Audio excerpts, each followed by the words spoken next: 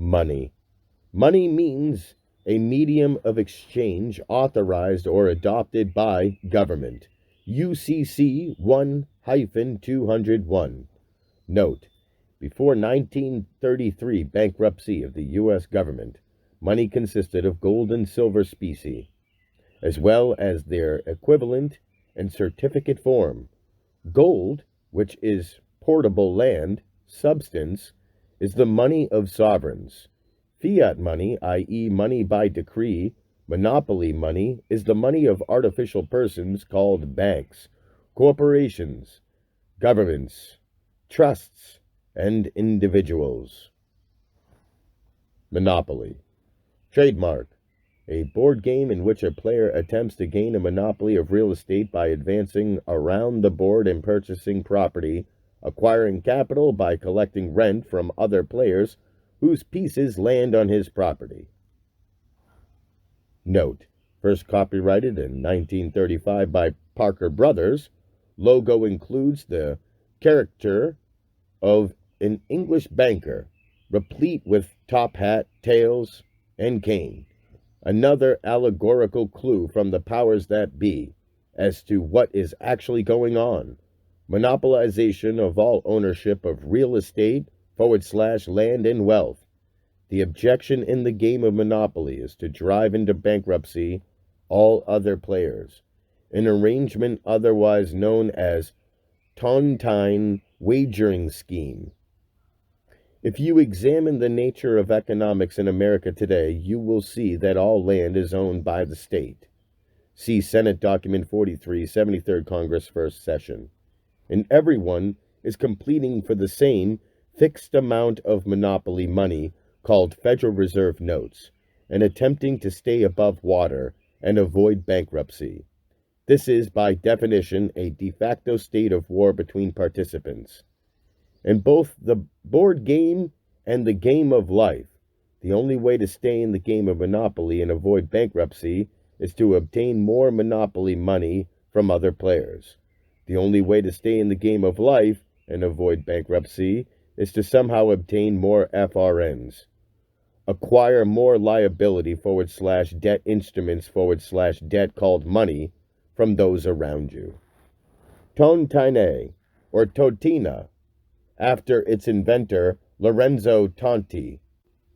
A Neapolitan, a financial arrangement in which a group of participants share in the arrangement's advantages until all but one has died or defaulted, at which time the whole goes to that survivor. Monster, a human being by birth, but in some part resembling a lower animal.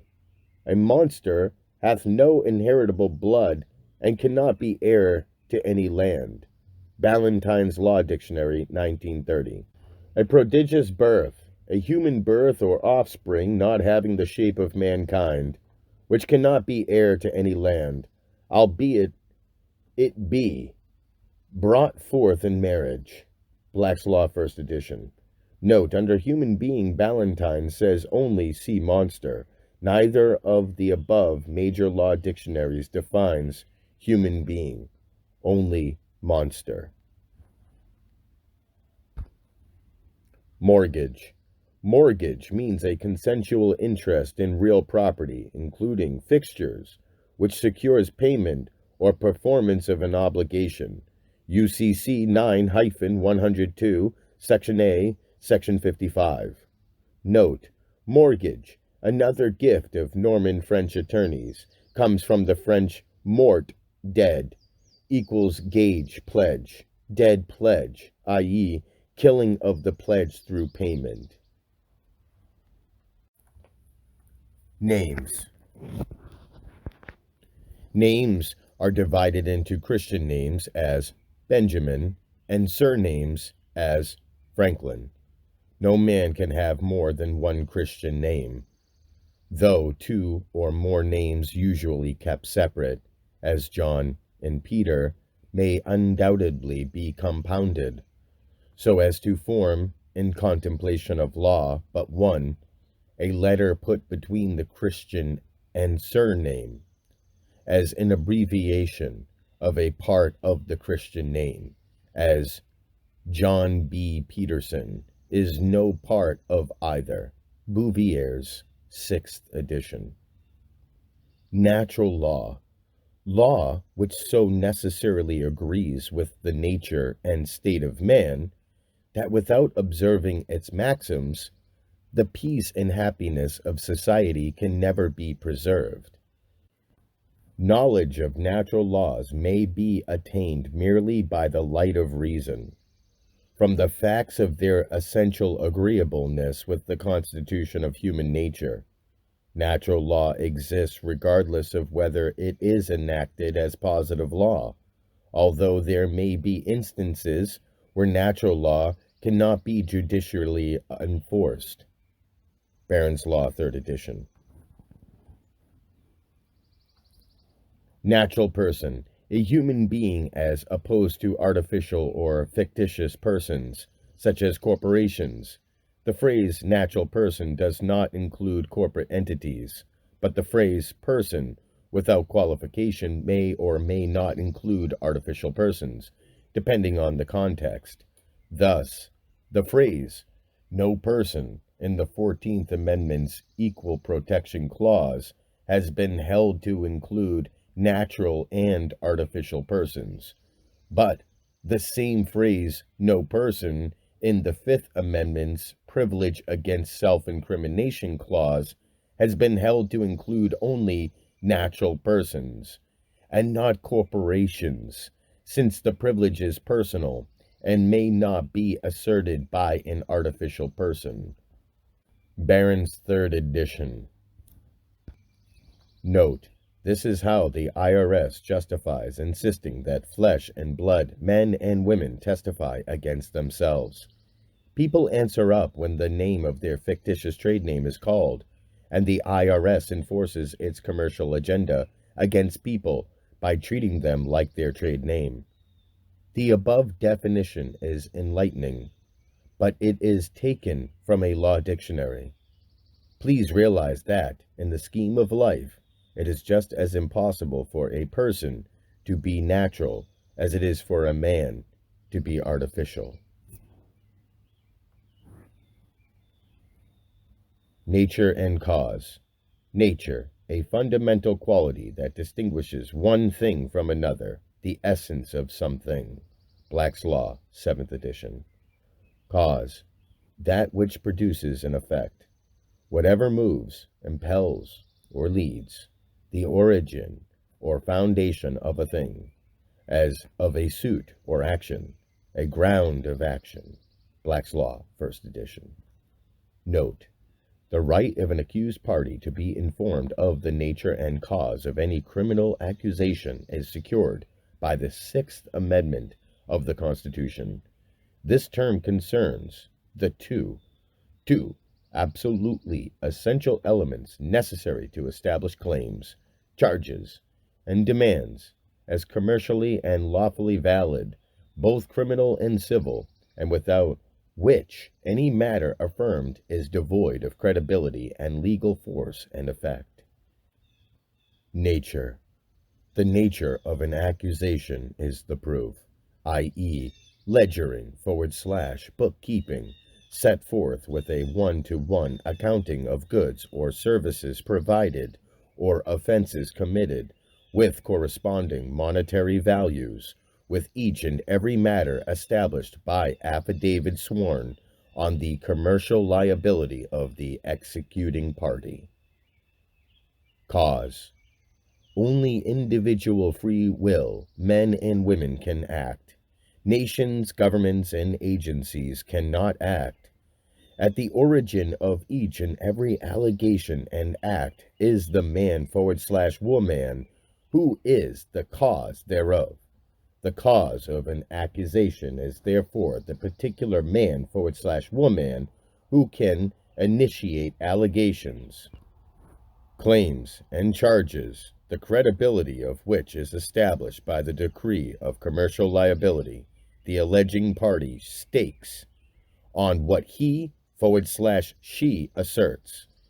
By initiating something that can cause another harm / loss, the alleging party simultaneously agrees to be held personally, legally, and commercially accountable and liable for the accuracy, validity, relevance, and verifiability of everything stated, claimed, and demanded in the affidavit.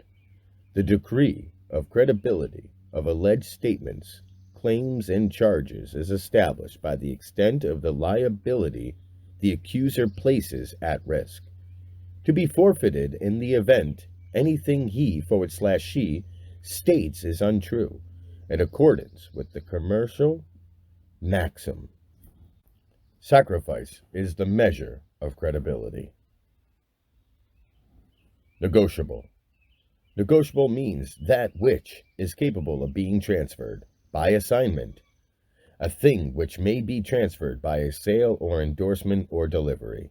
Black's Law, 1st edition. Adjective, of bills, securities, etc., transferable by delivery, with or without endorsements, according to the circumstances, the title passing to the transferee. Negotiable instrument. A writing which is signed by the maker or drawer, contains an unconditional promise or order to pay a sum certain in money, is payable on demand or at a definite time, and is payable to order or to bearer. Barron's, 3rd edition. A. Except as provided in subdivision C and D, negotiable instrument means an unconditional promise or order to pay a fixed amount of money, with or without interest or other charges described in the promise or order, if it is all of the following. 1. It is payable to bearer or to order at the time of it is issued, or first comes into possession of a holder. 2. Is payable on demand or at a definite time. 3. Does not state any other undertaking or instruction by the person promising or ordering payment to do any act in addition to the payment of money, but the promise or order may contain 1. An undertaking or power to give, maintain, or protect collateral to secure payment. 2. An authorization or power to the holder to confess judgment or realize on or dispose of collateral. Or 3. A waiver of the benefit of any law intended for the advantage or protection of an obligor. B. Instrument means a negotiable instrument. C. An order that meets all the requirements of subdivision A, except paragraph 1, and otherwise falls with the definition of check, and subdivision F is a negotiable instrument and a check. D. A promise or order other than a check is not an instrument if, at the time it is issued or first comes into possession of a holder, it contains a conspicuous statement, however expressed, to the effect that the promise or order is not negotiable or is not an instrument governed by this division. UCC 3-104. A negotiable instrument is a written promise or request for the payment of a certain sum of money to order or to bearer. A general name for bills, notes, checks, transferable bonds or coupons, letters of credit, and other negotiable written securities. Black's Law, 1st edition. New debtor. New debtor means a person that becomes bound as debtor under subdivision D of section 9203 by a security agreement previously entered into by another person. UCC 9-102, section A, section 56. Nobility. An order of men in several countries to whom privileges are granted at the expense of the rest of the people. Bouvier's 6th edition. N.P.L. 1. Persons of social or political preeminence, usually derived by inheritance or from the sovereign. Black's Law, 7th edition. The Constitution of the United States provides that no state shall grant any title of nobility, and no person can be a citizen of the United States until he has renounced all titles of nobility. The Federalist, number 84, two-story, laws, U.S. 851, Bouvier's 6th edition, 1856. Note: judges and attorneys hold a British title of nobility from the crown and act as esquires or shield bearers for and between the king / queen and those whom the king / queen wishes to engage in battle. Nom, used in expressions denoting a pseudonym, a false or assumed name. Nom de guerrier. Nom de guerrier or guerrier, Nomdeguerre, a fictitious name. Webster's Third New International Dictionary of the English Language, unabridged, 1976. Lit. War name, a name assumed by, or a name assigned to, a person engaged in some action or enterprise. Any fictitious name is a war name, or nom de guerre. The U.S. government, formally at war with you since the Amendatory Act, March 9, 1933, to the Trading with the Enemy Act, October 6, 1917, used the legal fiction artifice of the right to presume on your behalf and assigned you a false name, a war name in the form of your all capital letters, straw man name, nom de guerre. Non-negotiable, not capable of passing title or property by endorsement and delivery. Black's Law, 1st edition. Any document of title that is not a negotiable document, an instrument which may not be transferred by endorsement and delivery or by delivery alone, though it may be assigned. Black's Law, 6th edition. The word non-negotiable, appearing on what might otherwise look like a negotiable instrument, signifies that 1. The contract is not negotiable and strictly private. 2.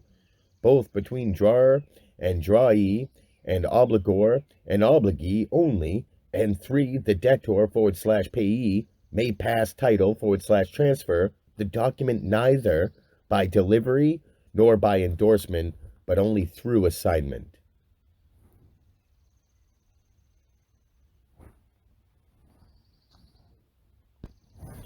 Non-prosecutor.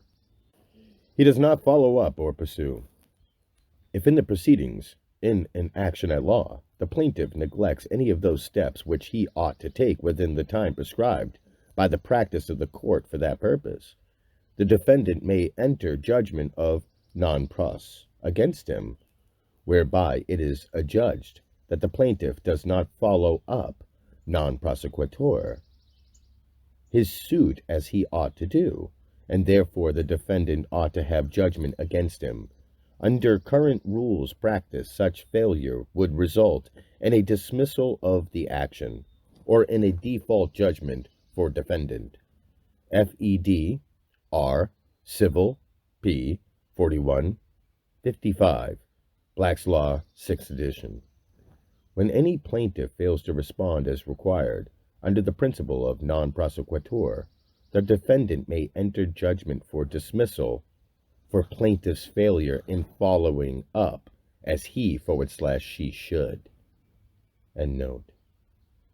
Notary public, a public officer whose function is to attest and certify by his hand and official seal certain classes of documents in order to give them credit and authenticity in foreign jurisdictions, to take acknowledgments of deeds and other conveyances and certify the same, and to perform certain official acts, chiefly in commercial matters, such as the protesting of notes and bills, the noting of foreign drafts, and marine protests in cases of loss or damage. Black's Law, 1st edition. An officer appointed by the executive or other appointing power under the laws of different states Their duties are generally prescribed by such laws, the most usual of which are 1. To attest deeds, agreements, and other instruments, in order to give them authenticity, to protest notes, bills of exchange, and the like. 3. To certify copies of agreements and other instruments, Bouvier's 6th edition. Notaries are of very ancient origin. They were well known among the Romans and exist in every state of Europe, and particularly on the continent, Bouvier's 6th edition. Their acts have long been respected by the custom of merchants and by the courts of all nations. Bouvier's 6th edition. Note: notaries public are officers of the state, and in some states, notaries may become officers of the court as well. The seal of a notary public gives a document credit and authenticity in foreign jurisdictions, i.e., international jurisdiction. Hence the apostle. See apostille. A notary public performs certain official acts, chiefly in commercial matters. Commerce is prejudicial and non-judicial. Notaries public once played a major role in world commerce and still retain the same powers, though many have fallen out of use since America began using private non-substance fiat by decree money, Federal Reserve notes. Note: a writing acknowledging a debt and promising payment. For the instrument to be negotiable, it must be signed by the maker and contain an unconditional promise to pay a sum certain in money on demand or at a definite time to order or to bearer. A note is not payment but only a promise to pay. The term note is synonymous with promissory note. The term may be qualified in its unique characteristics. For example, a note that is backed by a pledge of collateral such as real or personal property is called a secured note. Barron's 3rd edition. Oath. An affirmation of truth of a statement, which renders one willfully asserting untrue statements punishable for perjury. An outward pledge by the reason taking it that his attestation or promise is made under an immediate sense of responsibility to God. A solemn appeal to the Supreme Being in attestation of the truth of some statement. Black's Law, 5th edition. Obligee. One who is entitled to receive a sum of money or to have an act or deed performed as promised or agreed to by the obligor. Barron's 3rd edition. Obligor. Obligor means a person that, with respect to an obligation secured by a security interest in or an agricultural lien on the collateral, 1. owes payment or other performance of the obligation. 2. Has provided property other than the collateral to secure payment or other performance of the obligation. Or 3. Is otherwise accountable in whole or in part for payment or other performance of the obligation. The term does not include issuers or nominated persons under a letter of credit. UCC 9-102, Section A, Section 59. One who has promised or is otherwise obligated to perform an act or deed, such as the payment of a sum of money under a promissory note or other contract. Barron's 3rd edition. Offer. A proposal to do a thing. A proposal to make a contract. Also an attempt. Black's Law, 1st edition. Order. In a general sense, a mandate. Precept. A command or direction authoritatively given. A rule or regulation. In practice, every direction of a court or judge made or entered in writing, and not included in a judgment, is denominated an order. An application for an order is a motion. An order is also an informal bill of exchange.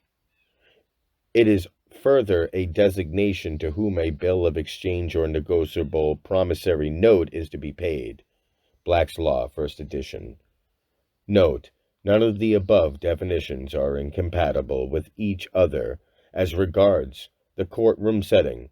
The order of the court is a pecuniary mandate for funds and is directly related with charges. In this sense, it is not dissimilar with a money order. Organization.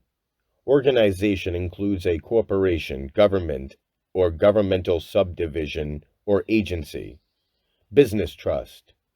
Partnership or association. Two or more persons having a joint or common interest, or any other legal or commercial entity. UCC 1-201, Section 28. Note: the term implies when two or more persons are involved in a specific commercial/contractual relationship, as well as with any other entity involved in commerce. All individuals, i.e., all strawman trade names, fall under the definition of organization. Order. Order means a written instruction to pay money signed by the person giving the instruction. The instruction may be addressed to any person, including the person giving the instruction, or to one or more persons jointly, or in the alternative, but not in succession. An authorization to pay is not an order unless the person authorized to pay is also instructed to pay. UCC 3-103, Section 6. Original debtor. Original debtor, except as used in subdivision C of Section 9310, means a person that, as debtor, entered into a security agreement to which a new debtor has become bound under subdivision D of Section 9203 UCC 9-102, Section A, Section 60. Party. Party means a party to an instrument. UCC 3-103, Section 8. Passport. In international law, a document issued to a neutral merchant vessel by her own government during the process of a war, and to be carried on the voyage, containing a sufficient description of the vessel, master, voyage, and cargo to evidence her nationality, and protect her against the cruisers of the belligerent powers. This paper is otherwise called a pass, sea pass, sea letter, or sea brief, a license or safe conduct issued during the process of a war authorizing a person to remove himself or his effects from the territory of one of the belligerent nations to another country, or to travel from one country to country without arrest or detention on account of the war. Black's Law, first edition. In most countries in continental Europe, passports are given to travelers, SIC. These are intended to protect them on their journey, to protect them from all molestation while they are obedient to the laws. The Secretary of State may issue, or cause to be issued, in foreign countries by such diplomatic or consular officers of the United States, and are such rules as: the President may prescribe passports, but only to citizens of the United States. Bouvier's 8th edition. Note: a passport is issued to a vessel, i.e., citizen of the United States, trade names in times of war. The government officially declared war on all citizens of the United States, persons in the Amendatory Act of March 9th, 1933, in parentheses, the Emergency Banking Relief Act, to the Trading with the Enemy Act of October 6th, 1917. Executive Order outlawing ownership of gold. In Appendix, i.e., under Executive Order of the President, issued April 5th, 1933. Pay. To discharge a debt by tender of payment due. To deliver to a creditor the value of a debt, either in money or in goods for his acceptance. UCC 2-511 3-604. Black's Law, 6th edition. Payee. In mercantile law, the person in whose favor a bill of exchange, promissory note, or check is made or drawn. The person to whom or to whose order a bill, note, or check is made payable. Payment. The fulfillment of a promise, or the performance of an agreement. A dischargement of an obligation or debt. In a more restricted legal sense, payment is the performance of a duty, promise, or obligation, or discharge of a debt or a liability by the delivery of money or other value by a debtor to a creditor, where the money or other valuable thing is tendered and accepted as extinguishing debt or obligation in whole or in part. Also, the money or other thing so delivered. UCC 2-511 3-604. Black's Law, 6th edition. Payment intangible. Payment intangible means a general intangible under which the account debtor's principal obligation is a monetary obligation. UCC 9-102, Section A, 61. Pecuniary. Of or relating to money, monetary. Black's Law, 7th edition.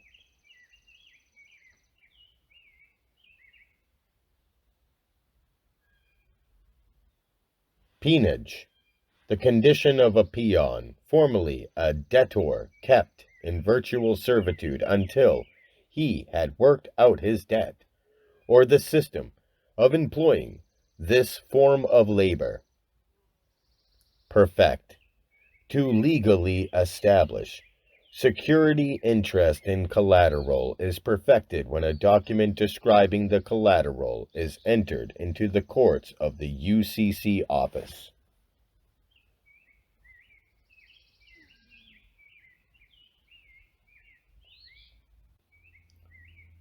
Perfection of security interest. In secured transactions law, the process whereby a security interest is protected, as far as the law permits, against competing claims to the collateral, which usually requires the secured party to give notice of the interest, as by filing in a government office, e.g., an office of Secretary of State. Perfection of a security interest deals with those steps legally required to give a secured party interest in subject property against debtors' creditors. Black's Law, 6th edition. A security interest is perfected when it has attached and when all the applicable steps required for perfection have been taken.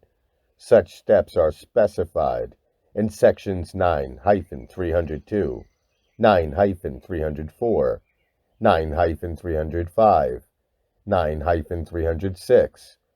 If such steps are taken before the security interest attaches, it is perfected at the time when it attaches. UCC 9-303, 1. Person. Noun. Person. Latin. Persona. Said to be compounded of per, through or by, and sonus, sound, a Latin word signifying primarily a mask used by actors on the stage. Webster's 1828 dictionary. Persons are divided by law into natural and artificial.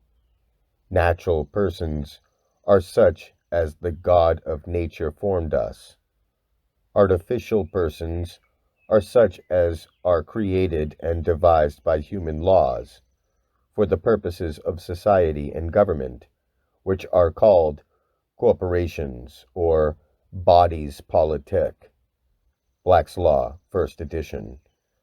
Persons are of two kinds, natural and artificial.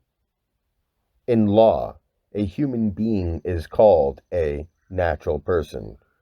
Artificial persons include a collection, corporation aggregate, or succession of natural persons, successive office holders in a corporation sole, forming a corporation. Black's Law, 4th edition.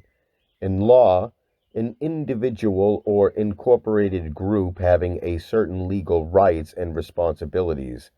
This has been held to include foreign and domestic corporations.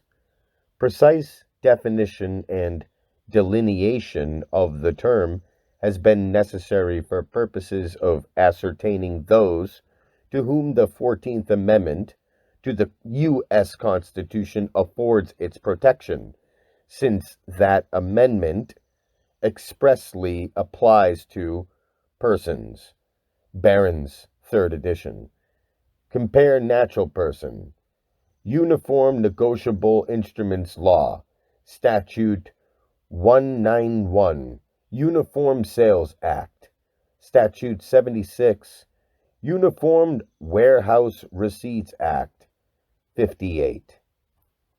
Note: trade name is a person, a mask for the sentient living being who uses it. The trade name is a fictitious person whose name is written in legalese, i.e., a language foreign constructed outside the bounds of English grammar. The true names of men and women written properly, i.e., initial letters only capitalized, are sometimes called natural persons.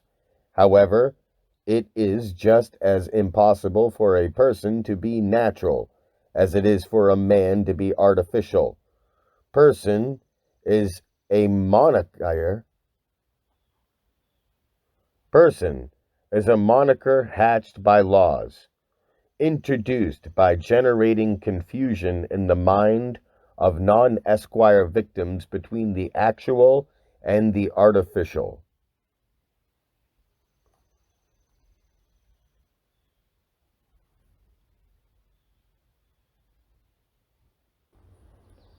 Pledge.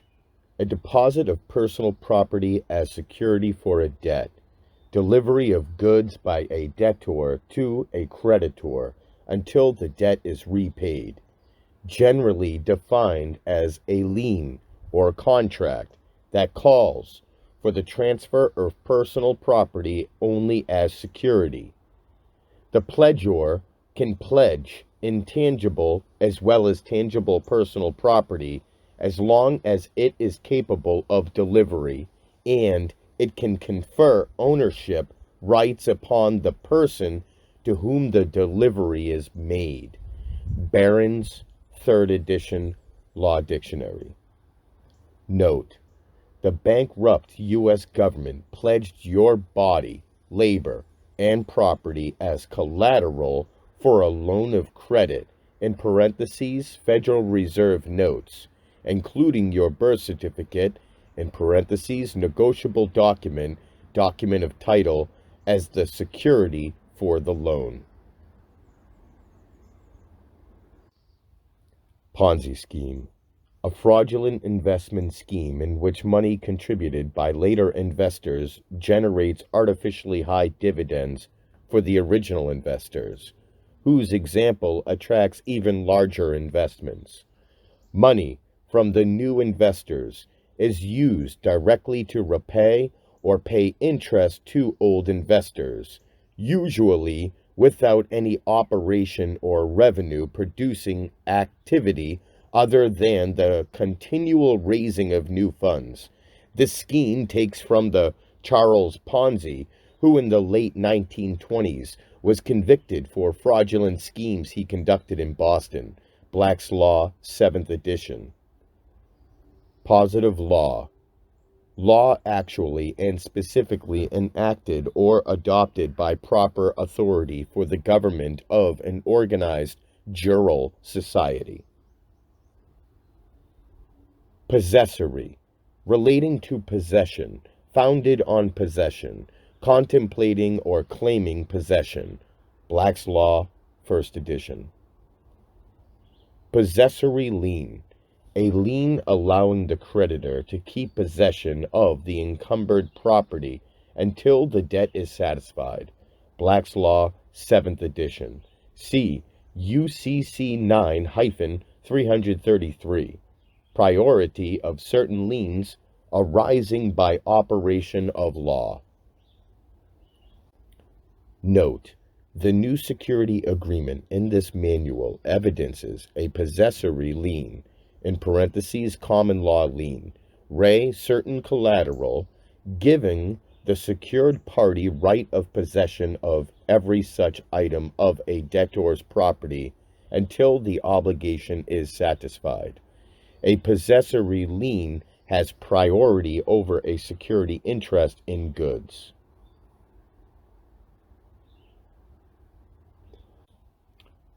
Postliminium, a fiction of the civil law by which persons or things taken by the enemy were restored to their former status on coming again under the power of the nation to which they formerly belonged. Bouvier's 8th edition. Postliminy. The right of postliminy, says Vettel, is that in virtue which persons and things taken by the enemy are restored to their former state on coming actually into the power of the nation to which they belong. Postliminy is defined to be the principle of law of nations under which property, if taken by the enemy in time of war, is restored to its former state upon coming again under the power of the nation to which it formerly belonged. W.N.P., Volume 33. Compare Postliminium. Preferred. Possessing or accorded a priority, advantage, or privilege, generally denoting a prior or superior claim or right of payment as against another thing of the same kind or class. Black's Law, 4th edition. Presentment. 2. A formal written accusation returned by a grand jury on its own initiative without a prosecutor's previous indictment request. A grand jury has only two functions, either to indict or to return a no bill. The Constitution speaks also of a presentment, but this is a term with a distinct historical meaning now not well understood. Historically, presentment was the process by which a grand jury initiated an independent investigation and asked that a charge be drawn to cover the facts they should constitute a crime. The United States attorneys, now always available to advise grand juries, proceeding by presentment is now an outmoded practice. 1. Charles Allen Wright, Federal Practice and Procedure, Statute 110, at 459, 3rd edition, 1999. 3. The formal production of a negotiable instrument for acceptance for payment, presentment, and dishonor occur. For instance, when the holder of a check attempts to cash it at the drawee bank, but payment is refused because the drawer lacks sufficient funds on deposit, the demand for payment is the presentment. The bank's refusal to pay is dishonor. 2 James J. White and Roberts S. Summers, Uniform Commercial Code, Statute 16 through 8, at 100, in parentheses, 4th edition, 1995, Black's Law, 7th edition. Presentment means a demand made by or on behalf of a person entitled to enforce an instrument. 1. To pay the instrument made to the drawee or a party obliged to pay the instrument, or in the case of a note or accepted draft payable at a bank, to the bank. Or 2. To accept a draft made to the drawee. UCC 3-501, Section A. May be made by any commercially reasonable means, including an oral, written, or electronic communication, is effective when the demand for payment or acceptance is received by the person to whom presentment is made. UCC 3-501, Section 1. The production of a negotiable instrument, bill of exchange, to the drawee for his acceptance, or to the drawer or acceptor for payment, or of a promissory note to the party liable for the payment of the same. Presentment is a demand for acceptance or payment made upon the maker, acceptor, drawee, or other payor by or on behalf of the holder. UCC Statute 3-504, Section 1. Black's Law, 6th edition. Notice that the identical terms are used in the definitions when speaking both of criminal matters and financial/commercial matters. In criminal matters, a bill called a true bill is issued by the grand jury.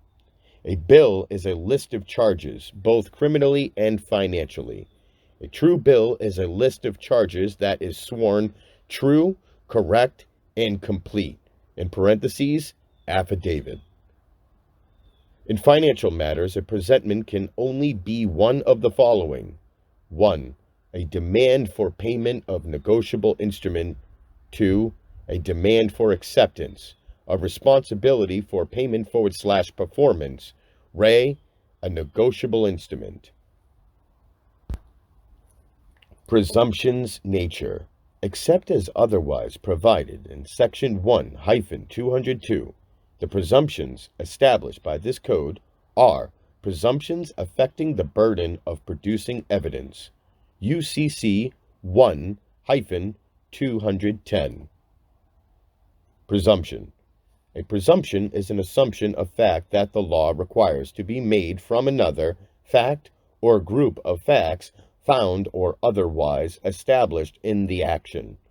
A presumption is not evidence. A presumption is either conclusive or rebuttal. Every rebuttal presumption is either A presumption affecting the burden of producing evidence, or B, a presumption affecting the burden of proof. Black's Law, 6th edition. A disputable presumption, called also an inclusive or rebuttal presumption, is an interference or inference of law, which holds good until it is invalidated by proof or a stronger presumption. Black's Law, 4th edition. Note: Ray ownership of your trade name is a presumption of ownership was made, and title thereto, in parentheses, birth certificate, was taken without knowledge and consent of both your mother and you.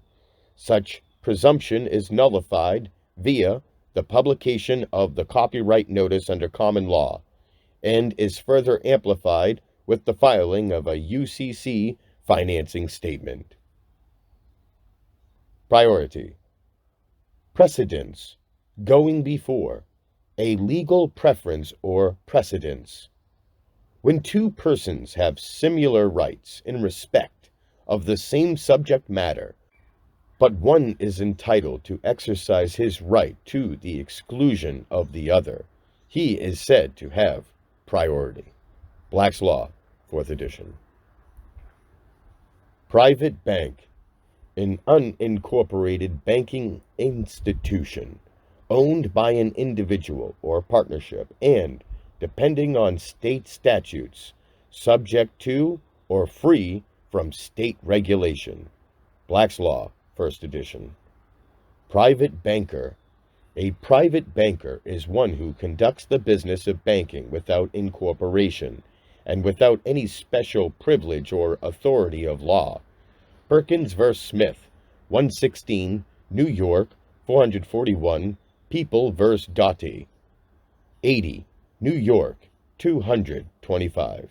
A private banker may, when not prohibited by law, conduct the business of banking, and may make such lawful contracts with his dealers in relation thereto, as to receiving and the repayment of money, as may be mutually agreed upon between the parties. A private banker, then, is one who conducts the business of banking without incorporation, or a fixed capital stock invested, which is by law required of all duly incorporated banks, excepting mutual savings banks, which, under the law as enacted by some of the states, may become incorporations for the purpose of doing a savings bank business without capital stock.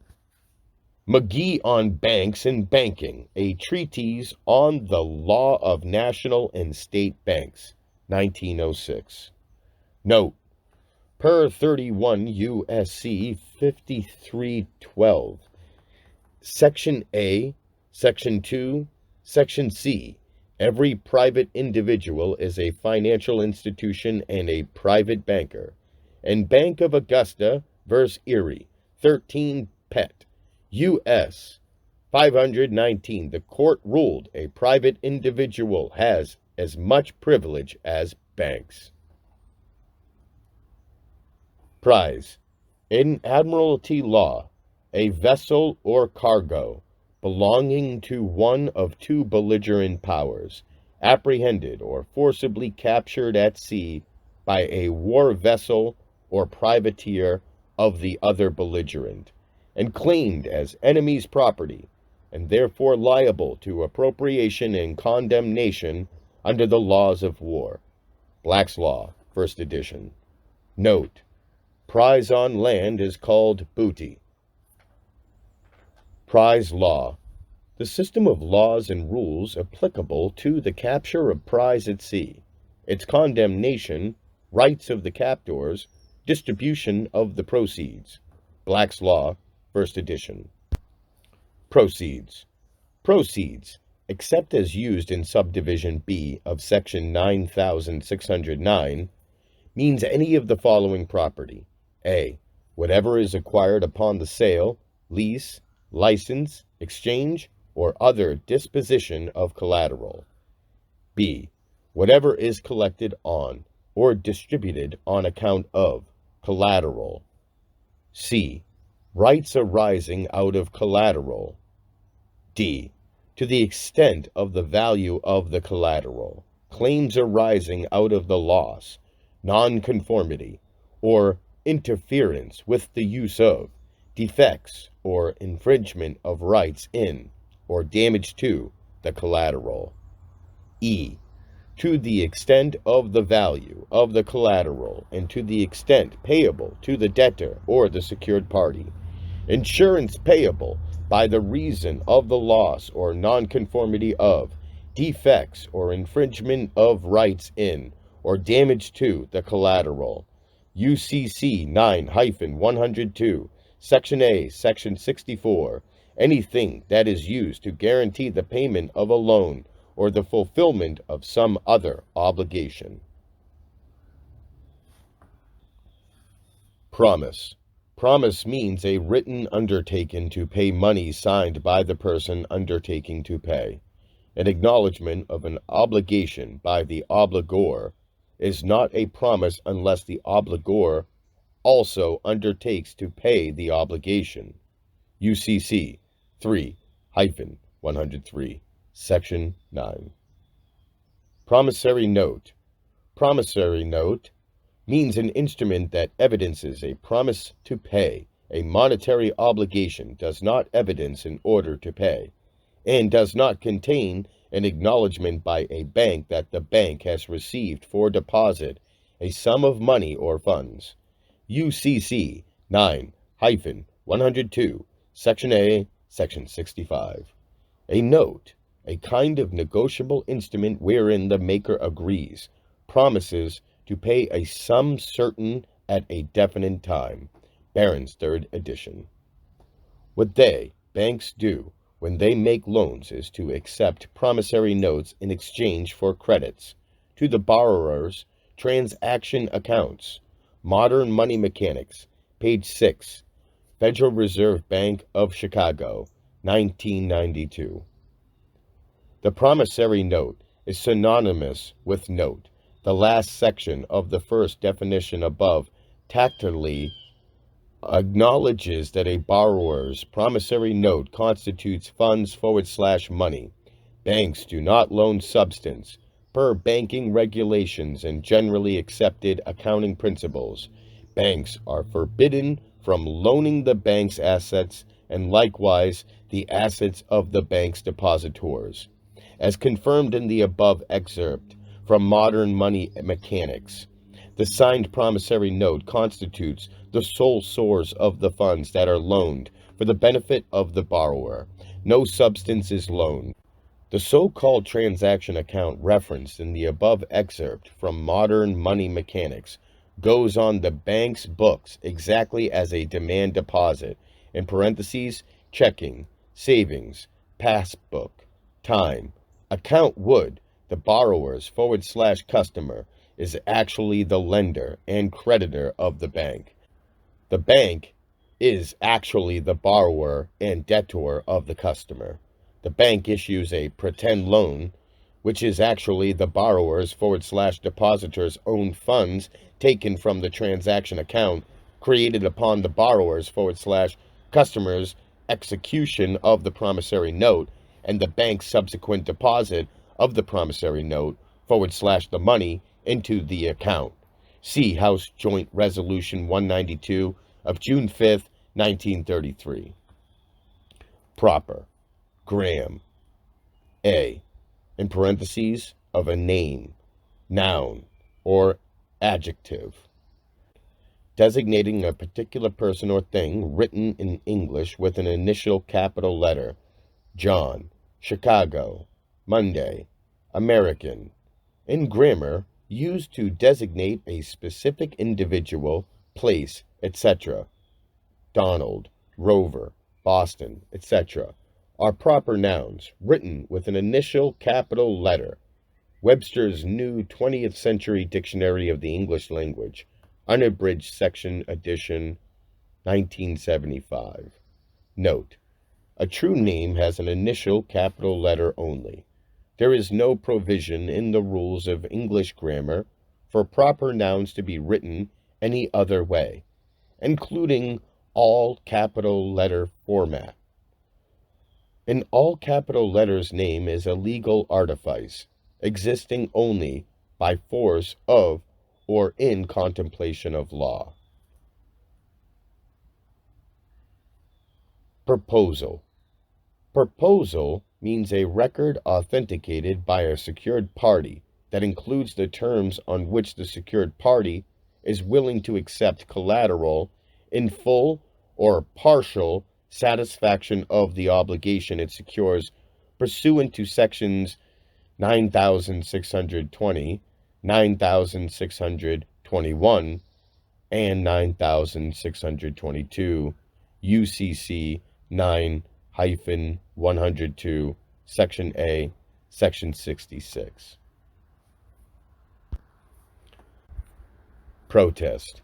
A notarial act being a formal statement in writing made by a notary under his seal of office at the request of a holder of a bill or note, in which such bill or note is described, and it is declared that the same was on a certain day presented for payment, in parentheses, or acceptance, as the case may be, and that such payment or acceptance was refused, and stating the reasons, if any, given for such refusal, whereupon the notary protests against all parties to such instrument, and declares that they will be held responsible for all loss or damage arising from its dishonor. Black's Law, first edition. Prove, with respect to the fact, means to meet the burden of establishing the fact, subdivision A of section 1-201, UCC 3-103, section 10. Public, adjective, pertaining to a state, nation, or whole community, proceeding from, relating to, or affecting the whole body of people or an entire community, open to all, notorious, common to all or many. General, open to common use, belonging to the people at large, relating to or affecting the whole people of a state, nation, or community, not limited or restricted to any particular class of the community. Black's Law, 6th edition. That vast multitude which includes the ignorant, the unthinking, and the credulous, who in making a purchase do not stop to analyze, but are governed by general appearance and general impressions. J. W. Collins, Company, verse, F. M. Paste, Company, DCPA 14 F2D 614, Ballantyne's Law Dictionary. Public corporation. Public corporations are those which are exclusively instruments of the public interest. Bouvier's 8th edition. An artificial person created for the administration of public affairs. Unlike a private corporation, it has no protection against legislative acts, altering or even repealing its charter. Instrumentalities created by state, formed and owned by it in public interest, supported in whole or in part by public funds, and governed by managers, deriving their authority from state. Black's Law, 6th edition. Public debt, that which is due or owing by the government. Bouvier's 6th edition. Public enemy. This word, used in singular number, designates a nation at war with the United States, and includes every member of such nation. To make a public enemy, the government of the foreign country must be at war with the United States, for a mob, whosoever numerous it may be, or robbers, whoever they may be, are never considered as a public enemy. Bouvier's 6th edition. Note: declared public enemies of the United States are, by definition, citizens of a foreign country / nation. Public law, that branch or department of law which is concerned with the state in which its political or sovereign capacity, including constitutional and administrative law, and with the definition, regulation, and enforcement of rights in cases where the state is regarded as the subject of the right or object of the duty, including criminal law and criminal procedure, and the law of the state, considered in its quasi-private personality, i.e., as capable of holding and exercising rights or acquiring and dealing with property, in the character of an individual. Black's Law, 1st edition.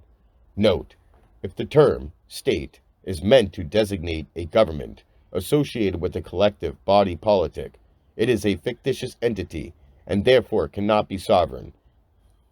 In Juilliard v. Greenman, 1884, 110 U.S. 421, the Supreme Court states, Congress can exercise no power by virtue of any supposed Inherent sovereignty in the general government. Indeed, it may be doubted whether the power can be correctly said to appertain to sovereignty in any proper sense as an attribute of an independent political community. The power to commit violence, perpetrate injustice, take private property by force without compensation to the owner, and compel the receipt of promises to pay in place of money may be exercised, as it often has been said, by irresponsible authority, but it cannot be considered as belonging to a government founded upon law. But be that as it may, there is no such thing as a power of inherent sovereignty in the government of the United States. The fact that the Black's Law Dictionary states the state in its sovereign capacity tactily confirms that every man and woman is a state, as only a real being with free will can be sovereign. Public policy. 1. Broadly, principles and standards regarded by the legislator or the courts as being of fundamental concern to the state and the whole of society. Courts sometimes use the term to justify their decisions, as when declaring a contract void because it is contrary to public policy. 2. More narrowly, the principle that a person should not do anything that would tend to injure the public at large. Black's Law, 7th edition. Community, common sense, and common conscience extended and applied throughout the state to matter of public morals, health, safety, welfare, and the like. It is that general and well-settled public opinion relating to man's plain, palpable duty to his fellow men, having due regard to all circumstances of each particular relation and situation. Black's Law, 6th edition. Public policy is manifested by public acts, legislative and judicial, and not by private opinion, however eminent. It is said to be determined from legislative declarations, or in their absence from judicial decisions. Bouvier's 8th edition. Note: a general concept taking in the whole of society considered as a single, abstract, collective entity, as contrasted with the same benevolent principles applied on behalf of individual members of society. The public cannot be harmed. Only individual men and women can be harmed. Since Erie Railroad versus Tompkins in 1938, shortly after the declared bankruptcy of the United States government, we have had only public policy, not public law. The above definition from Black's Law, 6th edition, 1990, cannot be found in Black's Law, 4th edition, 1957, which was printed at the time the subject of public policy was being implemented and replacing public law, i.e. the switch has taken place and the institution of public policy is now entrenched.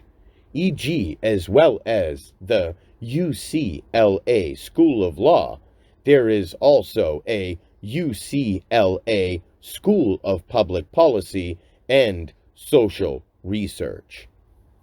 End note. Public property, that which is dedicated to the use of the public, and / or the over which the state has dominion and control.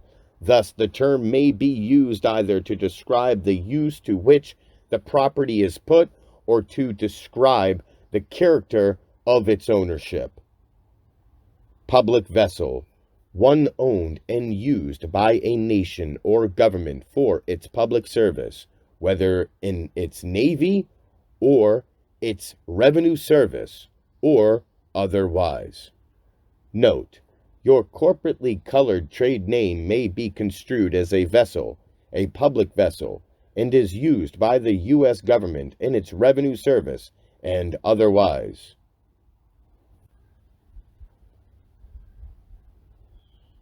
Purchase. Purchase includes taking by sale, discount negotiation, mortgage, pledge, lien, issue or reissue, gift, or any other voluntary transaction creating an interest in property. UCC 1-201, Section 32. The term purchase includes any contract to purchase or otherwise acquire. Securities Exchange Act 3. Purchase money security interest.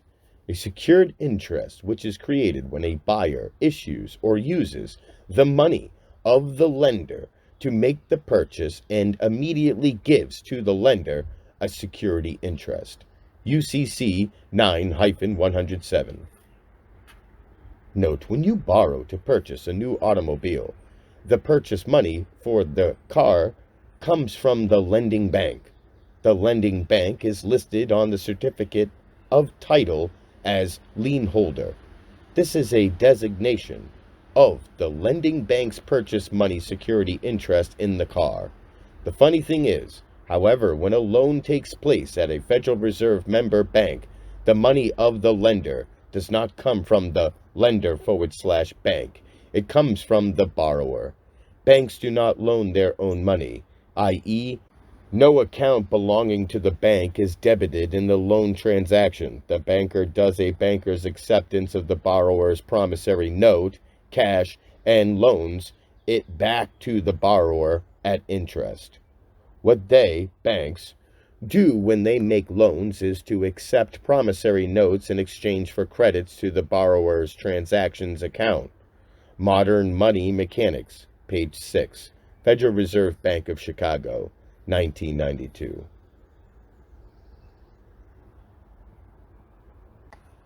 Ransom, in parentheses, Hebrew, for coffer. The compensation required to avoid bodily punishment or to free oneself from an undesirable state or condition, in parentheses, Isaiah chapter 43, verse 3. The term coffer is related to the Akkadian kaparu, means to wipe off, or kuparu, to expiate. The substitution for a penal sum for corporal punishment was widespread in the ancient world. Thus, the Hittite code provides for fixed damages for bodily harm. And the Bedouin, too, allowed for ransom as an alternative to blood vengeance, except in the case of murder, in parentheses, Numbers, chapter 35, verse 31 through 34. The Israelites followed this practice too, though fixed sums do not seem to have existed in early times. Instead, the principle of measure for measure was employed. In parentheses, Exodus chapter 21, verse 36, and Leviticus chapter 22, verse 16.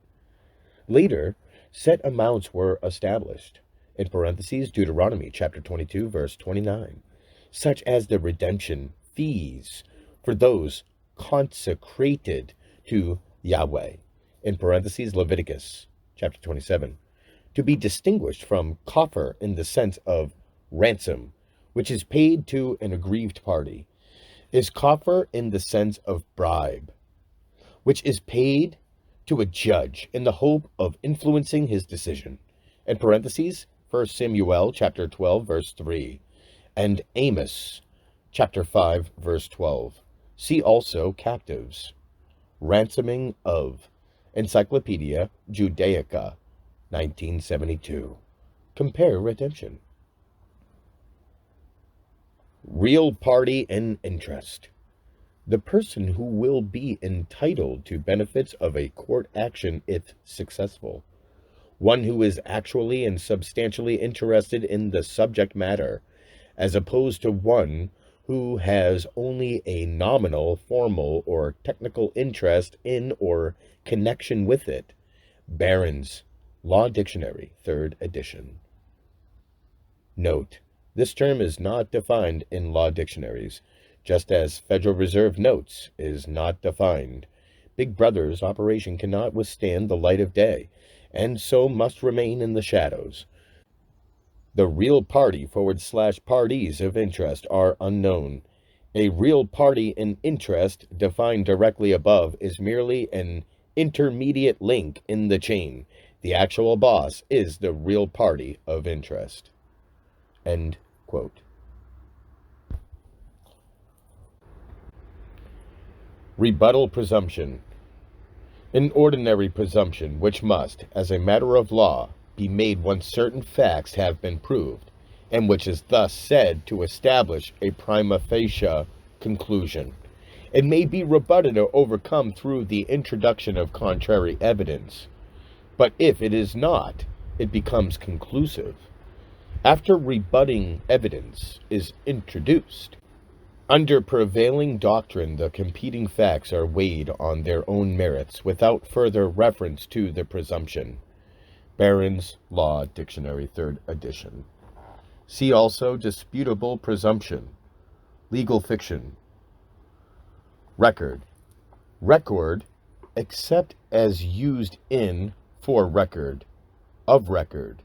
Record or legal title and record owner means information that is inscribed on a tangible medium or which is stored in an electronic or other medium and is retrievable in perceivable form. UCC 9-102, Section A, Section 69. Redeem. In parentheses, redimir, buy back. Re, plus emir, to buy, variant of emir, to purchase, to buy back, to free property or article from mortgage or pledge by paying the debt for which it stood as security. To repurchase in a literal sense, as to redeem one's land from a tax sale. It implies the existence of a debt and means to rid property of that encumbrance. Black's Law, 6th edition. Redemption. Salvation from the states or circumstances that destroy the value of human existence or human existence itself. The word redeemer and its related terms redeem and redemption appear in the Bible some 130 times. And are derived from two Hebrew paths, PDH and GL. Though used to describe divine activity as well, they arose in ordinary human affairs, and it is in the context in which they first or must first be understood. PDH is the more general of the two, which cognates of related meaning in Akkadian, Arabic, and Ethiopic. It belongs to the domain of commercial law and prefers to the payment or refers to the payment of an equivalent for what is released or secured. The verb PDH, unlike GL, indicates nothing about the relation of the agent to the object of redemption, which in the Bible is always a person or another living being. Its usage does not differ in cultic activity from that of a normal commercial transaction. In both cases, a person or an animal is released in return for money or an acceptable replacement. In parentheses, Exodus chapter 13, verse 13. Chapter 34, verse 20. Leviticus, chapter 27, verse 27. 1 Samuel, chapter 14, verse 45, with Exodus, chapter 21, verse 7 through 8. Leviticus, chapter 19, verse 20. Job, chapter 6, verse 23. GL is more restricted in usage and does not appear to have cognates in other Semitic languages. It is connected with family law and reflects the Israelite conception of the importance of preserving the solidarity of the clan. The Goel, in parentheses Redeemer, is the next of kin who acts to maintain the vitality of his extended family group by preventing any breaches from occurring in it.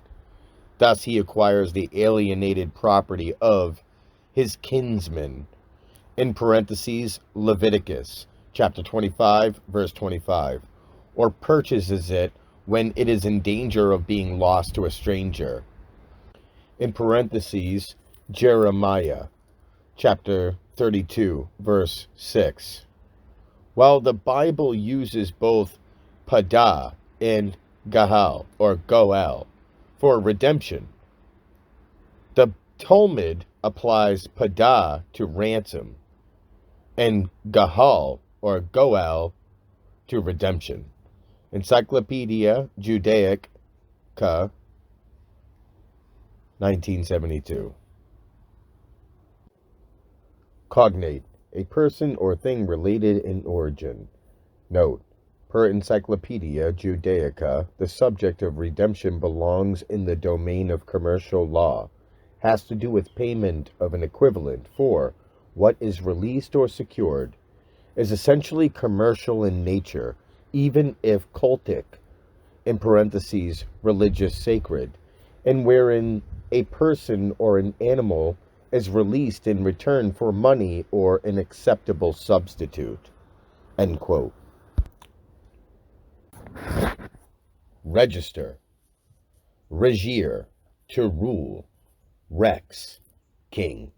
To record formally and exactly, to enroll, to enter precisely in a list, or the like. Black's Law, 6th edition. Note, reify. Note from the Latin regir, to rule, rex, king. Essentially, to register is to kingify or to rulerify oneself or one's property, i.e., to submit and place oneself / one's property in a position to be subjected / owned / controlled / regulated, thus facilitating taxation. And it came to pass in those days that there went out a decree from Caesar Augustus that all the world should be taxed. Luke chapter 2, verse 1. Holy Bible, King James Version. Registration is the necessary step before taxation. Registered, denoting cattle, horses, dogs, etc., having pedigrees verified and filed by authorized associations of breeders. Webster's. Reif, of robbery. Cowell's, Black's 4th edition. Reification, reify. Reification, the embodiment of a right to the payment of money in an instrument so that transfer of the instrument transfers also the right. The term can also refer generally to the embodiment of another or of any other property in a writing, which writing represents the property. Black's Law, 6th edition. Note, what was once known as simple highway robbery, a reif, is known as reification or the registration of the property. In the juristic trade name of your straw man, of course, consulting the words reif or reify, one can see that the government has given itself license to overtly rob and steal from its subjects. In parentheses, trade names. Under the euphemism reification, another term for registration, per UCC 9-302, registration constitutes surrender of legal title to the property registered, an act which precludes the necessity for the registrar, in parentheses, agent for the secured party government, to file a UCC financing statement against the registrant, in parentheses, debtor, to perfect the security interest in the property. Reify, re or res, thing, to convert into or regard as a complete or concrete thing, to reify an abstract concept. Note, this term is essentially identical in concept with the word register, literally translated means to kingify or rulerify oneself or one's property, the abstract concept that someone else can claim your body, labor, property, and wealth is converted into a reality when you / your property are or / is registered, a phenomenon known as a RIA / robbery. The fact of registration obviates the need for the registrar to file a financing statement against the registrant / debtor, the property in question. Remedy. Remedy means any remedial right to which an aggrieved party is entitled with or without resort to a tribunal. UCC 1-201, Section 34.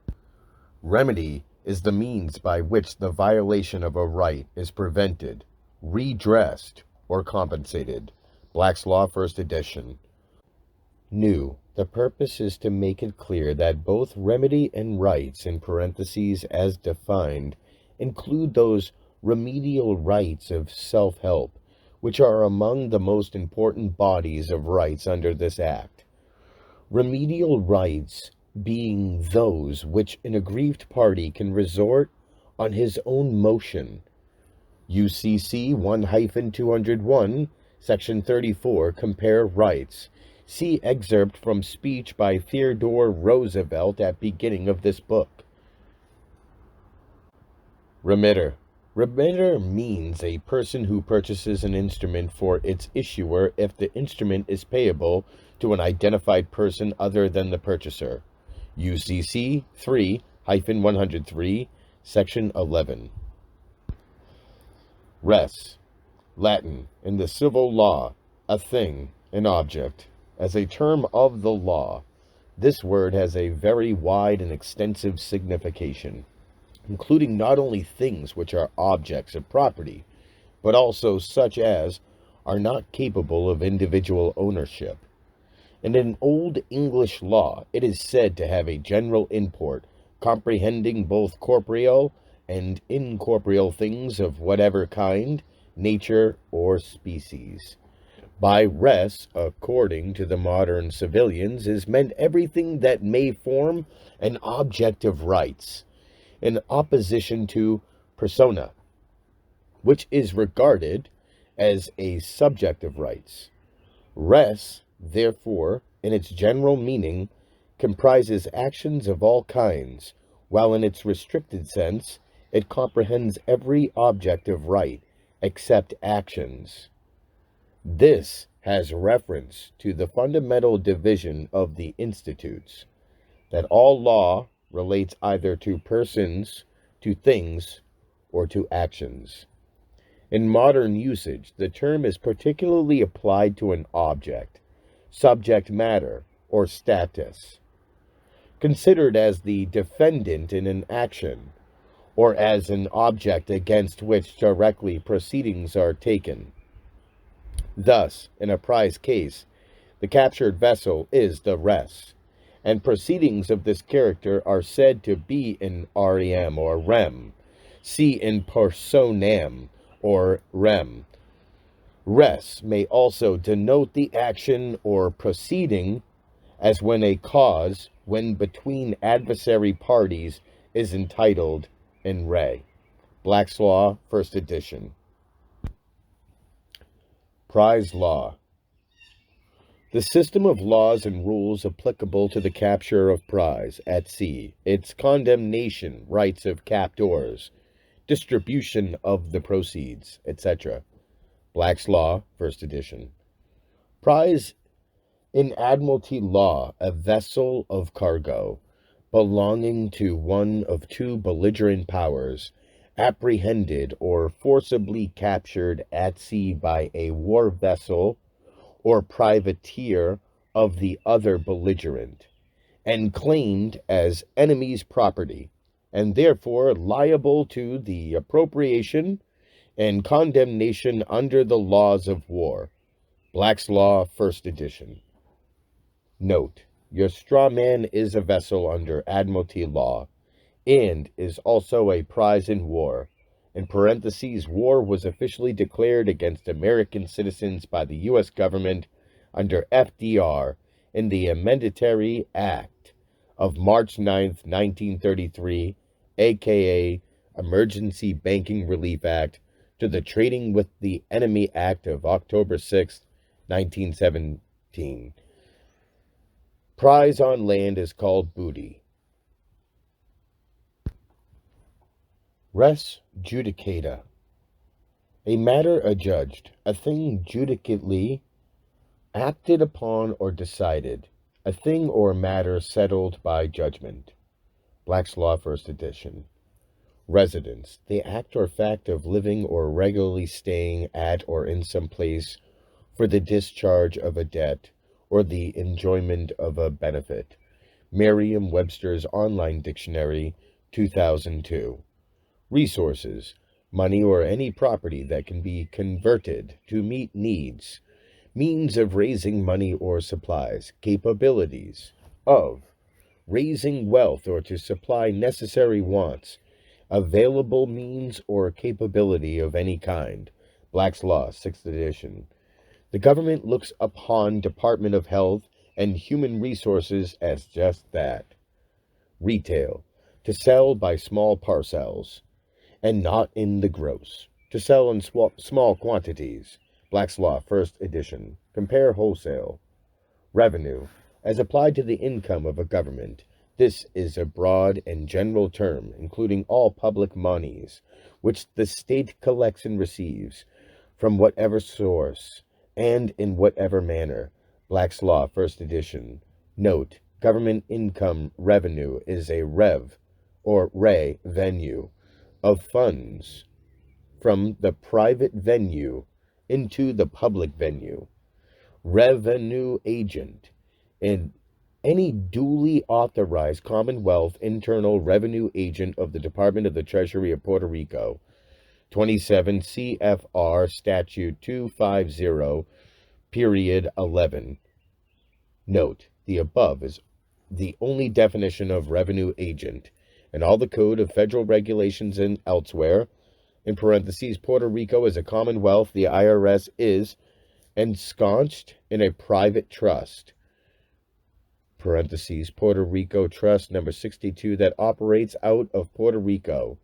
A revenue agent is an unregistered foreign agent operating on American soil in violation of the Foreign Agents Registration Act of 1938. Secretary of Treasury is an abbreviation of the actual title. Secretary of the Treasury of Puerto Rico.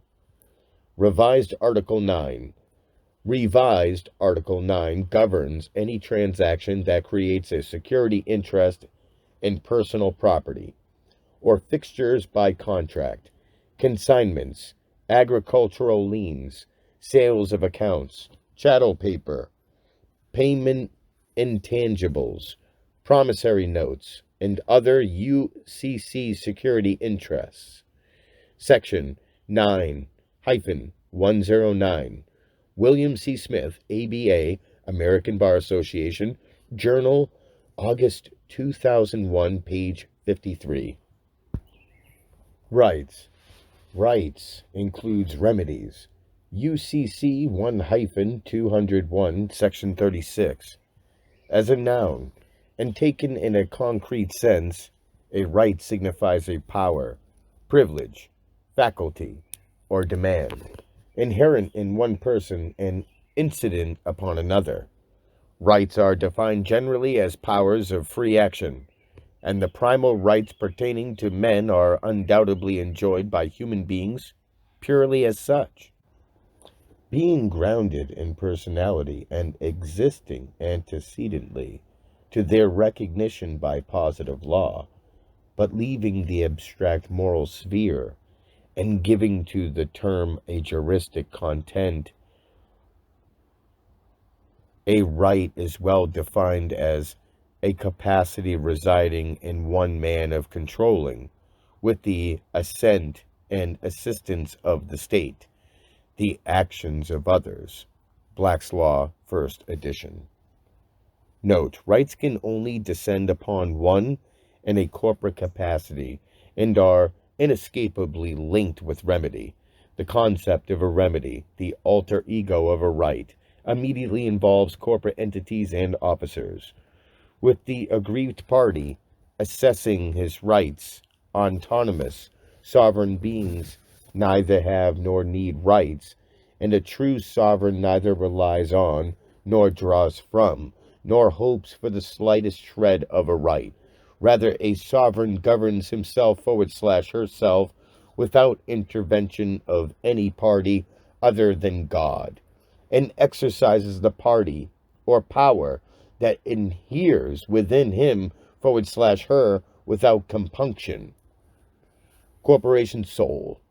Theodore Roosevelt under on sovereigns at the beginning of this book. Roman civil law.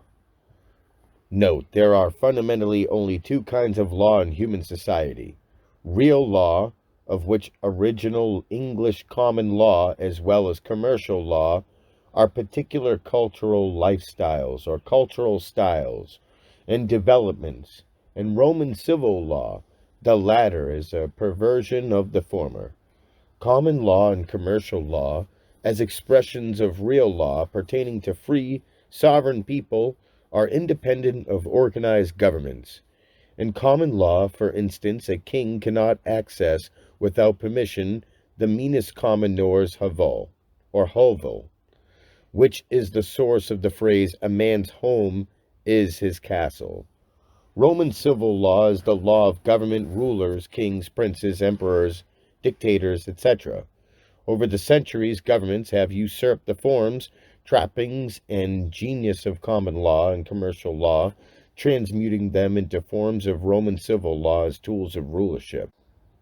The spirit of truth, fairness, and justice of real law have been stifled and distorted from their just intent into means to implement tyranny. The principles of both real law and Roman civil law are simple. Real law is expression of two fundamental precepts. 1. Every man has free will and is therefore sovereign over himself and his own domain. A man is fully entitled to do whatever he wishes with his life except transgress against the similar inherent right of others. A man who damages another loses his sovereignty proportionate with that which is necessary to provide restitude and recompense for one wronged. In short, thou shalt not transgress against the rights of thy neighbor. 2. All social intercourse, both express, in parentheses, written or bilateral, and implied, in parentheses, unwritten, ratified by acts, not signature, is contract. Therefore, whatever contracts you enter into, you are obligated to fulfill. Roman civil law has but one principle. The will of the ruler has the force and effect of law. All human governments are necessarily some form of Roman civil law, because no basis in real law can exist for any ruler to rule, in parentheses, i.e. to usurp, enforced by force, the rights, options, or property of another man. Also, the fact that all life is contract is the source of the timeless maxim of law. Contract makes the law. This maxim is found in virtually every culture, language, and legal system in the world. All law, both express and implied, is inherently contract. An express contract is formalized in writing, specifying the various rights and duties of the parties and all the terms and conditions upon which the parties agree, with the voluntary consent of each party indicated by his signature. An implied contract is ratified by act instead of signature. An implied contract is formed, for instance, when one goes into a restaurant and orders a meal. Although no written contract is signed, A contract is formed nonetheless by the act of ordering and consuming the meal, on the basis of which one non-verbally consents to pay for it. Roman civil law functions chiefly by implied contract, ratified by the presumed implied assent of the ruled through one omitting to assert and preserve their own rights and freedom, vice aversa, the ruler. 2. Accepting benefits that the government offers, thereby incurring whatever obligations are contractually implied by the acceptance. The creditors of the bankrupt U.S. government operate against you via the presumption that they hold legal title of the property registered on the birth document /certificate, and thereafter the mirror image trade name, and that it is an open-ended lien against your rights, property, and labor as security to pay on the national debt. Redemption of the birth certificate and trade name eliminates all other claims concerning each. Sale. A sale consists in the passing of title from the seller to the buyer for a price. Section 2-401. A present sale means a sale which is accomplished by the making of the contract. UCC 2-106, Section 1. Secretary. The Secretary of the Treasury of Puerto Rico, 27 CFR Statute 250.11, ratification of acts of President and Secretary of the Treasury under Section 95A. The actions, regulations, rules, licenses, orders, and proclamations heretofore or hereafter taken, promulgated, made, or issued by the President of the United States or the Secretary of the Treasury since March 4th, 1933, pursuant to the authority conferred by Section 95A of this title, are approved and confirmed. 12 U.S.C. 95B, C Note, Revenue Agent.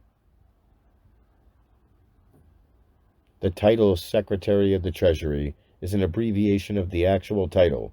Secretary of Treasury of Puerto Rico, IRS, is domiciled in Puerto Rico under Puerto Rico Trust Number 62, which makes Secretary of the Treasury of Puerto Rico Paul H. O'Neill, trustee thereof. Secretary of the Treasury is not a U.S. government employee. He is an unregistered foreign agent operating in America in violation of the Foreign Agents Registration Act of 1938, and is the receiver in bankruptcy.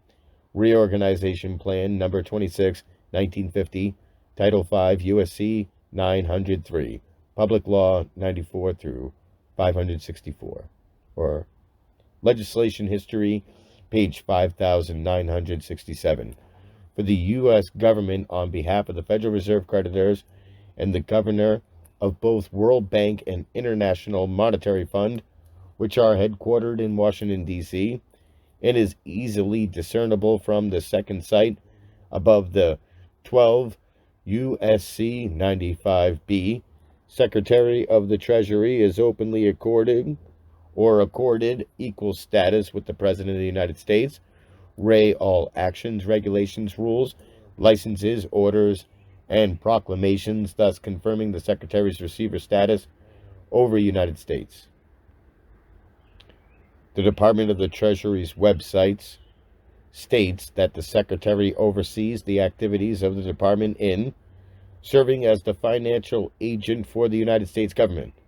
The Treasury Department claims a number of bureaus through which the Secretary administers the Chapter 11 bankruptcy, Comptroller of the Currency, Federal Law Enforcement Training Center, Internal Revenue Service, United States, Secret Service, United States Customs Service, Bureau of Alcohol, Tobacco, and Firearms, Financial Crimes Enforcement Network, Treasury Forfeiture Fund, Bureau of the Public Debt, United States Mint, Financial Management Service, Bureau of Engraving and Printing, Office of Thrift Supervision, United States Savings Bonds Division, Community Development Financial Institutions.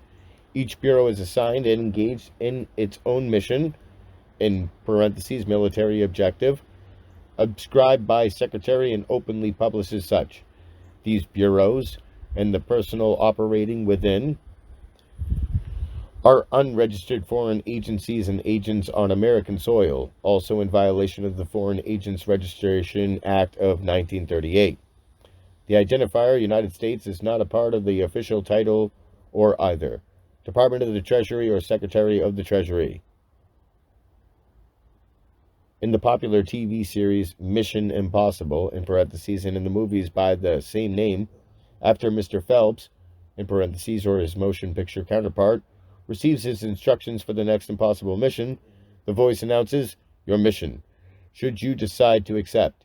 And later, in the event that Mr. Phelps or his impossible mission team are caught, the admonishment, the secretary will disavow all knowledge of you and your team. A mission, see mission, is a specific task or objective assigned to a member of a military unit or the unit itself.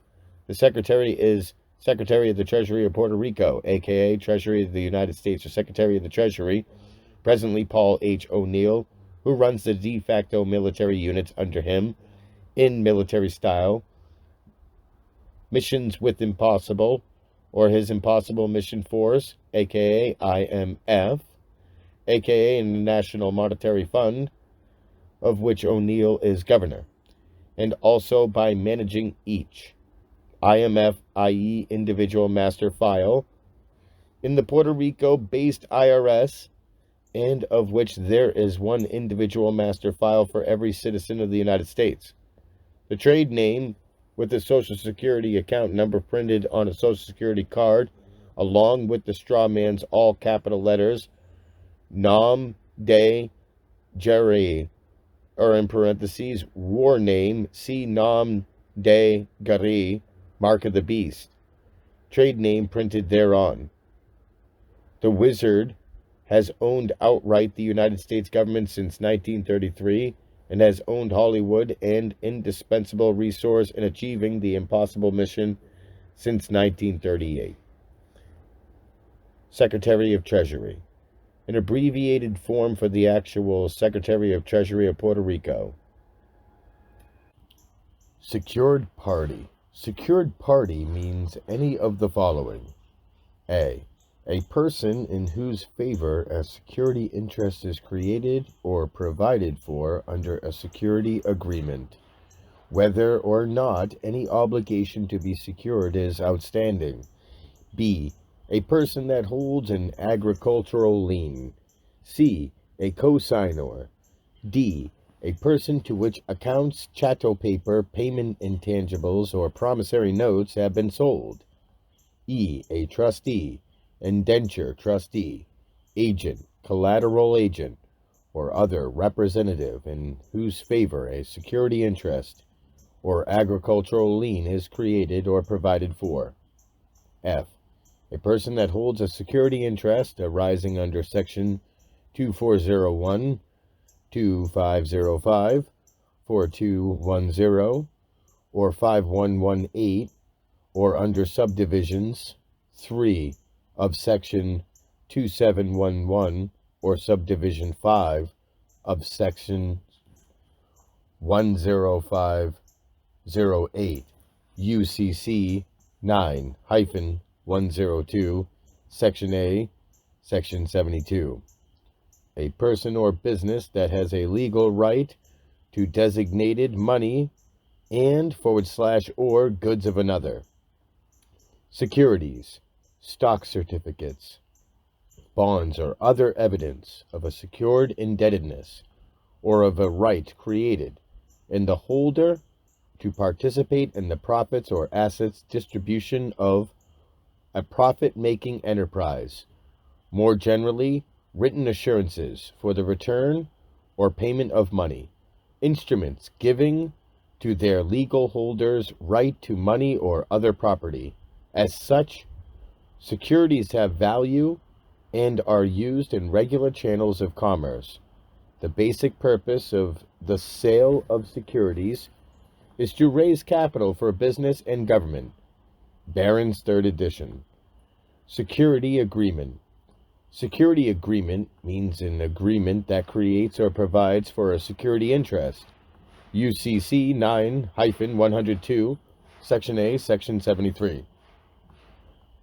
An agreement granting a creditor a security interest in personal property, which security interest is normally perfected either by the creditor taking possession of the collateral or by filing financing statements in the proper public records. Black's Law, 6th edition. See attached: security interest, fidelity, bond, possessory lien. Security interest. Security interest means an interest in personal property or fixture which secures payment or performance of an obligation. UCC 1-201, Section 37, Section A. Interest in property obtained pursuant to security agreement. Black's Law, 6th edition. Lien created by an agreement. Bankruptcy Code, Statute 101. The legal right of one party to take, possess, or use the pledged money and / or goods of a second party if the second party does not fulfill its obligation to the first party. Senate Document Number 43, 73rd Congress, First Session, March 9th, June 16th, 1933. The ownership of all property is in the state. Individual so-called ownership is only by virtue of government, i.e., law amounting to mere user, and use must be in accordance with law and subordinate to the necessities of the state. See note in the State Conference of Governors, March 6, 1933. Note: a likely source of the foregoing is Bernard M. Baruch. The Knickerbocker Press, Albany, New York, August 8, 1918. We are living in a highly organized state of socialism. The state is all. The individual is of importance only as he contributes to the welfare of the state. His property is only his as the state does not need it. He must hold his life and his possessions at the call of the state. All objects and spaces and tangible and intangible property, including money, in America and most of the world, represent debt. That is, all such things that have not presently been claimed under the UCC by a redemptor, in parentheses sovereign. Non-sovereigns are mere users, and everything they own, everything is legally owned by the state. If you do not believe this, just stop paying property taxes or automobile registration fees and see what happens. Read in the background of the manual or annual renewal sticker. With the year printed on it, on the license plate of your car, it says official use only. The state holds a perfected security interest in your car because you chose to register it with the DMV. See UCC 9-303. Basically, the state has the assets, in parentheses title, and the owner has the liabilities / accountability for use, unless, of course, the owner captures his or her straw man and sets things straight. If you examine the vehicle code of your state, you will find that there is no code / law requiring registration of any automobile that is not used for the transportation of persons or property for hire or compensation. Registration of an automobile with the Department of Motor Vehicle is legal identification of the character of the property, i.e. non-private, and is strictly voluntary. Send. Send, in connection with a record or notification, means to do either of the following: A, to deposit in the mail, deliver for transmission, or transmit by any other usual means of communication, with postage or cost of transmission provided for, addressed to any address reasonable under the circumstances. B, to cause the record or notification to be received within the time that it would have been received if properly sent under subparagraph A. UCC 9-102, Section A, Section 74. Service mark. A name, phrase, or other device used to identify and distinguish the services of a certain provider. Service marks identify and afford protection to intangible things such as services, as distinguished from the protection already provided for marks affixed to tangible things such as goods and products. Often shortened to mark, also spelled service mark, CF trademark, Black's Law, 7th edition. Set-off. Set-off. A debtor's right to reduce the amount of a debt by any sum the creditor owes the debtor. The counterbalancing sum owed by the creditor. Black's Law, 7th edition. A counterclaim or cross-demand, a claim or demand which the defendant in an action sets off against the claim of the plaintiff as being his due, whereby he may extinguish the plaintiff's demand either in whole or in part, according to the amount of the set-off. Set-off is a defense which goes not to the justice of the plaintiff's demand, but sets up a demand against the plaintiff to counterbalance his in whole or in part. Black's Law, 1st edition. 7-point instruments. In commercial law, any document or instrument, including legal briefs, securities, promissory notes, affidavits, and contracts, must contain 7 essential elements to be valid. If any of these elements is missing, the paper is commercially defective, void, or expressly fraudulent. These essential elements are: 1. Accurate identification of the parties to the instrument, contract, or dispute. 2. Nature and content of the allegations or claims set forth with particularity. 3. Ledgering, accounting of the remedy or relief sought as recompense or compensation for specific wrongs or contractual violations or defaults. 4. Evidence of solvency, identification of the property sought / pledged as the stakes over which the dispute occurs, to be forfeited to the prevailing party to pay the debt / damage and satisfy the judgment. 5. Facts in law, specific laws violated and facts set in evidence by exhibit. 6. Certification, statement under oath by party asserting an allegation or claim that everything asserted is true, correct, and complete, whether criminal or civil. And 7. Witnesses, third-party certification substantiating the legal identity of the party executing the instrument, in parentheses, a notary. Site draft, a bill of exchange for the immediate payment of money. Barron's 3rd edition, a bill of exchange for the immediate collection of money. Black's Law, 6th edition. Signature. A person is not liable on an instrument unless 1. The person signed the instrument, or 2. The person is represented by an agent or representative who signed the instrument and the signature is binding on the represented person under Section 3402. B. A signature may be made, 1. Manually or by means of a device or machine, and 2. By the use of any name, including a trade or assumed name, or by a word, mark, or symbol, executed or adopted by a person with present intention to authenticate a writing. UCC 3-401. Signed. Signed includes any symbol executed or adopted by a party with present intention to authenticate a writing. UCC 1-201, Section 39. Slave. 1. A person who is wholly subject to the will of another, one who has no freedom of action, but whose person and services are wholly under the control of another. 2. One who is under the power of a master, and who belongs to him, so the master may sell and dispose of his person, of his industry, and of his labor, without his being able to do anything, have anything, or acquire anything, but what must belong to his master.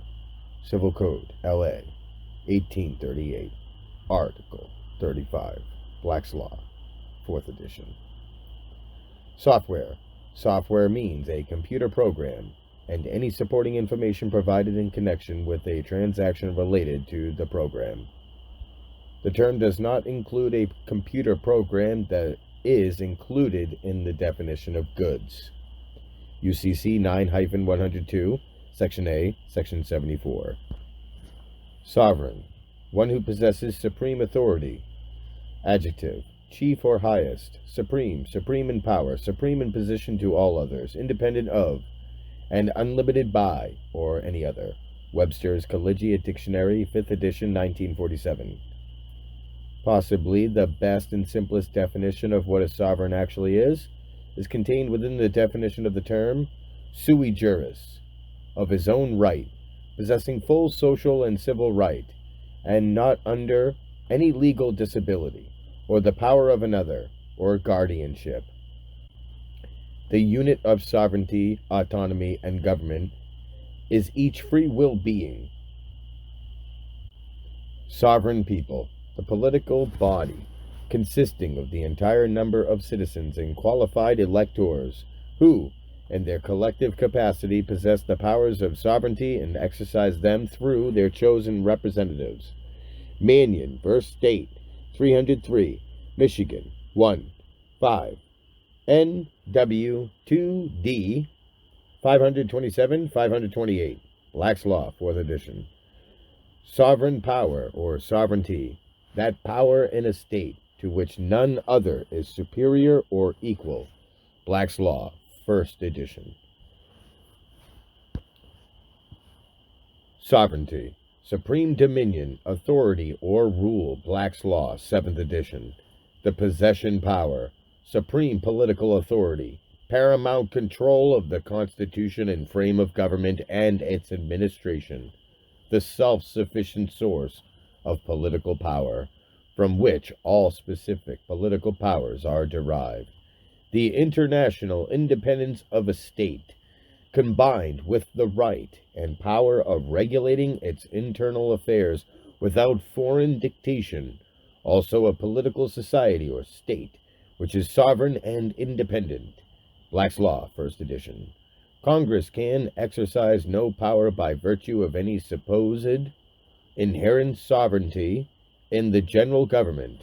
Indeed, it may be doubted whether the power can be correctly said to appertain to sovereignty in any proper sense as an attribute of an independent political community. The power to commit violence, perpetuate injustice, take private property by force without compensation to the owner, and compel the receipt of promises to pay in place of money, may be exercised, as it as often has been, by irresponsible authority, but it cannot be considered as belonging to a government founded upon law.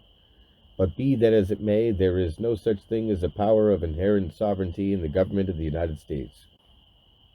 Juilliard v. Greenman, 110, U.S. 421, 1884.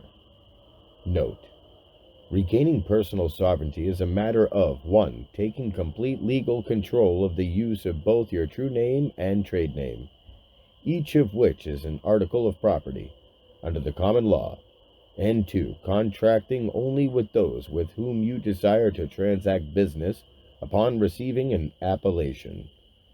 See appellation. Special, relating to or designating a species, kind, or sort, designating for a particular purpose, confined to a particular purpose, object, person, or class. The opposite of general. Black's Law, 1st edition. Special appearance, a defendant's pleading that either claims that the court lacks personal jurisdiction over the defendant or objects to improper service of process.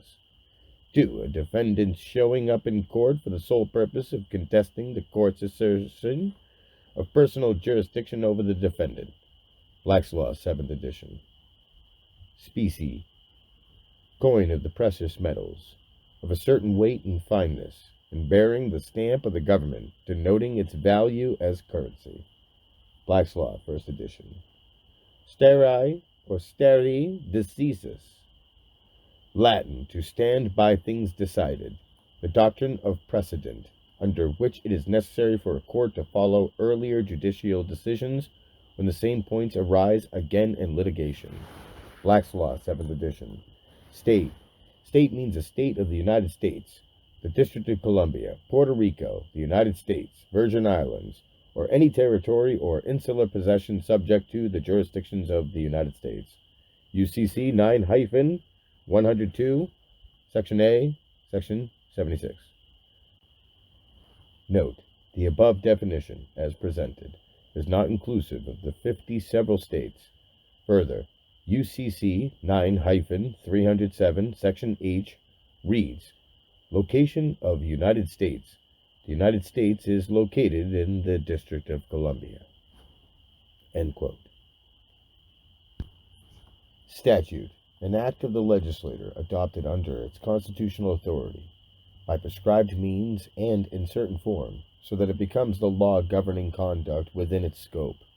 Statutes are enacted to prescribe conduct, define crimes, create inferior government bodies, appropriate public monies, and in general to promote the public welfare. Barron's 3rd edition. Compare civil law, common law. Note: statutory law is concerned with persons, artificial, and their privileges, duties, and obligations, collective public/government welfare. It does not and cannot deal with sovereign men and women, in parentheses people, unless of course such sovereigns voluntarily contract their sovereignty. Stramonius homo, a man of straw, one of no substance, put forward as bail for surety. Black's Law, 1st edition. See strawman. Stratocracy, a military government, government by military chiefs of an army. Black's Law, 6th edition. Strawman or party, a front, a third party who is put up in name only to take part in a transaction. Nominal party to a transaction. Black's Law, 6th edition. The term is also used in commercial and property contexts when a transfer is made to a third party. The straw man, in parentheses person, simply for the purpose of retransferring to the transferor in order to accomplish some other purposes or purpose not otherwise permitted. Barron's 3rd edition. Note: straw man is an artificial person, created by law shortly after one's birth via registration of the biological property in a birth record /document/certificate, a document of title, and the inscription on other documents thereafter of a mirror image, all capital letters trade name. The straw man has a fictitious name, written in a manner not provided for in the rules of English grammar. Your straw man has a same sounding name as your true name, in parentheses, idem sonens, but is artificial and exists only by force of or in contemplation of law, in parentheses, see person. A straw man is a distinct legal entity, in parentheses, corporate, that benefits the creator, /U.S. government, because the creator can then accomplish things in the name of the straw man that would not otherwise be permitted, e.g., secretly acquire property, do business with one's enemies, etc. The people of the world have been politically and financially ravaged because they did not know of their alter ego, public persona straw man. Bankrupt governments use such straw man for the purpose of siphoning wealth from otherwise sovereign men and women on behalf of their creditor, the Federal Reserve /IMF. After redemption, the straw man trade name can be used for your benefit, rather than your continued exploitation. Under the UCC, our straw man is defined as, and serves as, a transmitting utility.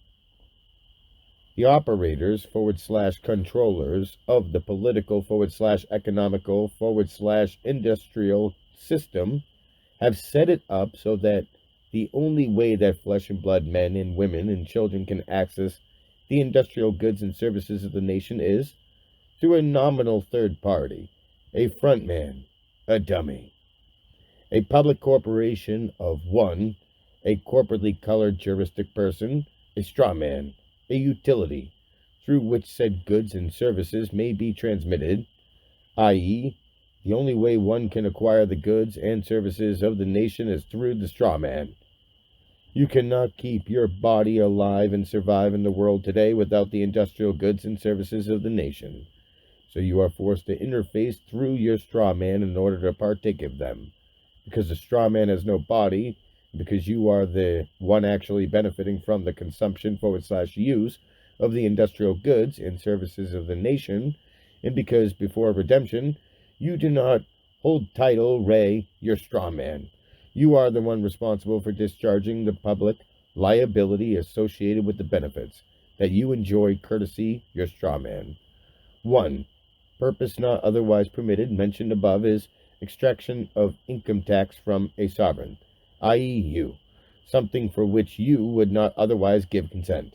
All income is corporate income, and the straw man is a dummy public corporation because the straw man is registered, in parentheses, birth certificate, and because you cannot work for another except via his labor license, social security card, and cannot have a bank account except through his serial number / social security account number. Taxes are relatively easily monitored, assessed, and collected. All claims made against you, both civil and criminal, are instituted in your straw man's trade name, which is held in custody by the state registrar. Accordingly, upon reaffirming legal title, you gain capacity to protect your interests so that others cannot come against you via your straw man's trade name and perfect a claim.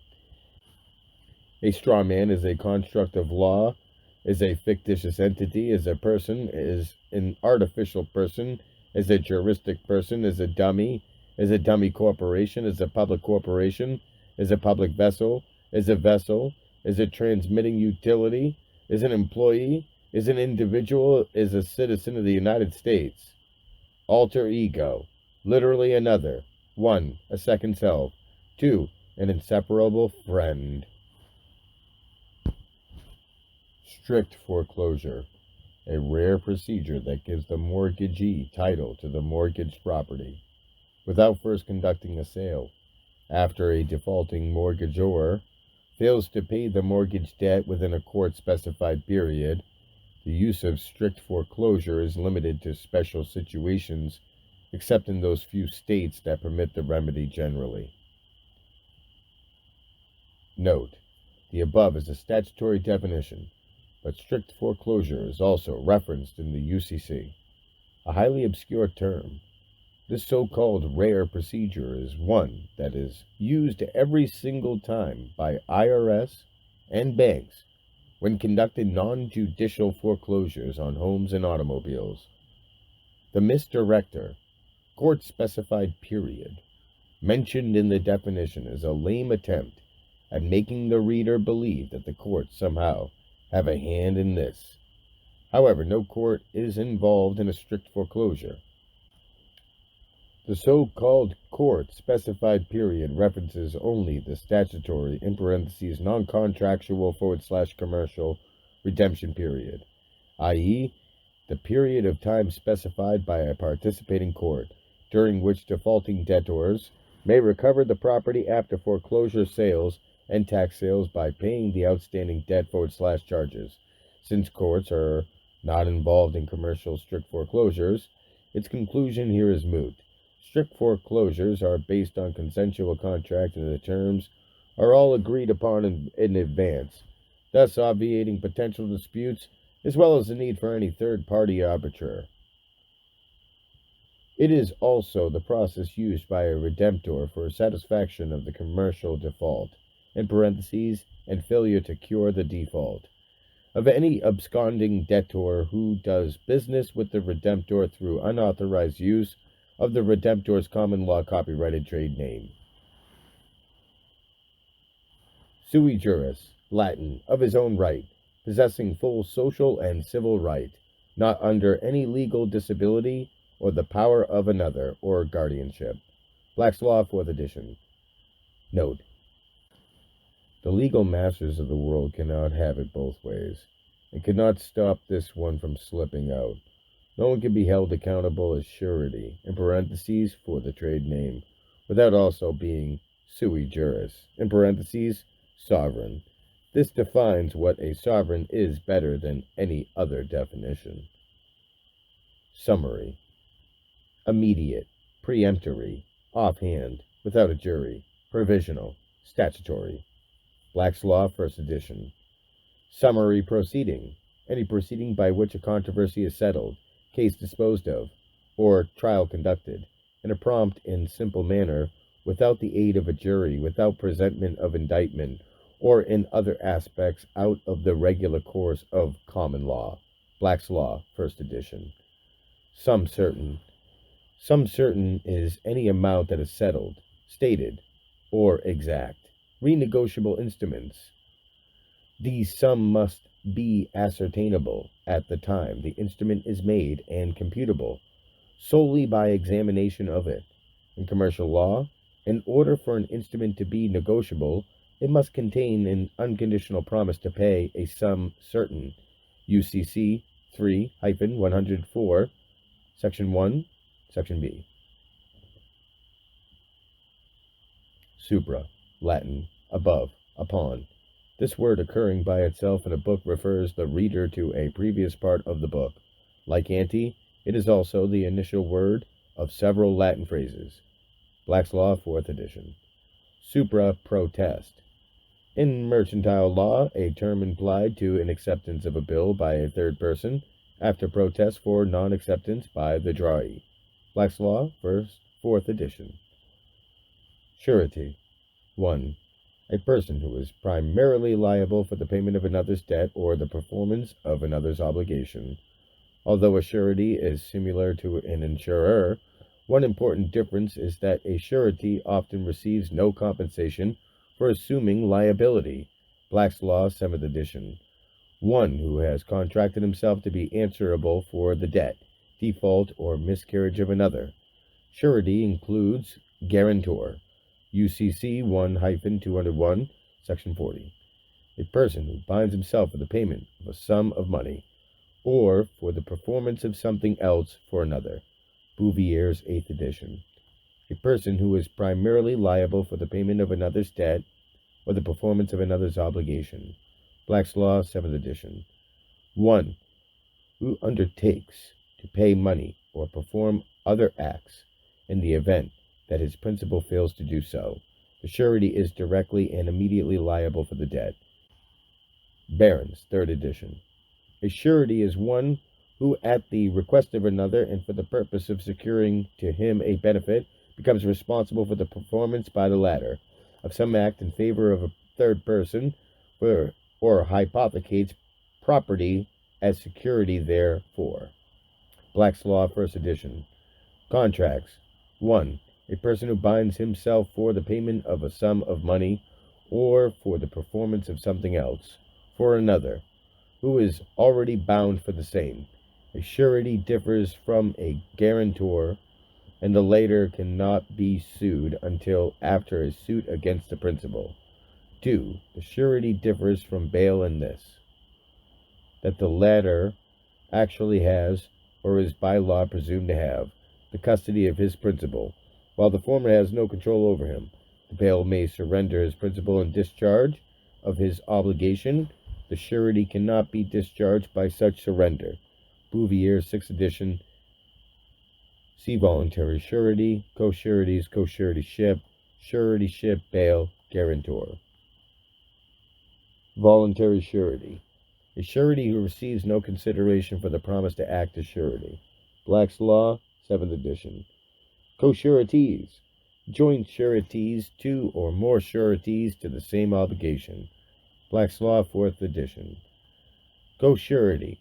The surety who shares the cost of performing suretyship obligations with another. Black's Law, 7th edition. Note: through various chicaneries, the surety for the straw man, wholly brought into separate existence, in parentheses, birth, via registration of your biological property as described on your birth certificate. See bail. Suretyship. 1. The legal relation that arises when one party assumes liability for a debt, default, or other failing of a second party.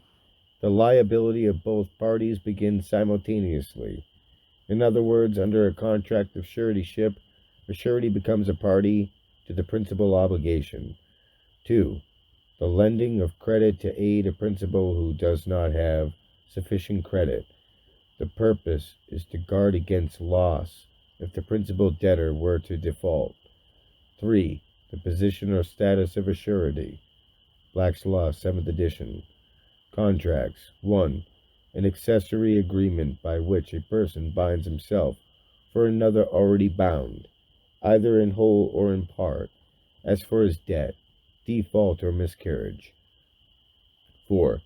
The contract of suretyship may be entered into by all persons who are sui juris and capable of entering into other contracts. 7. Whereby the statute of frauds 29 Car 2 C 3 is in force, or its principles have been adopted. The contract of suretyship to answer for the debt, default, or miscarriage of another person must be in writing.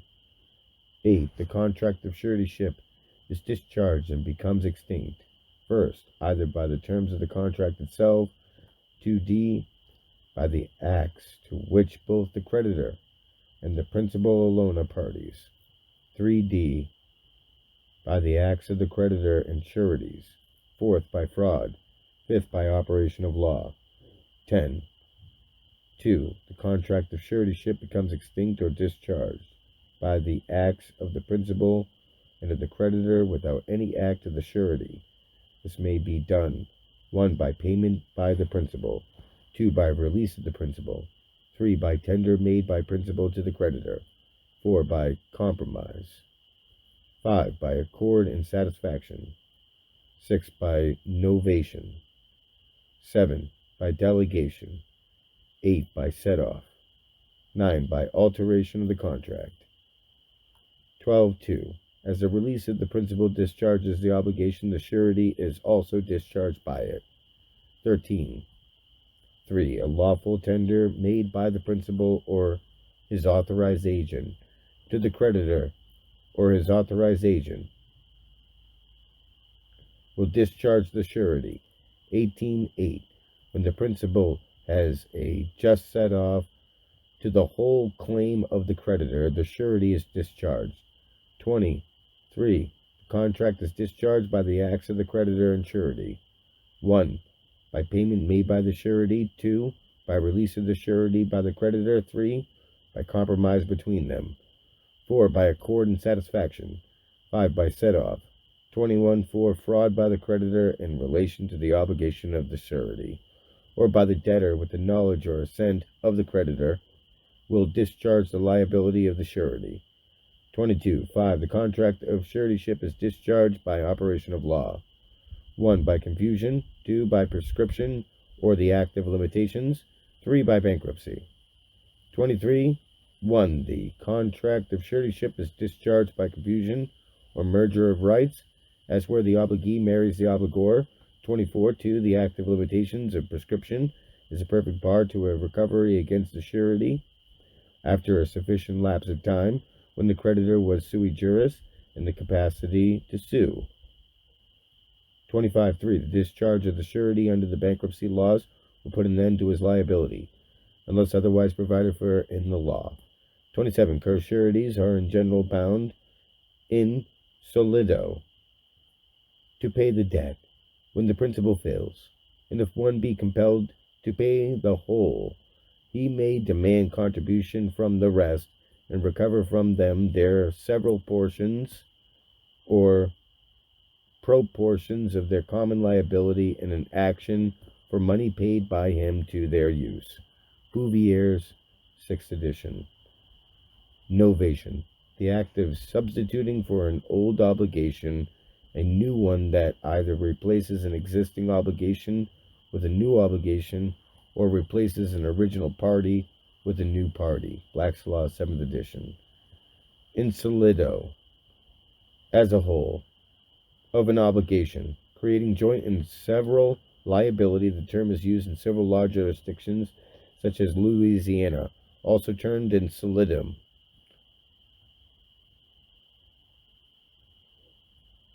Involuntary suretyship, a surety that arises incidentally when the chief object of the contract is to accomplish some other purpose. Black's Law, 7th edition. Suretyship by operation of law, a suretyship that the law creates when a third party promises a debtor to assume and pay the debt that the debtor owes to a creditor. Black's Law, 7th edition. Voluntary suretyship, a suretyship in which the chief object of the contract is to make one party a surety. Black's Law, 7th edition. Surname, a name which is added to the Christian name, and which in modern times have become family names. 2. They are called surnames because originally they were written over the name in judicial writings and contracts. They were and are still used for the purpose of distinguishing persons of the same name. They were taken from something attached to the persons assuming them, as John Carpenter, Joseph Black, Samuel Little. Bouvier, 6th edition. The family name, the name over and above the Christian name. The part of the name which is not given in baptism. The name of a person which is derived from the common name of his parents. Black's Law, 4th edition. Surplus, that which is left from a fund which has been appropriated for a particular purpose, the remainder of a thing, the overplus, the residue. Bouvier's, 6th edition. Tax. Appraise, to appraise, handle, tangier, to touch. A rate or sum of money assessed on a citizen's person, property, or activity for the support of a government levied upon real assets or real property. In parentheses, property tax upon income derived from wages, etc. In parentheses, income tax, or upon sale or purchase of goods. In parentheses, sales tax. Barron's, 3rd edition. Note: under the current debt-based system and commercial law, tax, lien, and fine are synonymous terms. Tax return, the form on which an individual, corporation, or other entity reports income, deductions, and exemptions, and calculates their tax liability. A tax return is generally for a 1-year period. However, in some cases, the period may be less than a year. A federal tax return is filed with the Internal Revenue Service, and a state return is filed with the Revenue Department of the state. Black's Law, 6th edition. Note: it is called a return because a portion of the Federal Reserve notes that have come in are sent back, restored, redelivered, i.e., returned to their lawful owner, the Federal Reserve Bank, in exchange for the privilege of their use. President Ronald Reagan's private sector survey on cost control on the subject of income taxes reported as follows. Quote, 100% of what is collected is absorbed solely by interest on the federal debt and by federal government contributions to transfer payments. In other words, all individual income tax revenues are gone before 1 nickel is spent on the services which taxpayers expect from their government. Grace Commission Report to the President, January 15, 1984. Note that the two entities cited in the definition above are both corporate, artificial persons. An individual is a public corporation of one. A corporation is a corporation aggregate. And this is why officer of a corporation is the only extraneous entity cited in Internal Revenue Code definition of employee. See individual, public corporation, artificial person, dummy, dummy corporation, employee, straw man. End quote.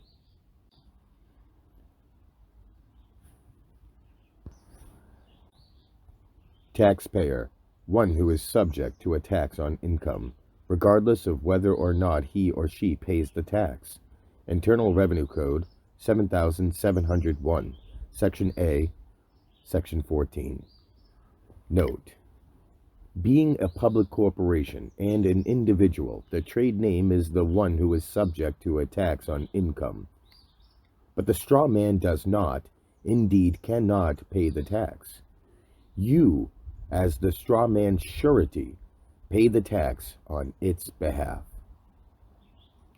Tenor. By the tenor of an instrument signifies the true meaning of what matter therein contained. Cowell, Bouvier's 8th edition. Title 1. Variant of title. Tatul. Tatul us. Superscription. Title. Law. A legal right to possession of property, especially real property, the ground or evidence of such right. The instrument constituting evidence of such right. A unity combining all of the requisites of complete legal ownership. Also, ownership, a term used in property law to denote the composite of facts that will permit one to recover or to retain possession of a thing.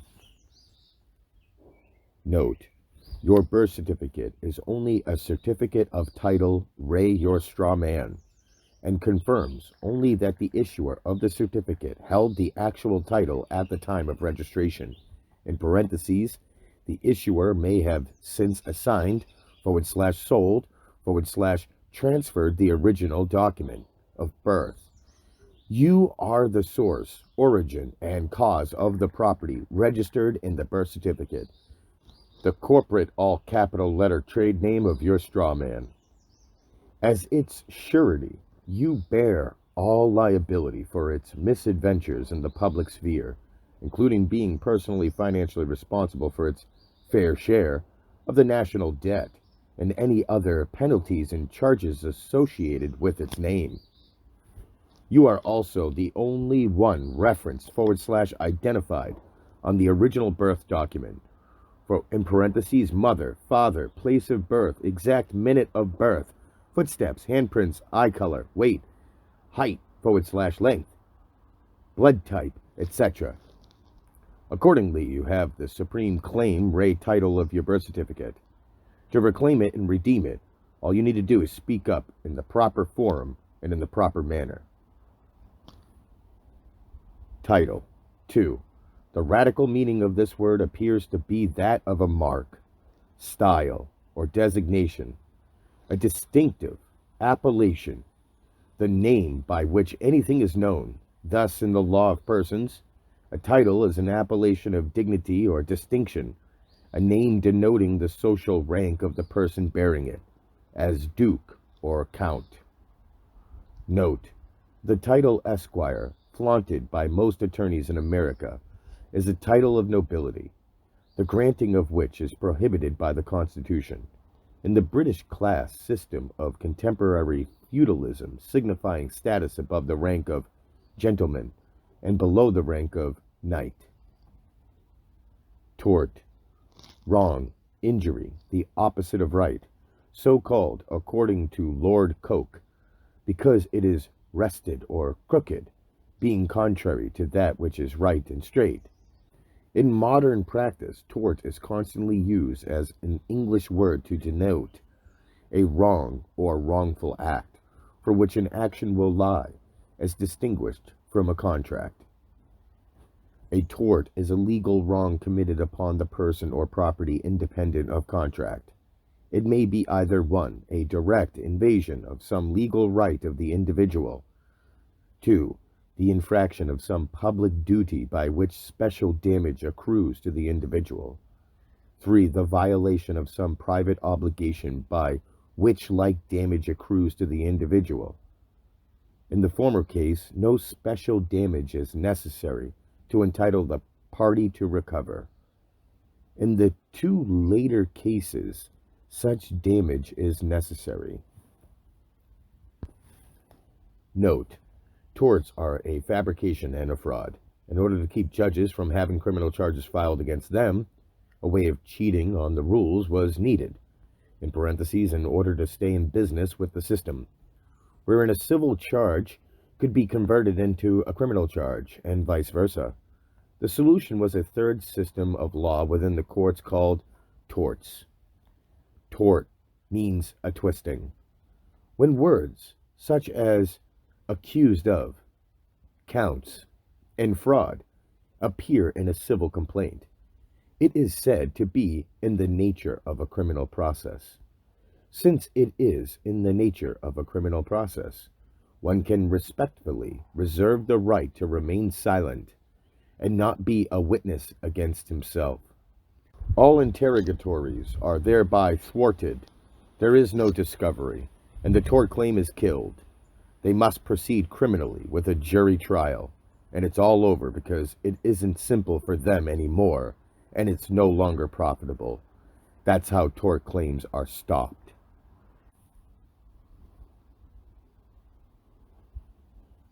Trade name. A trade name is a name which, by user and reputation, has acquired the property and indicating that a certain trade or occupation is carried on by a particular person. The name may be that of a person, place, or thing, or it may be what is called a fancy name, in parentheses, a name having no sense as applied to the particular trade, or word invented for the occasion, and having no sense at all. Seb, Trademarks 37, Suite, Black's Law, 1st edition. Note: any alphabetical variant of someone's true name set forth in all capital letter / abbreviated format, so as to express an endemsonans legal construct that signifies a juristic person, a corporate entity, as well as any other type of artificial contrivance, such as a corporation, trust, partnership, doing business as, in parentheses, DBA, and the like. A trade name functions as a transmitting utility in commerce for and on behalf of the man / woman, in accordance with the law of the flag. A trade name is artificial, abstract, and corporate in nature, while a man has physical existence. Trade names are not the equivalent of the man / woman on whose behalf the trade name functions as a flag, transmitting utility, proprietary trademark, etc. Trademark. 1.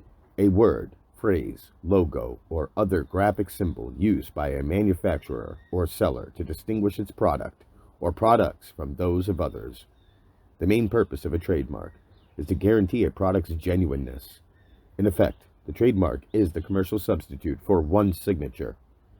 In its broadest sense, the term trademark includes a service mark, often shortened to mark.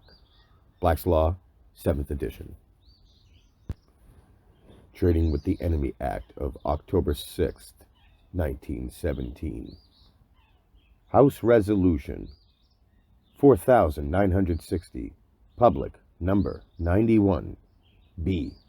During the time of war or during any other period of national emergency declared by the President may, through any agency that he may designate or otherwise investigate, regulate, or prohibit, under such rules and regulations as he may prescribe, by means of licenses or otherwise, any transactions in foreign exchange, transfers of credit between or payments by banking institutions as defined by the President, and export, hoarding, melting, or earmarking of gold or silver coin or bullion or currency by any person within the United States or any place subject to the jurisdiction thereof, and the President may require any person engaged in any transaction referred to this or in this subdivision to furnish under oath complete information relative thereto,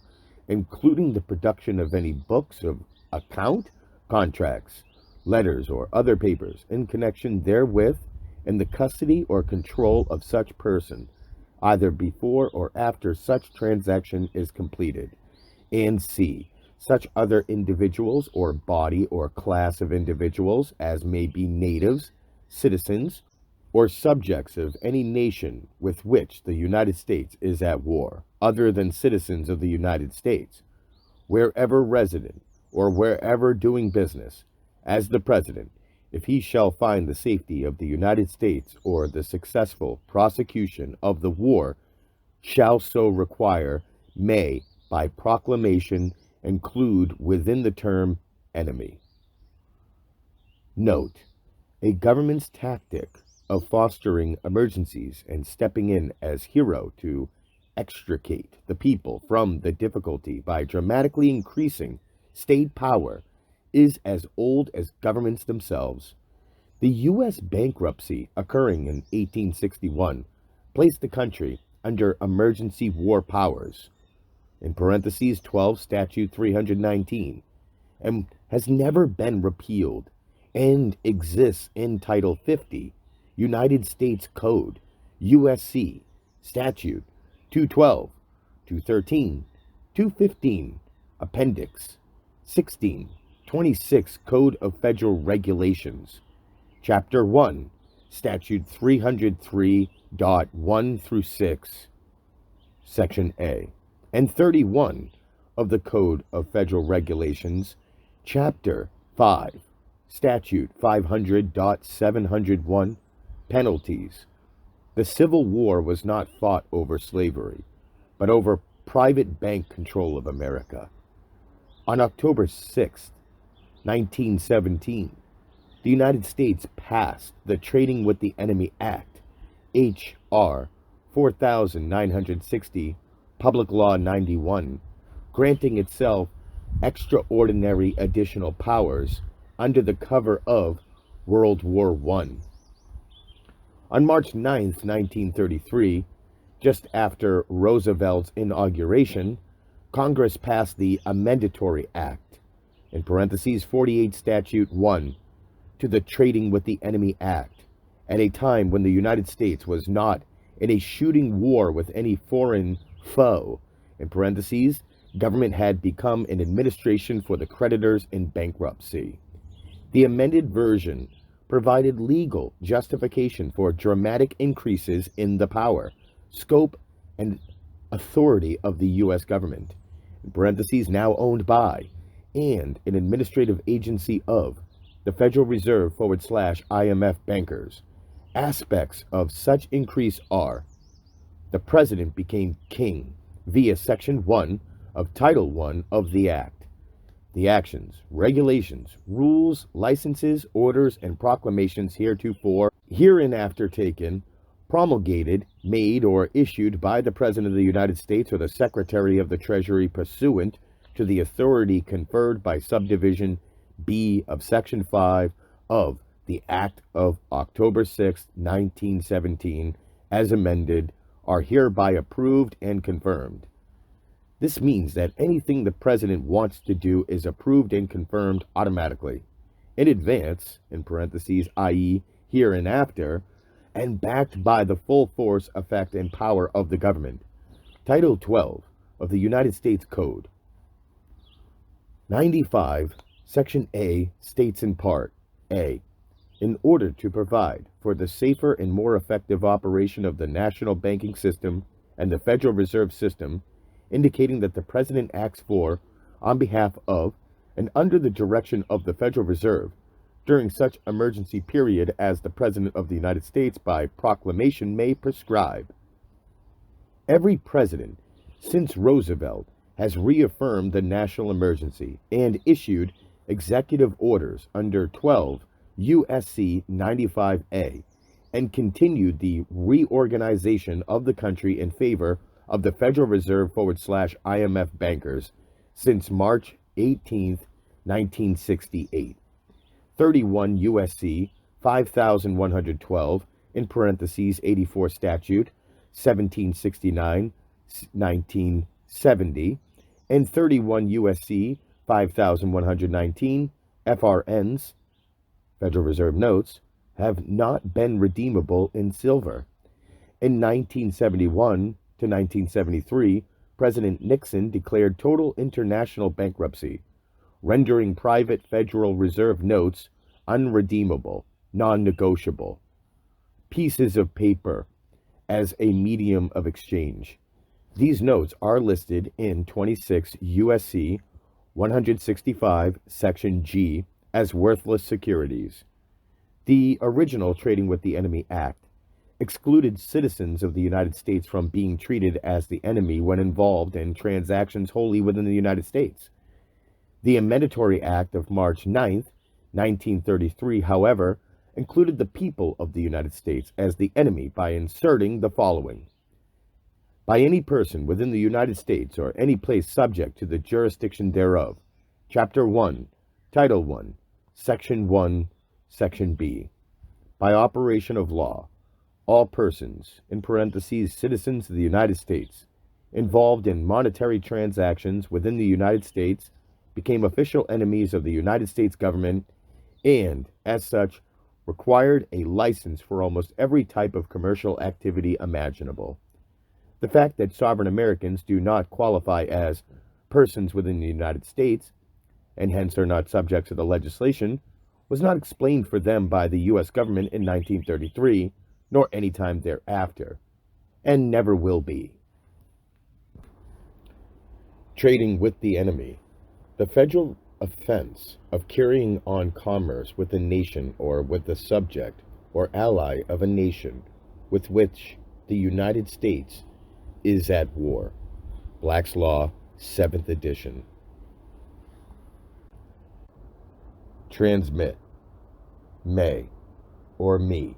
Transmittee. L. Transmitter. Re. To send, across, equiv. To transmittier, to send. VT. To convey or pass along, in parentheses an impulse, force, motion, etc. See convey. Transferred for value. See UCC 3-303, value and consideration.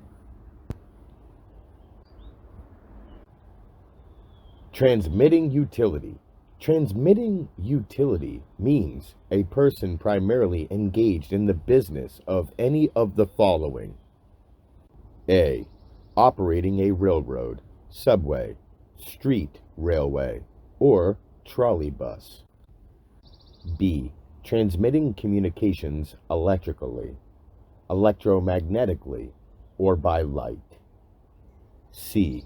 Transmitting goods by pipeline or sewer. D. Transmitting or producing and transmitting electricity, steam, gas, or water. UCC 9-102, Section A, Section 80. Filing office for transmitting utilities. The office in which to file a financing statement to perfect a security interest in collateral, including fixtures, of a transmitting utility, is the office of the Secretary of State. UCC 9-501, Section B. Transmitting utility financing statement. If a debtor is a transmitting utility and a filed financing statement so indicates, the financing statement is effective until a termination statement is filed.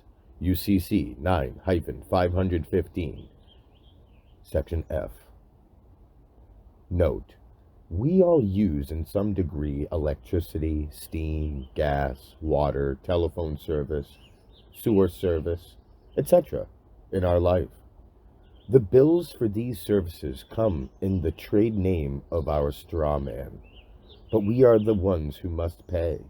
These services are accessed, i.e. transmitted, by virtue of the straw man trade name, in whose all capital letters written fictitious name we have a nexus with the public venue. Your straw man interfaces between you and the public industrial society. He transmits on your behalf from the public venue into the private venue all manner of services that are available only from the public venue via artificial person trade names, i.e. straw men whose names appear in all capital letters. The term utility in patent law means industrial value, the capability of being so applied in practical affairs as to prove advantageous in the ordinary pursuits in life, or add to the enjoyment of mankind. Flesh and blood men and women can enjoy value from the industrial community that is conveyed, /sent, /transferred, /transmitted for their use by a transmitting utility. The proper venue for filing when the debtor is a transmitting utility, including fixtures, in parentheses, goods intimately related with real property, is the office of the Secretary of State per both revised Article 9, UCC 9-501, and previous Article 9, UCC 9-401, Section 5, and not the County Recorder's Office, as with all other types of debtor filings. However, anyone with real estate holding should also file a financing statement in the office of the county recorder /clerk wherein the real estate is located. Also, there is nothing prohibiting anyone from filing /recording such filing in the office of the county clerk /recorder if desired. Under revised Article 9, the location of the debtor, not the collateral, is the proper jurisdiction for almost all filings. But in case of any doubt, a filing could be filed in any jurisdiction where collateral is located as well. Per revised Article 9, UCC 9-307, individual debtors are considered located at the individual's residence. Corporations and limited partnerships are located in their state of organization. The transmitting utility filing is also permanent per both revised Article 9, UCC 9-515, Section F, and previous Article 9, UCC 9-403, Section 6, and need not be renewed every 5 years like other types of filings. More evidence that this route constitutes remedy.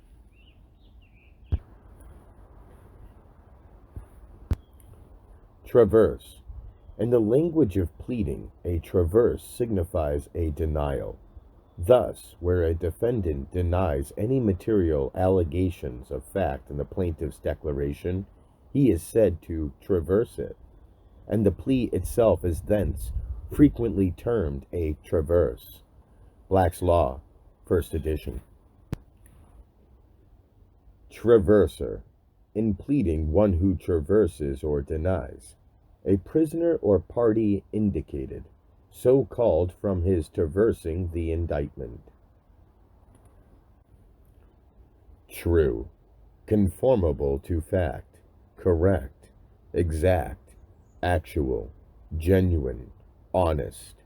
In one sense, that only is true which is conformable to the actual state of things. In that sense, a statement is untrue, which does not express things exactly as they are. But in another and broader sense, the word true as a synonym of honest, sincere, not fraudulent. Black's Law, 1st edition. True bill. In criminal practice, the endorsement made by a grand jury upon a bill of indictment, when they find it sustained by the evidence laid before them, and are satisfied with the truth of the accusation. 4. B.L. Com. 306. Black's Law, 1st edition. Note: a true bill, both in criminal practice and in commerce, is a ledgering, a bookkeeping / accounting, with every entry established via affidavit certified and sworn on the responsible party's commercial liability as true, correct, and complete, and always contains and is characterized by a one-to-one correspondence between items / services purchased and offenses committed and the corresponding debt owed. This commercial relationship is what is known as just compensation. in parentheses, the fifth article of the amendment of the Constitution. In the relationship between the government and the American people, a true bill is called a warrant, in parentheses, fourth article of the amendment of the Constitution, and the direct taking of property by legislative act, in parentheses, e.g., by the Federal Reserve's Internal Revenue Code, is called a bill of pains and penalties. In parentheses, Constitution, Article 1, Section 10, Clause 1, and Article 1, Section 9, Clause 3. Bill of Attainder. True name. When a defendant is indicted or prosecuted by a fictitious or erroneous name, and in any stage of the proceedings his true name is discovered, it must be inserted in the subsequent proceedings, referring to the fact of his being charged by the name mentioned in the indictment or information.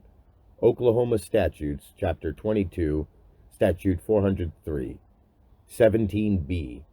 If you check the yes box in the line 17a, give applicant's true name and trade name if different than name shown on prior application, Internal Revenue Service Form SS4, in parentheses, Rev. April 1991, application for employer identification number. 2. Please tell us about yourself. Use your true full name. California Department of Motor Vehicles Form DL44, Rev. 8/2000, driver's license or identification card application. Note: the term true name is used whenever such inclusion may benefit actors in government, but is not specifically defined as such in the law dictionaries that government actors draw from, defined in Black's Law 4th edition, within the definition of another term, fictitious name. Per the rules of English grammar and the prescriptions of law, only initial letters of the name of men/women, in parentheses, a proper noun, are capitalized. The combination of one's Christian/given name plus one's family name/surname, when written in this manner, constitutes one's true name. Newspapers, when naming defendants and those convicted of a crime, always properly state the true name of the targeted party. Names falling outside the rules of English grammar are artificial constructs and exist only by force of or in contemplation of law, i.e., are corporate/corporately colored, governmental/judicial use of an all caps spelling is a presumption irrespective of the facts. A true name, like a trade name, is property and can be copyrighted. Appellation is a superior concept, both true name and trade name, and must be grasped to enjoy sovereignty. Trust fund. The property held in a trust by a trustee. Black's Law, 7th edition. Trust fund doctrine. The principle that the assets of an insolvent company, including paid and unpaid subscriptions to the capital stock, are held as a trust fund to which the company's creditors may look for payment of their claims. Black's Law, 7th edition.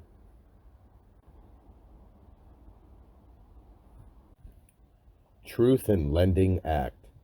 This regulation, known as Regulation Z, is issued by the Board of Governors of the Federal Reserve System to implement the Federal Truth in Lending Act, which is contained in Title I of the Consumer Credit Protection Act as amended, in parentheses, 15 U.S.C.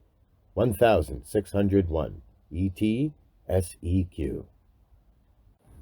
The consumer may exercise the right to rescind until midnight of the third business day following consummation, delivery of the notice required by paragraph B of this section, or delivery of all material disclosures, whichever occurs last.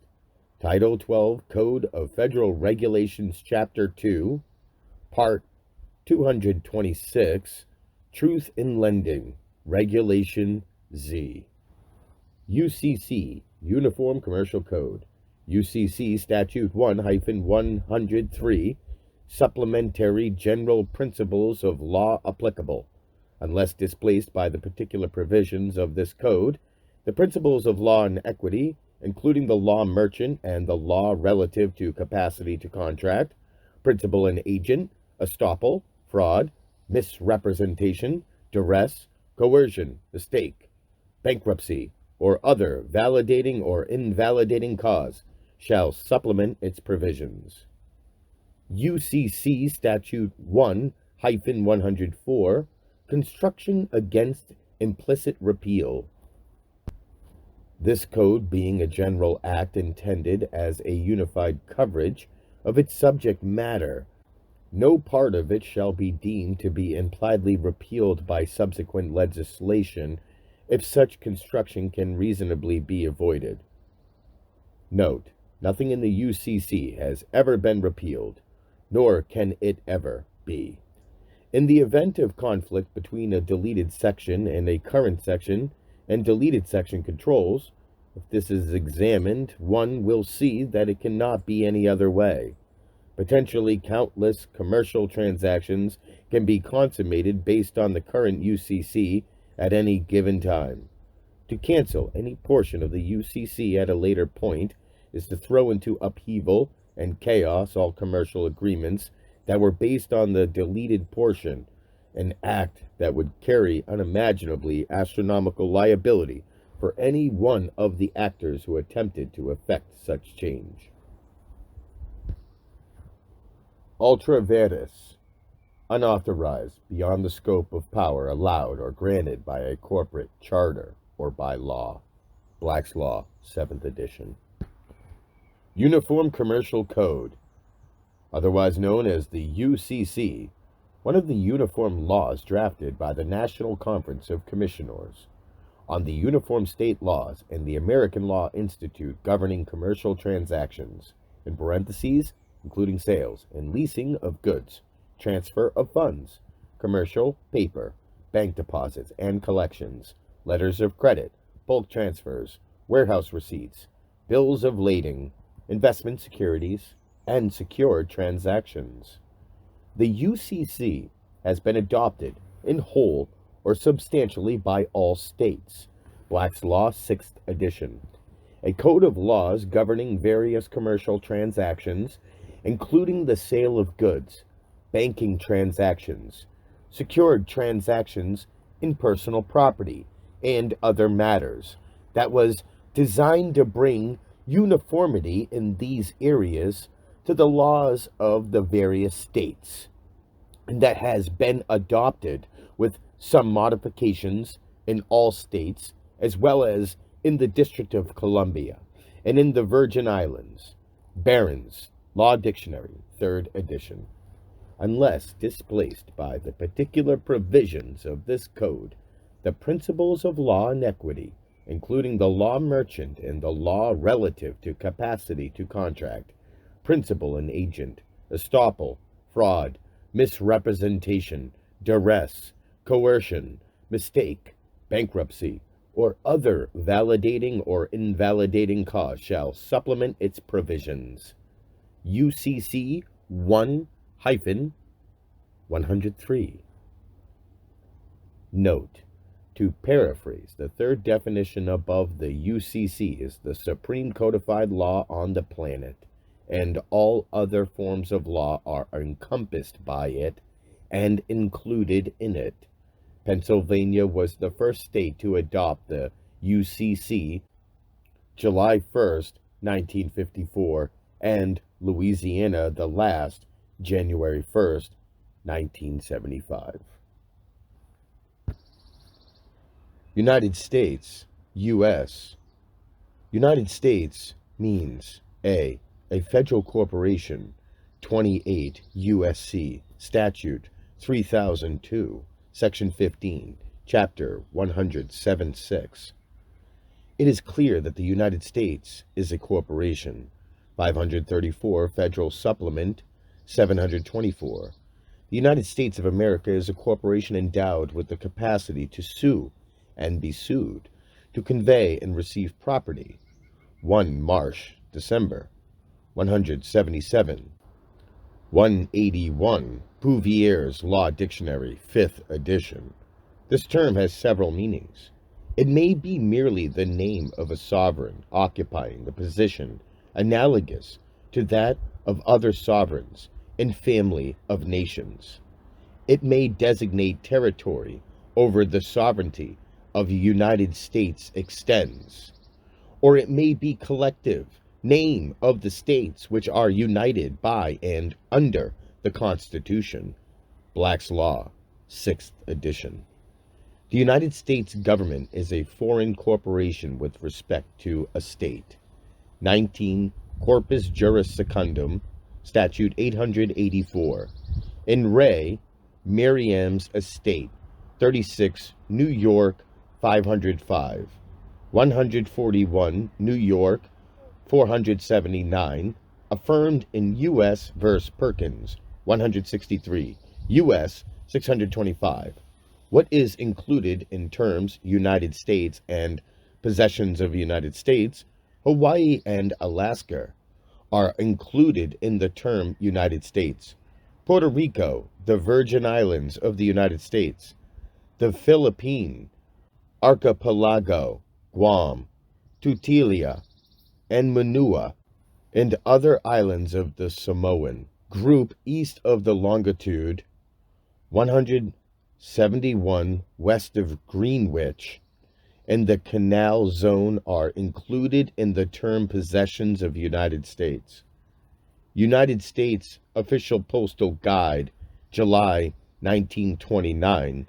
The code has become one of the United States' important exports. The ABCs of the UCC by Russell A. Hakes, 2000.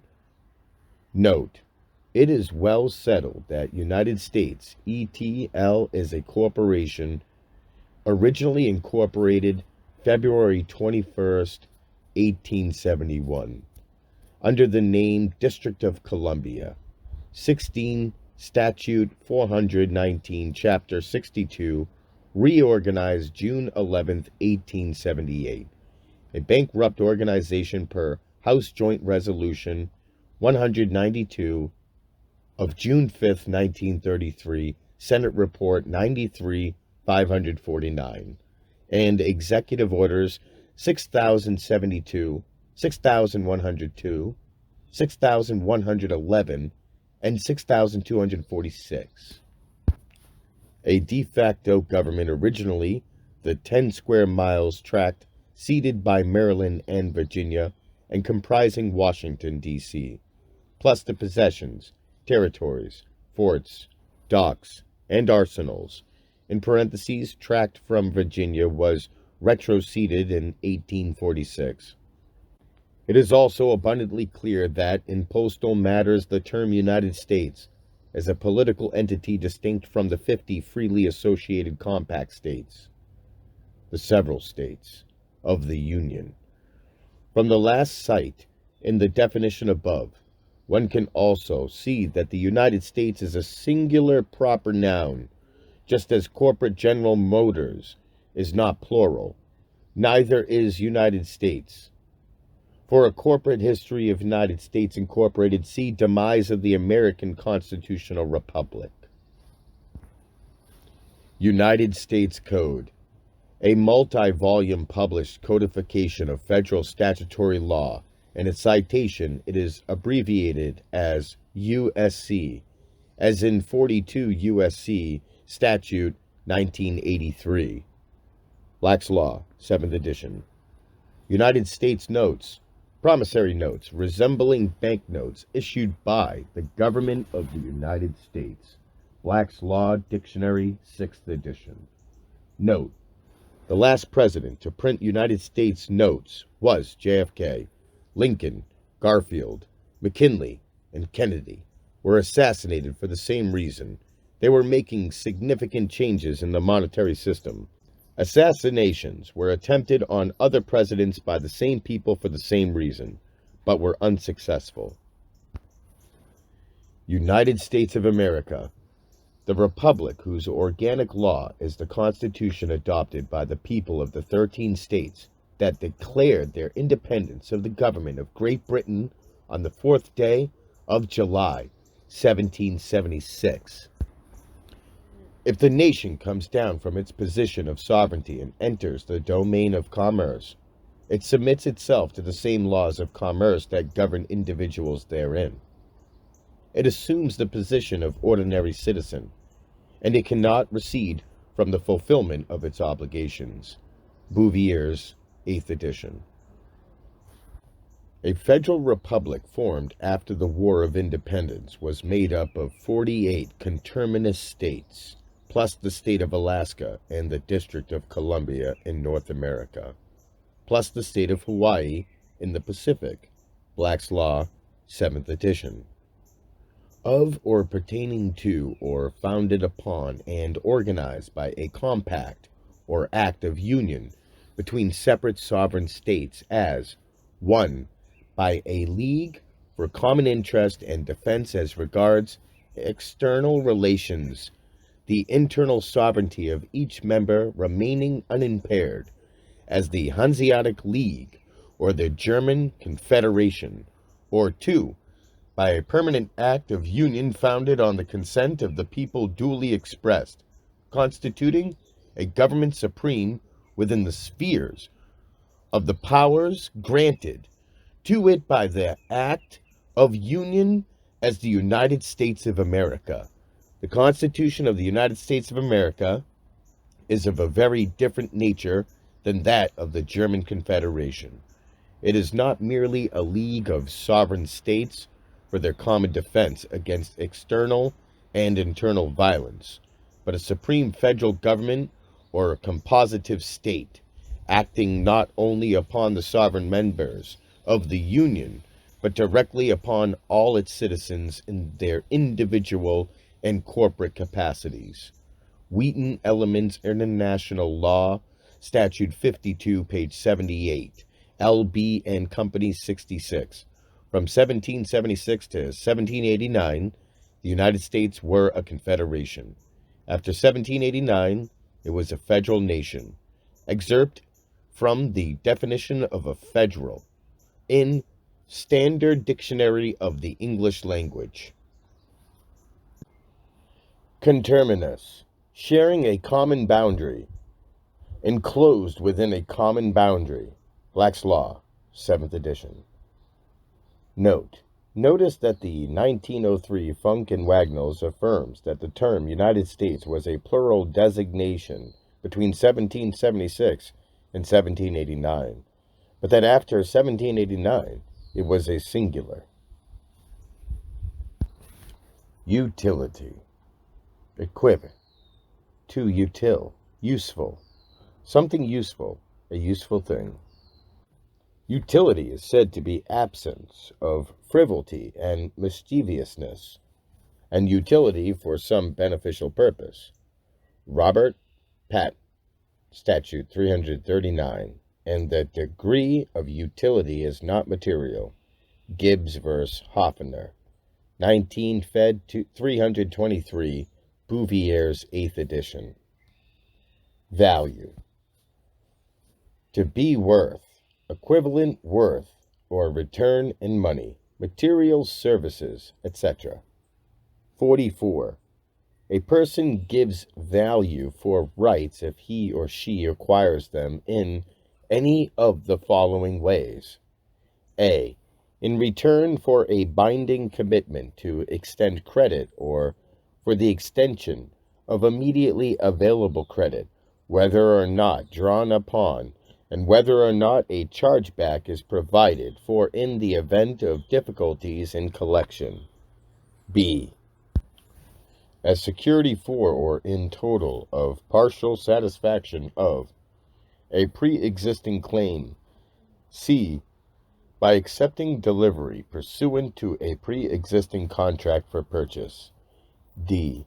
Generally, in return for any consideration sufficient to support a simple contract. UCC 1-201, Section 44. A. An instrument is issued or transferred for value if any of the following apply. 3. The instrument is issued or transferred as security for an antecedent claim against any person. UCC 3-303, Section A, Section 3. Note: a necessary provision of law is remedy. The operation of acceptance for value is the deduction remedy. When you file a UCC financing statement and redeem your original birth document and claim the straw man's trade name, no one can dispute / challenge the claim, and title passes. You have, by definition, the supreme right to reclaim title of the birth certificate straw man and trade name over all others, because its very existence is derived entirely from you, thereby evidencing value. In fact, every one of the above definition applies directly in the case of you and your trade name. A good exercise would be to work through all the definitions until you understand how the value aspect applies. Subparagraphs A, B, and C of the sample private agreement offered herein are taken directly from the above definitions of value. Once you fully understand how you have given and continue to give value, you will know how you acquired your rights and how you will also achieve an unshakable certainty of your true standing in the societal scheme of things. The fact that you have given value is confirmed and tacitly acknowledged and validated by government in its silence and registration of the UCC financing statement. Among other things, the instrument, in parentheses, your birth document, is transferred and redeemed by you as security for antecedent claim against any person, your trade name, based on your pre-existing claim. Vehicle: that in or on which persons, goods, etc., may be carried from one place to another, especially along the ground. That which is used as an instrument of conveyance, transmission, or communication. Term refers to every device in, upon, or by which a person or property is or may be transported upon a highway. Black's Law, 6th edition. Per the above definition, a transmitting utility is a straw man, is a vehicle. Another definition of vehicle is inland vessel in admiralty. See vessel, admiralty.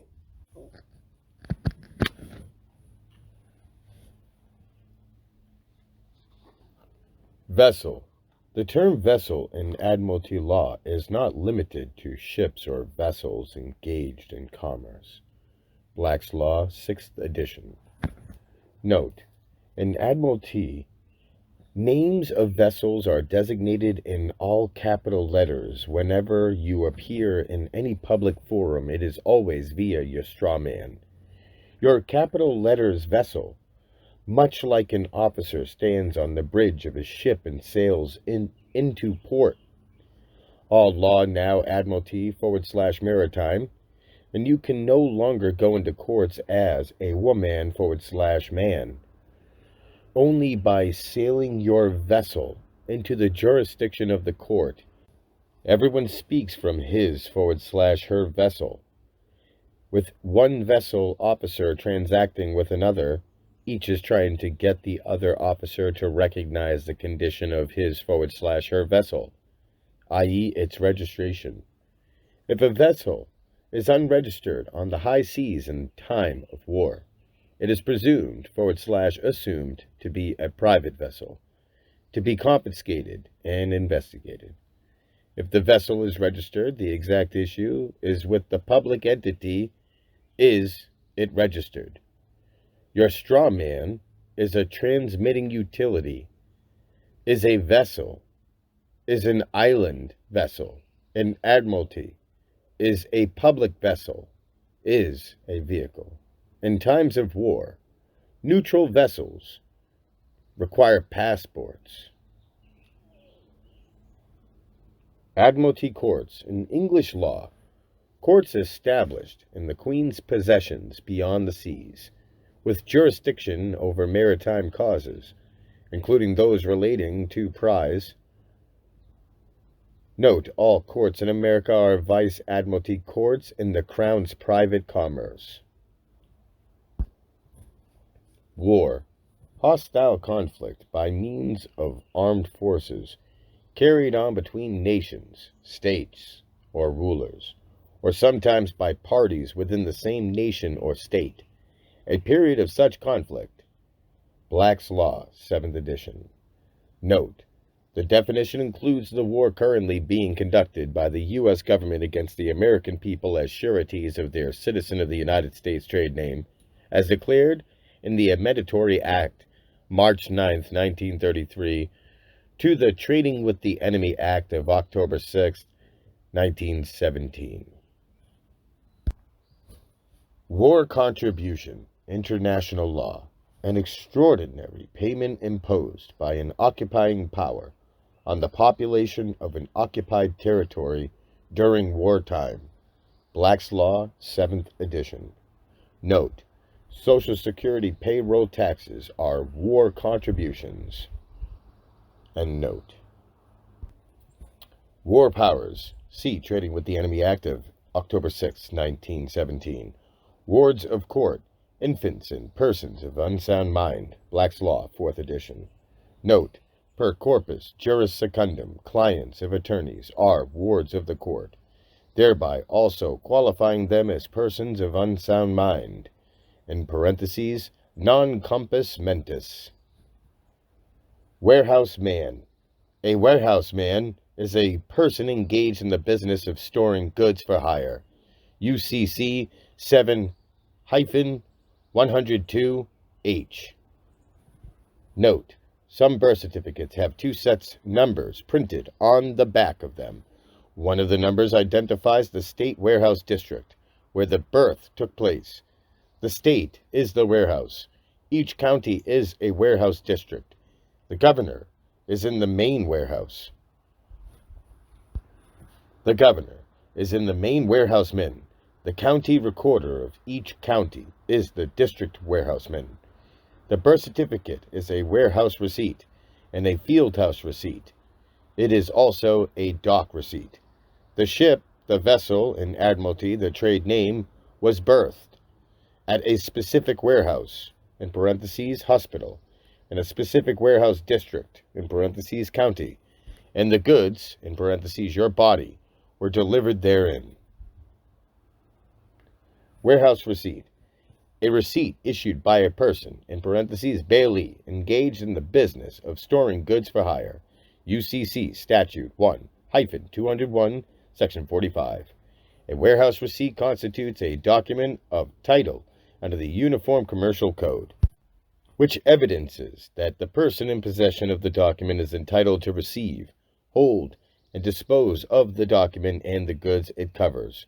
UCC Statute 1-201, Section 15. A warehouse receipt may be a negotiable instrument, depending on its terms. Barron's, 3rd edition. A warehouse receipt or other document of title is negotiable. A. If by its terms the goods are to be delivered to bearer or to the order of a named person, or B. Where recognized in overseas trade, if it runs to a named person or assigns. UCC 7-104, Section 1. See Field Warehouse Receipt. Former California Civil Code Statute 1858.04. Wholesale. To sell by wholesale is to sell by large parcels, generally in original packages and not by retail. Black's Law, first edition. Note: the U.S. government acquired birth certificate straw man titles in wholesale bulk purchase.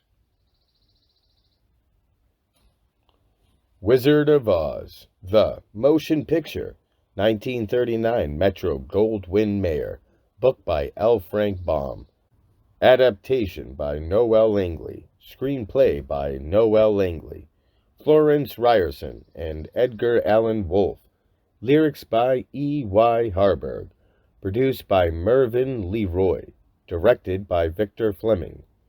Note: just as you can read between the glory lines in a newspaper on any day and discover clues issued by the powers that be, if you look hard enough as to what is actually going on, such notice can also be found in lighter fare, like the movies.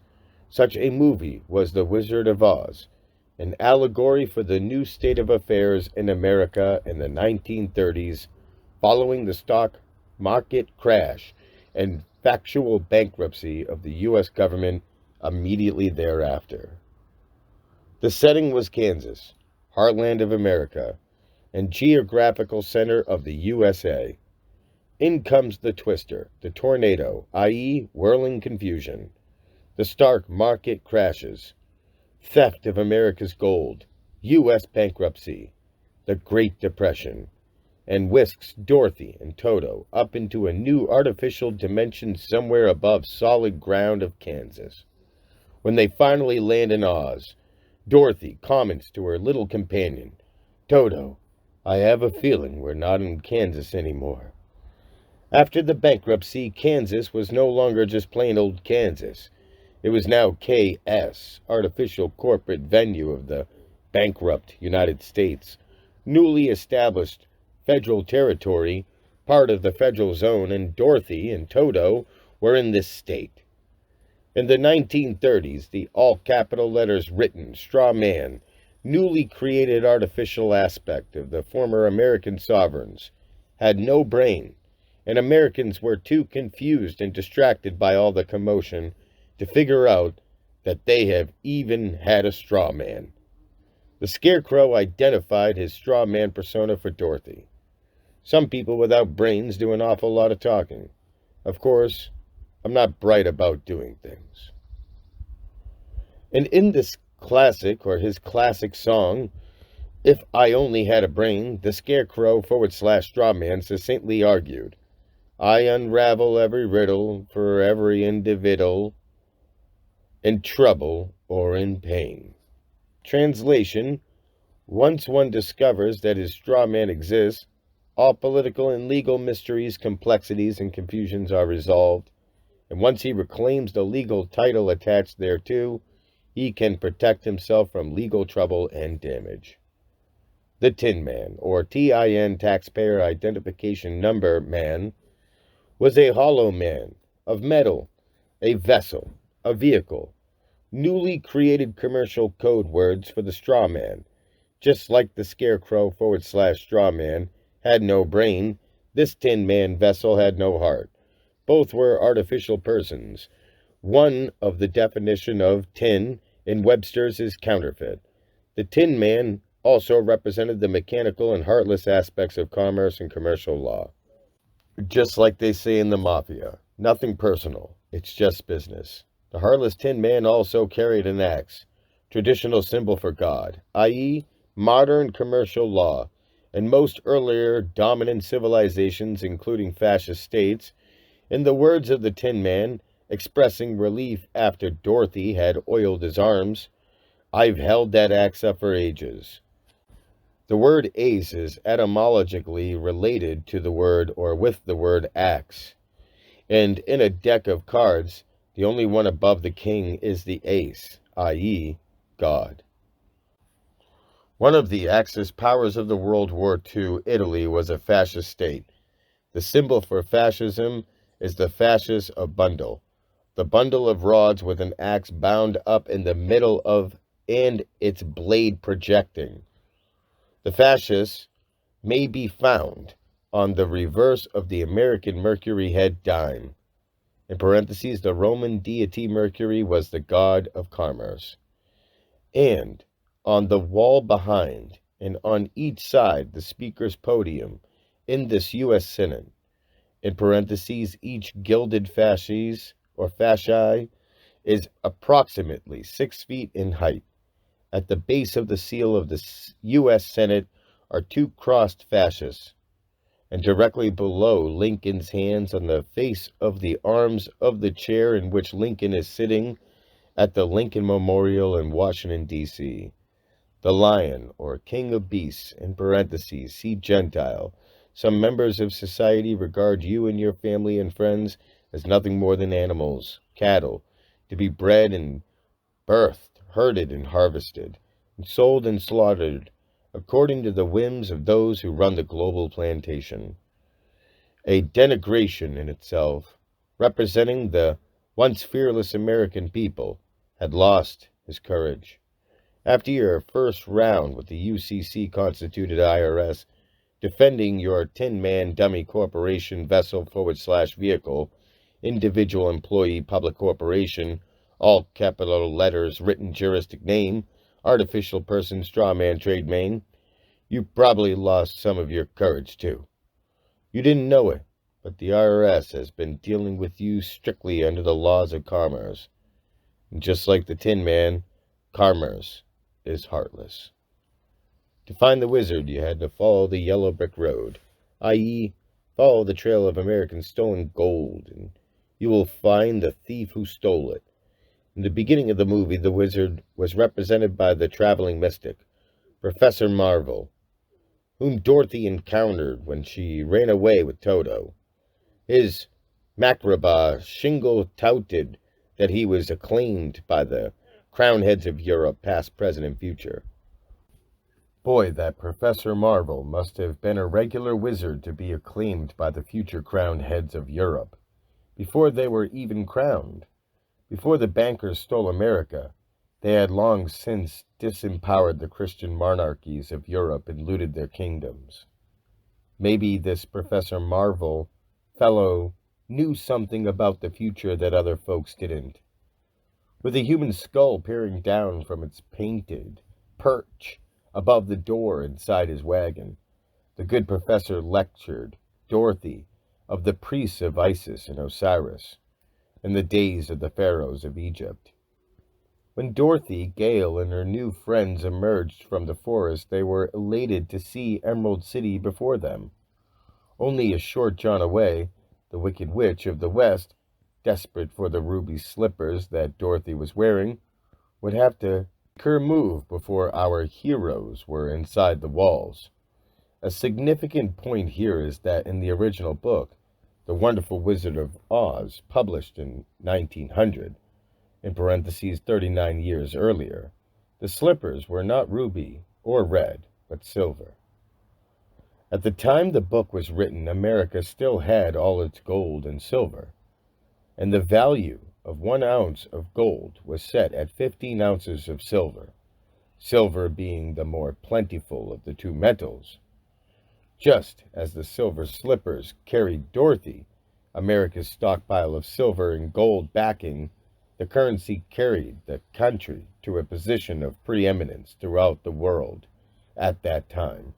But as mentioned, when the movie came out in 1939, the slippers were not silver, but red. Between 1916 and 1933, virtually all the America's gold ended up in England and Germany, as directed by the owners of the Federal Reserve Bank. The reason for this was that Federal Reserve notes could be redeemable in gold, and the use of Federal Reserve notes carried an interest penalty that could only be paid in gold. We traded our gold in exchange for the use of worthless paper with green ink on it. Whereas our original currency, United States notes, carried no such interest requirement, but such was the bargain that came with the Federal Reserve notes. When bankruptcy was declared in 1933, Americans were required to turn in all gold coin, gold bullion, and gold certificates by May 1st, May Day. the birthday of communism in Bavaria in 1776, the birthday of IRS, and celebrated worldwide as the International Workers' Holiday, a holy day to the wizard and his tribe, consulting people who were alive at that time. You may find out that the general sentiment toward such thievery bordered on a second revolution. Maybe it was just too much of a clue, too much salt in the wound for Dorothy to keep skipping down the yellow brick road in a pair of silver slippers. So, for whatever reason, a color less likely to annoy and provoke was selected. Regarding the choice of ruby, red's primary significance, at least on documents and the like, is that it is the color of blood, as in flesh and blood, and symbolizes a living, breathing man/woman, i.e., non corporate, artificial. It also signifies private rather than public. The new Social Security card has a red serial number on the reverse, likely signifying the private side account associated with your trade name's public side Social Security account number before redemption. For postal employees, red sticker registered mail means personal accountability. In parentheses, private, all other mail carries limited liability. In parentheses, public. It is likely that the ruby slippers symbolized the American people with blood in their veins and not citizen of the United States, strawman trade names, with the counterfeit corporate blood of blue/black ink on a birth certificate. No matter their color in the movie, the Wicked Witch of the West wanted those slippers at any cost and had to move fast before Dorothy and crew could make it to the Emerald City. Her tactic was to cover the countryside with poppy flowers or poppies, the source of heroin, opium, and morphine, symbolically drug them into unconsciousness, and then just waltz in and snatch the slippers. In other words, the best way to subjugate the American people and boost the goods was to dull their senses by getting them hooked on drugs. In parentheses, note, LSD was created the same year, 1939, by Dr. Albert Hoffman. The poppies/drugs worked on Dorothy, the lion, and Toto, our flesh and blood friends, but no effect on the Scarecrow or the Tin Man, the artificial entities. The two of them cried out for help, and Glenda, the good witch of the north, answered their prayers with a blanket of snow, i.e., cocaine, a stimulant, nullifying the narcotic effect of the poppies/opium, and Dorothy, or on Dorothy, the lion, and Toto. At this writing, aside from marijuana, the two most available drugs on the streets of America are heroin and cocaine in their various forms. As they all scampered toward Emerald City, the City of Green, Federal Reserve notes the new fiat money, or money by decree. We heard the Munchkins singing on the glory of the wizard's creation. You're out of the woods, you're out of the dark, you're out of the night. Step into the sun, step into the light. Keep straight ahead for the most glorious place on the face of the earth or stars. The foregoing jingle abounds with luminous Luciferian symbols and metaphors ray darkness and light. The Wicked Witch of the West made her home in a round, medieval watchtower, ancient symbol of the Knights Templar of Freemasonry, who are given to practice witchcraft, and also credited as the originators of modern banking. Circa 1099 AD, the Wicked Witch of the West was also dressed in black, the color symbolizing the planet Saturn, sacred icon of the Knights Templar, and the color of choice of judges and priests for their robes. Who was the Wicked Witch of the West? Remember in the first part of the film, her counterpart was Elmira Gulch, who, according to Aunt Em, owned half the county. Miss Gulch alleged that Dorothy's dog Toto had bitten her, She came to the farm with an order from the sheriff demanding that they surrender Toto into her custody.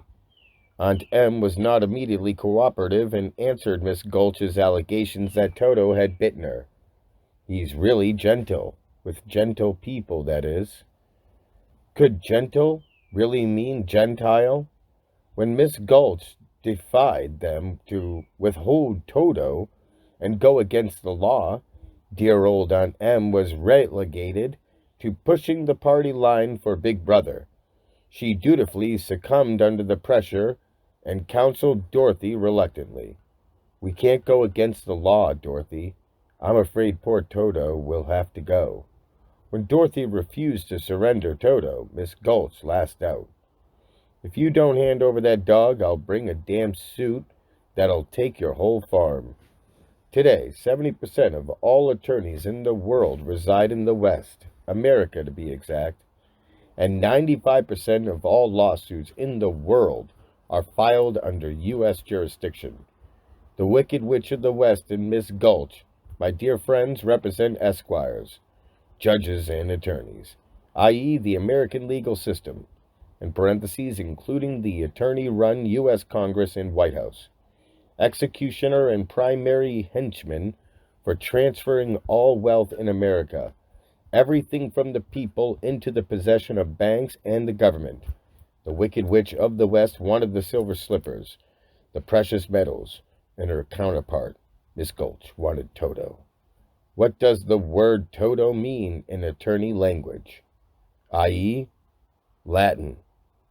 Everything. Dorothy and the gang fell for the wizard's illusion in the beginning, but soon wised up and discovered the wizard for what he was, a confidence man. When asked about helping the Scarecrow /straw man, among other babblings about getting a brain and universities, the wizard also cited the land of e pluribus unum, which is Latin for one out of many, i.e. converting the many into one equals New World Order, novus ordo seclorum, a Latin phrase placed on the American $1 bill shortly after the bankruptcy. He also proudly revealed / confessed that he was born and bred in the heart of the western wilderness, an old Kansas man myself. The bankers did pretty well in Europe, but as the wizard pointed out, they made a killing in the western wilderness, i.e. America, with the theft of American gold, labor, and property from the, quoting John D. Rockefeller, grateful and responsive rural folk who populated the country at that time, when Dorothy asked Glenda, the good witch of the North, in parentheses Santa Claus Christianity, for help in getting back to Kansas. Glenda replied, "You don't need to be helped. You've always had the power to go back to Kansas." Translation: you've always had the right and power to exercise your sovereignty. You just forgot. The actual act of asserting your sovereignty. Remedy: a common law copyright notice and a UCC financing statement for filing with the Secretary of State can be completed from scratch in no time. America and Americans have intimate, first-hand knowledge of the heartless mechanics of the laws of commerce, religiously applied by the unregistered foreign agents at Internal Revenue Service, the IRS, accountancy firm and collection agency for the private Federal Reserve Bank, was constituted under the UCC at its inception in 1954 and has been operating strictly in that realm ever since. You may have wondered, what is the meaning behind the words in the title, The Wizard of Oz? Look them up in a dictionary. Like almost everything else, it's right out there in the open for you to see if you will just look closely enough. One definition of wizard is a very clever or skillful person. Oz is abbreviation of onza or onza, the Italian word for ounce or ounces, the unit of measure of gold, silver, and other precious metals. No matter how large the quantity of gold / silver being discussed, the amount is always expressed in ounces, e.g., rather than hundreds of tons of gold, so it's many million ounces of gold, as attested by the factual history of this country. The Wizard of Oz was the Wizard of Ounces. Everything worked out for Dorothy, i.e., the American people, in the end, and she made it home, meaning there is remedy in law. It's there. It was just encoded and disguised and camouflaged. Fortunately, the code has been cracked, and there is a way home, just like in the movie. Like Dorothy said, there's no place like home. And there isn't. There's nothing like sovereignty for a sovereign. We have commercial remedy in the redemption process. Will you continue to be conned by the confidence men and worship the wizard's light show? Or will you wise up like Dorothy did and look behind the scenes?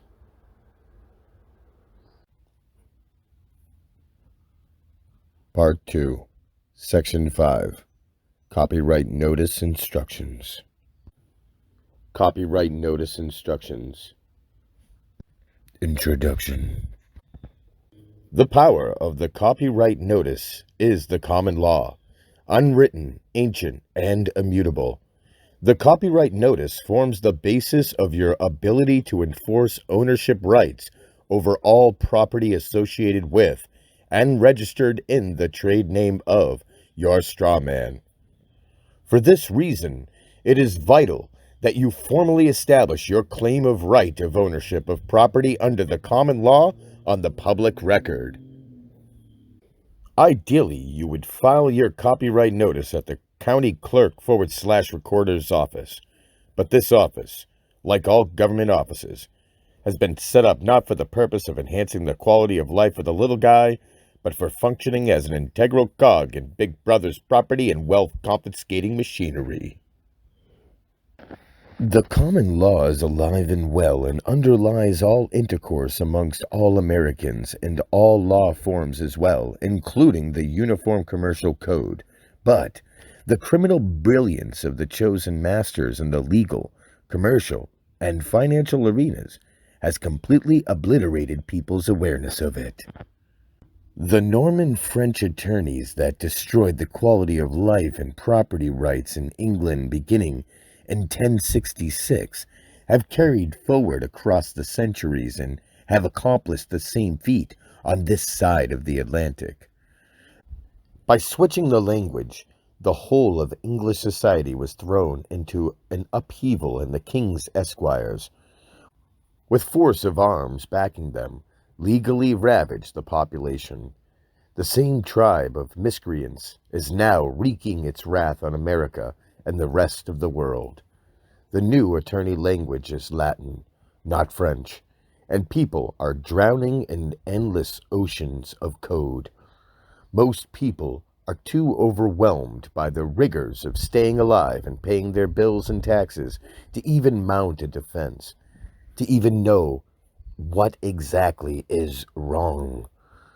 No matter the amount of grief, misery, and chaos inflicted by the man-haters of the money power, however, accessing the common law instantly levels the entire playing field. All names constitute property, nothing more, nothing less.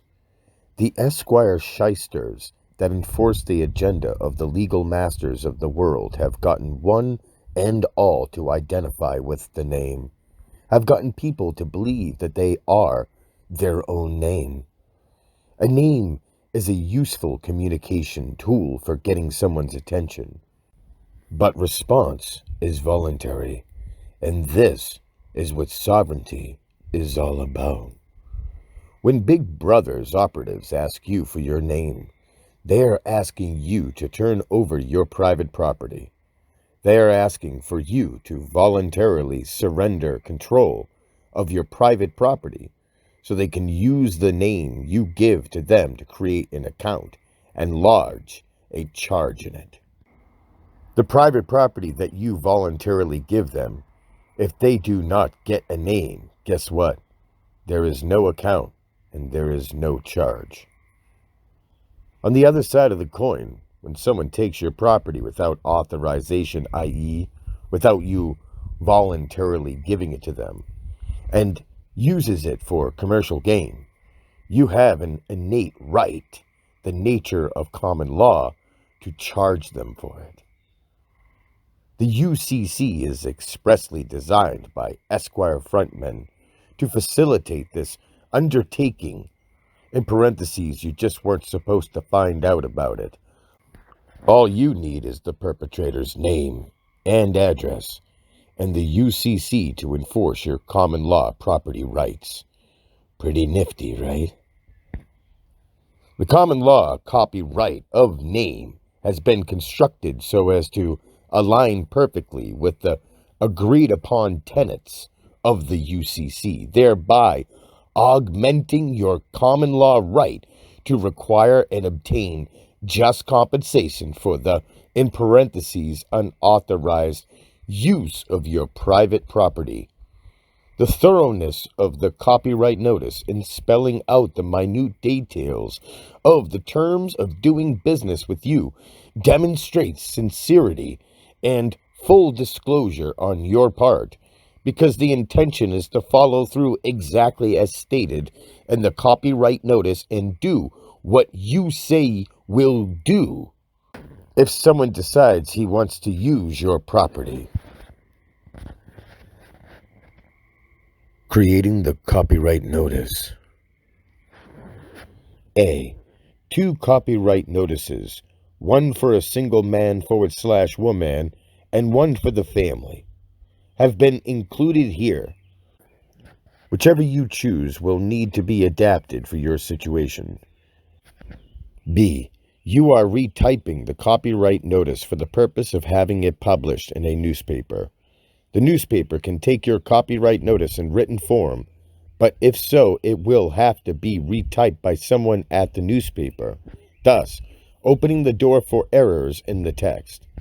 The best way to transmit the document to the newspaper is electronically via email, but computer diskette will work just as well.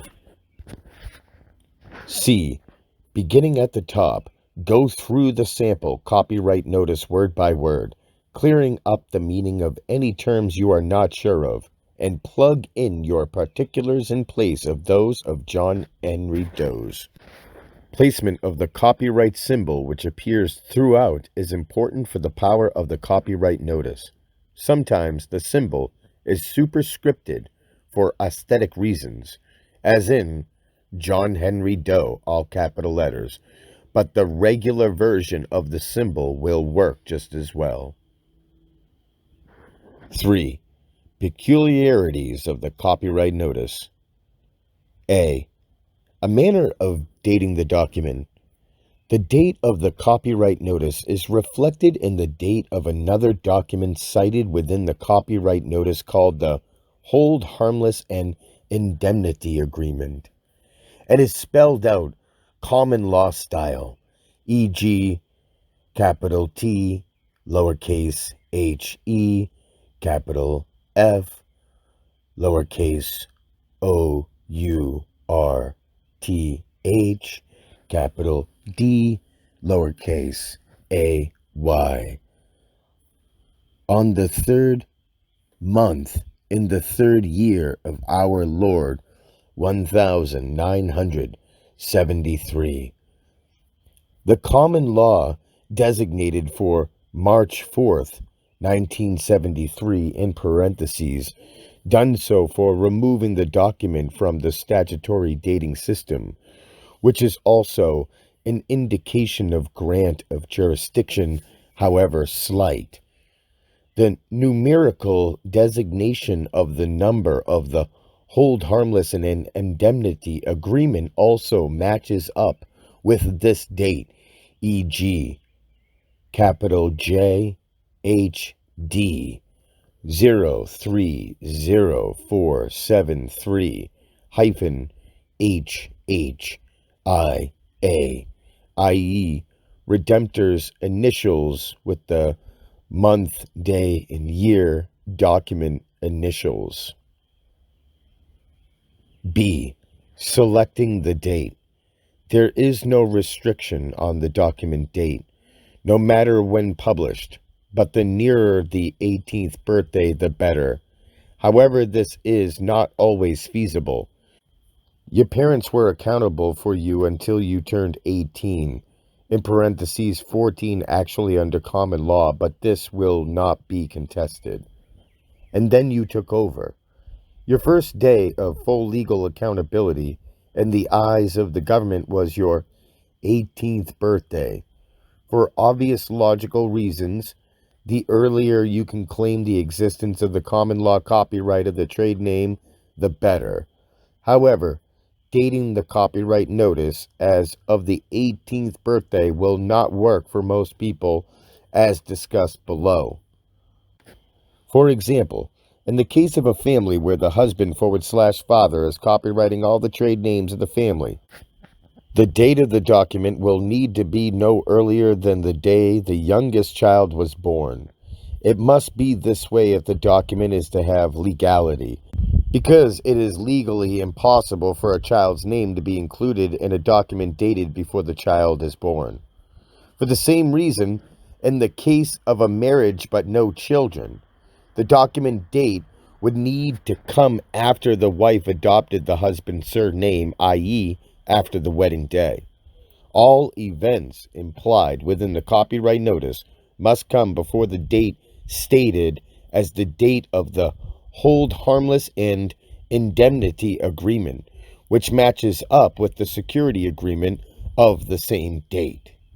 Also, circumstances where it might serve for the husband/father to leave out a child/children, and even the wife, from the copyright notice for the purpose of establishing the copyright before the date of execution of a certain legal document, such as a mortgage contract. In such instance, the copyright of the trade names of the other family members could be done in a separate document at a later date by the husband/father at additional cost, of course.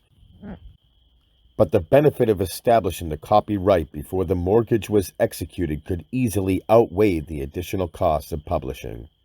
This factor would also apply in the case of a single man/woman who wanted to include certain events within the scope of the copyright notice. The date chosen must come after any event that is implied/included in the copyright notice. The sample copyright notice is dated after the marriage and birth of the daughter, but before the execution date of the mortgage contract. Deciding on a newspaper. A. What type of newspaper? Large metropolitan areas have scores of newspapers, and most have a legal notices section. When you call around for price quotes, tell the newspaper agent that you would like to publish a notice once a week for 4 consecutive weeks in the legal notices section of their newspaper, and that you need to know if they are a newspaper of general circulation. The prestige of the newspaper that you choose has absolutely no bearing on the validity of the copyright notice. So, find the lowest quote you can. As well, you are free to use any newspaper in America for your filing. It does not matter in which county/state the copyright notice is published. B. Costs. The more space required for publishing your copyright notice, the greater the expense. For this reason, you should have the copyright notice done in a 6-point font, the smallest print that the newspaper will allow, and in Arial narrow, a readable slender font. The sample single-party copyright notice in this manual takes up approximately 29 square inches in 6-point Arial narrow. The family of 3 copyright notice takes up about 33 square inches. A copyright notice for a husband and wife only, and for a larger family, in parentheses with more trade names, will vary accordingly. Cite the approximate square inch figure for the copyright notice you want to use, and tell the newspaper 6-point Arial narrow font. When requesting price quotes, this way you should be able to check with many newspapers very quickly and find the best deal.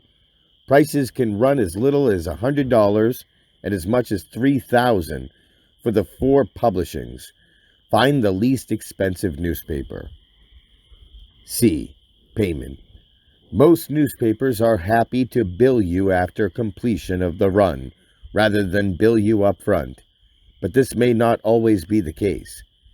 If you will be billed, be sure to set aside the funds ahead of time so that you can pay timely, in parentheses, to keep your karma intact.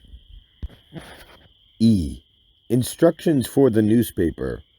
When you select a newspaper, give them written instructions on what you need, such as the information contained in the sample email correspondence provided following these instructions. Let the newspaper know that you will pay the extra charges, if there are any, for extra copies of the affidavit of publishing, in parentheses, sworn statement that the copyright notice was published. Newspapers generally provide 1 original affidavit upon completion of the run, but tell them that you want 3. That's 3 original, not photocopies, affidavits of publishing. The affidavit of publishing. A. Public record. The affidavit of publishing provided by the newspaper is a profound and powerful document in that it confirms your common law claim, trade name, and true name on the public record, the modern equivalent of hear ye of yesteryear. B. County clerk / recorder. If possible, you should file at county level and get a certified copy of the newspaper affidavit of publishing.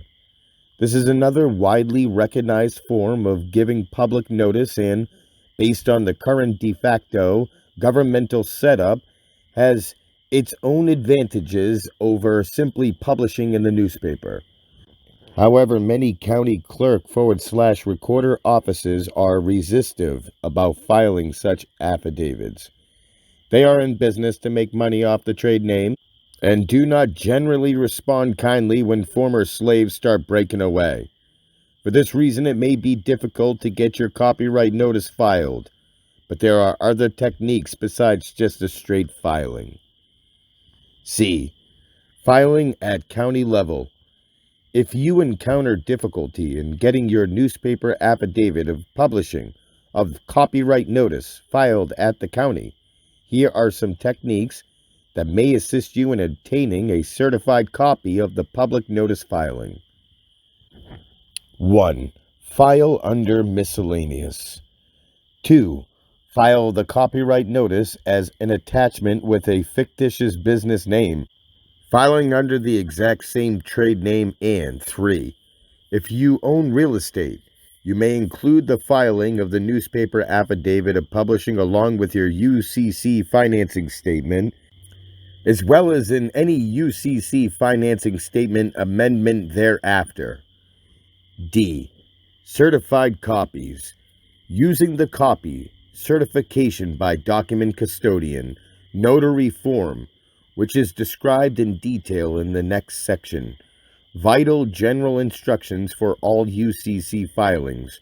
You can make multiple certified copies of the affidavit of publishing with the help of a notary public. If you can get your copyright notice filed at county level and can get a certified copy of that filing, you can use the same notary form to make multiple copies of the county certified copy for use as needed. And there will be uses for the affidavit of publishing of the copyright notice.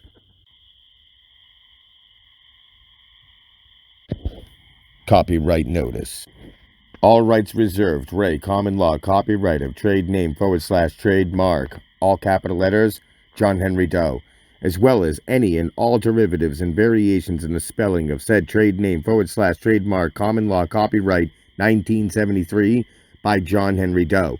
Said common law trade name / trademark John Henry Doe may neither be used nor reproduced, neither in whole nor in part, nor in any manner whatsoever, without the prior express written consent and acknowledgement of John Henry Doe, as signified by the red ink signature of John Henry Doe, hereinafter secured party, with the intent of being contractually bound, any juristic person, as well as the agent of said juristic person, consents and agrees by this copyright notice that neither said juristic person nor the agent of said juristic person shall display nor otherwise use in any manner the common law trade name / trademark, all capital letters, John Henry Doe, nor the common law copyright described herein, nor any derivative of, nor any variation in the spelling of, all capital letters, John Henry Doe, without the prior express written consent and acknowledgement of secured party, as signified by secured party's signature in red ink.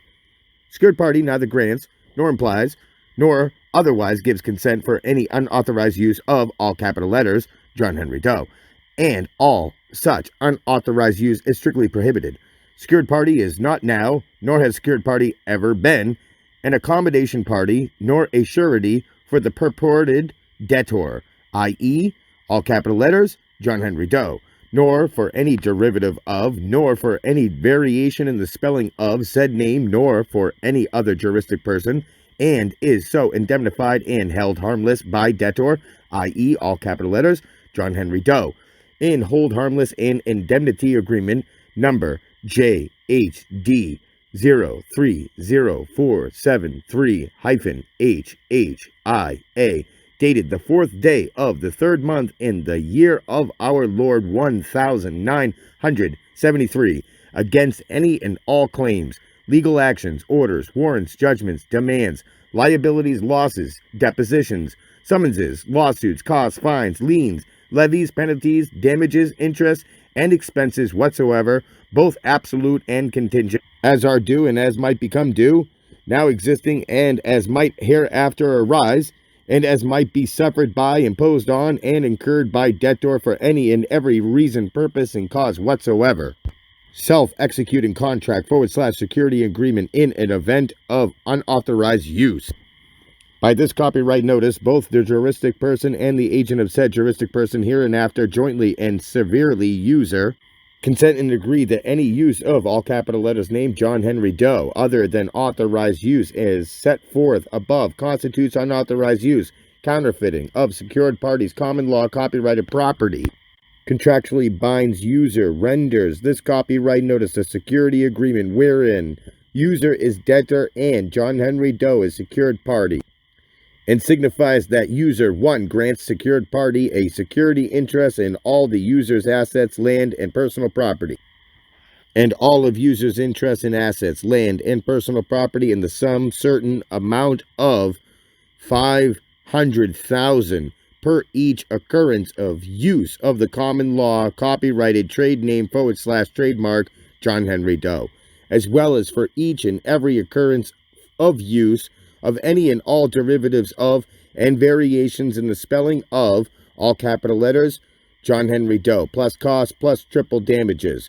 2. Authenticates this security agreement wherein user is debtor and John Henry Doe is secured party, and wherein user pledges all of user's assets, land, consumer goods, farm products, inventory, equipment, money, investment property, commercial tort claims, letters of credit rights, chattel paper, instruments, deposit accounts, documents, and general intangibles, and all users' interests in all such foregoing property now owned and hereafter acquired, now existing and hereafter arising, and wherever located as collateral for securing users' contractual obligation in favor of secured party for users' unauthorized use of secured party's common law copyrighted property. 3. Consents and agrees with secured parties' filing of a UCC financing statement in the UCC filing office, as well as in any county recorder's office, wherein user is debtor and John Henry Doe is secured party.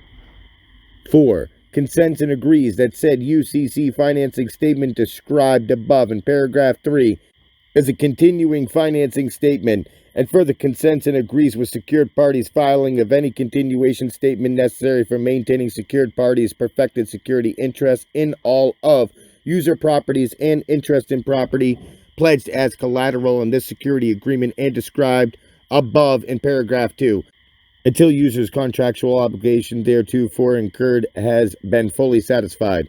5. Consents and agrees with secured parties filing of any UCC financing statement as described above in paragraphs 3 and 4, as well as the filing of any security agreement as described above in paragraph 2, and the UCC filing office as well as in any county recorder's office. 6. Consents and agrees that any and all such filings described in paragraphs 4 and 5 above are not and may not be considered bogus, and that user will not claim that any such filing is bogus. 7. Waives all defenses. And 8. Appoints secured party as authorized representative for user effective upon user's default user's contractual obligations in favor of secured party as set forth below under payment terms and default terms, granting secured party full authorization and power for engaging in any and all transactions and actions on behalf of the user, including, but not limited by, authentication of a record on behalf of user, a secured party in secured party's sole discretion deems appropriate, and user further consents and agrees that this appointment of secured party as authorized representative for user effective upon user's default is irrevocable and coupled with a security interest. User further consents and agrees with all of the following additional terms of self-executing contract / security agreement in event of unauthorized use. Payment terms in accordance with fees for unauthorized use of all capital letters John Henry Doe as set forth above. User hereby consents and agrees that user shall pay security party all unauthorized use fees in full within 10 days of the event of non-payment in full of all unauthorized use fees by user within 10 days of date invoice is sent. User shall be deemed in default, and A, all of user's property and property pledges collateral by user as set forth in above paragraph 2 immediately becomes, i.e. is property of secured party. B, secured party is appointed user's authorized representative as set forth above in paragraph 8, and C, user consents and agrees that secured party may take possession of, as well as otherwise dispose of in any manner that secured party, in secured party's sole discretion, deems appropriate, including but not limited by sale at auction at any time following user's default and without further notice, and any and all of user's property and interest described above in paragraph 2, formerly pledged as collateral by user, now property of secured party, in respect of this self-executing contract / security agreement in event of unauthorized use, that secured party, again in secured party's sole discretion, deems appropriate, terms for curing default, upon event of default as set forth above under default terms, irrespective of any and all of user's former property and interest in property described above in paragraph 2, in possession of as well as disposed by secured party as authorized above under default terms. User may cure user's default, only raid the remainder of user's said former property and interest property formerly pledged as collateral that is neither in the possession of nor otherwise disposed of by secured party within 20 days of the date of user's default, only by payment in full. Terms of strict foreclosure. User's non-payment in full of all unauthorized use fees, itemize an invoice within said 20 days period for curing default as set forth above under terms for curing default authorized secured parties, immediate non-judicial strict foreclosure on any and all remaining former property and interest in property formerly pledged as collateral by user, now property of secured party, which is not in the possession of nor otherwise disposed of by secured party upon expiration of said 20-day default curing period. Ownership subject to common law copyright of UCC financing statement and security agreement filed with the UCC filing office, record owner, John Henry Doe, autograph common law, copyright 1973, authorized use of John Henry Doe incurs same unauthorized use fees as those associated with, all capital letters, John Henry Doe, as set forth above in paragraph 1 under self-executing contract security agreement, an event of unauthorized use. Text of sample email letter for newspaper. March 1st, 2002. Dear friend, please publish the attached copyright notice in the legal notices section of your newspaper once a week for 4 consecutive weeks. Plus, use 6-point Arial narrow font in all 4 publishings for the sake of economy of space. The attached copyright notice is in 6-point Arial narrow font for your convenience. Upon this first publishing, please send me a copy of the newspaper at my billing address. John Henry Doe, Post Office Box 9999, Los Angeles, CA 90010. Upon completion of all 4 publishings, please send me a total of 3 original affidavits of publishing my filing. If there are any extra costs for any of the above requested services / products beyond the publishing costs, please include this cost on the invoice / bill, and it will be paid. Thank you in advance for your conscientious service. Sincerely, John Henry Doe. P.S. Please remember that I need 3 original affidavits of publishing upon completion of the 4 runs. I will pay an extra cost associated therewith. Section 6. Vital General Instructions for all UCC filings. Vital General Instructions for all UCC filings. Introduction. A. Sourcebook for UCC filings. It is recommended that you obtain the book entitled Uniform Commercial Code and Related Procedures Guide, retailed for $39.95 and published by Register P.O. Box 218, Anoka, Minnesota 55303. Phone number 763-421-1713. This book shows how to obtain forms from every state and how to file in every state. It is very useful. Registry accepts prepayment, credit cards over the phone, and 30-day billing in the name of a business. They ship UPS ground, but also offer UPS next day and second day air for an additional fee. They can ship FedEx and Airborne Express using your account, in parentheses, and also by using your credit card for shipping with these 2 carriers as well. They answer their phone live and are very helpful. B. Obtaining forms. Forms for all UCC filings may generally be obtained 1. Over the internet, 2. from Register, 3. at most stationery stores, and 4. over the counter from the UCC Division / section of the Office of the Secretary of State.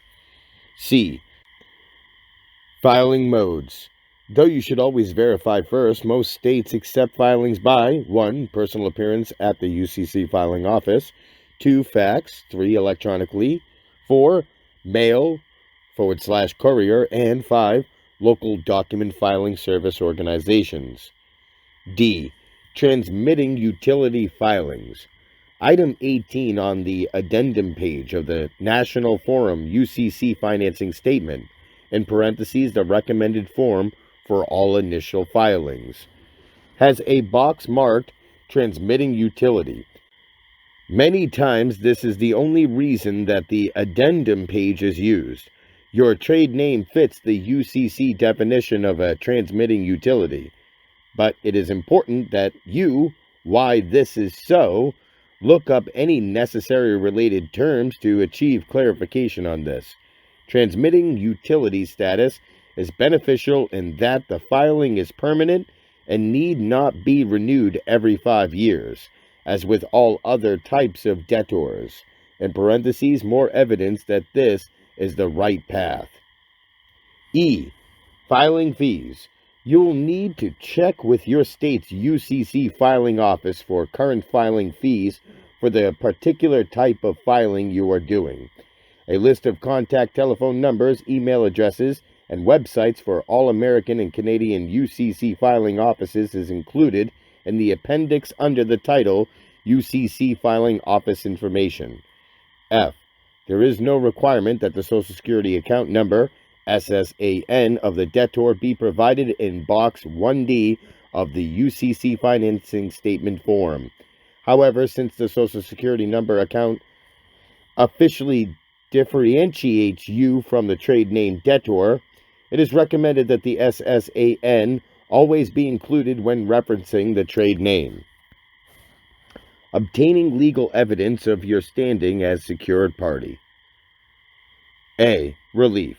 The UCC offers you the opportunity to improve the quality of your life by getting proofed up against those who would gleefully steal everything you own.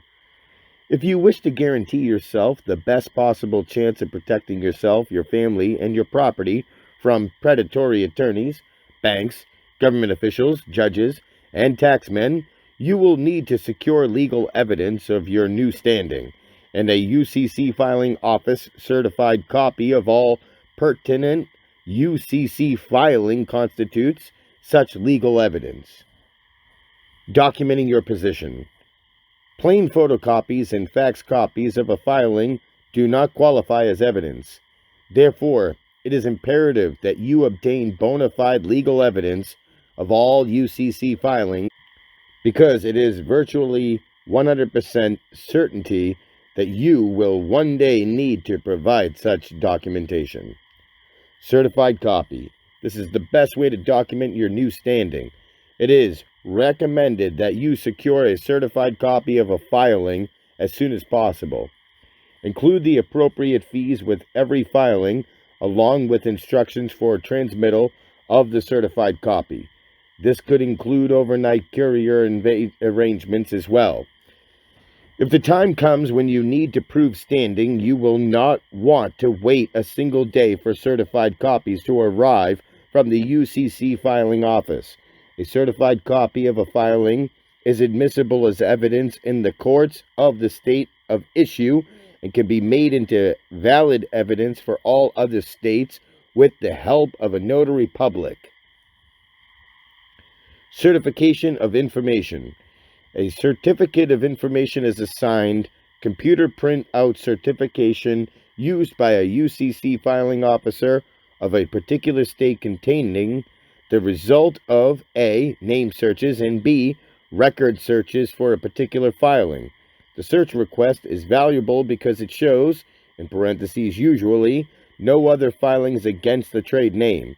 However, UCC filing offices do not make the distinction between the all-caps trade name of the debtor and the initial letters capitalized only true name of the secured party.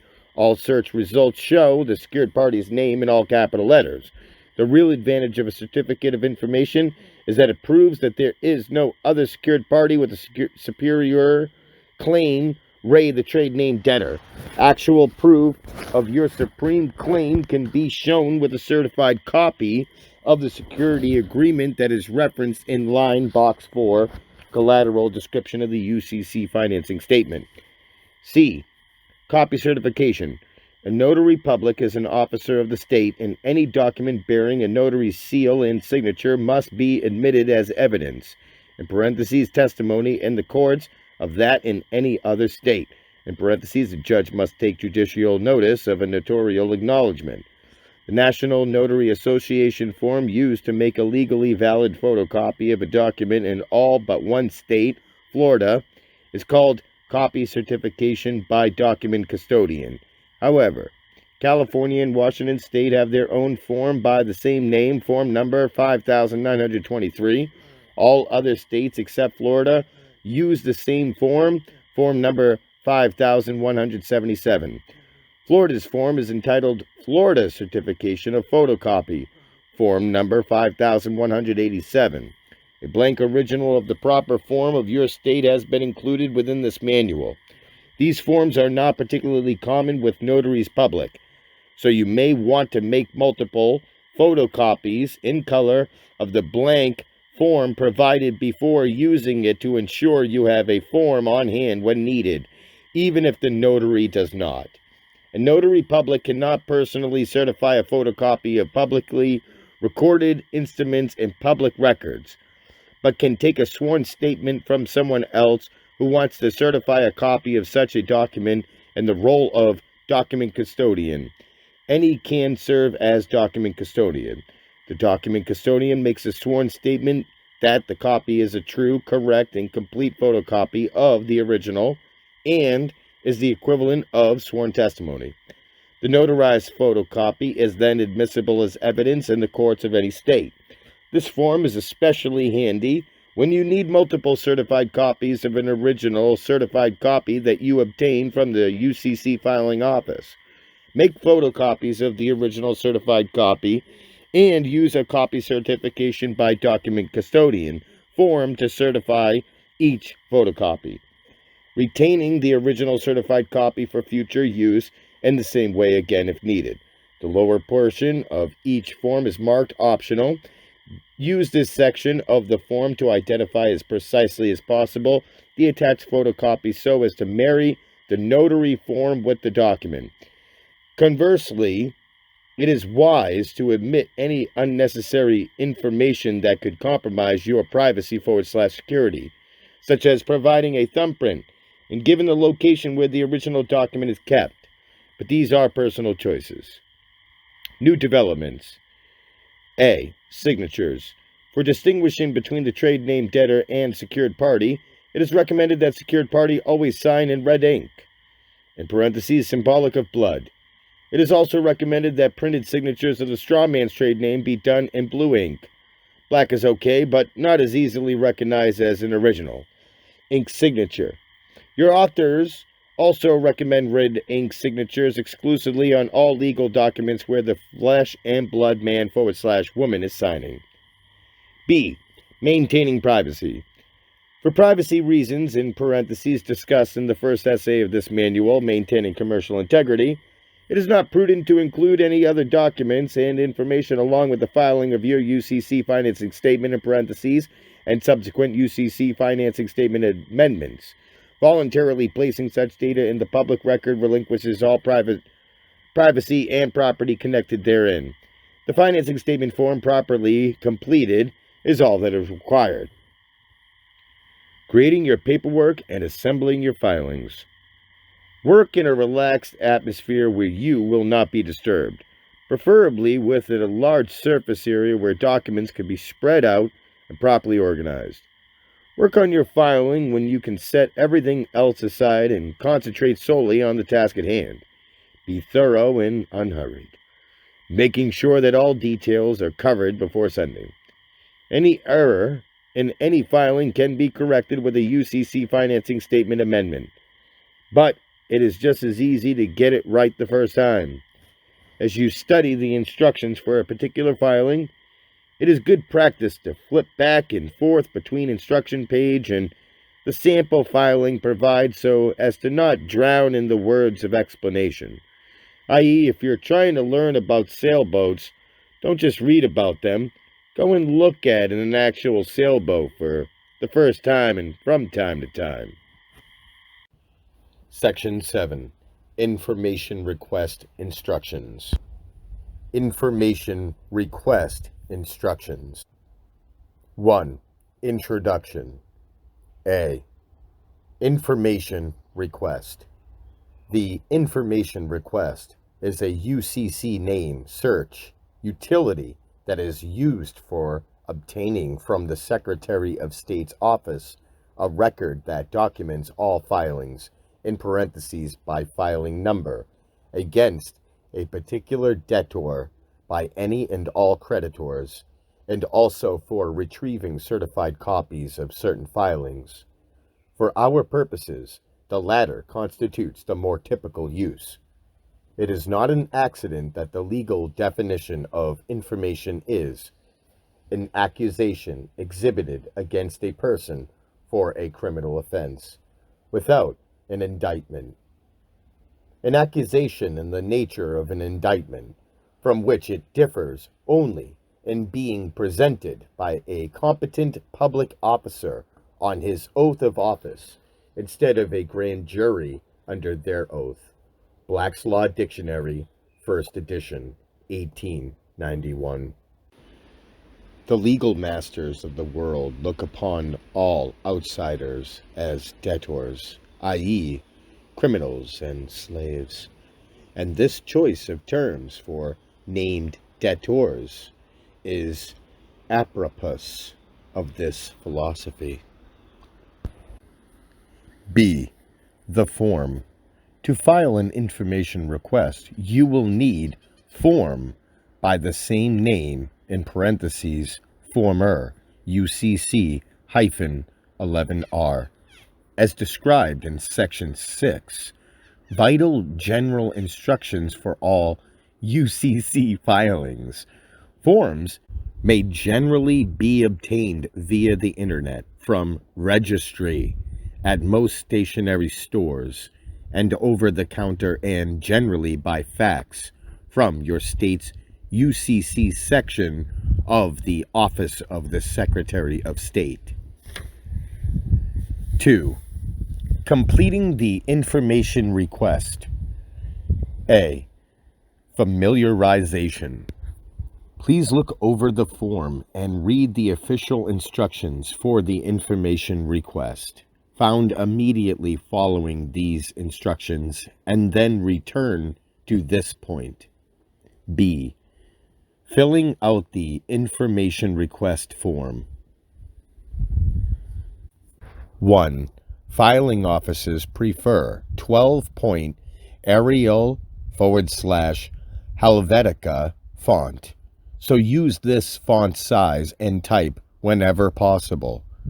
Anything smaller than 10-point font will be rejected in parentheses and sometimes even 10-point.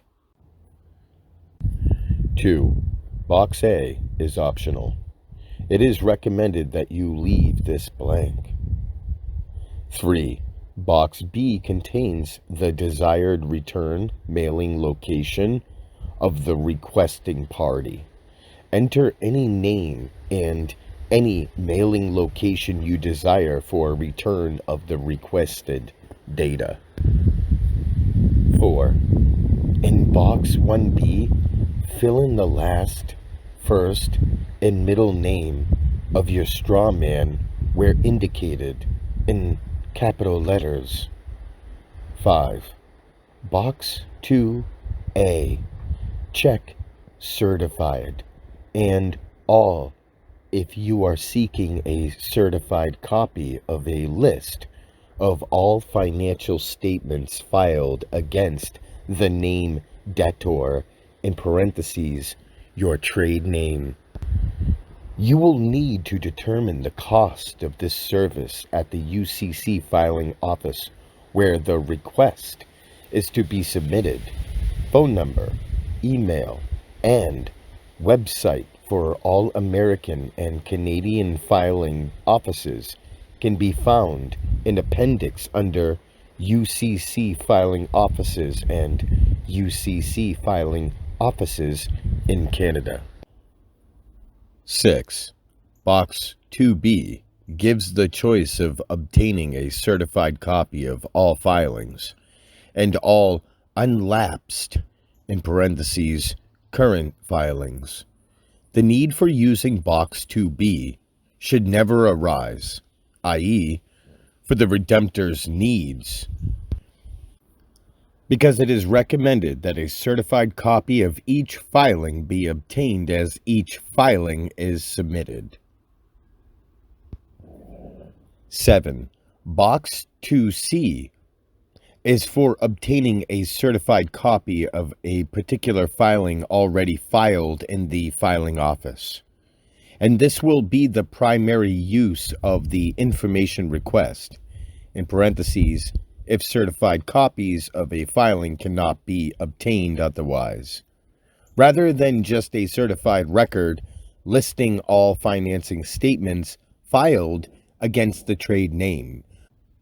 Box 2C allows you to obtain a certified copy of a specific filing which is a very useful document when dealing with credit lenders demanding payment. In some instances, this will be the only way that a certified copy of a filing can be secured. UCC filing offices have had a general change in policy and have cut back in offering a certified copy at the time of filing. In parentheses, this service is discretionary at most filing offices, so if you treat them right and make a friend of someone, you may get what you want, especially if you do your filing in person. If the UCC filing office does not offer a certified copy in parentheses of UCC financing statements and UCC financing statement amendments at the time of filing, you will need to complete the filing of the financing statement / amendment first. Obtain the filing number of the filing and then send in an information request requesting a certified copy of that particular filing by filing in the data in box 2C. Type of record and additional identifying information will always be either of the UCC financing statement, in parentheses, the former the UCC1, and the UCC financing statement amendment, in parentheses, the former UCC-3. 8. Box 3 will not be needed. 9. Box 4 contains your specific instructions for return of the information requested if other than first-class mail. You have many options, including pickup at the counter, carrier service, in parentheses, using your account with the carrier, etc. Please read the instructions in the lower portion of the box 4. Make your choices and fill in your instructions if you wish to receive the requested information faster than via first-class mail. Instructions for National Information Request, in parentheses, Form UCC 11. Please type or laser print this form. Be sure it is completely legible. Read all instructions. Follow instructions completely. Fill in form very carefully. Mistakes may have important legal consequences. If you have questions, consult your attorney. Filing office cannot give legal advice. Do not insert anything in the open space in the upper portion of this form. It is reserved for filing office use. When properly completed, send form parts 1 and 2, in parentheses, labeled filing office copy 1 and 2, with required fees to filing office. Always detach requester copy. Filing office may offer additional information options. Contact filing office or use forms specially designed by filing office to obtain additional information options. A. To assist filing officers that might wish to communicate with requestor. Requestor may provide information in item A. This term is optional. B. Enter name and address of requestor in item B. This item is not optional. 1. Debtor name. Enter only one debtor name in item 1. An organization's name. 1A. Or an individual's name. 1B. Enter debtor's exact full legal name. Don't abbreviate. A1. Organization debtor. Organization means an entity having a legal identity separate from its owner. A partnership is an organization. A sole proprietorship is not an organization, even if it does business under a trade name. If debtor is a partnership, enter exact full legal name of partnership. You need not enter names of partners as additional debtors. If debtor is a registered organization, in parentheses, e.g. corporation, limited partnership, limited liability company, it is advisable to examine debtor's current filed charter documents to determine debtor's correct name, organization type, and jurisdiction of organization. 1b. Individual debtor. Individual means a natural person. This includes a sole proprietorship, whether or not operating under a trade name. Do not use prefixes, in parentheses, Mr. or Mrs. or Miss. Use suffix box only for titles of lineage, in parentheses, junior, senior, or second, and not for other suffixes or titles, e.g. M.D. Use married woman's personal name, in parentheses, Mary Smith, not Mrs. John Smith. Enter individual debtor's family name, in parentheses, the surname, in last name box, first given name and first name box, and all additional given names in middle name box. For both organization and individual debtors, don't use debtor's trade name, DBK, AKA, FKA, division name, etc., in place of or combined with debtor's legal name. You may add such other names as additional debtors if you wish, in parentheses, but this is neither required nor recommended. 2.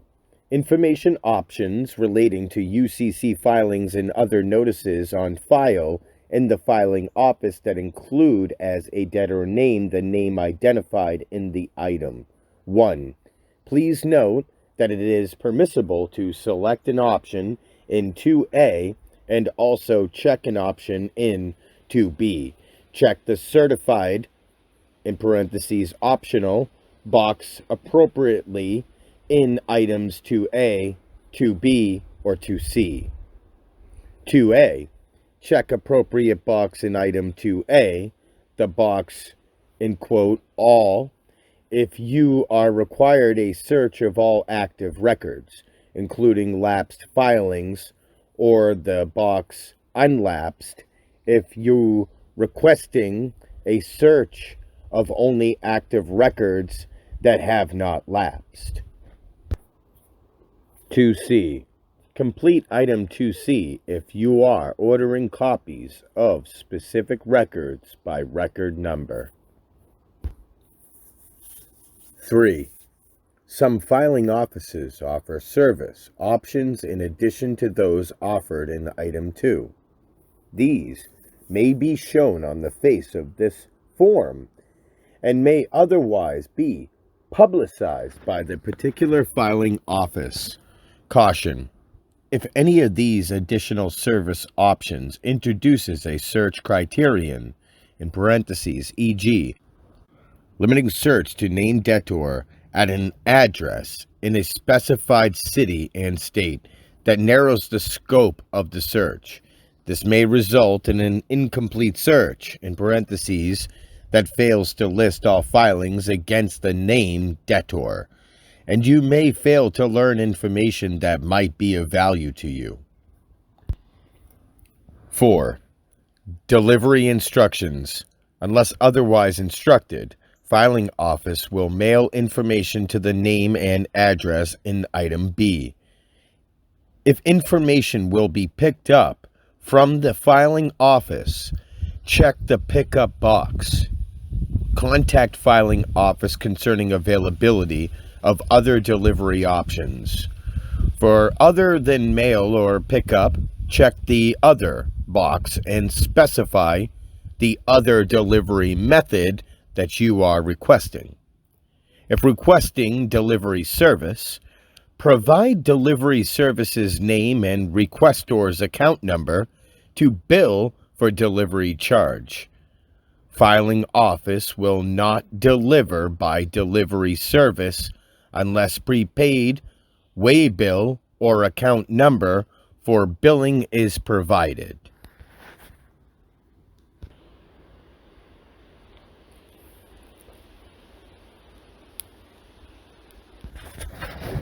Section 8, UCC Financing Statement Instructions.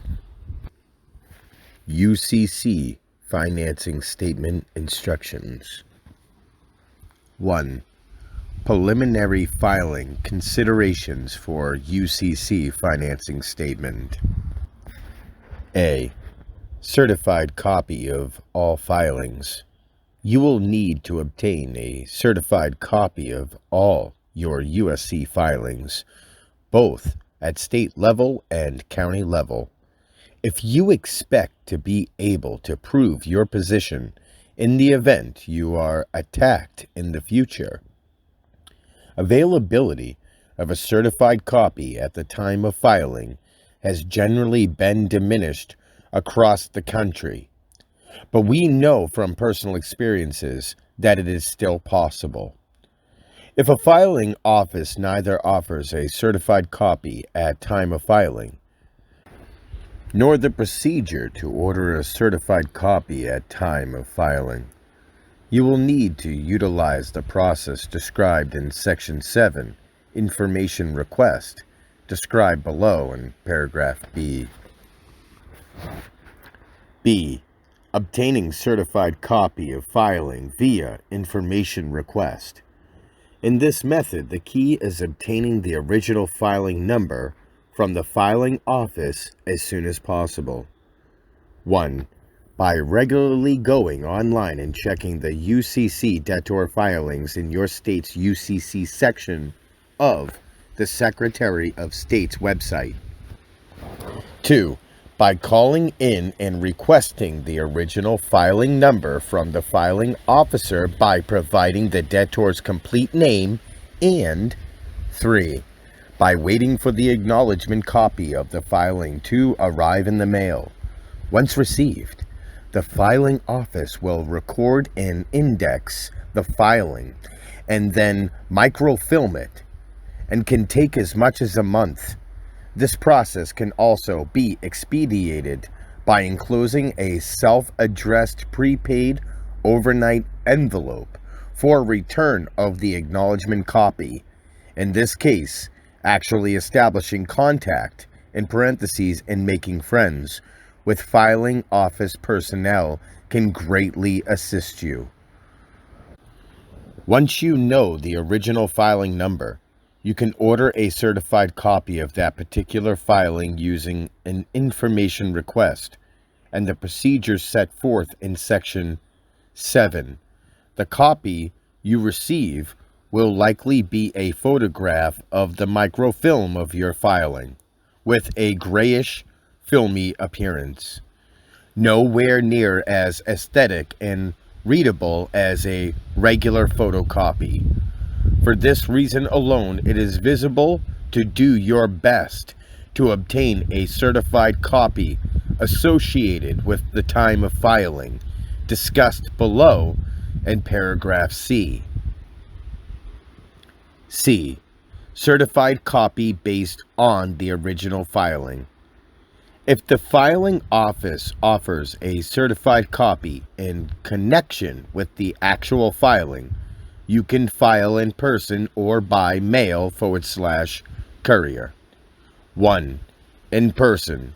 If you have a time crunch and need the certified copy immediately, it is best to visit the UCC filing office in person, taking along an extra copy of the filing. It is easier to make friends this way, too. Sometimes the copy you bring will be certified, and other times the filing officer will make a copy of the filed original and then certify it. If you cannot get your certified copy the same day, you will probably be able to get it the following morning. Their procedure is not predictable, but this is the fastest way to obtain a certified copy of your filing. 2. Via mail/courier, going online and checking the website of a particular UCC filing office. In parentheses, see UCC filing offices and UCC filing offices in Canada in appendix for phone numbers and email addresses and website URLs. Is many times sufficient to verify that a certified copy of a filing can be ordered and paid for at the time of filing. But you can also call in and get other answers generally not available on the web. You can also make friends over the phone. Send in the appropriate fee for a certified copy and, if instructed, a photocopy of your filing. Sometimes the certified copy is sent as soon as a couple of days later. Sometimes it takes as much as 4 days or 4 weeks, depending on the office's policy for providing certified copies and the backlog of microfilming. For this reason, you may also want to enclose a self-addressed, prepaid overnight envelope for the filing officer so he/she gets the message that this is important and does his or/her best to expedite or expedite the process. Otherwise, your filing will be returned by first-class mail and will not stand out from the other hundreds of filings that the filing officer handles every single day. D. Acceptance/refusal of filings. There seems to be a continuous metamorphosis among UCC filing offices regarding the filing of UCC financing statements of redemptors. Some states have no problem with accepting and filing the forms, and that a filing officer will start kicking them back. This has played out as a fairly up and down situation across the country, with a number of offices going back and forth on the issue, but most filing without incident. One thing that can assist you is the new cover sheet for all filings, which lets the filing office personnel know that you are a knowledgeable filer. A sample form follows this section just before the first sample UCC financing statement, and a blank form can be found in Part 4, Blank Forms and Form Letters. The new cover sheet points out for the filing officer that you are aware of the only legitimate reasons for refusal of a filing. Filing officers are not free to reject filings at their whim and are restricted by their limitations imposed by UCC 9-520, which states: A. Mandatory refusal to accept record. A filing office shall refuse to accept a record for filing for a reason set forth in Section 9-516B, and may refuse to accept a record for filing only for a reason set forth in Section 9-516B. B. Communication concerning refusal. If a filing office refuses to accept a record for filing, it shall communicate to the person that presented the record the fact of and reason for the refusal and the date and time the record would have been filed had the filing office accepted it.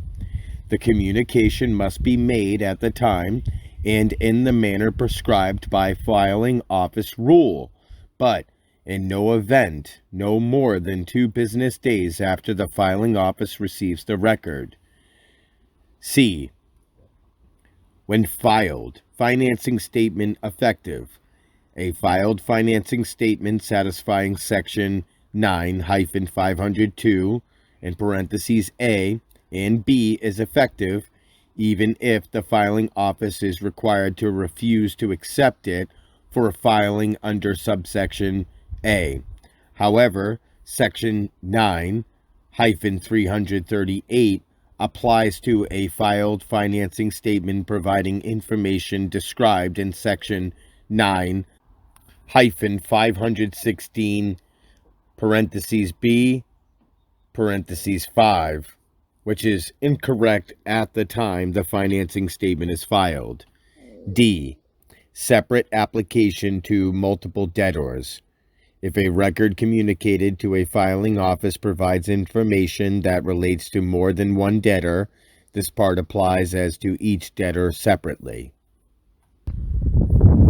Sections A and B of UCC 9-520 concern our needs more than do sections C and D.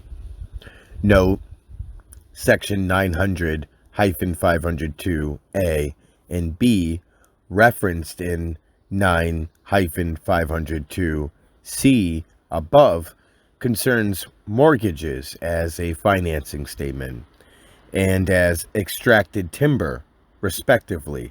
Section 9-338 concerns agricultural liens. Obviously, Section 9-516B is the most important section regarding refusals to file. There are 7 valid categories of reasons in Section 9-516B for refusal of a filing, with numerous subcategories within the main 7. You need not know everything about them for purposes of filing, but the more you know about the process, the smoother things will go for you generally. For this reason, you need to obtain a copy of your state's UCC, called the Name of Your State Commercial Code, as soon as possible. Not for the sake of learning the whole thing, but for having it handy as a reference guide for acute issues as they may arise. A good source for a copy of your state's UCC is West Group at 800-344-5009. And they are only too happy to ship you a copy immediately. States that refuse redemptor filings generally do so on the claim that the debtor and secured party are the same person. This is very much not the case in parentheses for official confirmation of this fact. See Federal in glossary, i.e., not only upon the sovereign members of the Union, but directly upon all its citizens in their individual and corporate capacities. 1866. Most states acknowledge the difference, but a few do not. For those that do not, we will need to file using one of the 2 methods outlined below in paragraph E. Those states that do not rely on this philosophy are bound by the limitations imposed by Section 9-516B. Get your own copy of the UCC so you can learn these key points. E. Options in the case of non-acceptance of redemptor filings by your state. If the UCC financing statement is rejected as a redemption filing, the situation can be remedied in a couple of ways. 1. By doing what is called a cross-filing, where your trade name is the debtor and the secured party is a different party, in parentheses, close friend or family member, with an entirely different name than your true name, thereby drawing no concern upon filing. And 2. In the case where the redemptor owns real estate in the filing state, by doing a standard redemptor's UCC financing statement against a real property in the office of the county clerk / recorder of the county where the property is located. In this case, A certified copy of the filing would be obtained from the county at the time of filing, in parentheses, standard procedure at county level. Sample filings for both of these filings are contained in this section under the headings cross-filing and real estate filing, respectively. If you need to do either, simply duplicate the contents of the appropriate form, substituting your particulars for those in the sample form. F. Required following up filings after a cross-filing. In the case of a cross-filing, there will need to be two follow-up filings. One to convert you into the secured party, called an assignment, in parentheses, party information, where there is a change in name parties, and two, a second to get the proper security agreement, in parentheses, between your true name and trade name, entered on the record after the initial secured party, in parentheses, friend, family member, is no longer in the picture, called an assignment, in parentheses, collateral change, where there is a change in the collateral description. Sample filings for both of the above two follow-up filings are contained in the next section, UCC Financing Statement Amendments, under Cross-Filing Amendment number 1 and Cross-Filing Amendment number 2. G. Follow-up filing after a real estate filing at county level. The first step is to do a standard UCC financing statement filing against the redemptor's real estate at county level and obtain a certified copy at the time of filing. In parentheses, take along an extra copy of the filing for the convenience of the county filing officer. Then visit a notary public and, using the certified copy from the county as the original, do a copy certification by document custodian of this document. The copy certification by document custodian form and its use are described in Section 6. Vital general instructions for all UCC filings in paragraph C. Note: there is also included with this manual an original blank copy of one of those forms for use in your state at the beginning of Section 12, blank forms, inform letters. You should now have the original certified copy from the county and a second certified copy that you personally certified at the notaries. The certified copy that you made is yours to keep, so file it in a safe place. The original from the county gets filed in the UCC filing office. The next step would be to file the actual original certified copy of the filing from the county in the UCC filing office at state level. Follow the remaining instructions in this section and file your county certified copy at state level.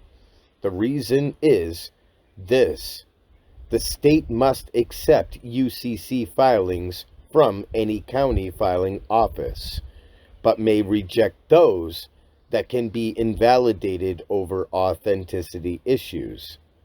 The genuineness of the original certified copy from the county is beyond reproach. So those states that would otherwise reject redemptor filings, whisk these in and file them without blinking. There is another benefit as well.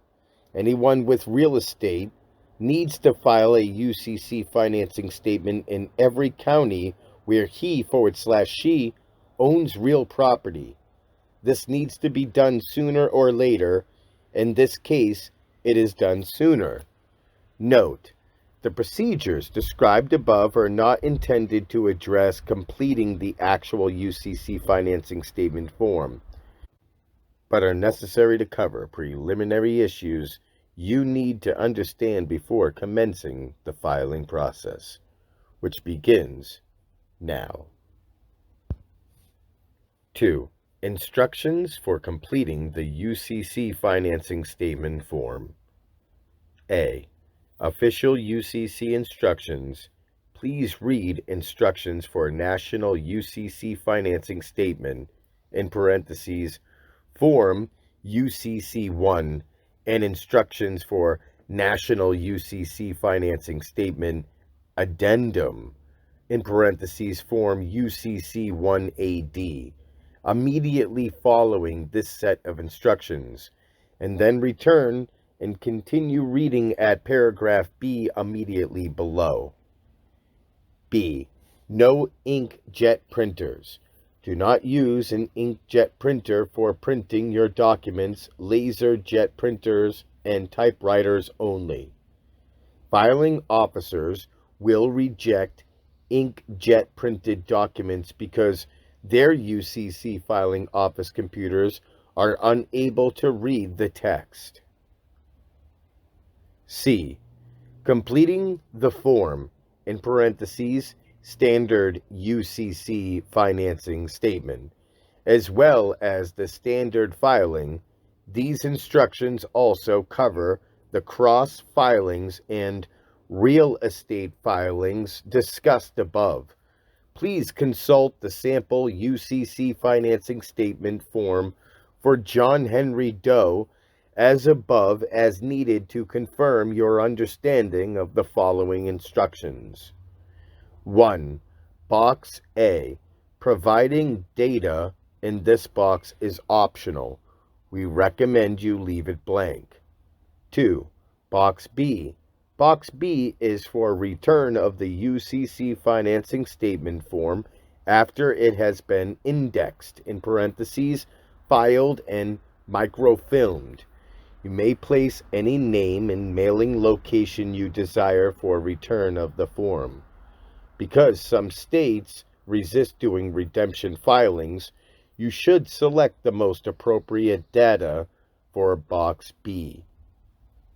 3.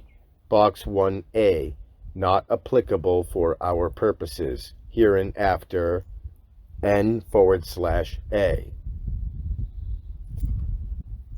4.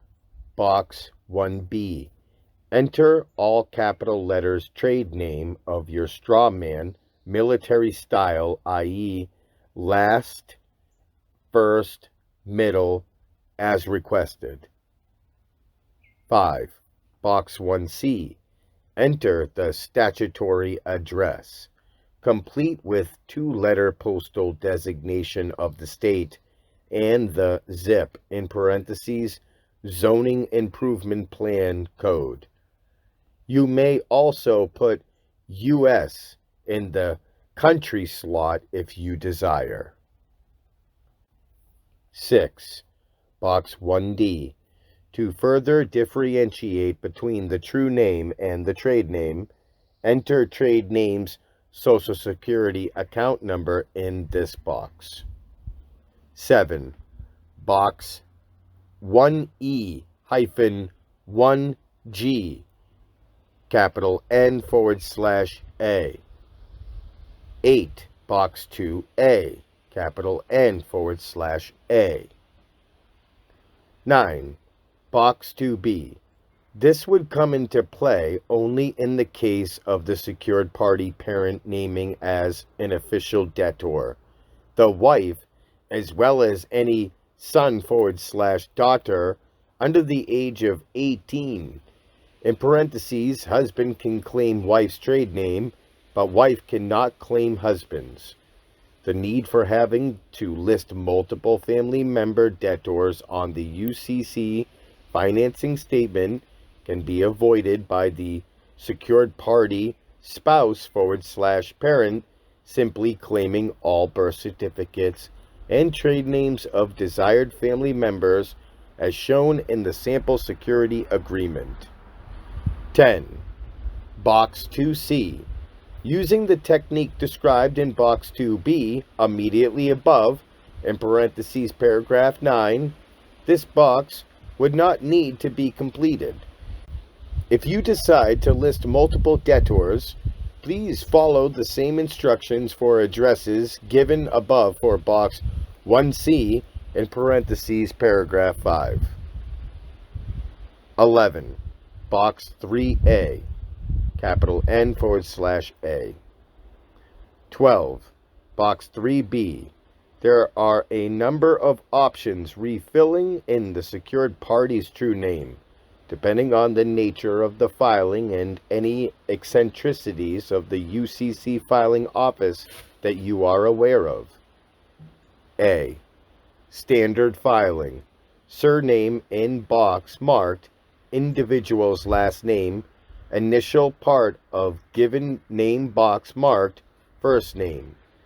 Second part of given name in box marked first name, and any suffix in box marked suffix, though many redemptors may pull back from this style.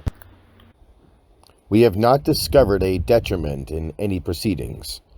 This style would undoubtedly cause less concern for a filing officer than placing the entire true name in one box as shown immediately below in paragraph 12b.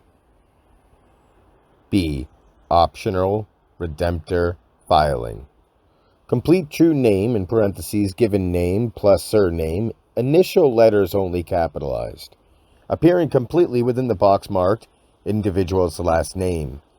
This would be done where the filer was confident that the filing officer would not kick it back. Note, because the indexing of the secured party's name is not a crucial issue with the filing office. In parentheses, only the secured party's surname gets indexed. Filing offices are not too stringent about this, and many people prefer not to enter their true name, military style, as is done with trade names and other corporately colored entities. The choice is yours. C. Cross-filing. Since the secured party will disappear as soon as the First Amendment is filed, you are free to write out this name any way you like, including placing the entire name in capital letters, in parentheses, which draws less attention than upper and lowercase letters. Note, some filing offices do not appreciate forms that are completed in anything other than capital letters. The UCC does not make this distinction, but a few filing offices are realizing that this is a ploy that can be used to cause delay in the filing of the financing statements of some redemptors, and so are using it. There is no basis for this policy. It is recommended that you follow the form as presented in military style, i.e., last, first, middle, in all capital letters. Once the filing is taken and a filing number issued, there is nothing to discuss. D. Real estate filing. Same as standard filing in paragraph 12a above. 13. Box 3C. Knowing what we know about the Postal Service, in parentheses, see the cursive co-suretyship in Section 3. Designations of an address and use of a zip code certainly pale in comparison with the incalculable financial liabilities associated with accepting free delivery of mail matter. However, these factors probably have some kind of bearing on how government looks at its subjects. As well, it probably just feels better to abstain from participating in the statutory mailing scheme. The final choice rests with the reader. The authors recommend the following. A. Standard filing. In care of, number and street, and box marked mailing address, city, and marked city, de jure 2, 3, 4, or 5, letter, state abbreviation as found in the dictionary and in the date lines of newspaper articles, complete with a period following if possible. In box marked state, near, in parentheses, zip code in brackets.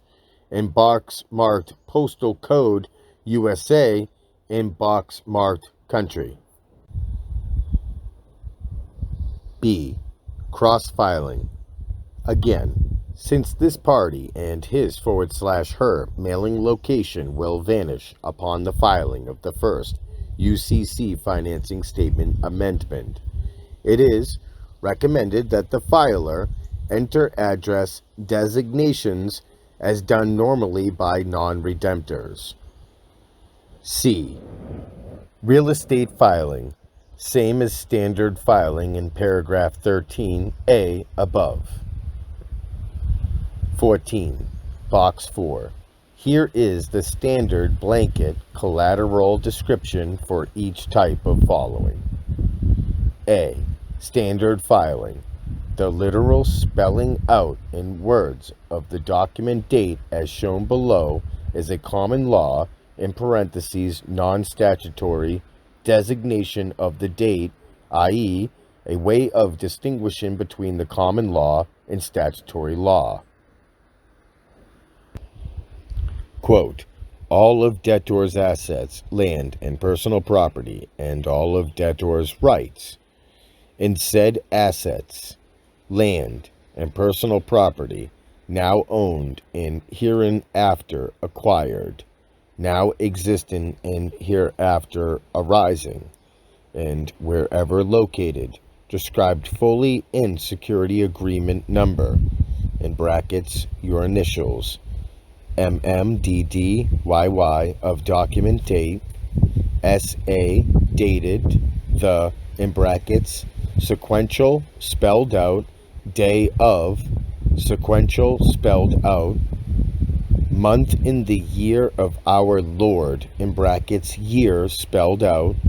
Inquiring parties may consult directly with debtor for ascertaining in detail the financial relationship and contractual obligations associated with this commercial transaction. Identified in security agreement referenced above, adjustment of this filing is in accord with UCC Statute 1-103, 1-104, and House Joint Resolution 192 of June 5th, 1933. Secured party accepts debtor's signature in accord with UCC Statute 1-201, 39, 3-401. B. Cross-filing. This is the text for the initial cross-filing only, in parentheses. Collateral descriptions for subsequent cross-filings are provided in the next section, Section 9, UCC Financing Statement Amendment. Quote, all of debtor's assets, land, and personal property, and all of debtor's rights in said assets, land, and personal property, now owned and hereafter acquired, now existing and hereafter arising, and whenever located, described fully in security agreement number, in brackets, any number, designation other than the final one that will be used by you. SA dated the, in brackets, any date earlier than the date that will be used by you. C. Real estate filing, same as standard filing in paragraph 14A above. 15. Box 5, capital N/A. 16. Box 6. This concerns only real estate filings done only at county level. A. Standard filing, N.A. B. Cross-filing, N.A. C. Real estate filing. This is an important entry for real estate filings. Place an X in the box in box 6.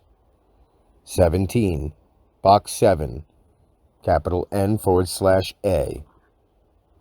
18. Box 8, non-applicable. 19.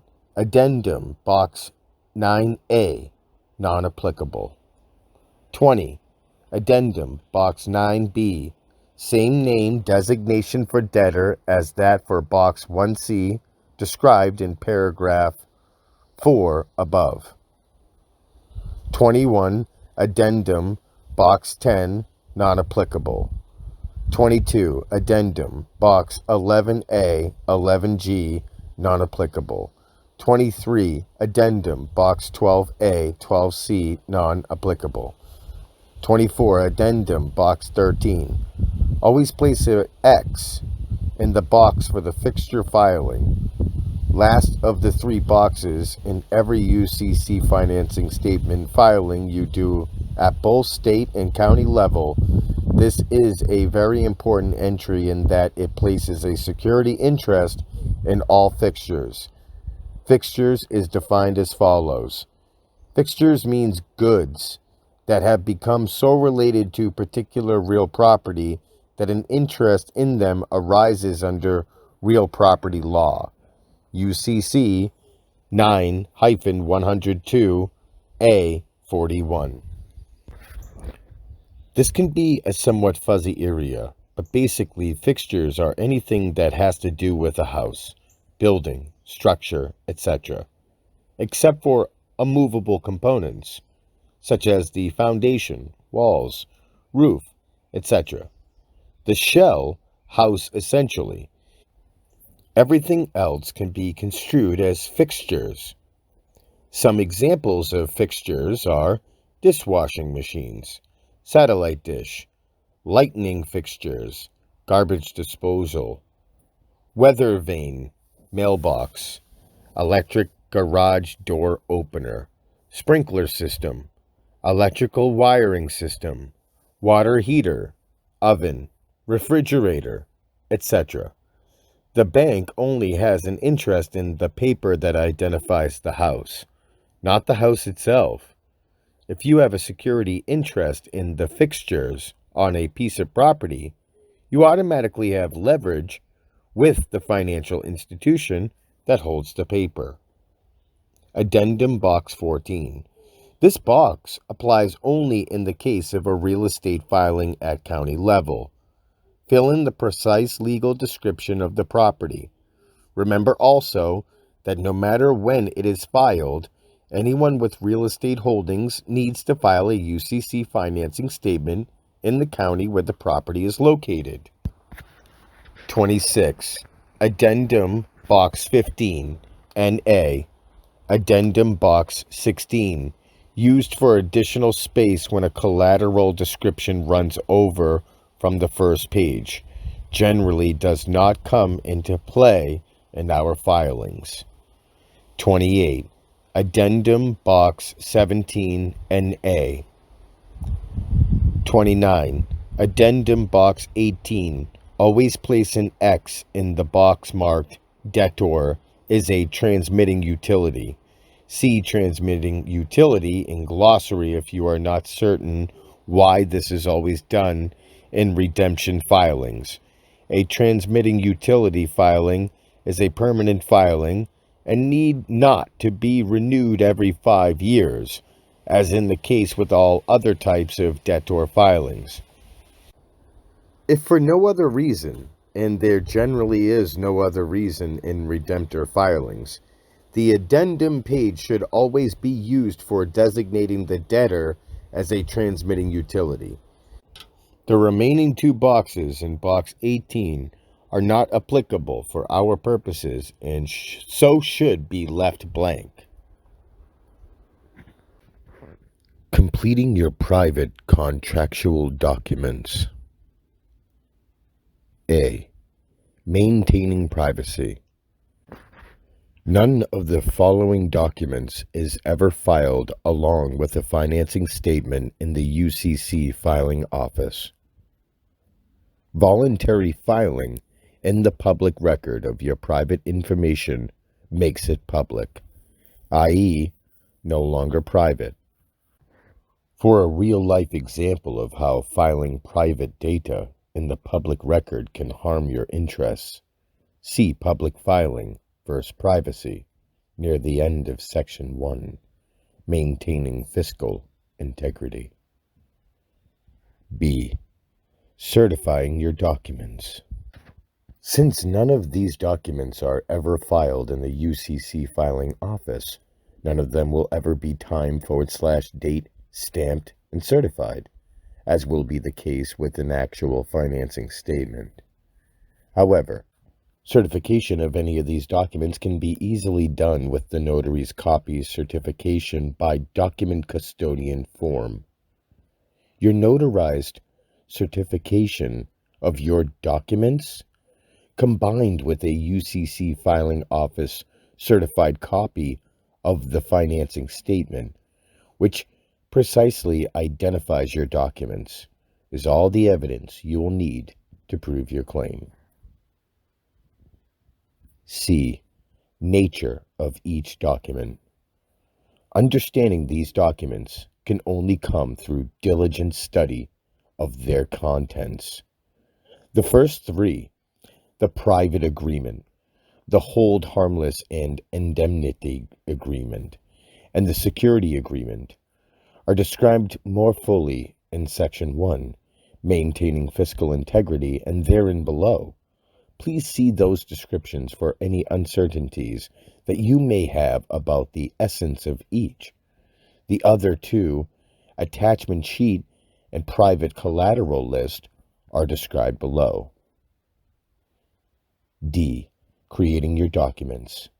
The only way that these documents can be converted from your private use is by going through each one word by word and plugging in your particulars in place of John Henry Doe's, in parentheses, and those of his family, since none of these documents will ever be filed.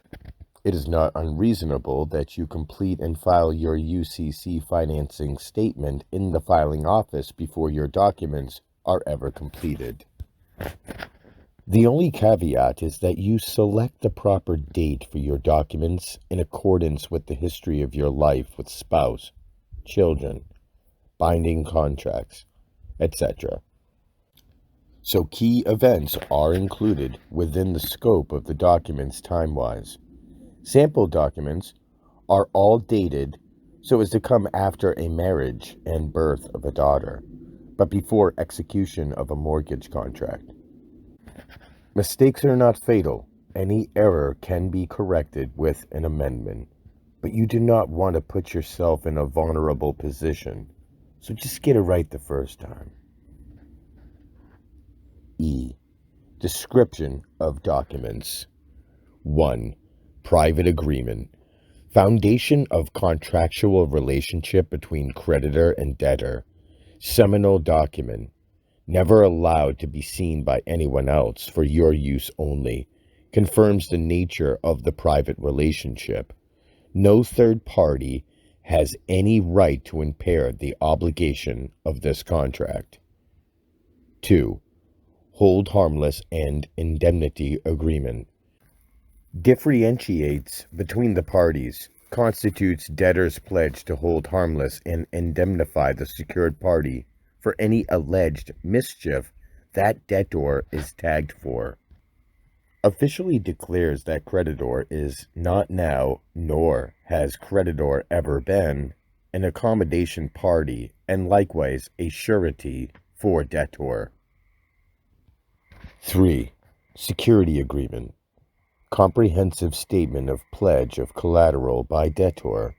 Covers all eventualities, even by debtor and those by any third party, in favor of secured party in respect of all collateral.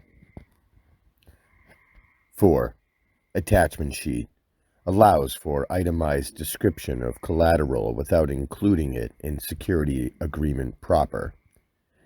In the event you ever need to prove your claim by using your security agreement, you need not worry about inadvertently disclosing unrelated, private information about you, in parentheses, and your family. The security agreement can be employed without revealing these things. when only a particular piece of property need be verified via the attachment sheet, integral component of the security agreement, attached thereto, made fully part thereof, and included therein by reference. Other non-pertinent items of property may be vetted, in parentheses, lined, / blacked out. You may even recreate the attachment sheet and include only the property in question, thereby admitting all other semi-confidential information that could be used by attacking party to harm your interests. 5. Private collateral list. Another layer of privacy insulation for strict confidentiality, not supposed to be known by anyone other than the party with whom trade name is contracting. Examples: bank accounts, credit card accounts, email addresses, unlisted telephone numbers, legally unregistered weapons, etc. As with the attachment sheet, non-pertinent items can be vetted and even excluded altogether if desired from any private collateral list supplied for the purpose of proving your claim in the matter of a particular item of property. 4. Instructions for getting your UCC financing statement filed. A. Proper UCC filing office. The financing statement must be filed in the debtor's location, i.e., the jurisdiction of the trade names, in parentheses, not your residence. Legally, a person can have only one residence at any given time. For most people, this will be the jurisdiction where the trade name, in parentheses, individual, is registered to vote, has its driver's license, etc. B. Debtor's location general rules. Except as otherwise provided in this section, the following rules determine a debtor's location. 1. A debtor who is an individual is located at the individual's principal residence. UCC 9-307. For those who still believe that Big Brother is just here to help.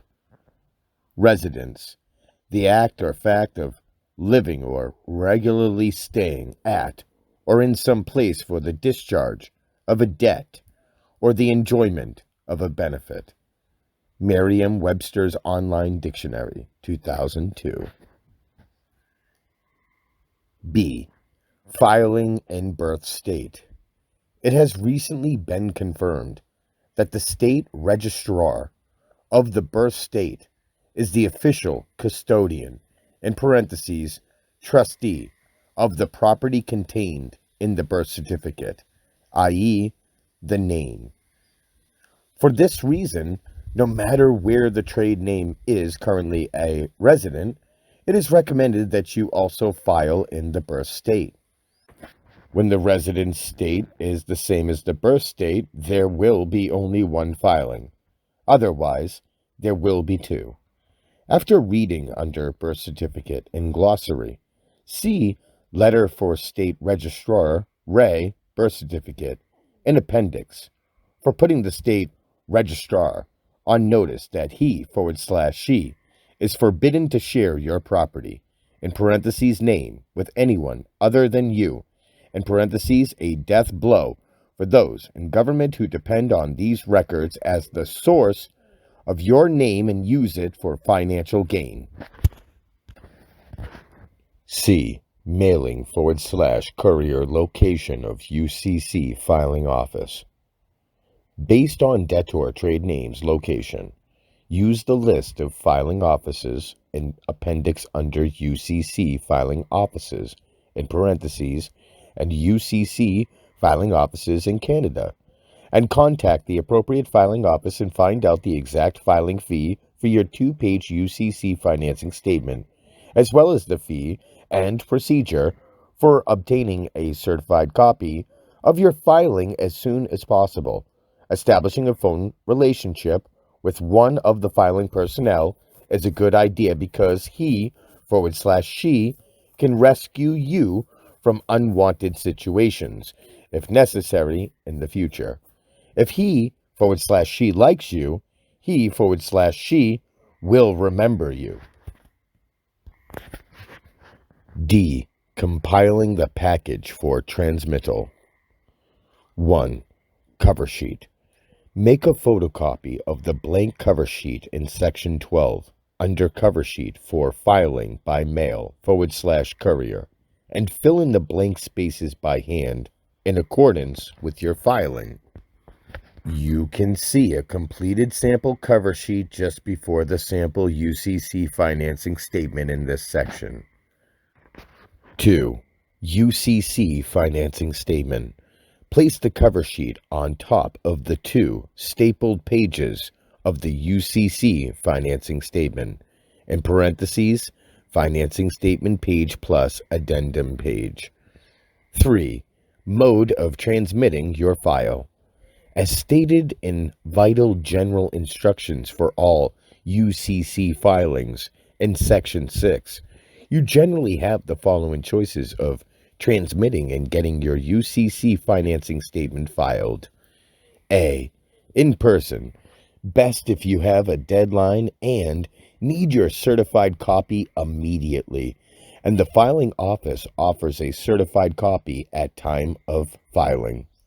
If you really need the filing done in person, in parentheses for certified copy advantages, but cannot make the trip, you can always use a local document filing service that will do the same thing you could have done.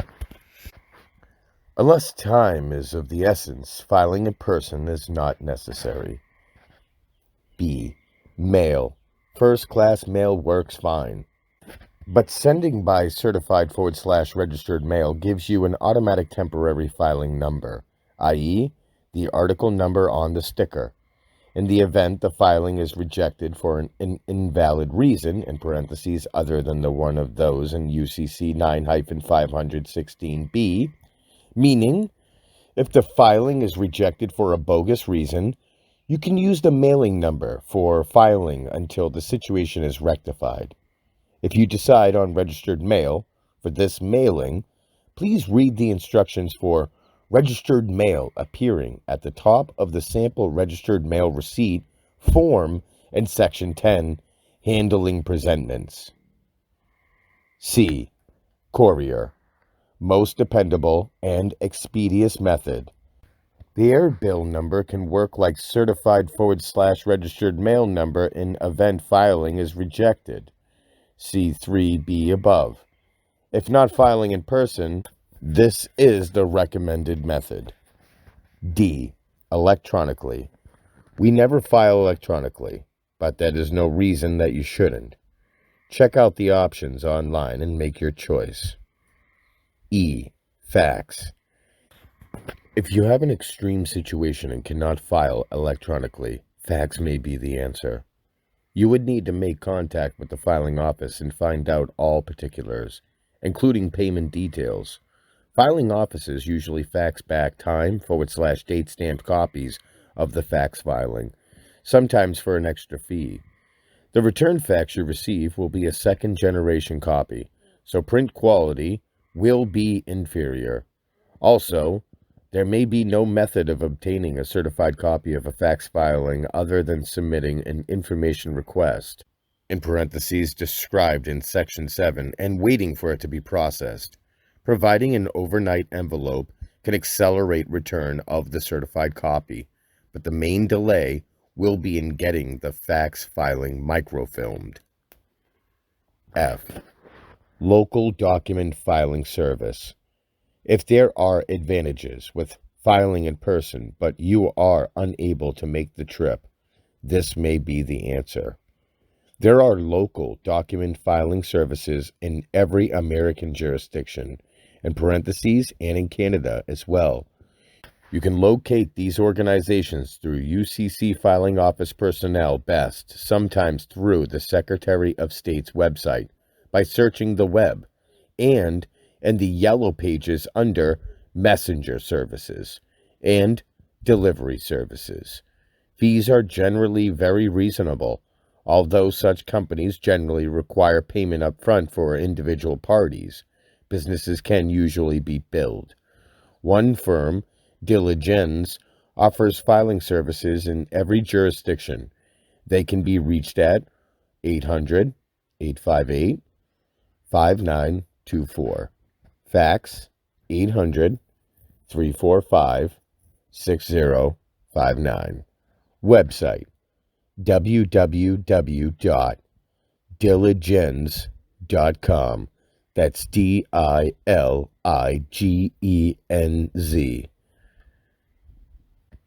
4.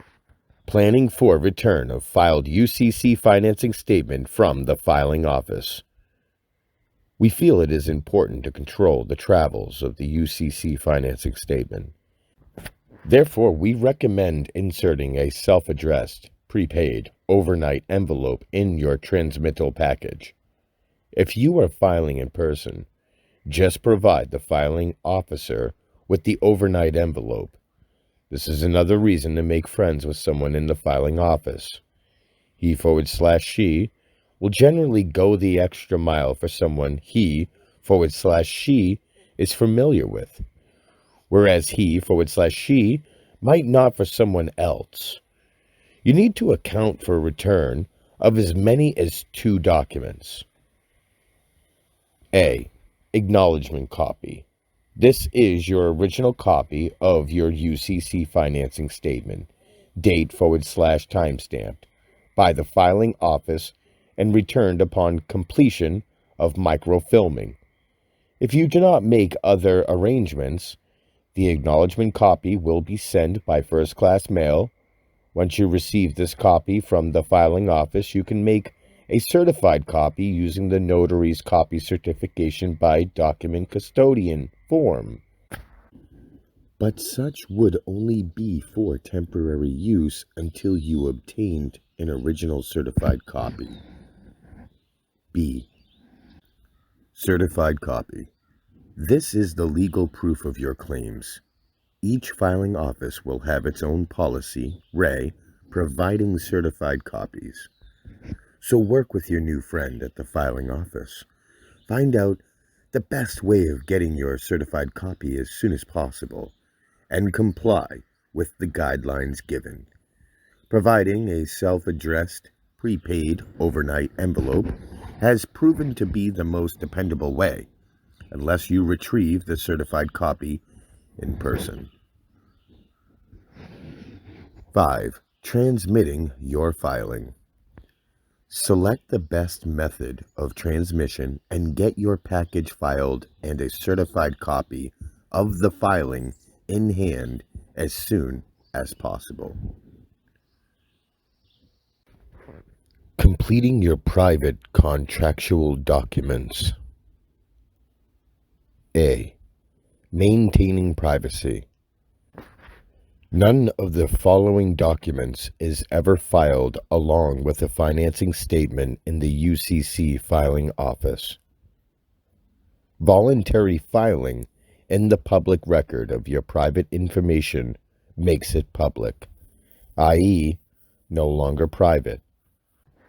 For a real-life example of how filing private data in the public record can harm your interests, see Public Filing versus Privacy near the end of Section 1, Maintaining Fiscal Integrity.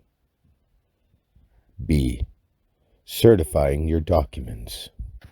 Since none of these documents are ever filed in the UCC filing office, none of them will ever be time/date stamped and certified, as will be the case with an actual financing statement.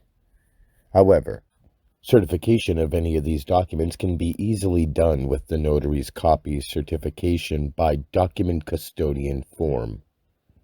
Your notarized certification of your documents, combined with a UCC filing office certified copy of the financing statement, which precisely identifies your documents, is all the evidence you will need to prove your claim.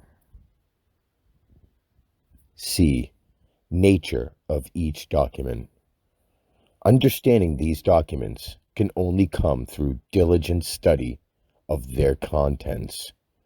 The first three, the private agreement, the hold harmless and indemnity agreement, and the security agreement, are described more fully in Section 1, Maintaining Fiscal Integrity, and therein below. Please see those descriptions for any uncertainties that you may have about the essence of each. The other two, attachment sheet and private collateral list, are described below. D. Creating your documents. The only way that these documents can be converted from your private use is by going through each one word by word and plugging in your particulars in place of John Henry Doe's, in parentheses, and those of his family, since none of these documents will ever be filed. It is not unreasonable that you complete and file your UCC financing statement in the filing office before your documents are ever completed. The only caveat is that you select the proper date for your documents in accordance with the history of your life with spouse, children, binding contracts, etc. So key events are included within the scope of the documents time-wise. Sample documents are all dated so as to come after a marriage and birth of a daughter, but before execution of a mortgage contract. Mistakes are not fatal. Any error can be corrected with an amendment, but you do not want to put yourself in a vulnerable position, so just get it right the first time. E. Description of documents. 1. Private agreement. Foundation of contractual relationship between creditor and debtor. Seminal document. Never allowed to be seen by anyone else for your use only. Confirms the nature of the private relationship. No third party has any right to impair the obligation of this contract. 2. Hold harmless and indemnity agreement. Differentiates between the parties, constitutes debtor's pledge to hold harmless and indemnify the secured party for any alleged mischief that debtor is tagged for. Officially declares that creditor is not now, nor has creditor ever been, an accommodation party and likewise a surety for debtor. 3. Security agreement.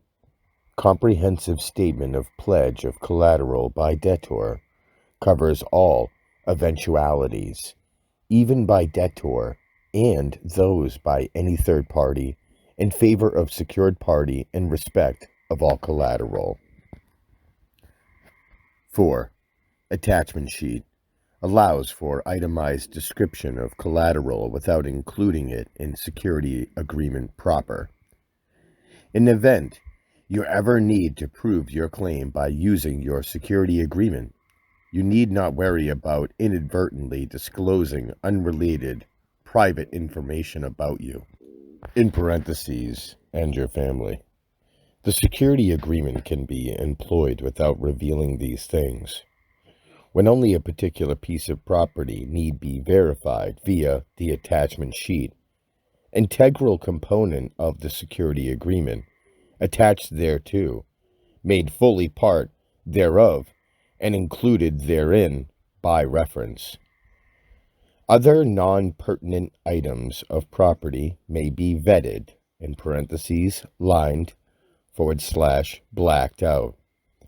You may even recreate the attachment sheet and include only the property in question, thereby admitting all other semi-confidential information that could be used by attacking party to harm your interests. 5. Private collateral list. Another layer of privacy insulation for strict confidentiality, not supposed to be known by anyone other than the party with whom trade name is contracting. Examples: bank accounts, credit card accounts, email addresses, unlisted telephone numbers, legally unregistered weapons, etc. As with the attachment sheet, non-pertinent items can be vetted and even excluded altogether if desired from any private collateral list supplied for the purpose of proving your claim in the matter of a particular item of property. 4. Instructions for getting your UCC financing statement filed. A. Proper UCC filing office. The financing statement must be filed in the debtor's location, i.e., the jurisdiction of the trade names, in parentheses, not your residence. Legally, a person can have only one residence at any given time. For most people, this will be the jurisdiction where the trade name, in parentheses, individual, is registered to vote, has its driver's license, etc. B. Debtor's location general rules. Except as otherwise provided in this section, the following rules determine a debtor's location. 1. A debtor who is an individual is located at the individual's principal residence. UCC 9-307. For those who still believe that Big Brother is just here to help. Residence. The act or fact of living or regularly staying at or in some place for the discharge of a debt or the enjoyment of a benefit. Merriam-Webster's Online Dictionary, 2002. B. Filing and birth state. It has recently been confirmed that the state registrar of the birth state is the official custodian, in parentheses, trustee, of the property contained in the birth certificate, i.e., the name. For this reason, no matter where the trade name is currently a resident, it is recommended that you also file in the birth state. When the residence state is the same as the birth state, there will be only one filing. Otherwise, there will be two. After reading under birth certificate in glossary, see letter for state registrar, Ray, birth certificate, in appendix, for putting the state registrar on notice that he/she is forbidden to share your property, in parentheses name, with anyone other than you, in parentheses a death blow for those in government who depend on these records as the source of your name and use it for financial gain. C. Mailing/courier location of UCC filing office.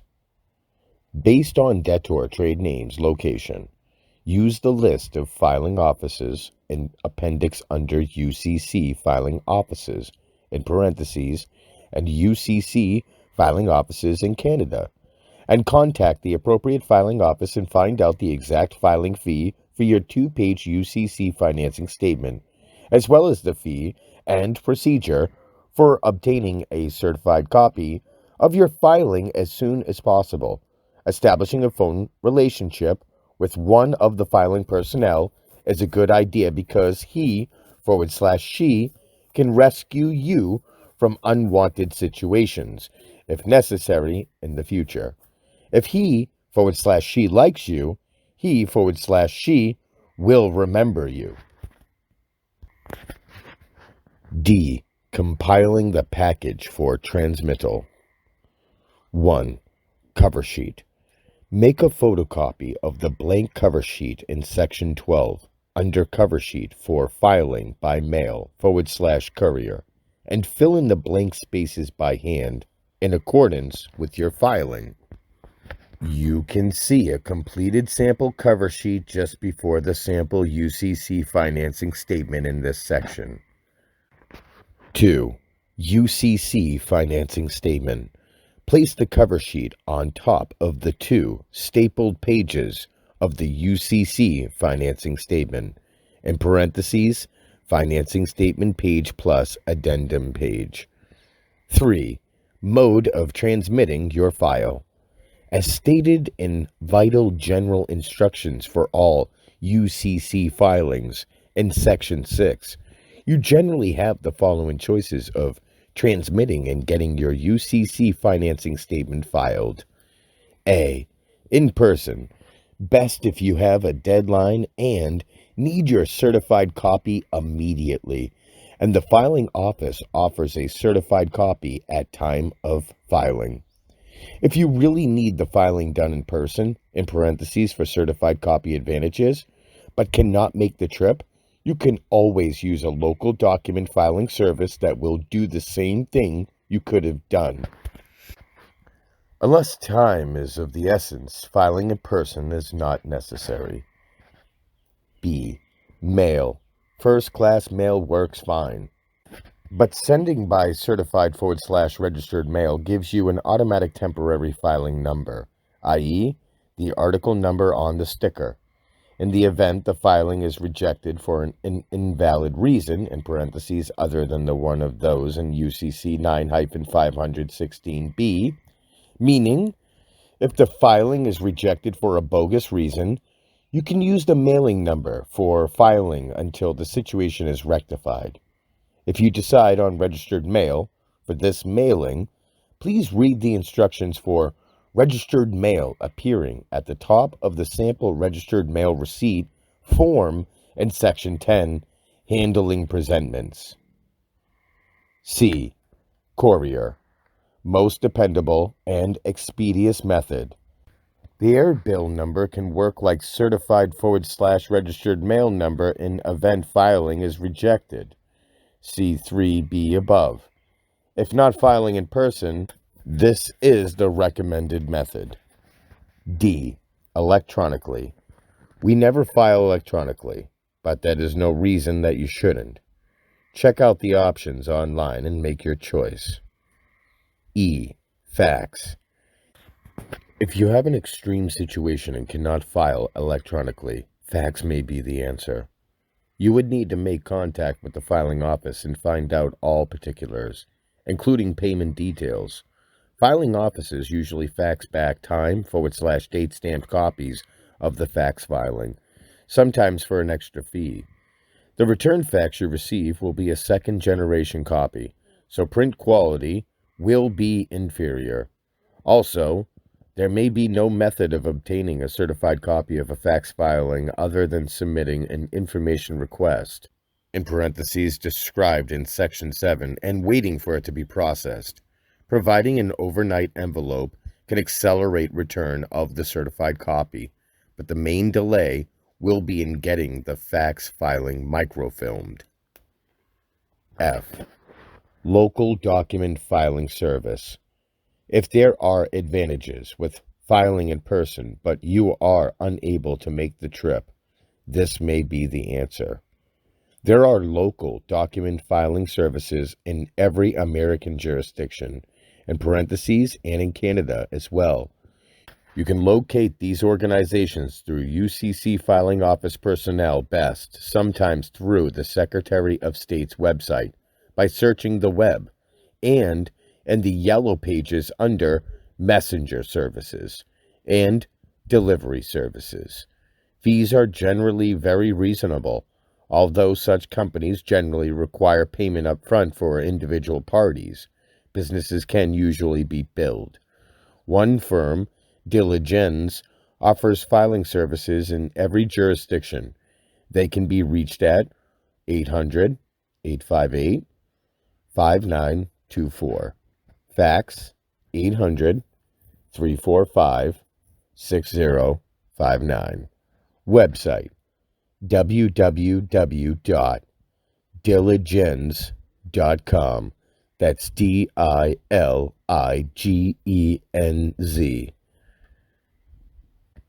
4. Planning for return of filed UCC financing statement from the filing office. We feel it is important to control the travels of the UCC financing statement. Therefore, we recommend inserting a self-addressed, prepaid, overnight envelope in your transmittal package. If you are filing in person, Just provide the filing officer with the overnight envelope. This is another reason to make friends with someone in the filing office. He/she will generally go the extra mile for someone he/she is familiar with, whereas he/she might not for someone else.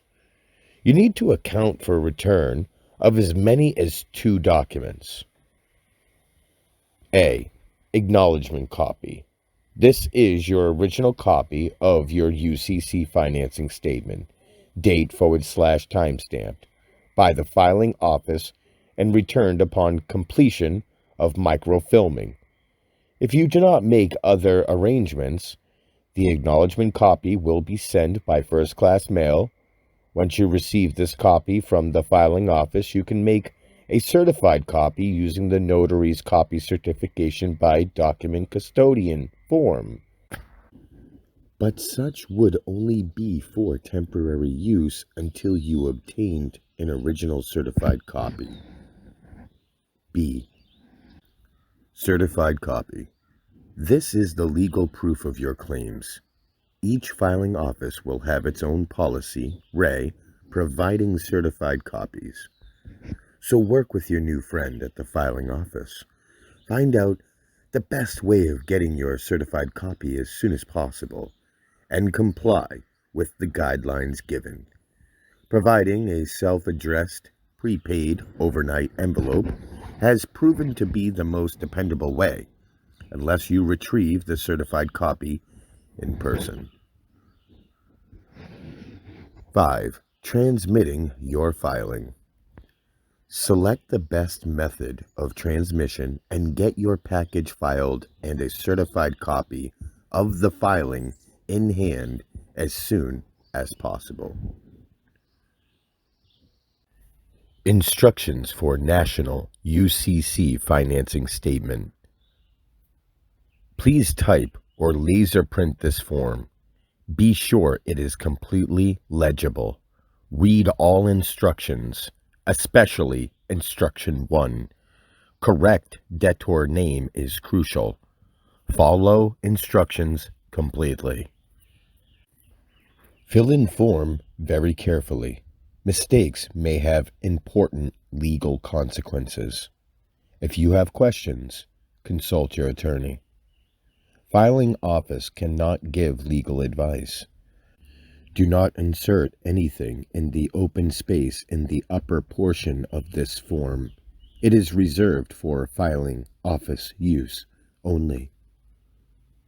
When properly completed, send filing office copy with required fee to filing office.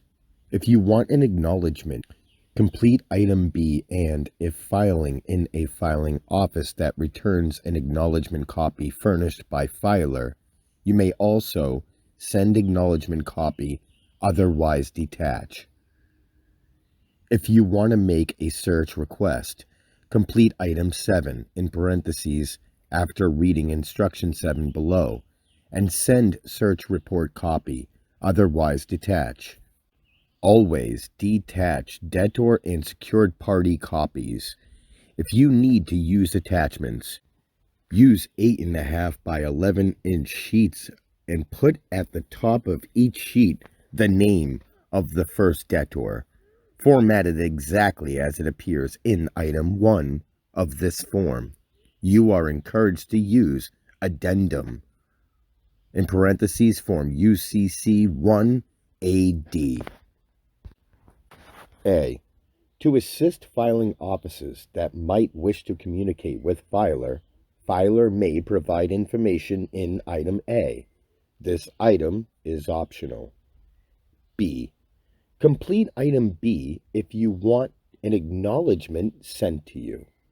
If filing in a filing office that returns an acknowledgement copy furnished by filer, present simultaneously with this form a carbon or other copy of this form for use as an acknowledgement copy. 1. Debtor name. Enter only one debtor name in item 1, an organization's name. 1A. or an individual's name. 1B. Enter debtor's exact full legal name. Don't abbreviate. 1A. Organization debtor.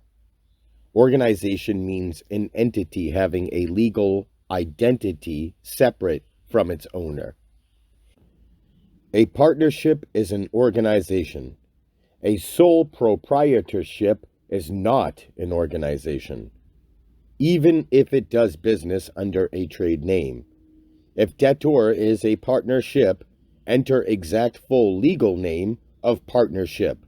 If you need not enter names of partners as additional debtors, if debtor is a registered organization, e.g., corporation, limited partnership, limited liability company, it is advisable to examine debtor's current filed charter documents to examine debtor's correct name, organization type, and jurisdiction of organization. 1B. Individual debtor. Individual means a natural person. This includes a sole proprietorship, whether or not operating under a trade name. Don't use prefixes in parentheses, Mr., Mrs., or Miss. Use suffix box only for titles of lineage, in parentheses, Junior, Sir, or Roman numerals first, second, and third, and not for other suffixes or titles, e.g., MD. Used married woman's personal name, in parentheses, Mary Smith, not Mrs. John Smith.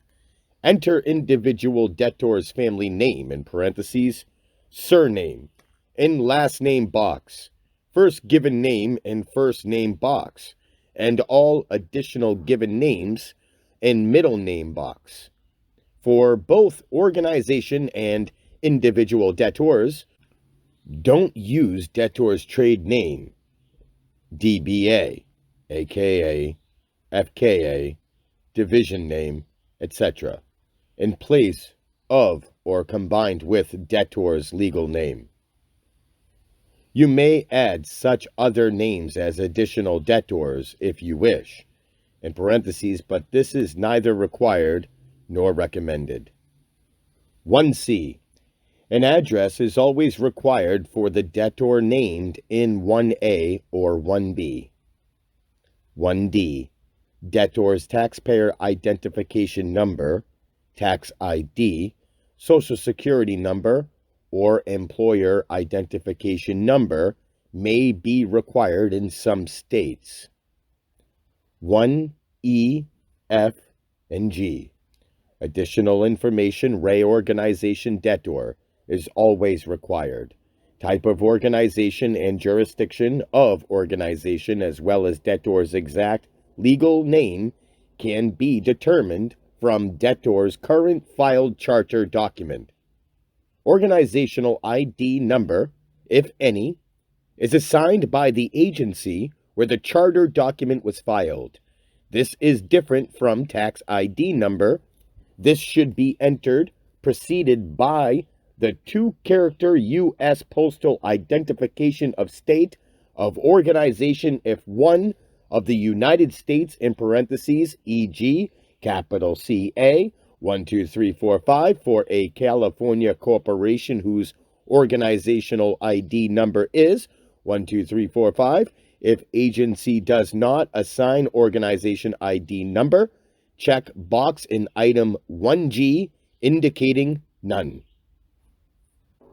Note: if debtor is a trust or a trustee acting with respect to property held in trust, enter debtor's name in item 1 and attach addendum, in parentheses, form UCC 1AD, and check appropriate box in item 17. If debtor is a descendant's estate, enter name of deceased individual in item 1B and attach addendum, in parentheses, form UCC 1AD, and check appropriate box in item 17 if debtor is a transmitting utility or this financing statement is filed in connection with a manufactured home transaction or a public finance transaction as defined in applicable commercial code, attach addendum in parentheses form UCC 1AD and check appropriate box in item 18. 2. If an additional debtor is included, complete item 2, determined and formatted per instruction 1, to include further additional debtors or one or more additional secured parties. Either attach addendum form UCC 1AD or other additional pages using correct name format. Follow instruction 1 for determining or formatting additional names. 3. Enter information for secured party or total assignee, determined and formatted per instruction 1. If there is more than one secured party, see instruction 2. If there has been a total assignment of the secured party's interest prior to filing this form, you may either 1. Enter assignor's secured party's name and address in item 3, and file an amendment form UCC 3, see item 5 of that form. Or 2. Enter total assignee's name and address in item 3, and, if you wish, also attaching addendum, form UCC 1AD, giving assignor SP's secured party's name and address in item 12. 4. Use item 4 to indicate the collateral covered by this financing statement. If space in item 4 is insufficient, put the entire collateral description or continuation of the collateral description on either addendum, parentheses form UCC 1AD, or other attached additional pages. 5. If filer desires to use titles of lessee and lessor, or consignee and consignor, or seller and buyer, in parentheses, in the case of accounts or chattel paper, or bailee and bailor instead of debtor and secured party, check the appropriate box in item 5. If this is an agricultural lien, in parentheses, as defined in applicable commercial code, filing or is otherwise not a UCC security interest filing, in parentheses, e.g., a tax lien, judgment lien, etc., check the appropriate box in item 5. Complete items 1 through 7 as applicable and attach any other items required under the law. 6. If this financing statement is filed as a fixture filing, or if the collateral consists of timber to be cut or as extracted collateral, complete items 1 through 5. Check the box in item 6 and complete the required information in parentheses items 13, 14, and or 15 on addendum form UCC 1 AD. 7. This item is optional. Check appropriate box in item 7 to request search reports on all or some of the debtors named in this financial statement. The report will list all financing statements on file against the designated debtor on the date of the report, including this financing statement. There is an additional fee for each report. If you have checked a box in item 7, file search report copy together with filing office copy, in parentheses, and acknowledgement copy. Note: all states do searches, and not all states will honor a search request made via this form. Some states require a separate request form. 8. This item is optional and is for filers' use only.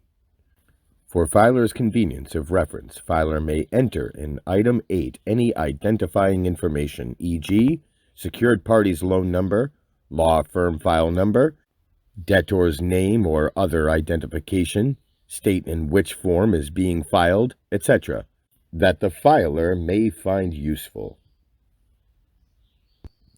9. Insert name of first debtor shown on financing statement to which this addendum is related, exactly as shown in Item 1 of financing statement. 10. Miscellaneous. Under certain circumstances, additional information not provided on financing statement may be required. Also, some states have non-uniform requirements. Use this space to provide such additional information or to comply with such requirements. Otherwise, leave blank. 11. If this addendum adds an additional debtor, complete Item 11 in accordance with Instruction 1 on financing statement. To add more than one additional debtor, either use an additional addendum form for each additional debtor or replicate for each additional debtor the formatting of financing statement Item 1 on an 8.5 by 11-inch sheet, showing at the top of the sheet the name of the first debtor shown on the financing statement, and, in either case, give complete information for each additional debtor in accordance with Instruction 1 on financing statement.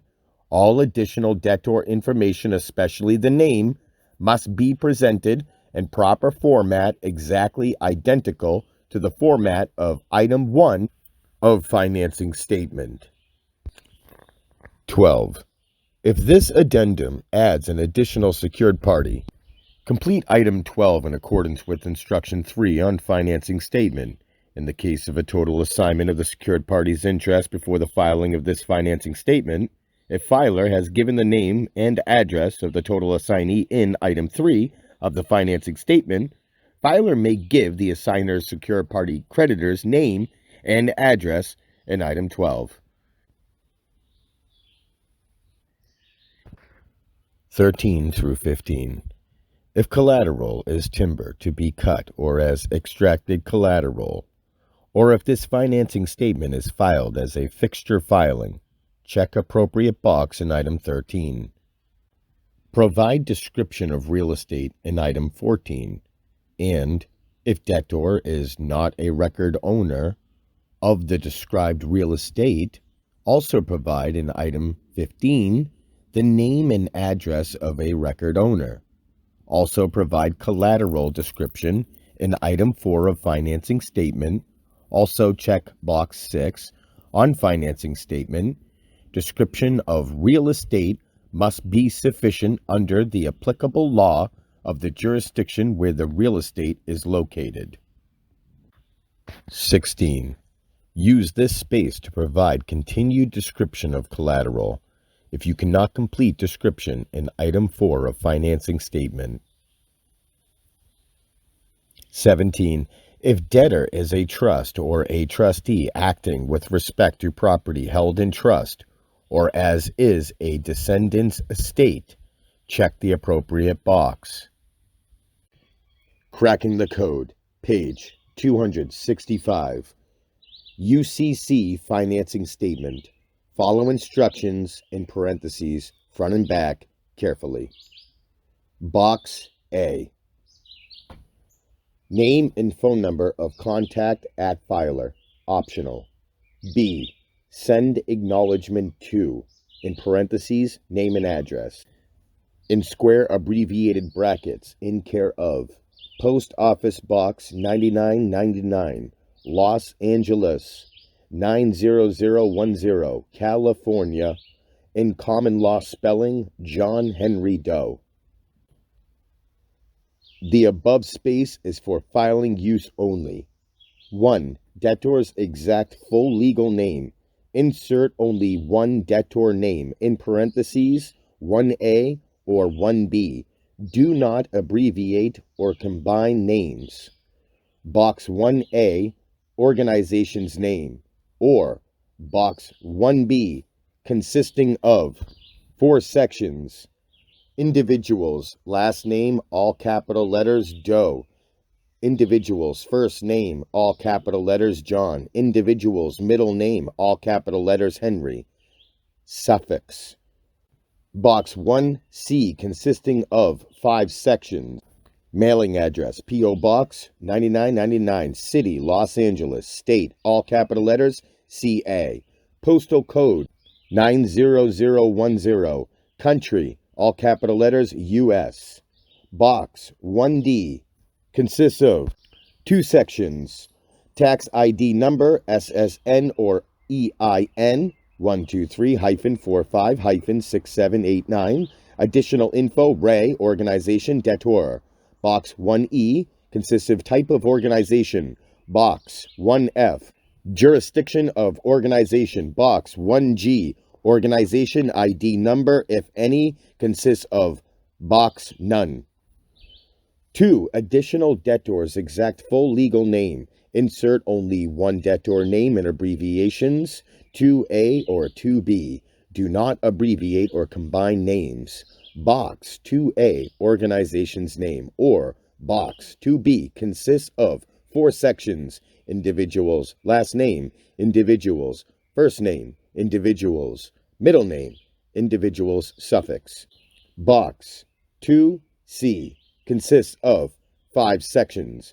Mailing address, city, state, postal code, country. Box 2D consists of 2 sections. Tax ID number, SSN or EIN. Additional info, Ray, organization, debtor. Box 2E, type of organization. Box 2F, jurisdiction of organization. Box 2G, organizational ID number, if any, consists of also box none. Secured party creditor's name or name of total assignee or assignor, secured party, insert only one secured party name in parentheses, 3A or 3B. Box 3A, organization's name, or box 3B consists of 4 sections. Individual's last name and common law spelling, Doe. Individual's first name, common law spelling, John. Individual's middle name, common law spelling, Henry. Suffix. Box 3C consists of 5 sections. 3C, mailing address, in care of Post Office Box 9999, City, Los Angeles, common law spelling. State, common law abbreviations, capital letter CAL. Postal code, near 90010. Country, USA. Box 4. This financing statement covers the following collateral: all debtors' assets, land, and personal property, and all of debtors' interests in said assets, land, and personal property, now owned and hereafter acquired, now existing and hereafter arising, and wherever located, described fully in Security Agreement Number JHD-030473-SA, dated the 4th day of the 3rd month in the year of our Lord 1973. Inquiring. Parties may consult directly with debtor for ascertaining in detail the financial relationship and contractual obligations associated with this commercial transaction, identified in security agreement referenced above. Adjustment of this filing is in accord with UCC 1-103, 1-104, and House Joint Resolution 192 of June 5, 1933. Secured party accepts debtor's signature in accord with UCC 1-201, Section 39, 3-401. Box 5 consists of 6 check-off boxes and titles. Alternative designation if applicable. Check box Title 1 Lessee /Lessor. Check box Title 2 Consignee /Consignor. Check box 3 Title Bailee /Bailor. Check box 4 Title Sellor /Buyer. Check box 5 AG Lien. Check box 6 titled Non-UCC Filing. Box 6 consists of check box this financing statement is to be filed in parentheses for record or recorded in the real estate records. Attach addendum if applicable. Box 7 consisting of 3 check box section titles. Check to request search reports on debtors, additional fee, optional. Check box 1, 2, and 3 consists of all debtors, debtor 1 and debtor 2. Box 8, optional filer reference data. UCC financing statement addendum. Follow instructions in parentheses front and back carefully. Box 9, name of first debtor in parentheses 1A or 1B on related financing statement. Box 9A, organization's name, or Box 9B consists of 3 sections. Individuals, last name, all capital letters, Doe, individual's first name, all capital letters, John, individual's middle name, suffix, all capital letters, Henry. Box 10, miscellaneous. Box 11, additional debtor's exact full legal name, insert only one name, in parentheses, 11A or 11B. Do not abbreviate or combine names. Box 11A, organization's name, or Box 11B consists of 4 sections: individuals, last name, individuals, first name, individuals, middle name, individuals, suffix. Box 11C consists of 5 sections: mailing address, city, state, postal code, country. Box 11D consists of tax ID number, SS or EIN, additional info, RE organization, debtor.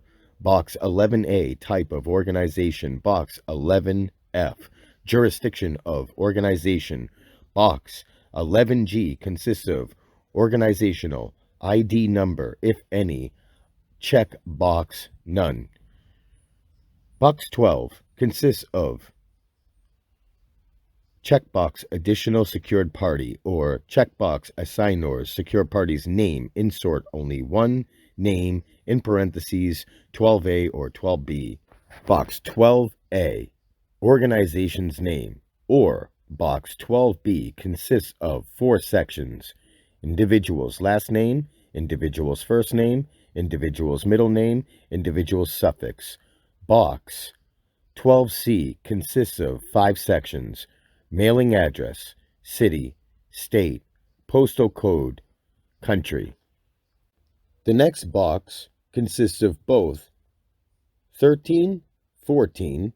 This financing statement covers checkbox timber to be cut or checkbox as extracted, collateral or as filed as, checkbox fixture filing.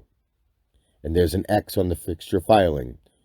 14 consists of description of real estate. Next down in the same section, we have number 15, name and address of a record owner of above described real estate, if debtor does not have a record interest. 16, additional collateral description. Box 17 check only if applicable, and check only one box. 3. Check boxes. Debtor is checkbox trust or checkbox trustee acting with respect to property held in trust or checkbox descendants estate. Box 18, check only if applicable and check only one box. Checkbox X and debtor is a transmitting utility. Checkbox blank filled in connection with a manufactured home transaction effective 30 years. Checkbox empty filed in connection with a public finance transaction effective 30 years. Next is the UCC financing statement. Follow instructions front and back carefully. A. Name and phone of contact at filer. Optional. B. Send acknowledgement to, in parentheses, name and address. In full box brackets, Blake M. Osborne, P.O. Box 2222, Los Angeles, all capital letters, CA 90022. In the next bracket over on the right, the above space is for filing use only. Continuing down. 1. Debtor's exact full legal name. Insert only one debtor name. In parentheses, 1A or 1B. Do not abbreviate or combine names. Box 1A, organization's name, or Box 1B consists of 4 sections. Individual's last name, all capital letters, Doe. Individual's first name, all capital letters, John. Individual's middle name, all capital letters, Henry. Individual's suffix. Box 1C consists of 5 sections. Mailing address, P.O. Box 9999, City, Los Angeles. State, all capital letters, CA.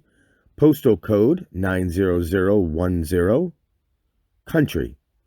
Box 1D consists of 2 sections, tax ID number, SSN or EIN numbers, 123-45-6789, additional info, Ray organization debtor. Box 1E consists of type of organization. Box 1F consists of jurisdiction of organization. Box 1G consists of organizational ID number, if any, with a checkbox, none. 2. Additional debtor's exact full legal name. Insert only one debtor name, in parentheses 2A or 2B. Do not abbreviate or combine names. Box 2A, organization's name, or Box 2B consists of 4 sections. Individual's last name, individual's first name, individual's middle name, individual's suffix. Box 2C consists of 5 sections. Mailing address, city, state, postal code, country. Box 2D consists of 2 sections. Tax ID number, SSN or EIN, additional info, Ray organization debtor. Box 2E consists of type of organization. Box 2F consists of jurisdiction of organization. Box 2G consists of organizational ID, if any, with a checkbox box, none. 3. Secured party's name, in parentheses, a name of total assignee of assignor, S/P for abbreviations of secured party. Insert only one secured party name, in parentheses, 3A or 3B. Box 3A consists of organization's name, or Box 3B consists of 4 sections. Individual's last name, common law spelling Osborne. Individual's first name, common law spelling Blake. Individual's middle name, common law spelling Michael. Individual's suffix, blank. Box 3C consists of 5 sections. Mailing address, P.O. Box 2222, City, Los Angeles. State, all capital letters, CA, postal code 90022, country of the capital letters USA. Section 4. This financing statement covers the following collateral: all of debtor's assets, land, and personal property, and all of debtor's interest in said assets, land, and personal property, now owned and hereafter acquired, now existing and hereafter arising, and wherever located, described fully in Security Agreement Number BMO-030102-SA, dated March 1st, 2002. Box 5 consists of 6 checkbox titles, alternative designation if applicable. Checkbox 1, lessee/lessor. Checkbox 2, consignee/consignor. Checkbox 3, bailee/bailor. Checkbox 4, seller/buyer. Checkbox 5, AG lien. Checkbox 6, non-UCC filing.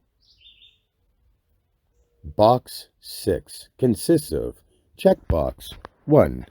This financing statement is to be filed in parentheses for record, in parentheses, or recorded in real estate records. Attach addendum if applicable. Box 7 consists of 3 checkboxes. Check to request search reports on debtors. Additional fee optional. Checkbox 1, all debtors. Checkbox 2, debtor 1. Checkbox 3 is debtor 2. Box 8, optional filed reference data. UCC financing statement addendum.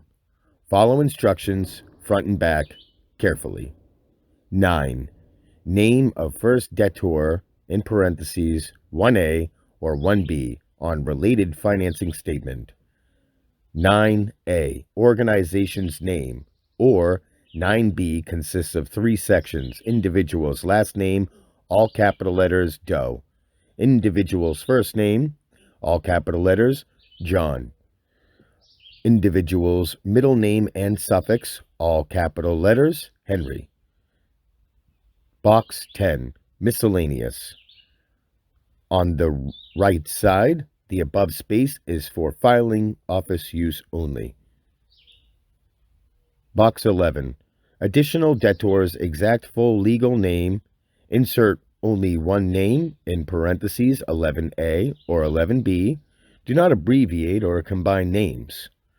Box 11A consists of organization's name, or Box 11B consists of 4 sections: individual's last name, individual's first name, individual's middle name, individual's suffix. Box 11C consists of 5 sections: mailing address, city, state, postal code, country. Box 11D consists of 2 sections: tax ID number and the SSN or EIN, and the additional info Ray organization debtor. Box 11E consists of type of organization. Box 11F consists of jurisdiction of organization. Box 11G consists of organizational ID number, if any, with checkbox none. Box 12 consists of checkbox additional secured parties, or checkbox assignor with secured party's name. Insert only one name in parentheses 12A or 12B. Box 12A consists of organization's name, or Box 12B consists of individuals, last name, individuals, first name, individuals, middle name, individuals, suffix. Box 12C consists of 5 sections: mailing address, city, state, postal code, country. The next section down consists of both 13 and 14 together, and then in furthering down with 15 in the same section. 13 is this financing statement covers check box timber to be cut or check box extracted as extracted, collateral or as filed as a checkbox fixture filing. There is an X on the fixture filing. 14, description of real estate. 15, name and address of a record owner of above described real estate, in parentheses, if debtor does not have a record interest. 16, additional collateral description. 17 consists of 3 checkboxes: check only if applicable and check only one box. Debtor is A, checkbox trust, or checkbox trustee acting with respect to property held in trust, or checkbox descendants estate. Box 18, check only if applicable and check only one box. 3 checkbox, the first one is X'd out. Debtor is a transmitting utility. Checkbox 2, filed in connection with a manufactured home transaction effective 30 years. Checkbox 3, filed in connection with a public finance transaction effective 30 years. UCC financing statement. Follow instructions in parentheses front and back carefully. Box A, name and phone of contact at filer, optional. Box B, send acknowledgement to, in parentheses, name and address, in brackets, parentheses, in care of Post Office Box 9999, Los Angeles 90010. Common law spelling in the Territory Republic of California. Common law spelling John Henry Doe. On the right, this above space is for filing office use only. 1. Debtor's exact full legal name. Insert only one debtor name, in parentheses 1A or 1B. Do not abbreviate or combine names.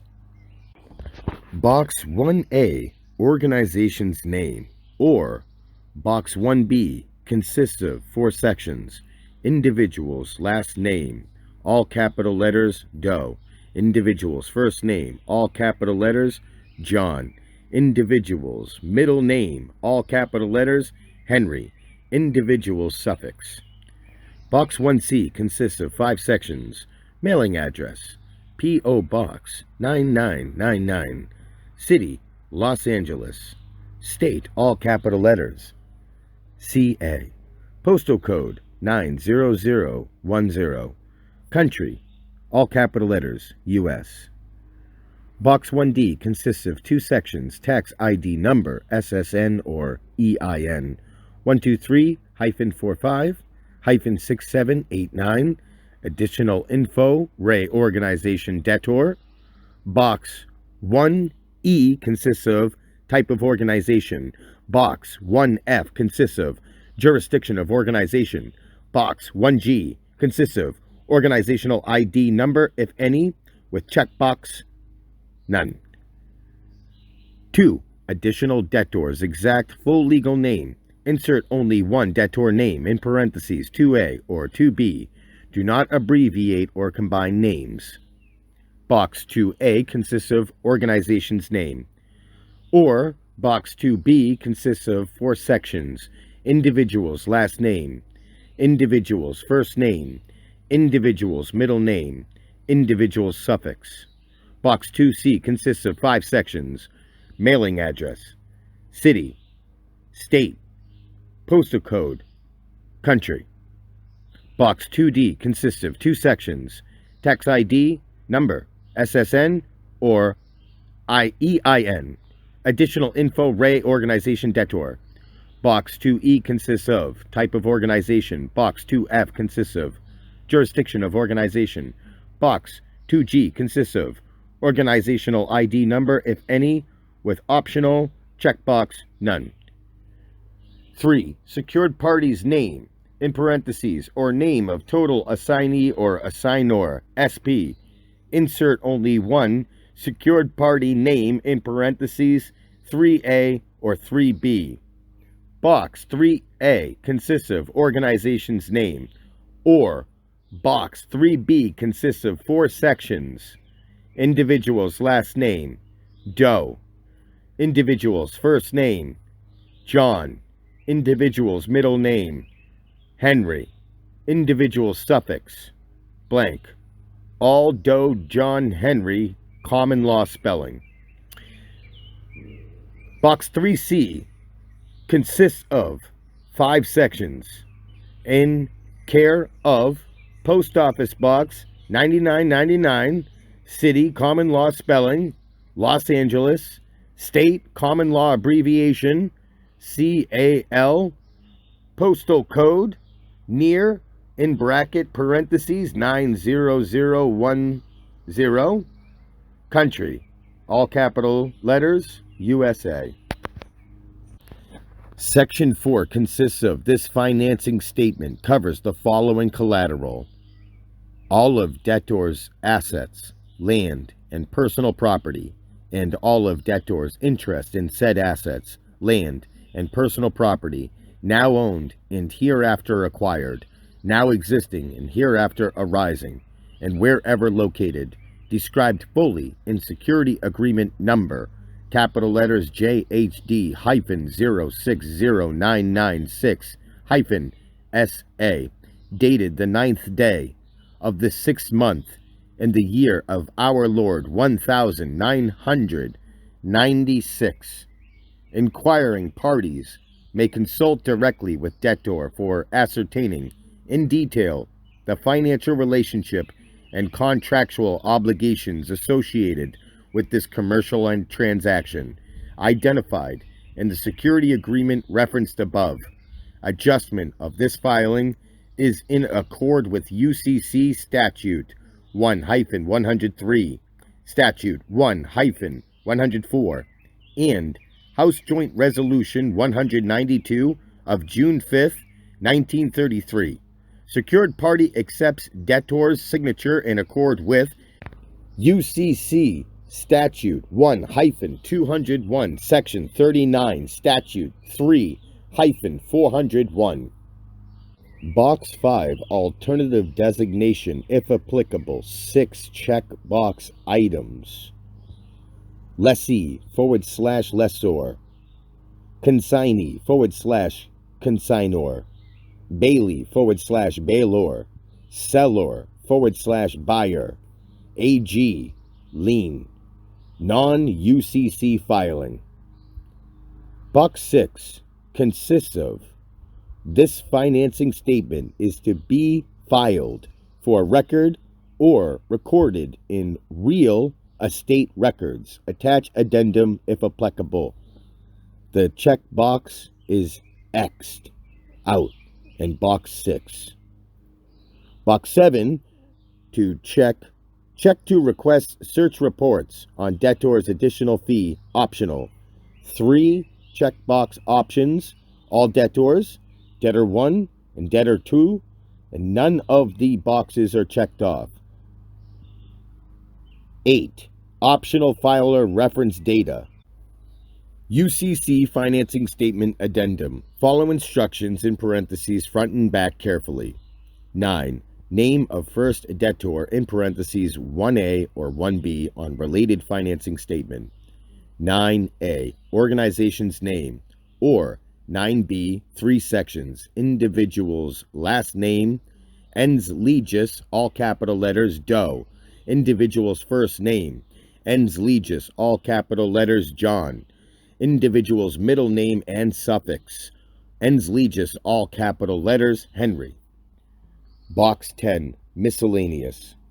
On the right side section, this above space is for filing office use only.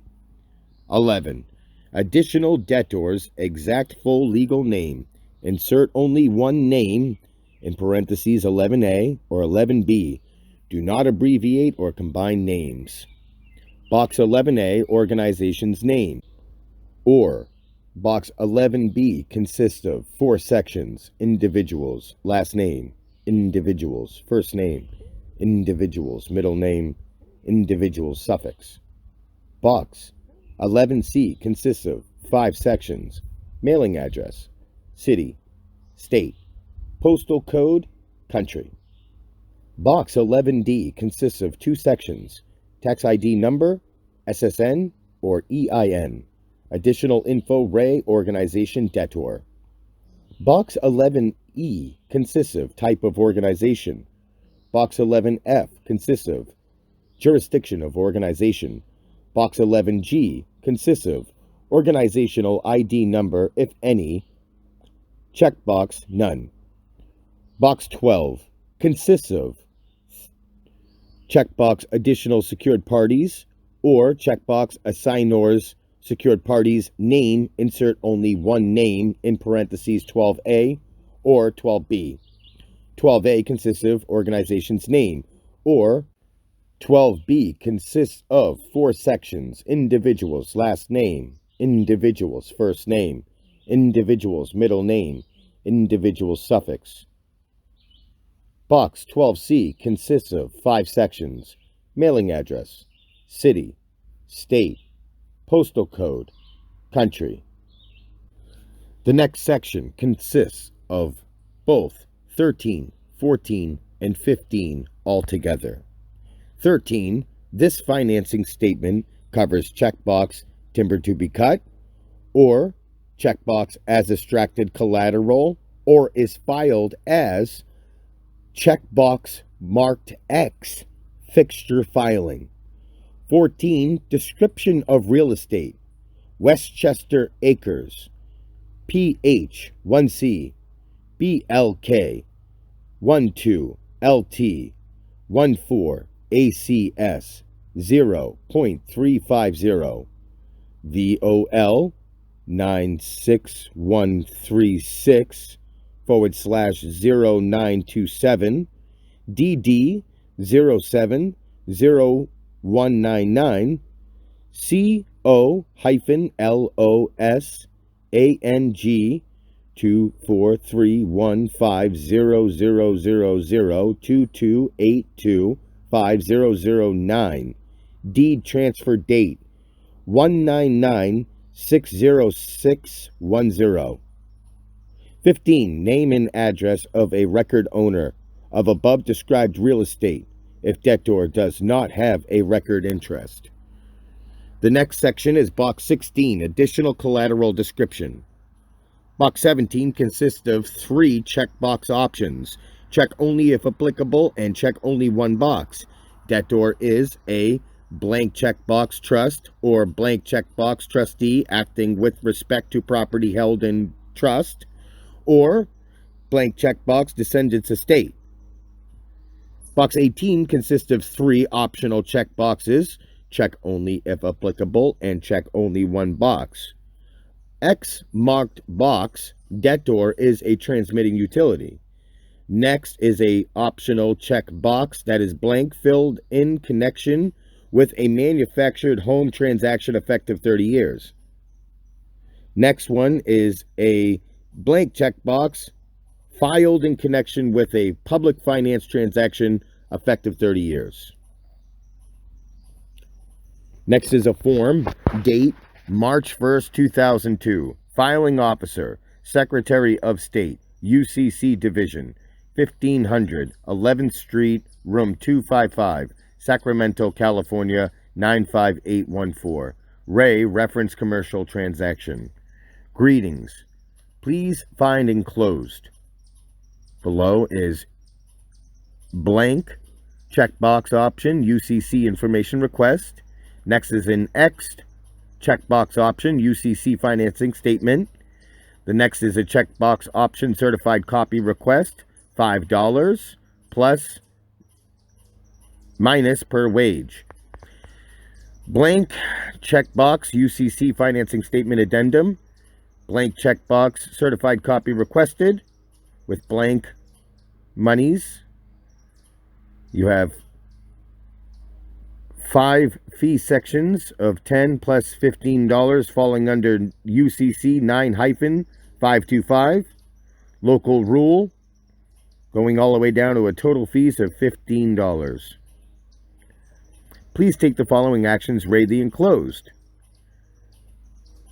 16 checkbox options. 1 is X'd out, record and indexed, following UCC 9-523, UCC 9-523, UCC 9-523, UCC 9-516, Section B, 9-519, UCC 519, Section D, Section E, 521, Section A, UCC 5-921, Section A. Please return acknowledgement copy / requested records as follows. Consisting of 3 optional check boxes. 1 is actually X'd off, called Federal Express. Thank you, John Henry Doe, P.O. Box 9999, Los Angeles, CO 90010. Filing officer. In the event the enclosed financing statement / amendment is rejected for filing, please provide secured party with the specific reasons for any such refusal in writing within 2 business days of filing office's receipt of said financing statement / amendment in accordance with UCC Statute 9-520, Section B. If said refusal is for a reason other than as authorized at UCC Statute 9-516, Section B, the persons responsible for said refusal should adequately identify himself / herself in the aforementioned written communication and provide secured party with the code authority permitting said refusal. Private agreement, non-negotiable, private between the parties. Number, capital letters, JHD hyphen 060996 hyphen PA. Parties, debtor, all capital letters, ends legis trade name. Doe, John Henry, copyright symbol, trade name. P.O. Box 9999, Los Angeles, capital CA 90010. All capital letters, trade name, ends legis John Henry Doe, copyright symbol, and any and all derivatives and variations in the spellings of said name. Debtor's Social Security account number 123-45-6789. Creditor, in care of Post Office Box 9999, Los Angeles 90010, California Republic, Common Law, English Grammar, John Henry Doe. Copyright. This private agreement is mutually agreed upon and entered into on this 9th day of the 6th month in the year of our Lord 1996, between the juristic person, all capital letters, ends legis name, John Henry Doe, copyright symbol, and any and all derivatives and variations in the spelling of said name except John Henry Doe, hereinafter jointly and severally, debtor, and the living, breathing, flesh and blood man, known by the distinctive appellation in common law, English, grammatic spelling, and pronunciation, John Henry Doe. Copyright symbol. This private agreement is mutually agreed upon and entered into on this 9th day of the 6th month in the year of our Lord 1996 between the juristic person, in all capital letters, ends legis John Henry Doe, copyright symbol, and any and all derivatives and variations in the spelling of said name except common law, English grammar, John Henry Doe, hereinafter jointly and severally debtor, and the living, breathing, fleshing blood, man, known by the distinctive appellation in common law, grammatic spelling, and pronunciation, John Henry Doe, copyright symbol, hereinafter, creditor.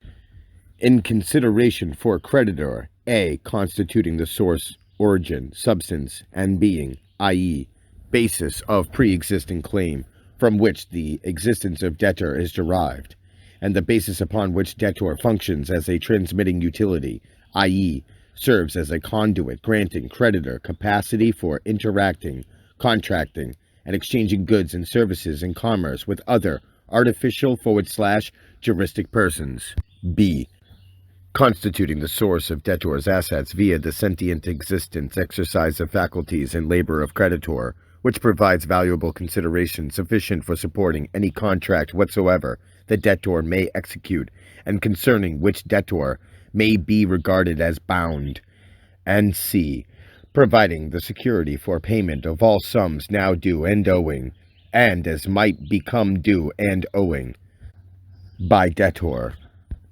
Debtor, for valuable consideration, does hereby and herewith agree and covenant that debtor shall undertake the obligation of 1. Functioning and serving as a transmitting utility for the benefit of creditor, granting creditor ability for engaging in commerce with other juristic persons, and 2.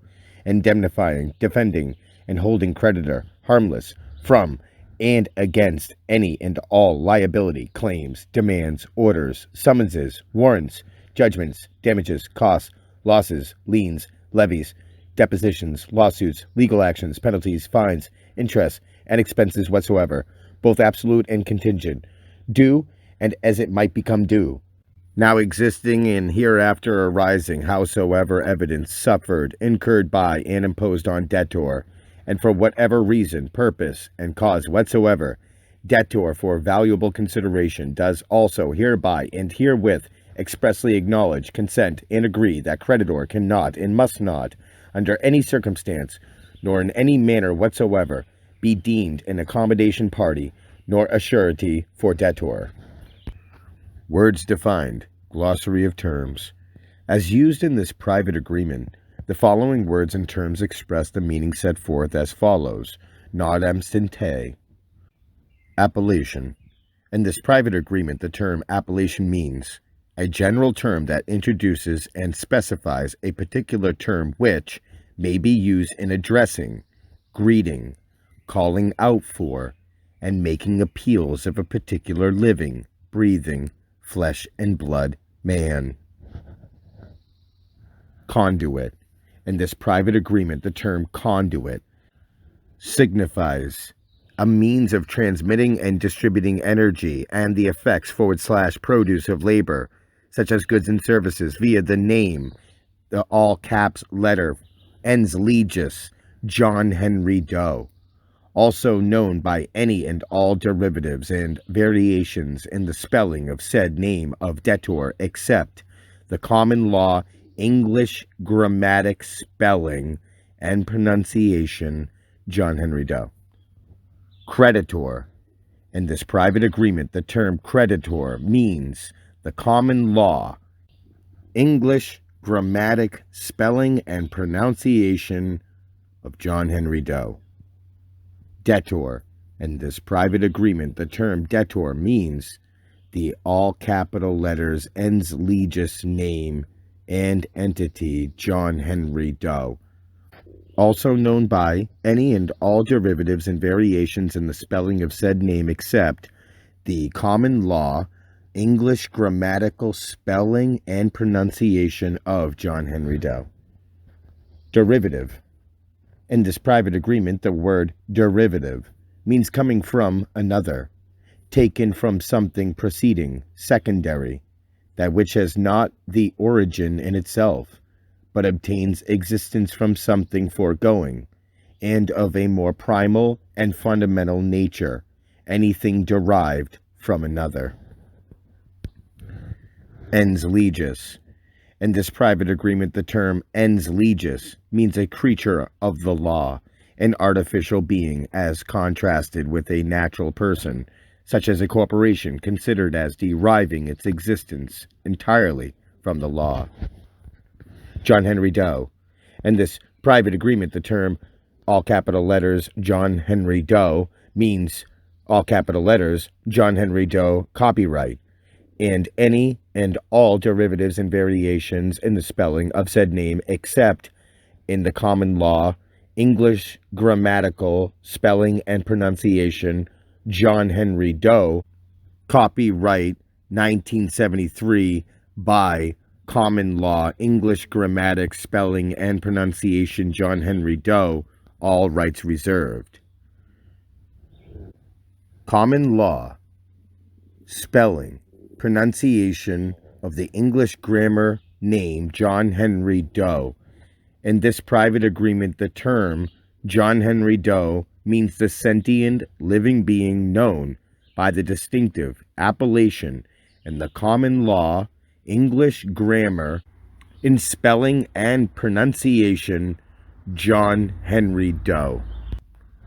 All rights are reserved used of in the common law, English grammar in spelling and pronunciation John Henry Doe, copyright symbol, autograph, common law, copyright symbol, 1973, by John Henry Doe, copyright. Juristic person. In this private agreement, the term juristic person means an abstract legal entity ens legis, such as a corporation created by construct of law and considered as possessing certain legal rights and duties of a human being, an imaginary entity, such as debtor, i.e., in the all capitals ens legis spelling of the name John Henry Doe, which on the basis of legal reasoning is legally treated as a human being for the purposes of conducting commercial activity for the benefit of a biological living being such as a creditor. From the earliest times, the law has enforced rights and exacted liabilities by utilizing a corporate concept, by recognizing, that is, juristic persons other than human beings. The theories by which this mode of legal operation has developed, has been justified, qualified, and defined are the subject matter of a very sizable library. The historic roots of a particular society, economic pressures, philosophic notions, all have had their share, and the law's response to the ways of men in carrying on their affairs through what is now the familiar device of the corporation. Attribution of legal rights and duties to a juristic person other than man is necessarily a metaphorical process, and none the worse for it. No doubt, metaphors in law are to be narrowly watched. Cardozo J. and Berkey, verse 3rd Avenue R. Company, 244, New York, 8494. But all instruments of thought should be narrowly watched, lest they be abused and fail in their service to reason. See United States verse Scoffoni, Corporation of America, 333 U.S. 795, 68, capital S, period, CT 855, 1948, United States.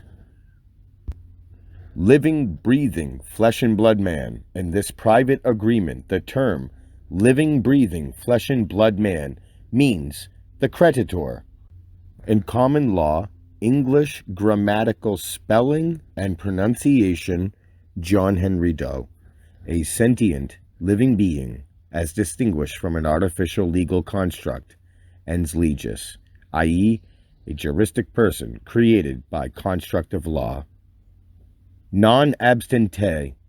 In this private agreement, the term non-abstante means words anciently used in public and private instruments with the intent of precluding in advance any interpretation other than certain declared objects, purposes.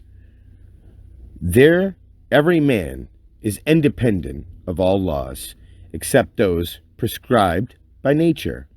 He is not bound by any institutions formed by his fellow men without his consent. Cruden versus Neal. 2, capital letters N, period, C, period, 338, 1796. 2, SE 70. Private agreement.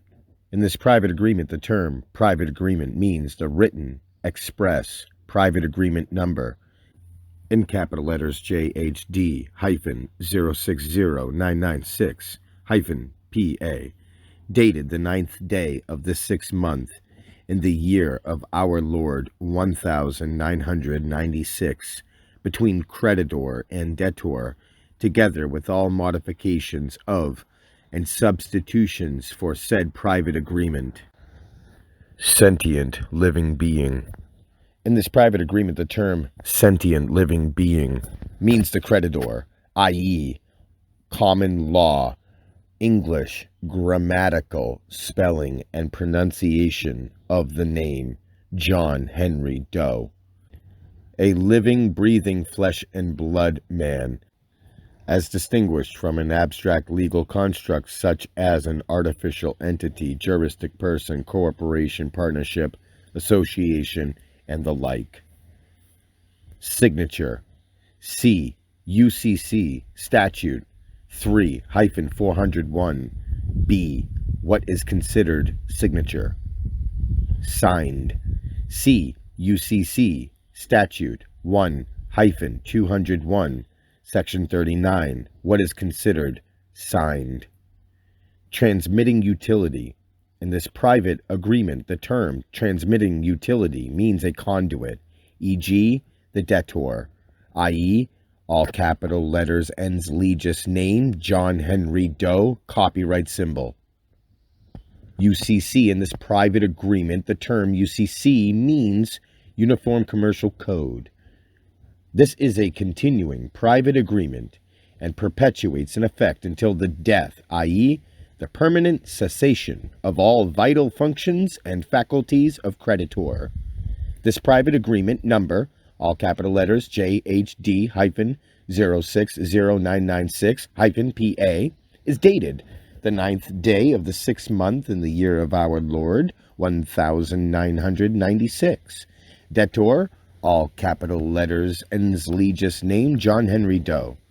Debtor signature, all capital letters, signed, John Henry Doe, copyright. Creditor accepts debtor's signature in accord with UCC Statute 1-201-39 and Statute 3-401B. Creditor's signature. John Henry Doe in cursive writing with a copyright autograph, common law copyright symbol, 1973 by common law, English grammatical spelling and pronunciation, John Henry Doe, copyright symbol, all rights reserved.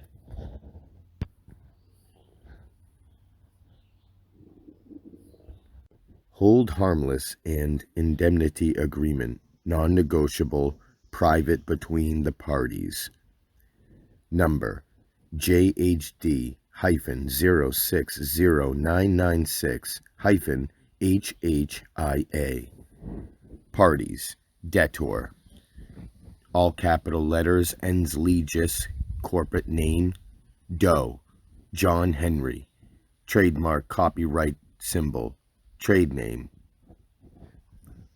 P.O. Box 9999, Los Angeles, California 90010. All capital letters, ens legis name, John Henry Doe. Copyright symbol and any and all derivatives and variations and the spelling of said name. Debtor's Social Security account number 123-45-6789. Creditor in care of Post Office Box 9999. Common law spelling grammatical pronunciation, Los Angeles 90010, California Republic. Common law spelling and pronunciation of said name, John Henry Doe. This hold harmless and indemnity agreement is mutually agreed upon and entered into in this 9th day of the 6th month in the year of our Lord 1996 between the juristic person, all capital letters, ens legis, John Henry Doe, copyright symbol, and any and all derivatives and variations in the spelling of said name except and common law spelling pronunciation of said name John Henry Doe, hereinafter jointly and severally debtor, and the living, breathing, flesh and blood man, known by the distinctive appellation, common law, spelling and pronunciation of said name, John Henry Doe, copyright symbol, hereinafter, creditor. For valuable consideration debtor hereby expressly agrees in covenants, without benefit of discussion, and without division, that debtor holds harmless and undertakes the indemnification of creditor from and against any and all claims, legal actions, orders, warrants, judgments, demands, liabilities, losses, depositions, summonses, lawsuits, costs, fines, liens, levies, penalties, damages, interest, and expenses whatsoever, both absolute and contingent, as are due and as might become due, now existing as might hereafter arise, and as might be suffered / incurred by, as well as imposed on, debtor for any reason, purpose, and cause whatsoever. Debtor does hereby and herewith expressly covenant and agree that creditor shall not under any circumstance, nor in any manner whatsoever, be considered an accommodation party, nor a surety for debtor. Words defined. Glossary of terms. As used in this hold harmless and indemnity agreement, the following words and terms express the meaning set forth as follows, non obstante. Appellation. In this hold harmless and indemnity agreement, the term appellation means a general term that introduces and specifies a particular term which may be used in addressing, greeting, calling out for, and making appeals of a particular living, breathing, flesh and blood man. Conduit. In this hold harmless and indemnity agreement, the term conduit signifies a means of transmitting and distributing energy and the effects / produce of labor, such as goods and services, via the name, ens legis, all capital letters, John Henry Doe, also known by any and all derivatives and variations in the spellings of said name of debtor, except common law spelling and pronunciation of said name, John Henry Doe. Creditor.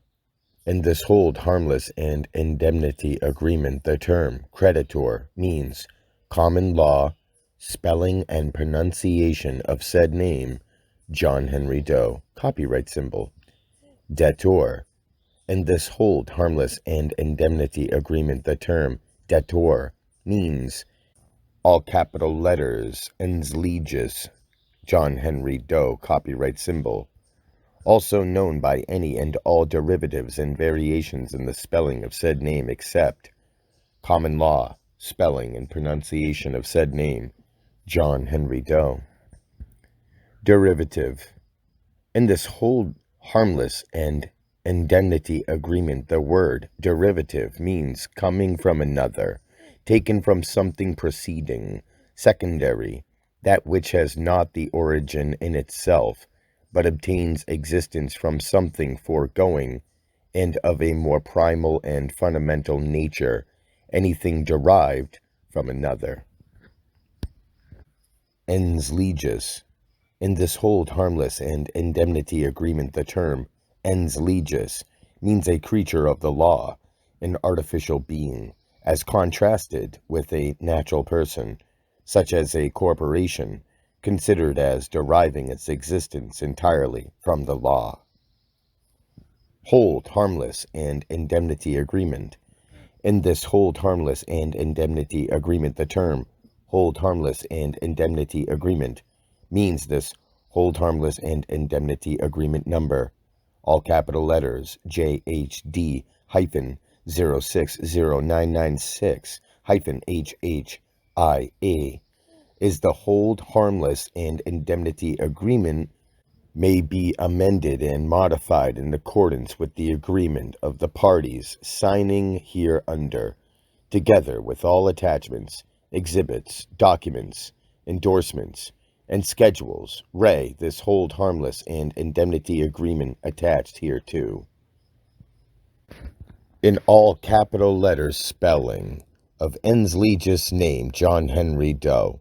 In this hold harmless and indemnity agreement, the term all capital letters Ensley's name, John Henry Doe means all capital letters Ensley's name, John Henry Doe, copyright symbol, and any and all derivatives and variations in the spelling of said name, except in common law English grammatical spelling and pronunciation of said name, John Henry Doe, common law copyright symbol 1973, by common law English grammatical spelling as well as pronunciation by said name, John Henry Doe, copyright symbol, all rights reserved.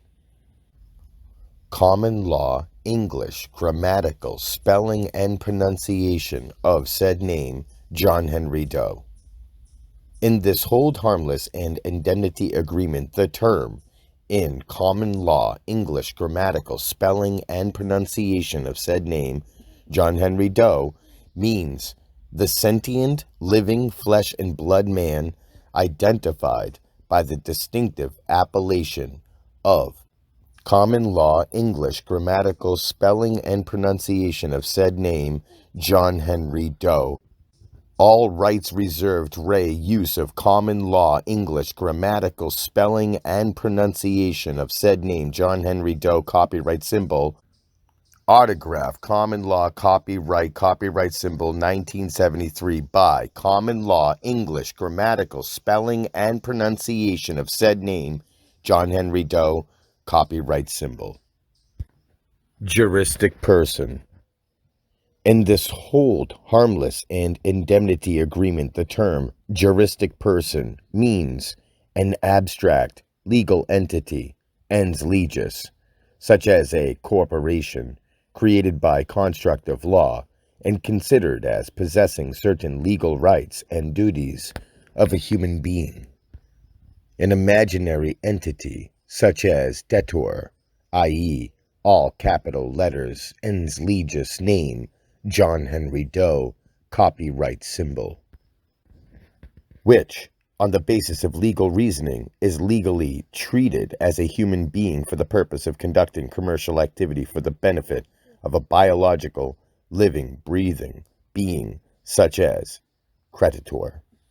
From the earliest times, the law has enforced rights and exacted liabilities by utilizing a corporate concept, by recognizing, that is, juristic persons other than human beings. The theories by which this mode of legal operation has developed has been justified, qualified, and defined are the subject matter of a very sizable library.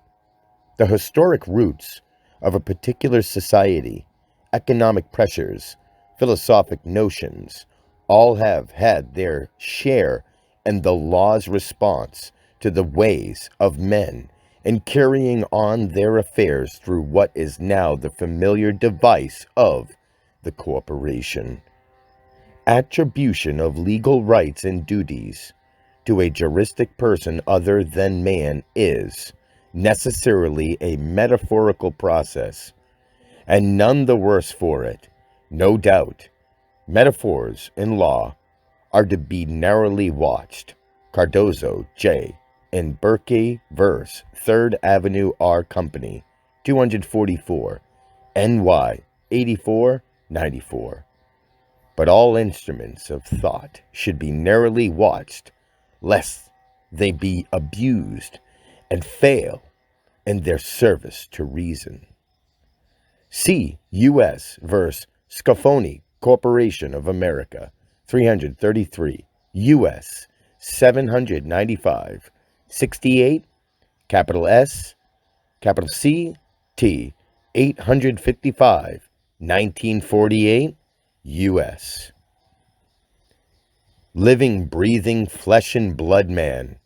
In this hold harmless and indemnity agreement, the term living, breathing, flesh and blood man means the creditor. In common law, English, grammatical, spelling, and pronunciation, said name John Henry Doe, copyright symbol, a sentient, living being as distinguished from an artificial legal construct, ens legis, i.e., a juristic person, created by construct of law. There, every man is independent of all laws, except those prescribed by nature. He is not bound by any institutions formed by his fellow men without his consent. Cruden v. Neal. 2. Capital letters N.C. 338, 1796. 2. Capital letters S.E. 70. Non-abstente. In this hold harmless and indemnity agreement, the term non-abstente means words anciently used in public and private instruments with the intent of precluding in advance any interpretation other than certain declared objects, purposes. Sentient living being. In this hold harmless and indemnity agreement, the term sentient living being means the creditor, i.e., the common law, English, grammatical, spelling, and pronunciation of said name, John Henry Doe, copyright symbol, a living, breathing, flesh and blood man, as distinguished from an abstract legal construct such as an artificial entity, juristic person, corporation, partnership, association, and the like. Transmitting utility. In this hold harmless and indemnity agreement, the term transmitting utility means a conduit, e.g., the debtor, i.e., all capital letters, ens legis, name, John Henry Doe, copyright symbol, UCC. In this hold harmless and indemnity agreement, the term UCC means Uniform Commercial Code. This hold harmless and indemnity agreement number, all capital letters JHD hyphen 060996 hyphen HHIA, is dated the 9th day of the 6th month in the year of our Lord 1996. Debtor, all capital letters, spelling, ens legis, name, John Henry Doe, copyright symbol, all capital letters, ens legis, name, John Henry Doe, copyright symbol, debtor's signature. Creditor accepts debtor's signature in accord with UCC Statute 1-201, Section 39, Statute 3-401, Section B. Creditor's signature. Common law, English, grammatical, spelling, and pronunciation of said name, John Henry Doe, copyright symbol. Autograph, common law, copyright symbol, 1973 by Common Law, English, grammatical, spelling, and pronunciation of said name, John Henry Doe, copyright symbol, all rights reserved. Security agreement, non-negotiable, private between the parties. Number, all capital letters, JHD hyphen 060996 hyphen SA. Parties, debtor, all capital letters, ens legis, name, Doe, John Henry, copyright symbol, trade name, P.O. Box 9999, Los Angeles, capital letters, C.A. 90010, all capital letters, ens legis, name, John Henry Doe, copyright symbol, also known by any and all derivatives and variations in the spelling of said name. Debtor's Social Security account number, 123-45-6789. Secured party, in care of Post Office Box 9999, Los Angeles 90010, California Republic. In common law, proper English grammar, both spelling and pronunciation of said name, John Henry Doe, copyright symbol.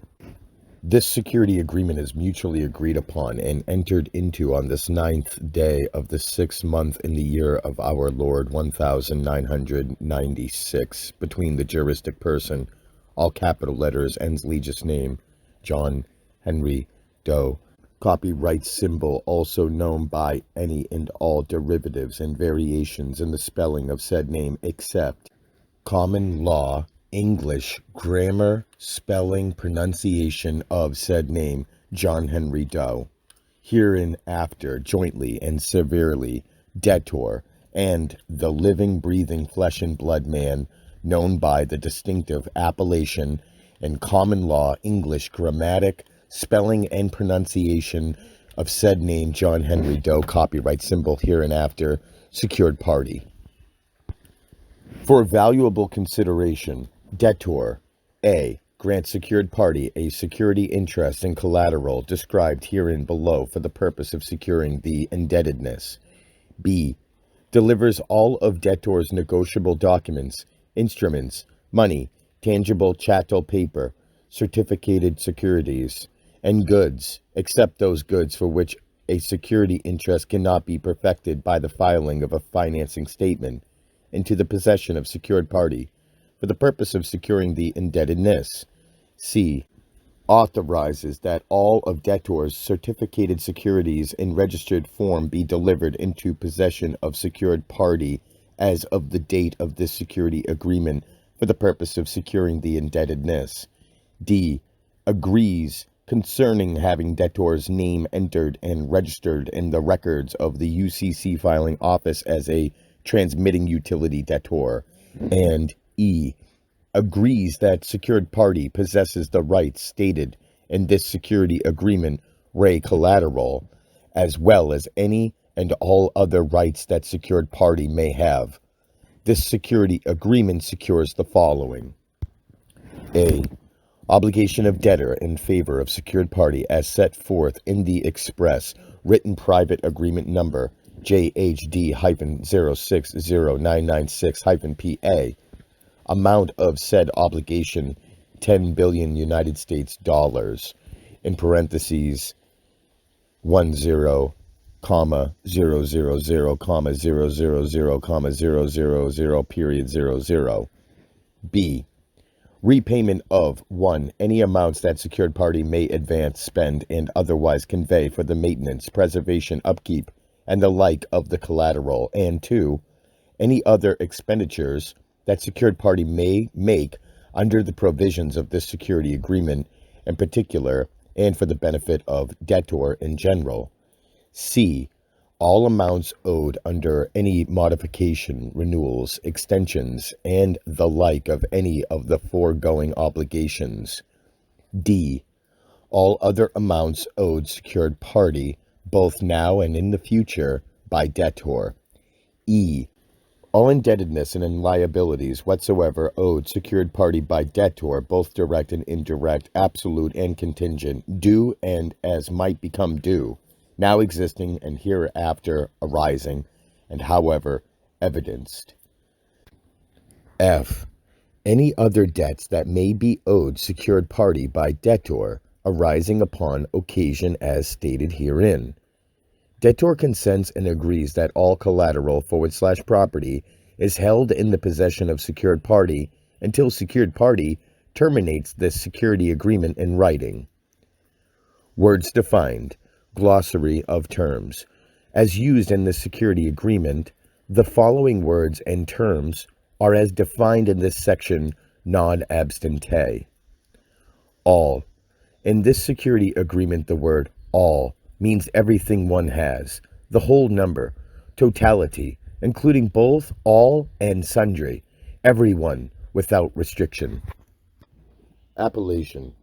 In this security agreement, the term appellation means a general term that introduces and specifies a particular term which may be used in addressing, greeting, calling out for, and making appeals of a particular living, breathing, flesh and blood man.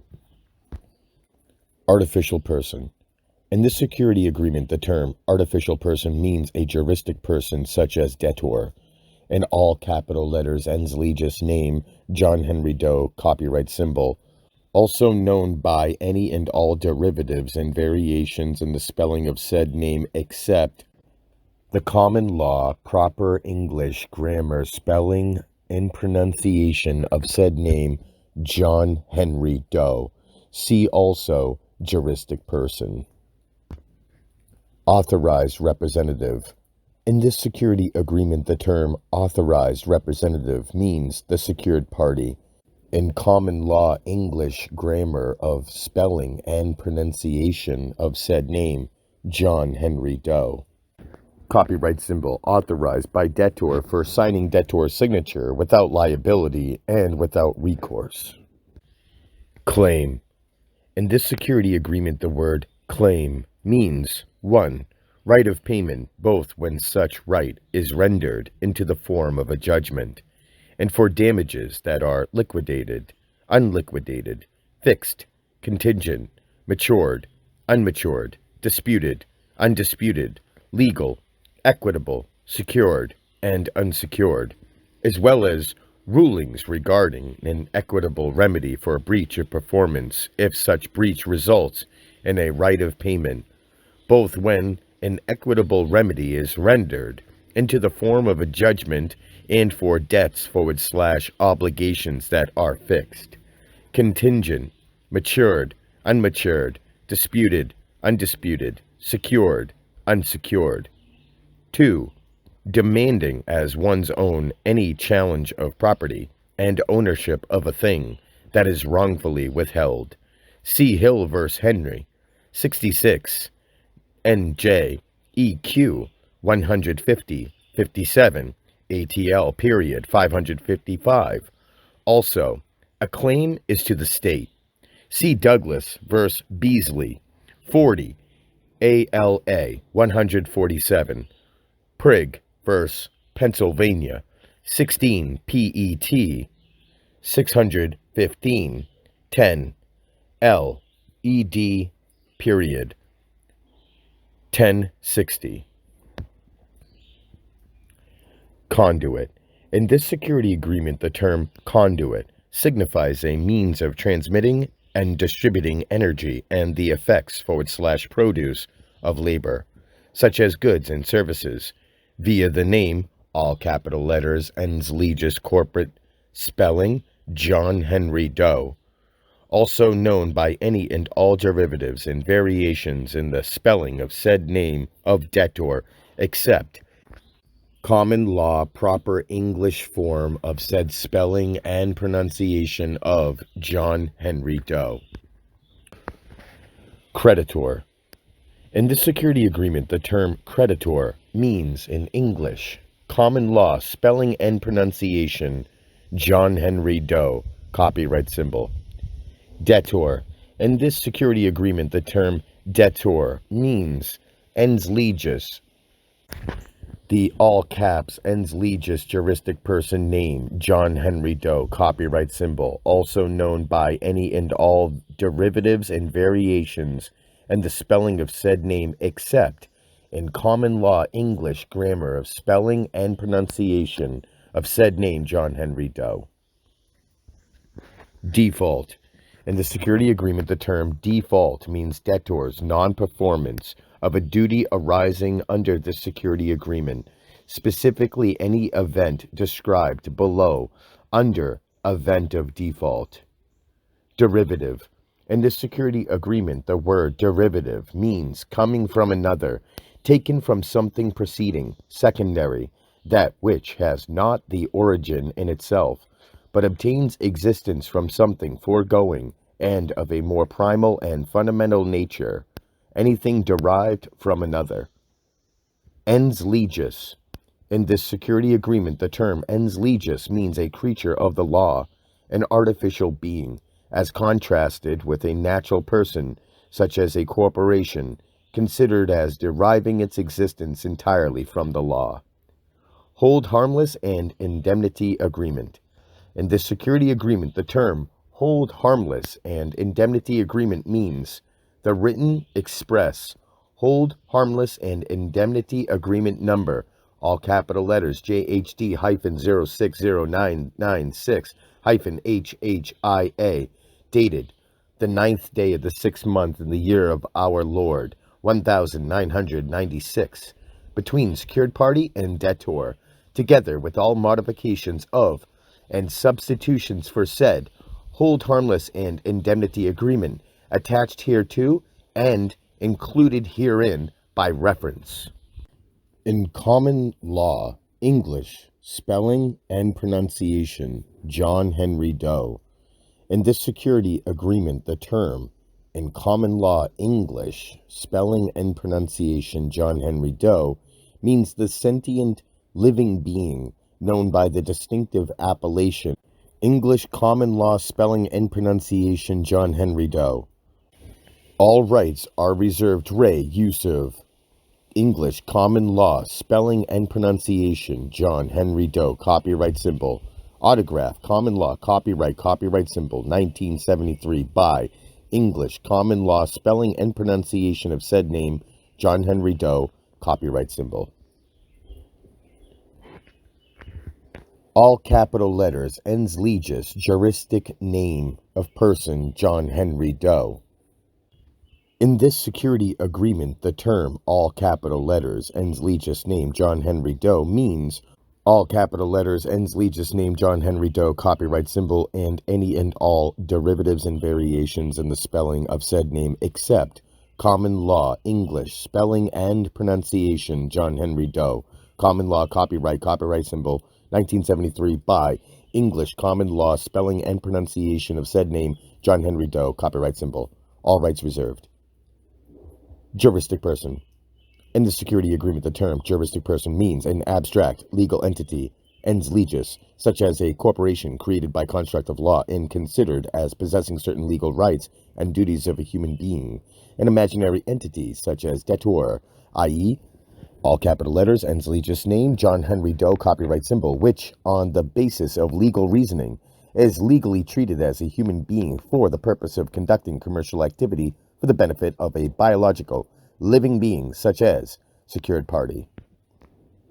From the earliest times, the law has enforced rights and exacted liabilities by utilizing a corporate concept, by recognizing, that is, juristic persons other than human beings.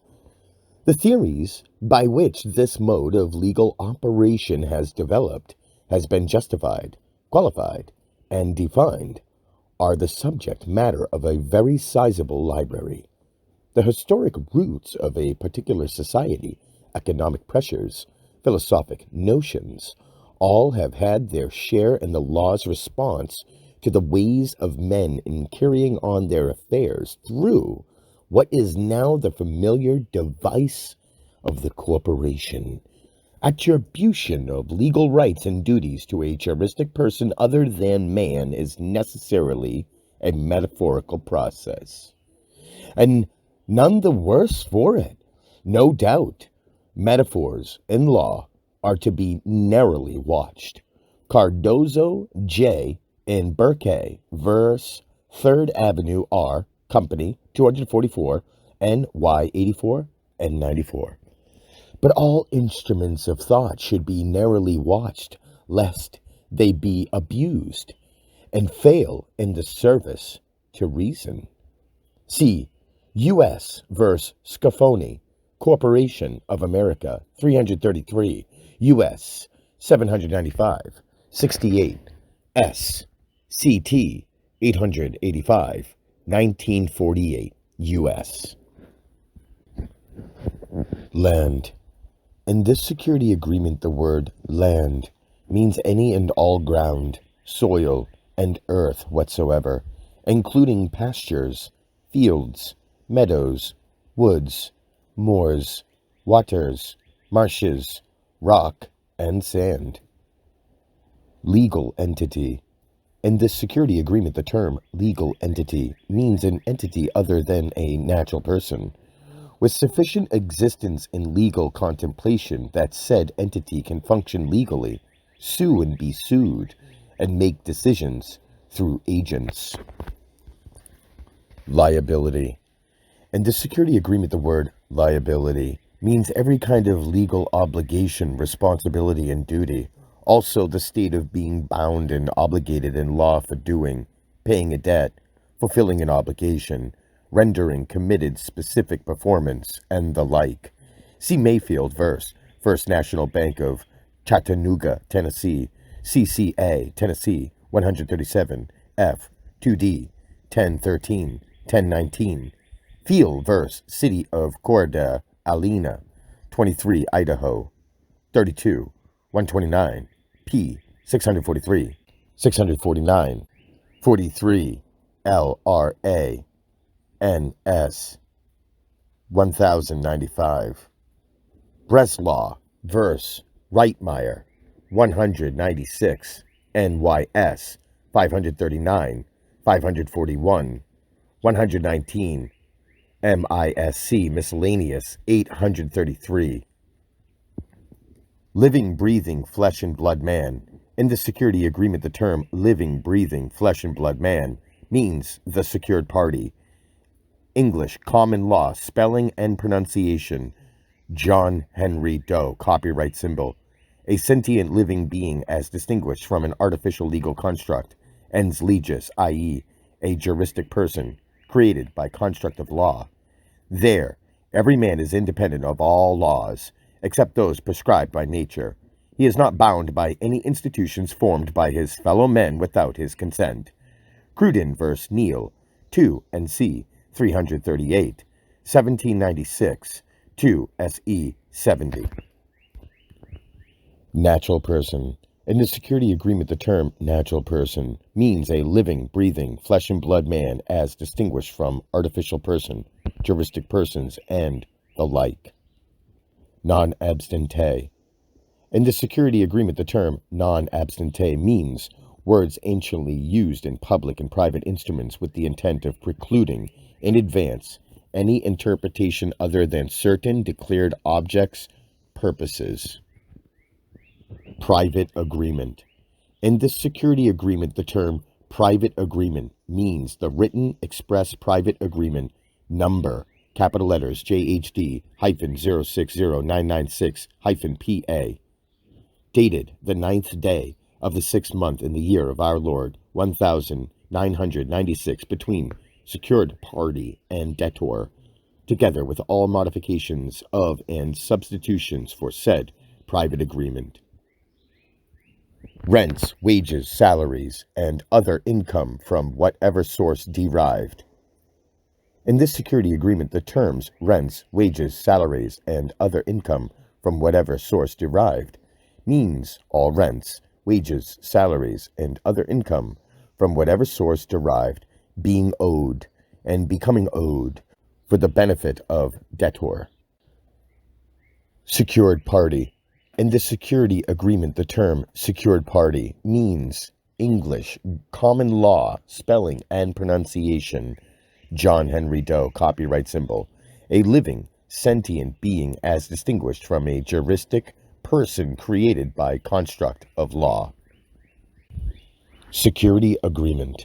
In this security agreement, the term security agreement means the security agreement number, all capital letters JHD -060996-SA, as this security agreement may be amended and modified by agreement of the parties, together with all attachments, exhibits, documents, endorsements, and schedules attached hereto.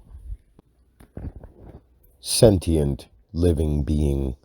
In this security agreement, the term sentient living being means the secured party, i.e., English common law, spelling and pronunciation, John Henry Doe, copyright symbol, a living, breathing, flesh and blood man, as distinguished from an abstract legal construct, such as an artificial entity, juristic person, corporation, partnership, association, and the like.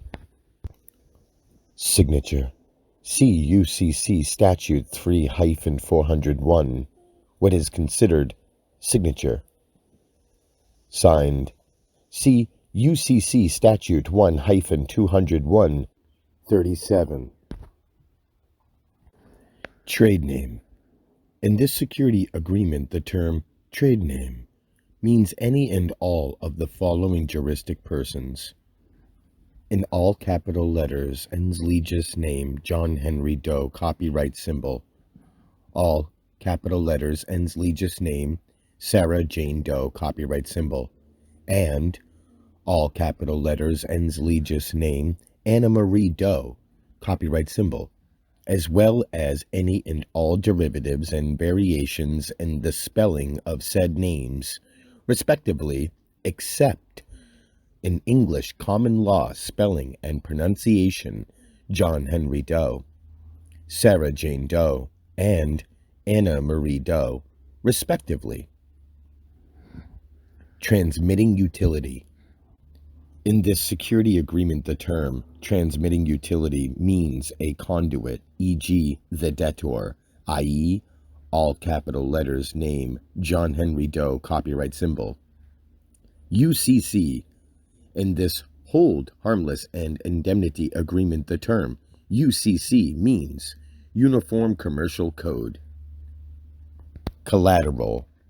In this security agreement, the term collateral means any and all items of property of debtor, now owned and hereafter acquired, now existing and hereafter arising, and wherever located, a. referenced within any of the following categories, i.e., all motor vehicles, aircraft, vessels, ships, trademarks, copyrights, patents, consumer goods, firearms, farm products, inventory, equipment, money, investment property, commercial tort claims, letters of credit, letter of credit rights, chattel paper, electronic chattel paper, tangible chattel paper, certificated securities, uncertificated securities, promissory notes, payment intangibles, software, healthcare insurance receivables, instruments, deposit accounts, documents, livestock, real estate, and real property, including all buildings, structures, fixtures, and appurtenances situated thereon, as well as any and all accounts arising from the sale of these substances, both at wellhead and minehead. B. Described / identified within a particular numbered paragraph under the heading Paragraph. B. List below. C. Described / identified within any document of title, certificate, form, and the like, a photocopy of which has been appended with this security agreement attached hereto, made fully part hereof, and included herein by reference. D. Described / identified in attachment sheet number, all capital letters, JHD-0609996-AS, attached hereto, made fully part hereof, and included herein by reference. E. Described / identified in private collateral list number, all capital letters, JHD-0609996-PCL, made fully part hereof and included herein by reference. F. Described / classified within any of the following: 1. Ascensions, increases, and additions, replacements of, and substitutions for any of the property described in this collateral section. 2. Products, produce, and proceeds of any of the property described in this collateral section. 3. Accounts, general intangibles, instruments, monies, payments, and contract rights, and all other rights arising out of sale, lease, and other disposition of any of the property described in this collateral section. 4. Proceeds including insurance bond, general intangibles, and account proceedings from the sale, destruction, loss, and other disposition of any of the property described in this collateral section. And 5. Records and data involving any of the property described in this collateral section, such as in the form of a writing, photograph, microfilm, microfiche, tape, electronic media, and the like, together with all of debtor's right, title, and interest in all computer software and hardware required for utilizing, creating, maintaining, and processing any such records and data in any electronic media. each foregoing separate item of property referenced / described / identified / classified within any of the six preceding paragraphs, i.e., A, B, C, D, E, and F. And this collateral section secures the entire obligation / amount of indebtedness, i.e., 10 billion United States dollars. Paragraph in parentheses B list. 1.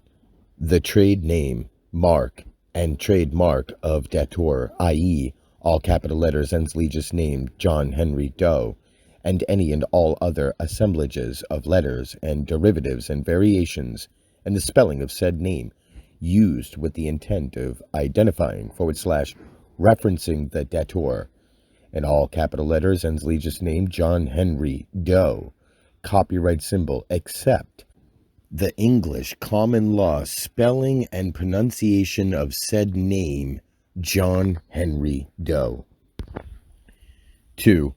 Any and every alleged birth document / record Ray and common law English spelling and pronunciation John Henry Doe, copyright symbol, such as all capital letters, the State of Texas Bureau of Vital Statistics, Dallas, Texas, City of Dallas, Certification of Vital Record, file number 111222-55, issued 0505-75, i.e., any and every certificate of birth, standard certificate of birth, certificate of live birth, standard certificate of live birth, notification of birth registration, notification of registration of birth, certificate of registration of birth, certificate of birth registration, and any otherwise entitled birth document / record issued at any of the following levels: hospital, city, county, state, federal, other, allegedly involving, concerning, binding, derived from, etc. The name consisting of any assemblage of letters regarded as identifying / referencing debtor, i.e., all capital letters ends legis name John Henry Doe, copyright symbol, for any reason whatsoever. 3. Debtor's Social Security account number 123-45-6789 and all related documents, instruments, and endorsements, front and back, except the paper card, but not the ink and printing on either side of said paper card, issued by Social Security Administration and bearing Social Security account number 123-45-6789 on the observe thereof. 4. All related accounts, trusts, documents, instruments, and endorsements, front and back, Ray Debtor's Social Security account number 123-45-6789. 5. All Social Security income from Social Security account number 123-45-6789. 6. Account number 123-45-6789. 7. Case number 123-45-6789. 8. United States of America passport number 098765432. 9. All capital letters California driver's license N8765431. 10. All capital letters State of California Orange County Clerk Recorder Certified Abstract of Marriage, local registration number 85-006543. Date of marriage June 12, 1985. Date filed June 1985. 11. United States of America Department of Transportation, Federal Aviation Administration, Private Pilot Certified Number 567898765. 12.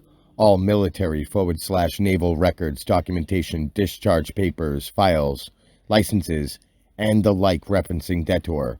13. All land and real property. 14. All buildings, structures, and fixtures, and the appurtenances situated thereon and affixed thereto. 15. All documents involving all real property in which debtor has an interest, including all buildings, structures, fixtures, and appurtenances situated on and affixed thereto. 16. All motor vehicles and wheeled conveyances of any kind, motorized and otherwise, in which debtor has an interest.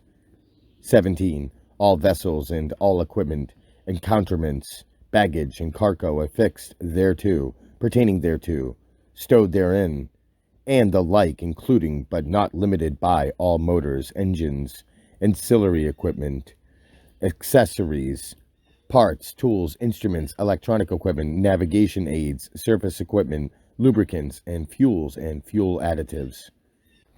18. All aircraft and all equipment, accoutrements, baggage, and cargo affixed thereto, pertaining thereto, stowed therein, and the like, including but not limited by all motors, engines, ancillary equipment, accessories, parts, tools, instruments, electronic equipment, navigation aids, service equipment, lubricants, and fuel additives. 19. All deposit accounts, i.e., all demand, time, savings, passbook, and all other accounts maintained with a bank of any kind whatsoever. 20. All credit card accounts. 21. All charge accounts. 22. All brokerage accounts, i.e., all stock, bond, mutual fund, and money market accounts, and the like. 23. All retirement plan accounts, individual retirement accounts, 401ks, pension plans, and the like. 24.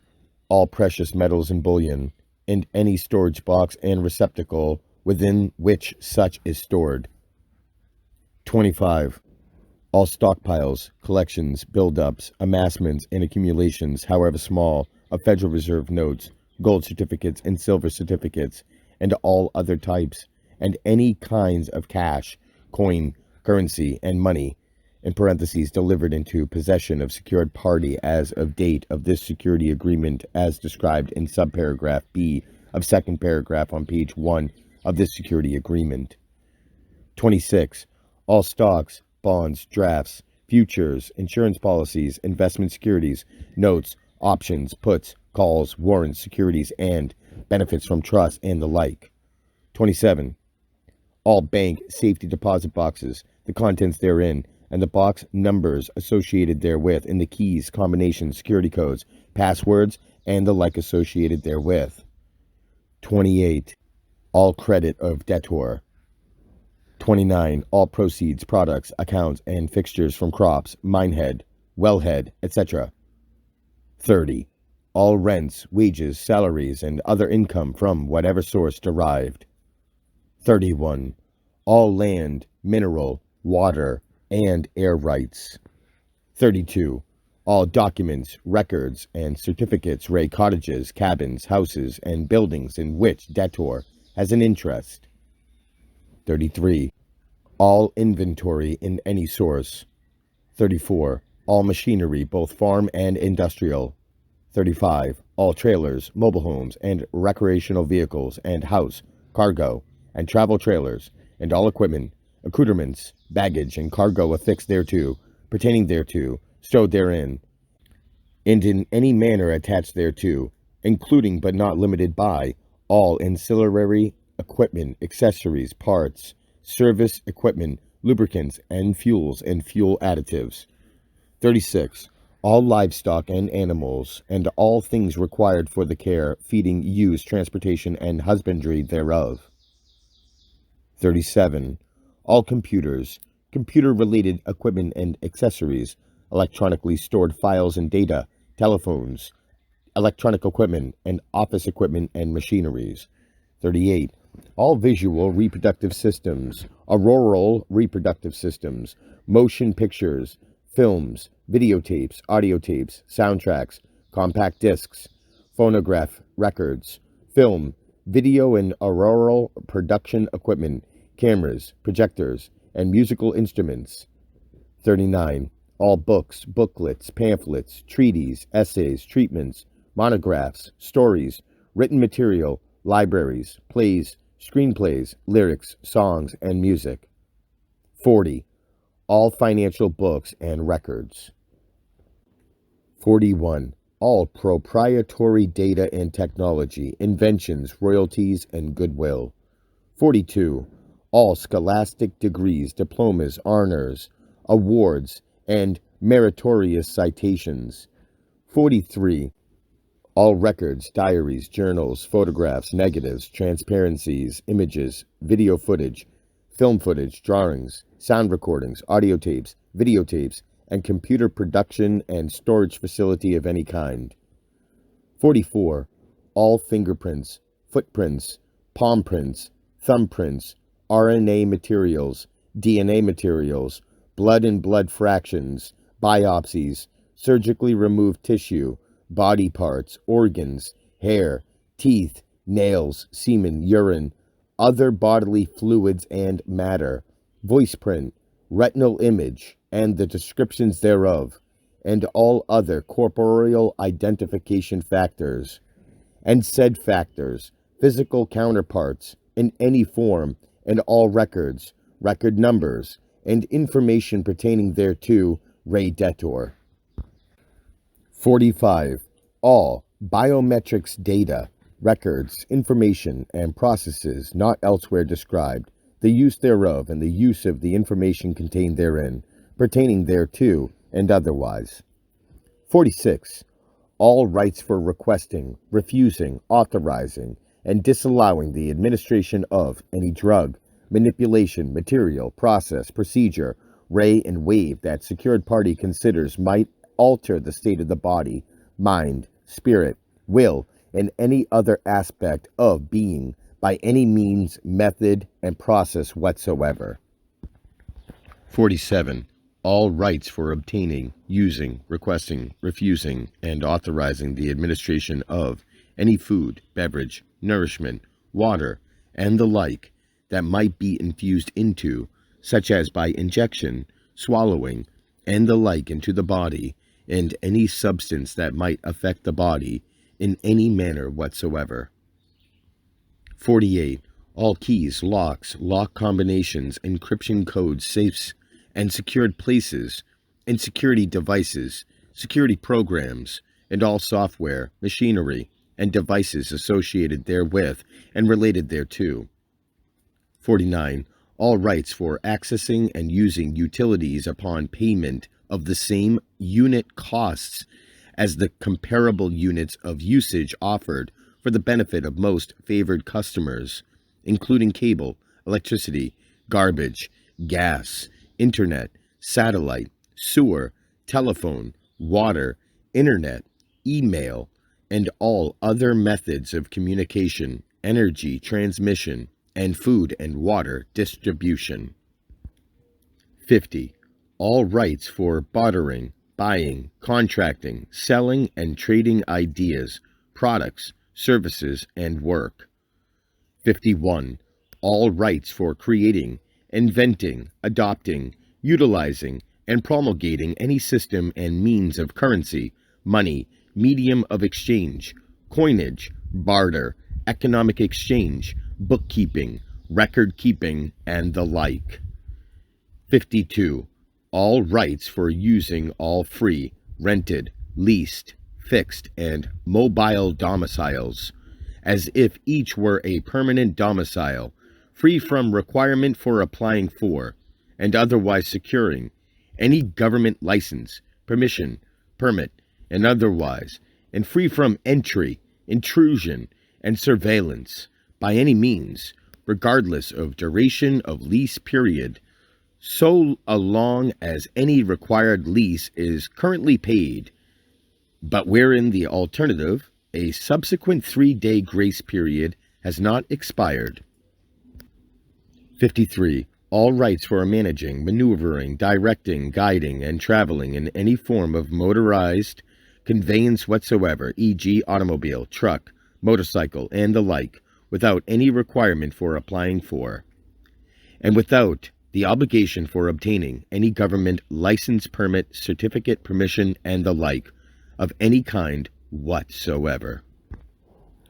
54. All rights for marrying and procreating children, and rearing, educating, training, guiding, and spiritually enlightening any such children, without any requirement for applying for, and without the obligation for obtaining any government-issued license, number, serial number, permit, certificate, permission, and the like, of any kind whatsoever. 55. All rights for buying, selling, trading, gathering, growing, hunting, raising, angling, and trapping food, fiber, and raw materials for shelter, clothing, and survival. 56. All rights for exercising and enjoying freedom of religion, worship, use of sacraments, spiritual practice, and expression without any abridgment of freedom of speech, publishing, peaceably assemble, and petitioning government for redress of grievances, and other petitioning any military force of the United States, as well as any other group, agency, and organization, and otherwise for physical protection from threats involving the safety and integrity of the person, as well as all property from secured party from any source, both public and private. 57. All rights for keeping and bearing arms for self-defense of self, family, and parties requesting physical protection of person and property. 58. All rights for creating, preserving, and maintaining inviolable spiritual sanctuary, and receiving into same any and all parties requesting safety, shelter, and sanctuary. 59. All rights involving privacy and security in person and property, including all rights such as the safety and security of all household members, sanctuary dwellers, and guests, and all papers and effects of debtor, and all household and sanctuary dwellers and guests against governmental, quasi-governmental, and private intrusion, detainer, entry, seizure, search, surveillance, trespass, assault, summons, and warrant, except with proof of superior claim duly filed in the UCC filing office by any such intruding party in the private capacity of said intruding party, notwithstanding whatever purported authority, warrant, order, law, pretense issued under color of law, may be promulgated as the authority for any such intrusion, detainer, entry, seizure, search, surveillance, trespass, assault, summons, warrant, and the like. 60. All claims of ownership and certificates of title involving corporeal and incorporeal hereditaments, hereditary succession, and all innate aspects of being, i.e., mind, body, soul, free will, faculties, and self. 61. All names used and all corporations sold, executed and filed, as well as might be executed and filed under said names. 62. All intellectual property, including all speaking, writing, and other media. 63.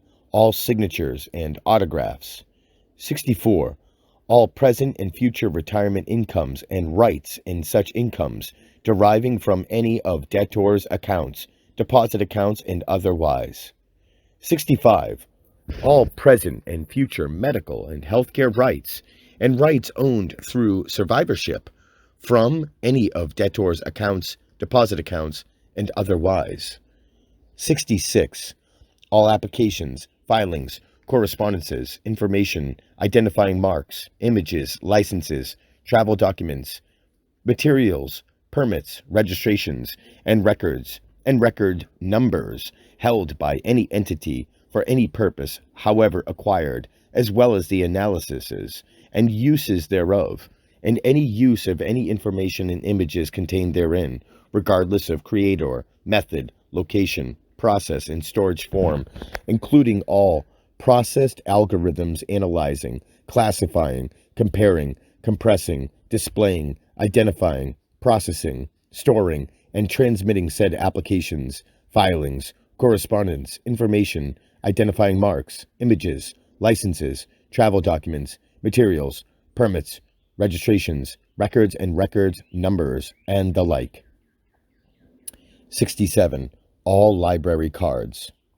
68. All accounts, deposits, escrow accounts, lotteries, overpayments, prepayments, prizes, rebates, refunds, returns, claimed and unclaimed funds, and all records and record numbers, correspondence, and information pertaining thereto, as well as all such items construed as being derived therefrom. 69. All drugs, herbs, medicine, medical supplies, cultivated plants, growing plants, inventory, ancillary equipment, supplies, propagating plants and seeds, and all related storage facilities and supplies. 70.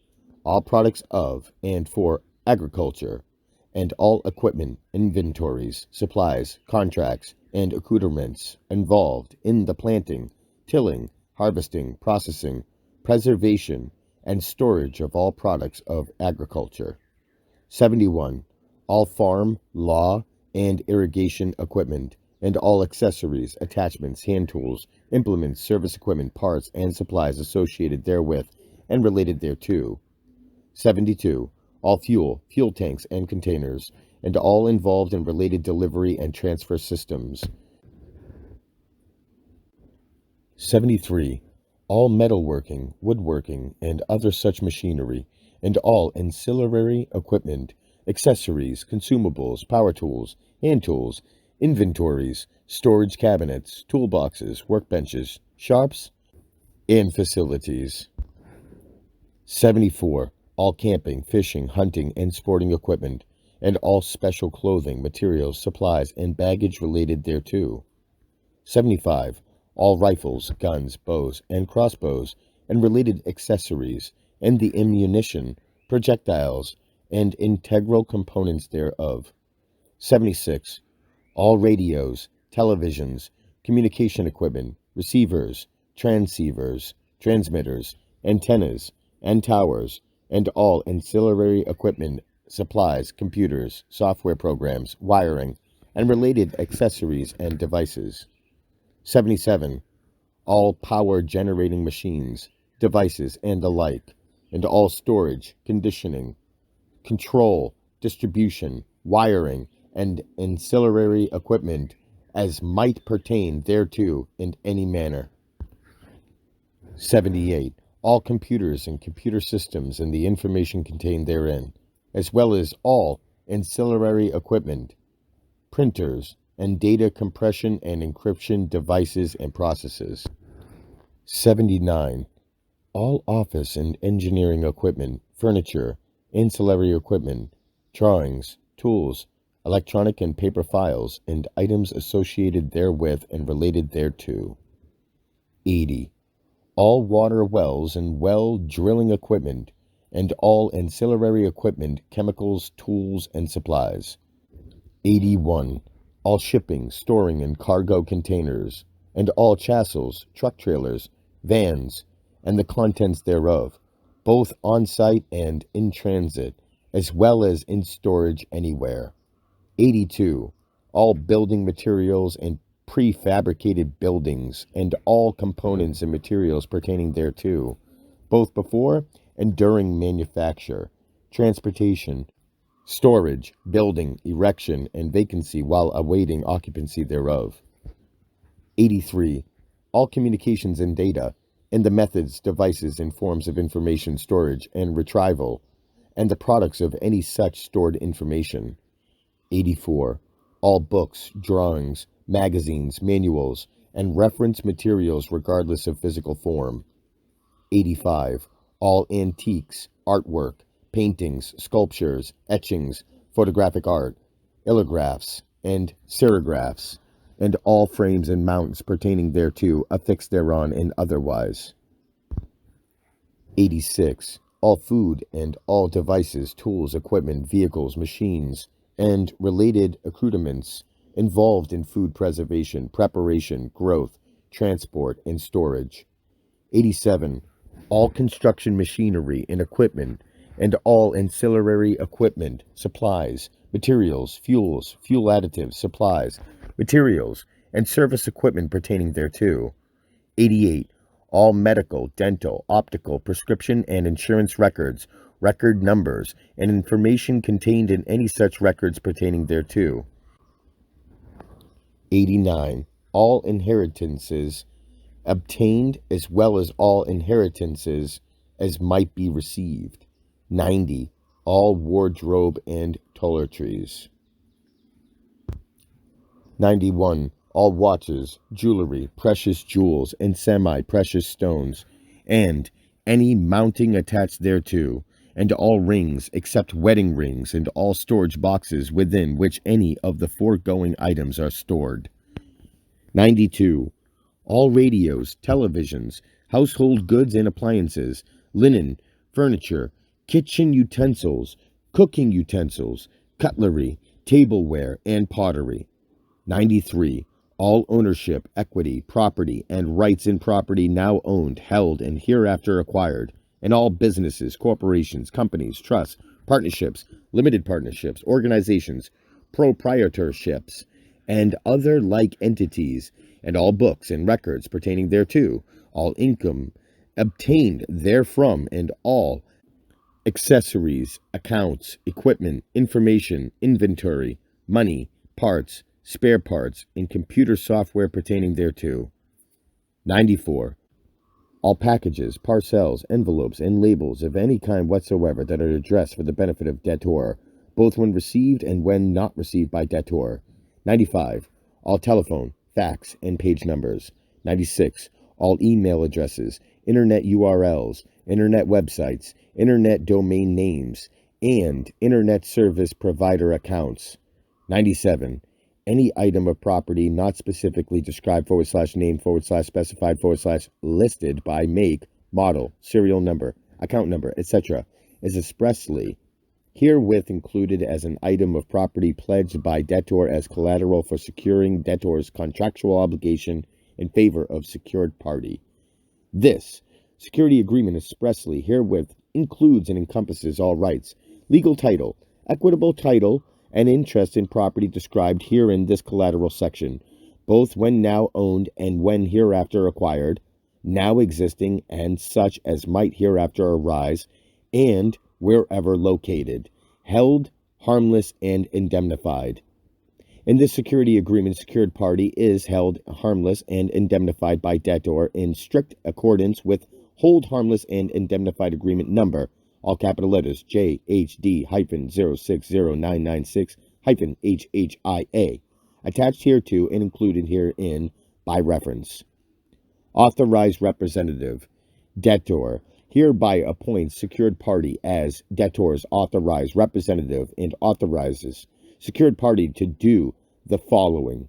A. Sign without liability debtor's signature and all commercial activity between debtor and any other juristic person, where such signature is requested, and if required, for the purpose of authenticating the writing.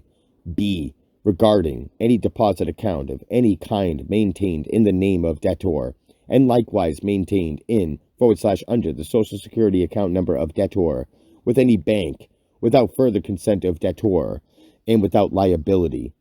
1.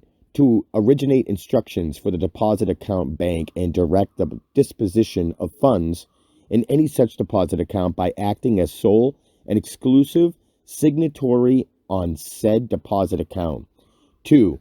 To receive, open, and dispose of all written communication, correspondence, and mail concerning any such deposit account sent by any such deposit account bank. 3. To compose, finalize, authenticate, and send all written communication, correspondence, and mail concerning any such deposit account with any such deposit account bank. And 4. To maintain exclusive possession of any and all debit cards, ATM (automated teller machine) cards, and other similar types of cards, as well as all checkbooks, savings books, passbooks, and other types of account books. Ray, any and all such deposit accounts of any kind whatsoever maintained with any bank. C. To demand, collect, receive, accept receipt for, sue for, and recover all sums of money and other property which are now and may hereafter become due, owing, and payable in favor of the debtor. D. To execute, sign, and endorse any and all claims, instruments, receipts, checks, drafts, and warrants issued for, and made payable in favor of debtor. E. To settle and compromise any and all claims now existing and as might hereafter arise against debtor and against any item of collateral. And F. To file any claims, take any action, and institute and participate in any proceeding, both in the name of debtor and under the distinctive appellation of secured party, as well as otherwise, which, in the sole discretion of secured party, may be deemed necessary and advisable. Secured party may also receive, open, and dispose of mail indicating any alleged address of debtor, and change any address concerning which mail and payments should be sent. This authorization is given as security for the indebtedness, and the authority hereby conferred is irrevocable and remains in full force and effect until renounced in writing and signed by secured party. Perfection of security interest. A. Debtor authorizes secured parties filing of a financing statement and continuation statements as needed, describing collateral, as well as any and all agricultural liens and other statutory liens against debtor held by secured party. B. Debtor also authorizes execution of such financing statements by secured party and agrees that debtor will take all other such actions reasonably requested by secured party for perfecting and continuing secured party security interest and collateral, and also consents and agrees as follows. 1. Secured party may at any time, without further authorization from debtor, file carbon, photographic, and other types of reproductions of any herein authorized financing statement, as well as a security agreement for use as a financing statement. And 2. Secured party is neither responsible for taking any steps necessary for the preservation of any third-party rights and collateral, nor for protecting, preserving, maintaining, and the like any security interest granted any third party in collateral. Event of default. Any event listed within any category below constitutes default under this security agreement. A. Insolvency of debtor, appointment of a receiver for any part of debtor's property, any assignment for the benefit of a third-party creditor, as well as commencement of any proceeding under any set of laws, e.g., bankruptcy law, by debtor, as well as against debtor. B. Commencement for foreclosure by judicial proceeding, self-help, repossession, as well as any other method by any third-party creditor of debtor against any item of collateral that is the subject of this security agreement. C. Attachment, execution, lien, levy, and the like concerning any item of collateral. D. Failure of compliance of debtor with any item, obligation, covenant, condition, and the like contained in 1. The written, express, private agreement number, all capital letters JHD -060996-PA, dated on the 9th day of the 6th month in the year of our Lord, 1996, between debtor, i.e., all capital letters, name ends legis, John Henry Doe, copyright symbol, also known by any and all derivatives and variations in the spelling of said name, except in English, common law, spelling and pronunciation, John Henry Doe, and the secured party in common law, English, grammar, spelling and pronunciation, John Henry Doe, copyright symbol. 2. This security agreement, and 3. Any related document, as well as in any other agreement / contract between debtor and secured party. Rights and remedies in event of default. An event of default under the security agreement, as well as under all related documents and other agreements and contracts between secured party and debtor, as well any time thereafter, secured party shall have all rights of a secured party in commerce re debtor. In addition, and without limitation, secured party may exercise any number of the following rights and remedies. Sell collateral. Secured party possesses full power to sell, lease, transfer, and otherwise deal with collateral and proceeds thereof both in the name of debtor and under the distinct appellation of secured party. Secured party may sell collateral in any manner and at any place, such as at public auction, private sale, and otherwise without further notice. All expenses involving the disposition of collateral, including without limitation the expenses of holding, insuring, preparing for sale, and selling collateral, become part of the indebtedness secured by the security agreement and are payable on demand. Appoint receiver. In accordance with the requirements and options permitted by applicable law, secured party possesses the following rights and remedies regarding appointment of a receiver. A. Secured party may have a receiver appointed as a matter of right. B. The receiver may be an employee of secured party and may serve without bond. And C.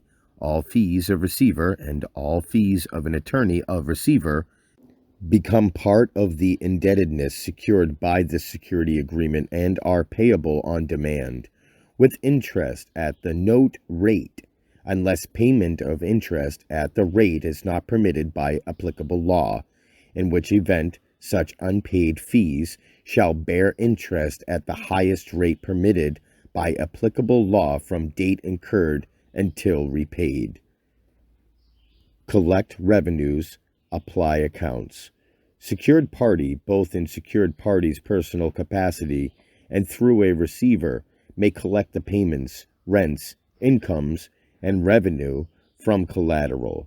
Secured party may at any time, at the sole discretion of secured party, transfer any collateral under the distinctive appellation of secured party, as well as into the name of any nominee of secured party, and receive the payments, rents, incomes, and revenues therefrom, and may hold same as security for the indebtedness, apply payments in favor of the indebtedness in any order of priority that secured party may determine. Insofar as collateral consists of accounts, general intangibles, deposit accounts, insurance policies, instruments, chattel paper, choses in action, and any similar property, secured party may demand, collect, receive, execute receipt for, settle, or compromise, adjust, sue for, foreclose, and realize on collateral as secured party may determine concerning both indebtedness and collateral whenever due. Obtain deficiency. If secured party decides to sell any item of collateral, secured party may obtain a judgment against debtor for any deficiencies remaining on the indebtedness that secured party might be owed after application of all amounts received from the exercise of the rights provided in this security agreement. Debtor is liable for a deficiency even if the transaction described in this subsection is a sale of accounts and likewise of chattel paper. Culminative remedies. All of secured parties' rights and remedies, as evidenced by the security agreement, as well as by any related documents and by any other writing, are culminative and may be exercised both singularly and concurrently.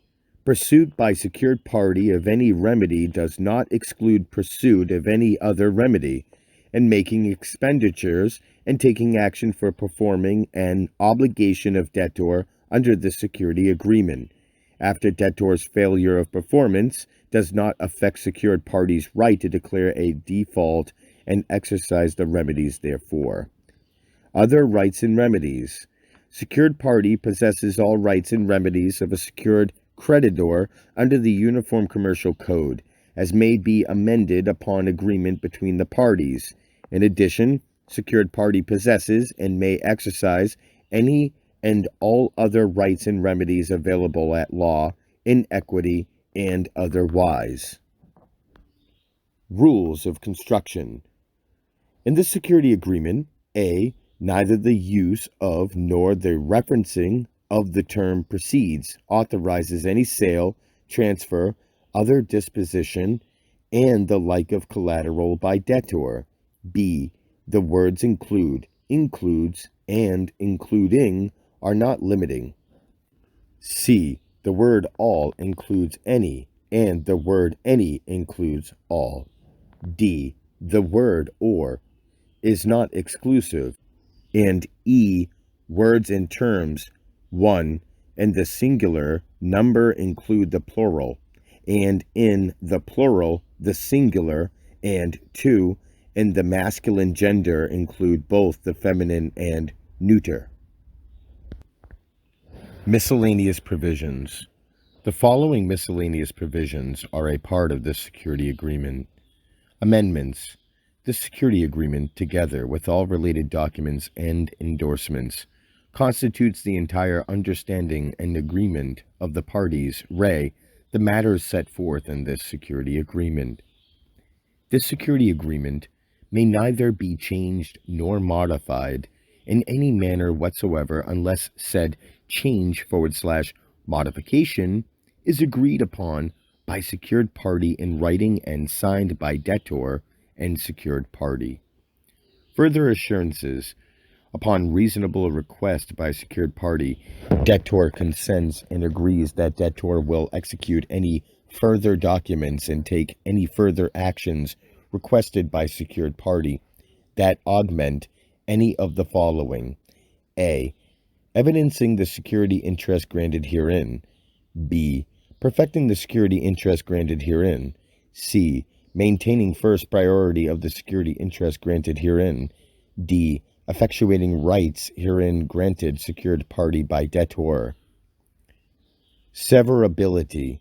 In the event that a court of original and general jurisdiction at common law, such as an Article III court of justice arising under the Constitution of the United States of America, 1787, with the Bill of Rights of 1791, as lawfully amended by the qualified electors of the several states of this American Union, and laws of the de jure United States of America, and such as a court of justice in accordance with the course of the common law arising under the Constitution of the California Republic, as amended by the qualified electors of said California Republic, and the laws of the de jure California, judicially determines that any part of this security agreement, including any amendment, addendum, revision, and the like, is unacceptable for any reason, such as on the basis of being unlawful, invalid, void, unenforceable, and the like. Such provision is thereby severed from this security agreement, but every remaining provision continues in full force and effect and may not be affected by such determination. If feasible, any such offending provision is deemed modified for inclusion within the limits of enforceability and validity. In the event that the offending provision cannot be so modified, said offending provision is thereby stricken, and all other provisions of the security agreement in all other respects remain valid and enforceable by secured party. Waiver. Neither secured party's actions nor secured party's omissions may be construed as a waiver of any rights under the security agreement, unless specifically so waived in writing and signed by secured party. Neither delay nor omission on the part of secured party in exercising any right may operate as a waiver of such right, nor may it operate as a waiver of any other right. A waiver by secured party of a provision of this security agreement neither prejudices nor constitutes a waiver of secured party's right for otherwise demanding strict compliance with that provision and any other provision of this security agreement. Neither prior waiver by secured party nor any course of dealing between secured party and debtor may constitute a waiver of any of secured party's rights, nor of any of debtor's obligations re any future transactions. Whenever the consent of secured party is required under this security agreement, the granting of such consent by secured party in any instance may not be construed as constituting continuing consent for subsequent instances where such consent is required, and in all cases such consent may be granted and withheld in the sole discretion of secured party. This security agreement is not dischargeable in bankruptcy court. Secured party is holder in due course of all negotiable instruments referencing, bearing upon, and deriving from all property and collateral referenced herein. All collateral is exempt from levy and third-party lien. This security agreement secures any and all indebtedness and liability whatsoever that debtor owes in favor of secured party, both direct and indirect, absolute and contingent, due and as might become due, now existing and hereafter arising, and howsoever evidenced. The security agreement also secures any other debt that may be owed by debtor, as arising upon occasion for the benefit of secured party. Debtor acknowledges, consents, and agrees with all provisions of this security agreement, and agrees that debtor is bound by all terms and conditions as set forth herein. This security agreement number, all capital letters JHD-060996-SA, is dated the 9th day of the 6th month in the year of our Lord 1996. Debtor, all capital letters and legis name, John Henry Doe, copyright symbol. Debtor signature, all capital letters name, ens legis, John Henry Doe, copyright symbol. Secured party accepts debtor's signature in accord with UCC 1-201-39 and Statute 3-401 and accepts for value the security agreement. John Henry Doe, copyright symbol, autograph, common law, copyright symbol, 1973 by, in English, grammar, common law, spelling, and pronunciation, John Henry Doe, copyright symbol, all rights reserved. Attachment sheet, Ray, security agreement number, all capital letters, JHD-060996-SA. Number, all capital letters, JHD-060996-AS. 1.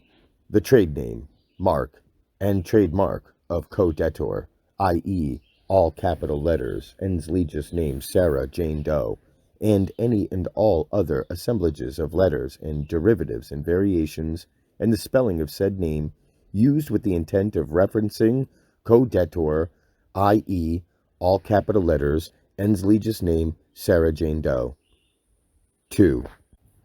The trade name, mark, and trademark of co-debtor, i.e., all capital letters, ens legis name Anna Marie Doe, and any and all other assemblages of letters and derivatives and variations in the spelling of said name used with the intent of referencing co-debtor, i.e., all capital letters, ens legis name Anna Marie Doe. 3. Social Security account numbers 459-959876, 459-95-2345. 4. Account numbers 459-959-876, 459-95-2345. 5. Case numbers 6. Permits, States of California Board of Equalization sales permit. 7. Land and real property, Westchester Acres, PH1C, Blacks 12 LT 14 ACS 0.350 VOL 96136 /0927 DD070199 CO-LO-SANG 24315000022825009, in parentheses, D transfer date 199-60610. 8. Buildings, structures, and fixtures located on what is commonly known as buildings. 9.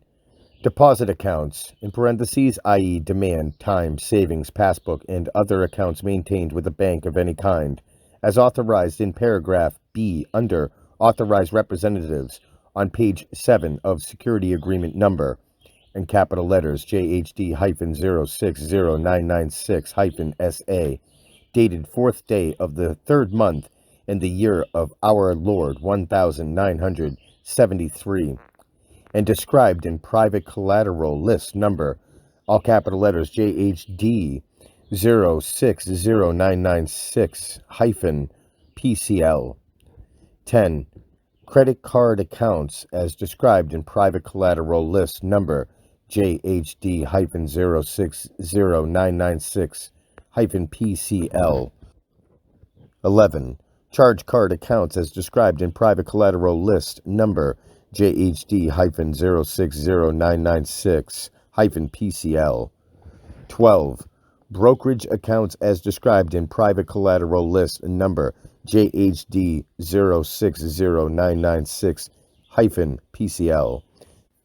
13. Retirement plan accounts, individual retirement accounts, 401ks, pension plans, and the like, as authorized in paragraph B under Authorized Representative on page 7 of Security Agreement Number JHD-0609996-SA, dated 9th day of the 6th month in the year of our Lord 1996, and described in private collateral list number JHD-0609996-PCL. 14. All capital letters, United States of America passport, NOS 567890123 234567890. 15. Driver's licenses. California driver's license B87-65432. 16. Miscellaneous licenses. California Cosmology Commission Operator License, license number 00077755544. All capital letters, Ensley's name, Doe, Sarah Jane. 17. All precious metals and bullion, and any storage box and receptacle within which such is stored, as described in private collateral list number JHD-0609996-PCL. 18.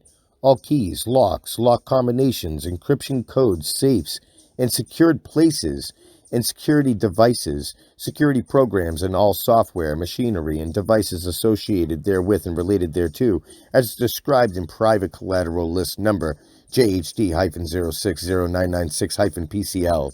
19.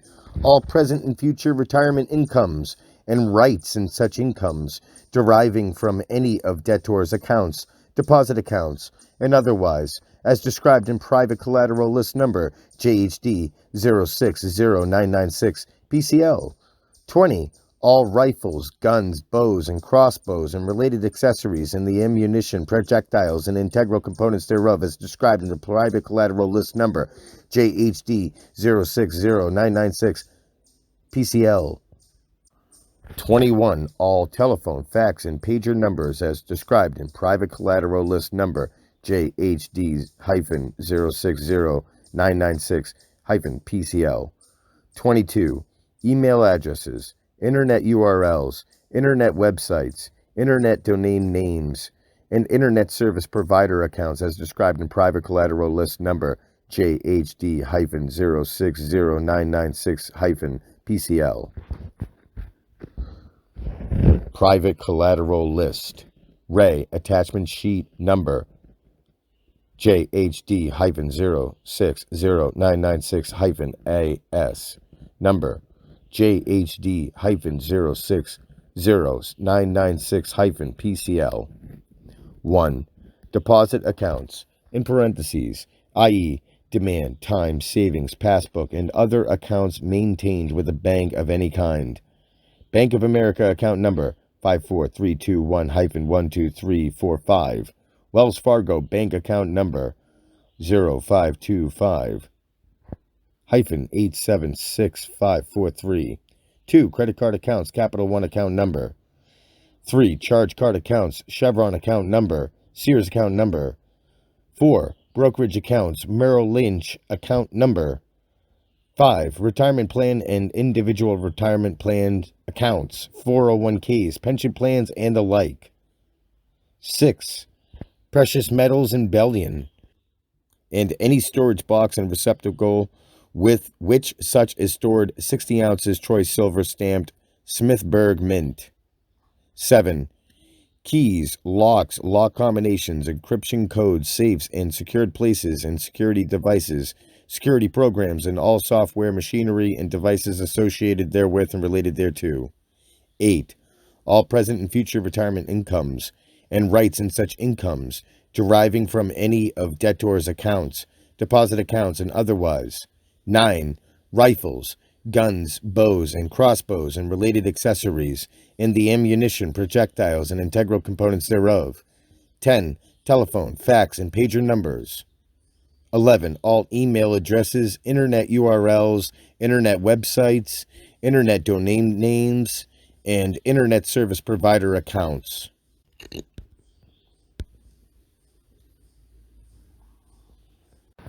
Section 9. UCC Financing Statement Amendment Instructions.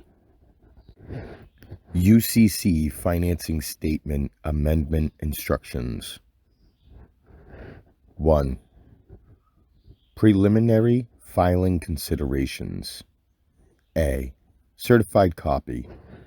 As with the UCC financing statement, you will need to obtain a certified copy of all amendment filings, both at state level and county level.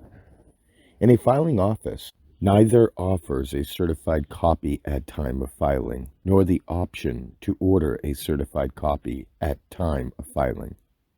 You will need to utilize the process described in Section 7, Information Request. Otherwise, follow the procedure described in the previous section and take the necessary steps to secure a certified copy of this filing. B. Original filing number. To file an amendment, you will need the original filing number of your UCC financing statement as discussed in the previous section. If you do not yet have the original filing number, please review paragraph B on the first page of the UCC financing statement instructions. 2. Instructions for the UCC financing statement amendment form. A. Official UCC instructions. Please read Instructions for National UCC Financing Statement Amendment in parentheses Form UCC3 and Instructions for National UCC Financing Statement Amendment Addendum in parentheses Form UCC3AD immediately following this set of instructions, and then return and continue reading at paragraph B immediately below. B.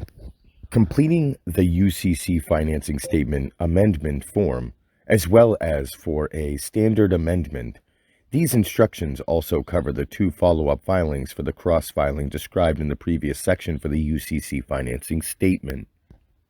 As you go through these instructions, consult the particular sample UCC financing statement amendment form for John Henry Doe that matches your needs as often as necessary to confirm your understanding of the following instructions. 1. Box A. Providing data in this box is optional. We recommend you leave it blank. 2. Box B. Box B is for return of the UCC financing statement form after it has been indexed, in parentheses filed, and microfilmed. You may place any name and mailing location you desire for return of the form. Because some states resist doing redemption filings, You should select the most appropriate data for Box B. 2. Box 1A. Place the original filing number of your UCC financing statement in this box, as well as the exact date and time of filing, if convenient. 4. Box 1B. The only time this box is checked is when you do an amendment on a UCC financing statement filed at county level and a real estate filing. This is not applicable for our needs as set forth herein, although the need could certainly arise one day for those with real estate holdings. 5. Box 2. Used only for termination of a financing statement wherein secured party no longer claims a security interest in collateral. You will likely never do a termination, so this is not applicable for our needs. 6. Box 3. Used only for filings where debtor is not a transmitting utility and must be renewed every 5 years. Does not apply for our purposes because your trade name is a transmitting utility and the filing is permanent. 7. Box 4. This box is checked when there is any change in the secured party of record. This box covers both full and partial assignments of security interest in the collateral of the debtor. Box 4 also has additional requirements for identifying the new assignee described in A below. A. Cross-filing amendment number 1. Box 4 is checked in this. The first cross-filing amendment from the initial cross-filing, per additional instructions within Box 4. 1. The name of the assignee, in parentheses, your true name, is entered in Box 7B.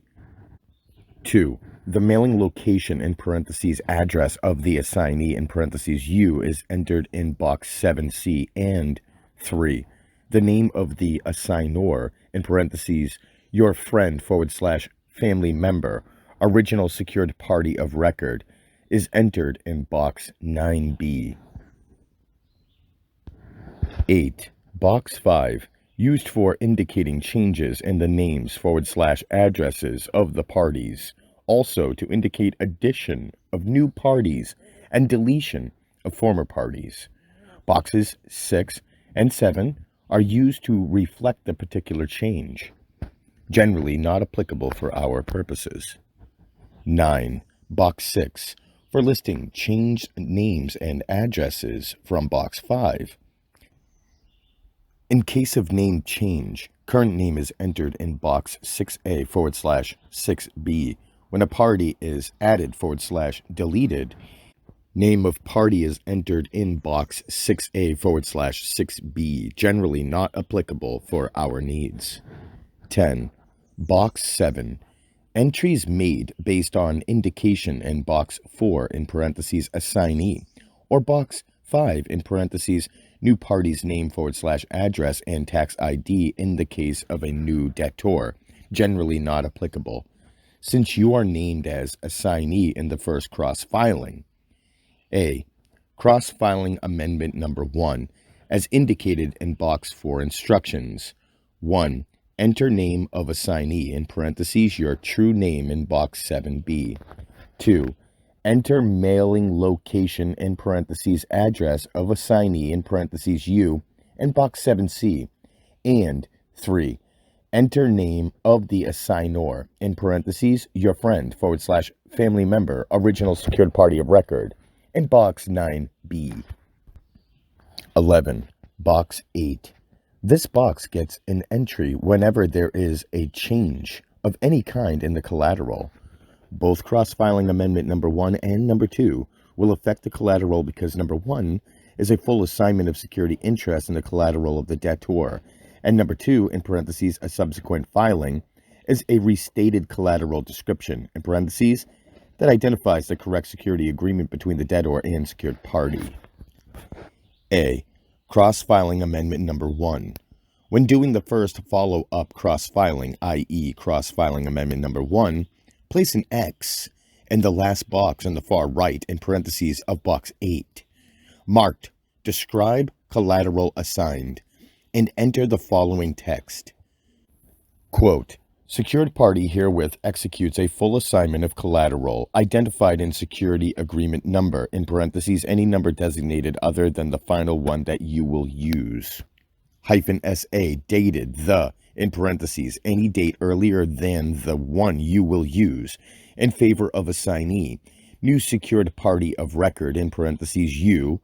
Inquiring parties may consult with debtor directly for ascertaining in detail the financial relationship between debtor and new secured party of record, identified in security agreement referenced above. B. Cross-filing Amendment 2. This same box is used in the subsequent follow-up cross-filing, i.e., cross-filing Amendment number 2. But a different box is checked. A few days, in parentheses 2-3, after cross-filing amendment number 1 is filed, you may file cross-filing amendment number 2. The UCC filing office records and indexes all filings in sequence based on date received. There will not be a mix-up between the second follow-up cross-filing and the first, even if you do not get confirmation on the first filing before sending out the second. In cross-filing amendment number 2, place an X in the third box from the left, i.e., box marked Give Entire Restated Collateral Description, and then enter the following text in box 8. Quote, all debtors' assets, land, and personal property, and all of debtors' interest in said assets, land, and personal property, now owned and hereafter acquired, now existing and hereafter arising, and wherever located, described fully in security agreement number, in parentheses, your initials, and month, date, and year of document date. SA dated the, in parentheses, sequential spelled out, day of the, in parentheses, sequential spelled out, month in the year of our Lord, in parentheses, year spelled out. Inquiring parties may consult directly with the debtor for ascertaining in detail the financial relationship and contractual obligations associated with this commercial transaction, identified in security agreement referenced above. Adjustment of this filing is in accord with UCC Statute 1-103, Statute 1-104, and House Joint Resolution 192 of June 5th, 1933. Secured party accepts debtor's signature in accord with UCC Statute 1-201-39 and Statute 3-401. End quote. 12. Box 9. This box indicates the particular party that is authorizing the amendment. Sometimes it will be the debtor. Sometimes it will be the secured party. Neither the checkbox appearing in the text of Box 9 nor Box 9A applies for our needs in either cross-filing amendment. Only Box 9B. A. Cross-filing amendment number 1. Since the original secured party of record, in parentheses, your friend / family member, is authorizing the full assignment in Box 4, his / her name is entered in Box 9B, in parentheses, exactly as it appears in the UCC financing statement. B. Cross-filing amendment number 2. Since the debtor, in parentheses, your trade name, is authorized the restated collateral description, its name goes in Box 9B, in parentheses, exactly as it appears in the financing statement, and cross-filing amendment number 1. 13. Box 10. Not applicable. 14. Note, Ray, amendment, addendum page. Generally speaking, you will not have a need to use the UCC financing statement amendment addendum. The primary purpose of this page is to provide more space for continuation of the collateral description from Box 8. But based on our system, this will likely never occur. If the need ever arises to use this page, follow the instructions as given below. Otherwise, the amendment addendum page may be discarded. 15. Box 11. If this page is needed, place the original filing number of your UCC financing statement in this box, as well as the exact date and time of filing, if convenient. This is the same data that appears in Box 1A. 16. Addendum Box 12A, not applicable. 17. Addendum Box 12B. If the addendum page is needed, place the same name that appears in Box 9B in Box 12B. 18. Addendum Box 13. If the collateral description in Box 8 exceeds the space given, continue the text in Box 13 of the addendum page. C. Official instructions. Though somewhat difficult to decipher, the official instructions for the UCC financing statement amendment are nevertheless accurate. If there is ever any doubt about exactly what data goes where, always consult the official instructions and get it worked out so you are completely satisfied. 3. Subsequent use of the UCC financing statement amendment. A. An invaluable tool. The UCC financing statement amendment gives you a leeway to modify the original financing statement any way you like. Mistakes are also easily corrected simply by filing an amendment. The UCC financing statement amendment, even though called an amendment, immediately becomes part of the original UCC financing statement as soon as it is filed. So, even though it goes by a different name, it is only modifying the financing statement in some way. B. All other aspects of use identical with those of UCC financing statement. The main purpose of these instructions on the amendment is to cover the entry in each box of the form. Peculiarities regarding style of displaying names, addresses, etc. are the same in the amendment as in the UCC financing statement instructions. Consult the UCC financing statement instructions for any questions other than the data that is entered in specific boxes. Instructions for National UCC Financing Statement Amendment in parentheses Form UCC3. Please type or laser print this form. Be sure it is completely legible. Read all instructions, especially instructions 1A, correct file number or initial financing statements is crucial. Follow instructions completely.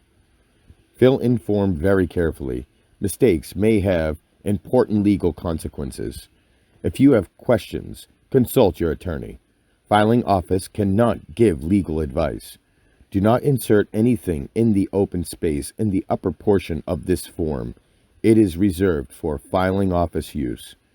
An amendment may relate to only one financing statement. Do not enter more than one file number in item 1A. When properly completed, send filing office copy with required fee to filing office. If you want an acknowledgement, complete item B, and if filing in a filing office that returns an acknowledgement copy furnished by filer, you may also send acknowledgement copy, otherwise detach. Always detach debtor and secured party copies. If you need to use attachments, use 8.5 by 11 inch sheets and put at the top of each sheet amendment and the filing number of the initial financing statement to which this amendment relates. You are encouraged to use Amendment Addendum Form UCC 3AD. Always complete items 1A and 9. A. To assist filing offices that might wish to communicate with filer, filer may provide information in item A. This item is optional. B. Complete item B if you want an acknowledgement sent to you. If filing in a filing office that returns an acknowledgement copy furnished by filer, present simultaneously with this form a carbon or other copy of this form for use as an acknowledgement copy. 1A. File number. Enter file number of initial financing statement to which this amendment relates. enter only one file number. In some states, the file number is not unique. In those states, also enter in item 1A, after the file number, the date that the initial financing statement was filed. 1B. Only if this amendment is to be filed or recorded in the real estate records, check box 1B, and also in item 13 of Amendment Addendum, enter debtor's name in proper format exactly identical to the format of item 1 of financing statement, and name of record owner if debtor does not have a record interest. Note: show purpose of this amendment by checking box 2, 3, 4, 5 in parentheses in item 5. You must check 2 boxes, or 8. Also complete items 6, 7, and / or 8 as appropriate. Filer may use this amendment form to simultaneously accomplish both data changes in parentheses item 4, 5, and or 8, and a continuation in parentheses item 3, although in some states filer may have to pay a separate fee for each purpose. 2. To terminate the effectiveness of the identified financing statement with respect to security interests of authorizing secured party, checkbox 2, see instruction 9 below. 3. To continue effectiveness of the identical financing statement with respect to security interests of authorizing secured party, checkbox 3, see instructions 9 below. 4. To assign 1. All of assignor's interests under the identified financing statement, or 2. In partial interest in the security interest covered by the identified financing statement, or 3. Assignor's full interest in some, in parentheses, but not all, of the collateral covered by the identified financing statement. Check box in item 4 and enter name of assignee in item 7A if assignee is an organization, or in item 7B, formatted as indicated. If assignee is an individual, complete 7A or 7B, but not both. Also, enter assignee's address in item 7C. Also, enter name of assignor in item 9. If partial assignment affects only some, in parentheses but not all, of the collateral covered by the identified financing statement, filer may check appropriate box in item 8 and indicate affected collateral in item 8. 5, 6, 7. To change the name and or address of a party, check box in item 5 to indicate whether this amendment amends information relating to a debtor or a secured party. Also check box in item 5 to indicate that this is a name and or address change. Also enter name of affected party in parentheses current record name in case of name change in item 6A or 6B as appropriate, and also give new name in parentheses 7A or 7B and or new address in parentheses 7C in item 7. 5, 6. To delete a party, check box in item 5 to indicate whether deleting a debtor or a secured party. Also check box in item 5 to indicate that this is a deletion of a party, and also enter name in parentheses 6A or 6B of deleted party in item 6. 5, 7. To add a party, check box in item 5 to indicate whether adding a debtor or secured party. Also, check box in item 5 to indicate that this is an addition of a party. Also, enter all required information in item 7, name in parentheses 7A or 7B, and address in parentheses 7C. Also, if adding a debtor, tax ID number in parentheses 7D in those states where required, and additional organization debtor information in parentheses 7E through G. If added debtor is an organization, note the preferred method for filing against a new debtor in parentheses an individual or organization not previously of record as a debtor under this file number is to file a new financing statement in parentheses UCC 1 and not an amendment in parentheses UCC 3. 8. Collateral change. 2. Change the collateral covered by the identified financing statement. Describe the change in item 8.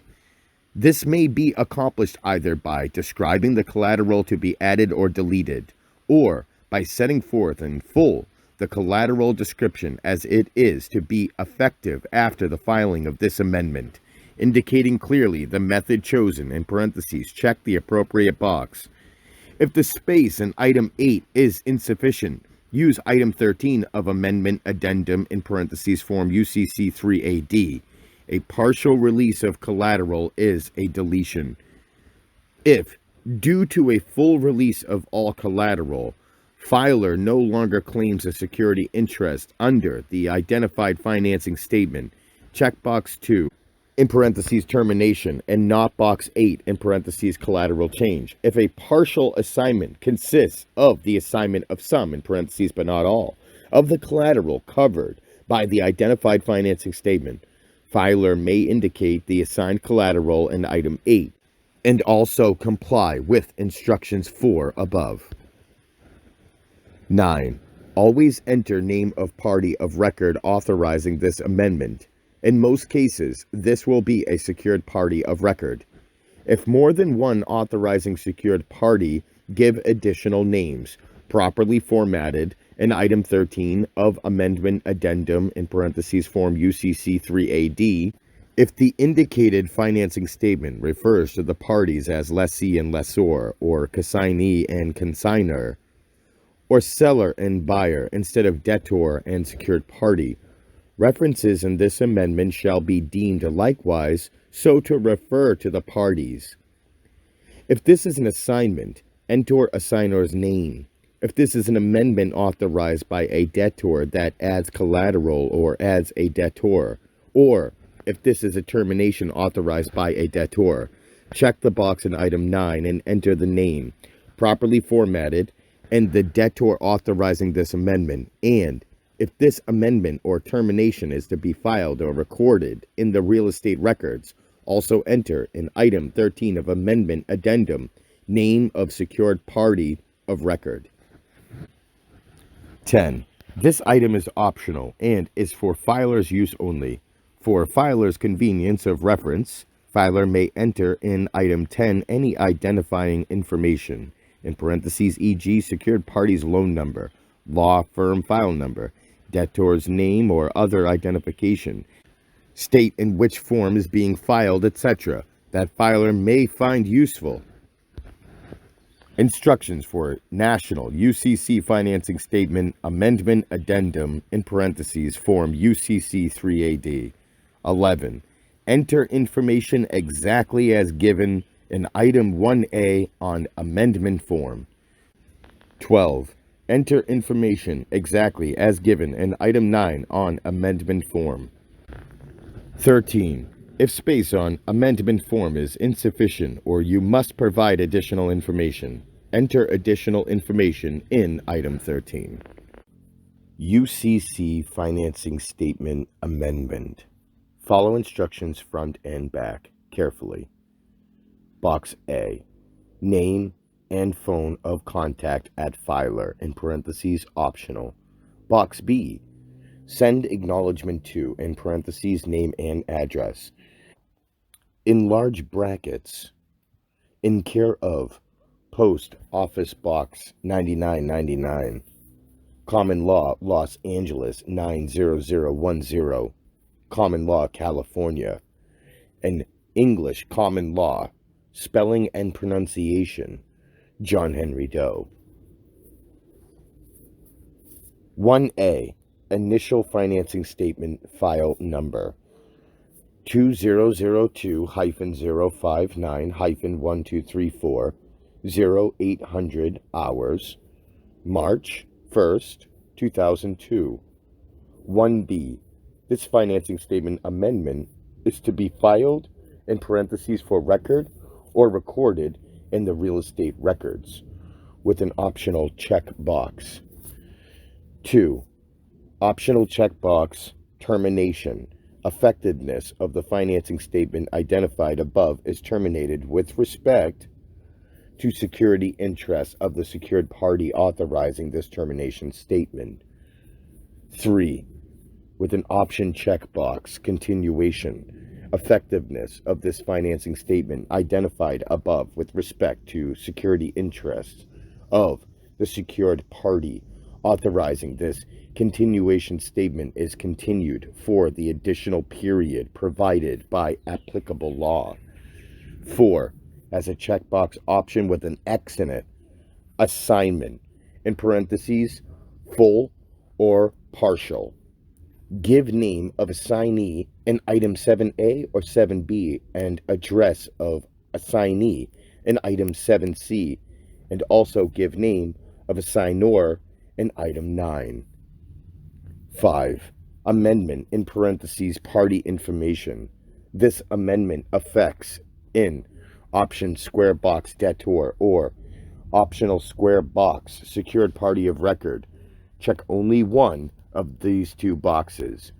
Also, check one of the following three boxes and provide appropriate information in item 6 and or 7. Optional checkbox. Change name and or address. Give current record name in item 6A or 6B. Also give new name if name change in item 7A or 7B, and or new address, in parentheses if address change, in item 7C. Optional checkbox, delete name, give record name to be deleted in item 6A or 6B. Optional checkbox, add name, complete item 7A or 7B, and also item 7C, also complete items 7D through 7G if applicable. Box 6, current record information.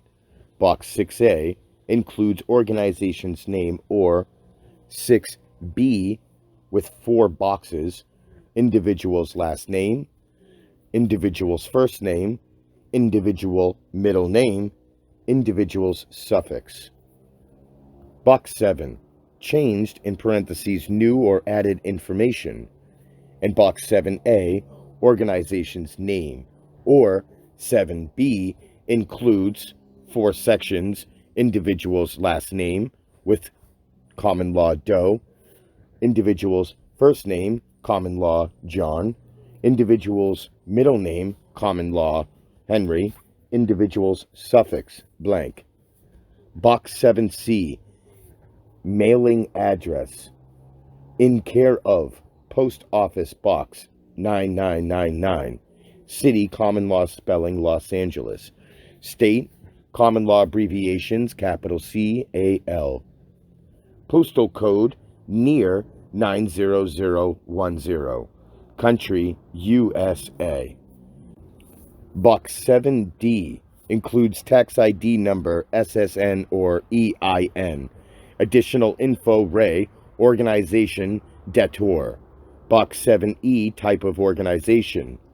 Box 7F, jurisdiction of organization. Box 7G, organizational ID number, if any, with optional checkbox, none. Box 8, amendment, in parentheses collateral change. Check only one box. Describe collateral with blank optional checkbox. Deleted or optional checkbox empty added. Or give entire optional checkbox empty, restated collateral description, or describe collateral with an X in the last checkbox assigned. Secured party herewith executes a full assignment of collateral, i.e., all of debtor's assets, land, and personal property, and all of debtor's interests in said assets, land, and personal property, now owned and hereafter acquired, now existing and hereafter arising, and wherever located, described fully in security agreement number, capital letters BMO-030202-SA. Dated March 1st, 2002, in favor of assignee, new secured party of record, and common law, spelling and pronunciation of English grammar, John Henry Doe. Inquiring parties may consult with debtor directly for ascertaining in detail the financial relationship between debtor and new secured party of record, identified in security agreement referenced above. Box 9 consists of name of secured party of record authorizing this amendment, in parentheses, name of assignor, if this is an assignment, if this is an amendment authorized by a debtor which adds collateral or adds the authorized debtor, or if this is a termination authorized by a debtor. Check here in a blank optional box and enter name of debtor authorizing this amendment. Box 9A consists of organization's name, or Box 9B consists of 4 sections of individual's last name, individual's first name, individual's middle name, and individual's suffix. Box 10 consists of optional filer reference data. UCC Financing Statement Amendment Addendum. Follow instructions in parentheses front and back carefully. Box 11 consists of initial financing statement file number, in parentheses, same as items 1A on amendment form, 2002-059-1234, 0800 HRS, March 1st, 2002. Box 12 consists of name of party authorizing this amendment, in parentheses, same as item 9 on amendment form. Box 12A consists of organization's name, or Box 12B consists of 3 sections of individual's last name, individual's first name, individual's middle name, and suffix. The blank space on the right, this above space, is for filing use only. UCC Financing Statement Amendment. Follow instructions in parentheses front and back carefully. Box A, name and phone of contact at filer, in parentheses optional. Box B consists of send acknowledgement to, in parentheses name and address, in large brackets, and care of Post Office Box 9999 and Common Law, Los Angeles 90010, Common Law, California. In Common Law, English, spelling and pronunciation, John Henry Doe. Box 1A consists of initial financing statement file number 2002-059-1234, 0800 capital HRS, March 1st, 2002. Box 1B consists of this financing statement amendment is to be filed, in parentheses for record, in parentheses, or recorded in the real estate records, with a blank option box. Box 2 consists of an optional checkbox blank termination. Effectiveness of the financing statement identified above is terminated with respect to security interests of secured party authorizing this termination statement. Box 3 with an optional checkbox blank continuation. Effectiveness of the financing statement identified above with respect to security interests of the secured party authorizing this continuation statement is continued for the additional period provided by applicable law. Box 4 with an optional checkbox blank assignment, in parentheses full or partial. Give name of assignee in item 7A or 7B and address of assignee in item 7C, and also give name of assignor in item 9. Box 5 consists of amendment, in parentheses party information. This amendment affects blank optional checkbox debtor or blank optional checkbox secured party of record. Check only one of these 2 boxes. Also check one of the following 3 boxes and provide appropriate information in item 6 and or 7. Optional checkbox consists of changed name and or address. Give current record name in item 6A or 6B. Also give new name, in parentheses if name change, in item 7A or 7B. and or new address, in parentheses, if address change in item 7C. Optional checkbox, blank, delete name, give record name to be deleted in item 6A or 6B. Optional checkbox, blank, add name, complete item 7A or 7B, and also item 7C, also complete items 7D through 7G, in parentheses, if applicable. Box 6 consists of current record information. Box 6A consists of organization's name, or Box 6B consists of 4 sections of individual's last name, individual's first name, individual's middle name, individual's suffix. Box 7 consists of change, in parentheses, new or added information. Box 7A consists of organization's name, or Box 7B consists of 4 sections: individual's last name, individual's first name, individual's middle name, individual's suffix. Box 7C consists of 5 sections: mailing address, city, state, postal code, country. Section 7D consists of tax ID number, SSN or EIN, additional info, RE, organization, debtor. Box 7E consists of type of organization. Box 7F consists of jurisdiction of organization. Box 7G consists of organizational ID number, if any, with blank checkbox option none. Box 8 consists of amendment, in parentheses, collateral change, check only one box. Describe collateral with optional empty checkbox, deleted, or optional checkbox, empty, added, or give entry with optional checkbox with an X in it, restated collateral description, or describe collateral with empty, blank, checkbox option assigned. All of debtor's assets, land, and personal property, and all of debtor's interests in said assets, land, and personal property, now owned and hereafter acquired, now existing and hereafter arising, and wherever located. Described fully in security agreement number, all capital letters, JHD-031002-SA. Dated the 10th day of the 3rd month in the year of our Lord 2002, in favor of assignee, new secured party of record. In English common law, spelling and pronunciation, John Henry Doe. Inquiring parties may consult with debtor directly for ascertaining in detail financial relationship between debtor and new secured party of record, identified in security agreement referenced above. Adjustment of this filing is in accord with UCC.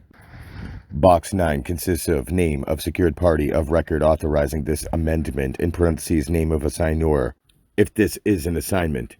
If this is an amendment authorized by a debtor which adds collateral or adds the authorizing debtor, or if this is a termination authorized by a debtor, check here in the checkbox option empty and enter name of debtor authorizing this amendment.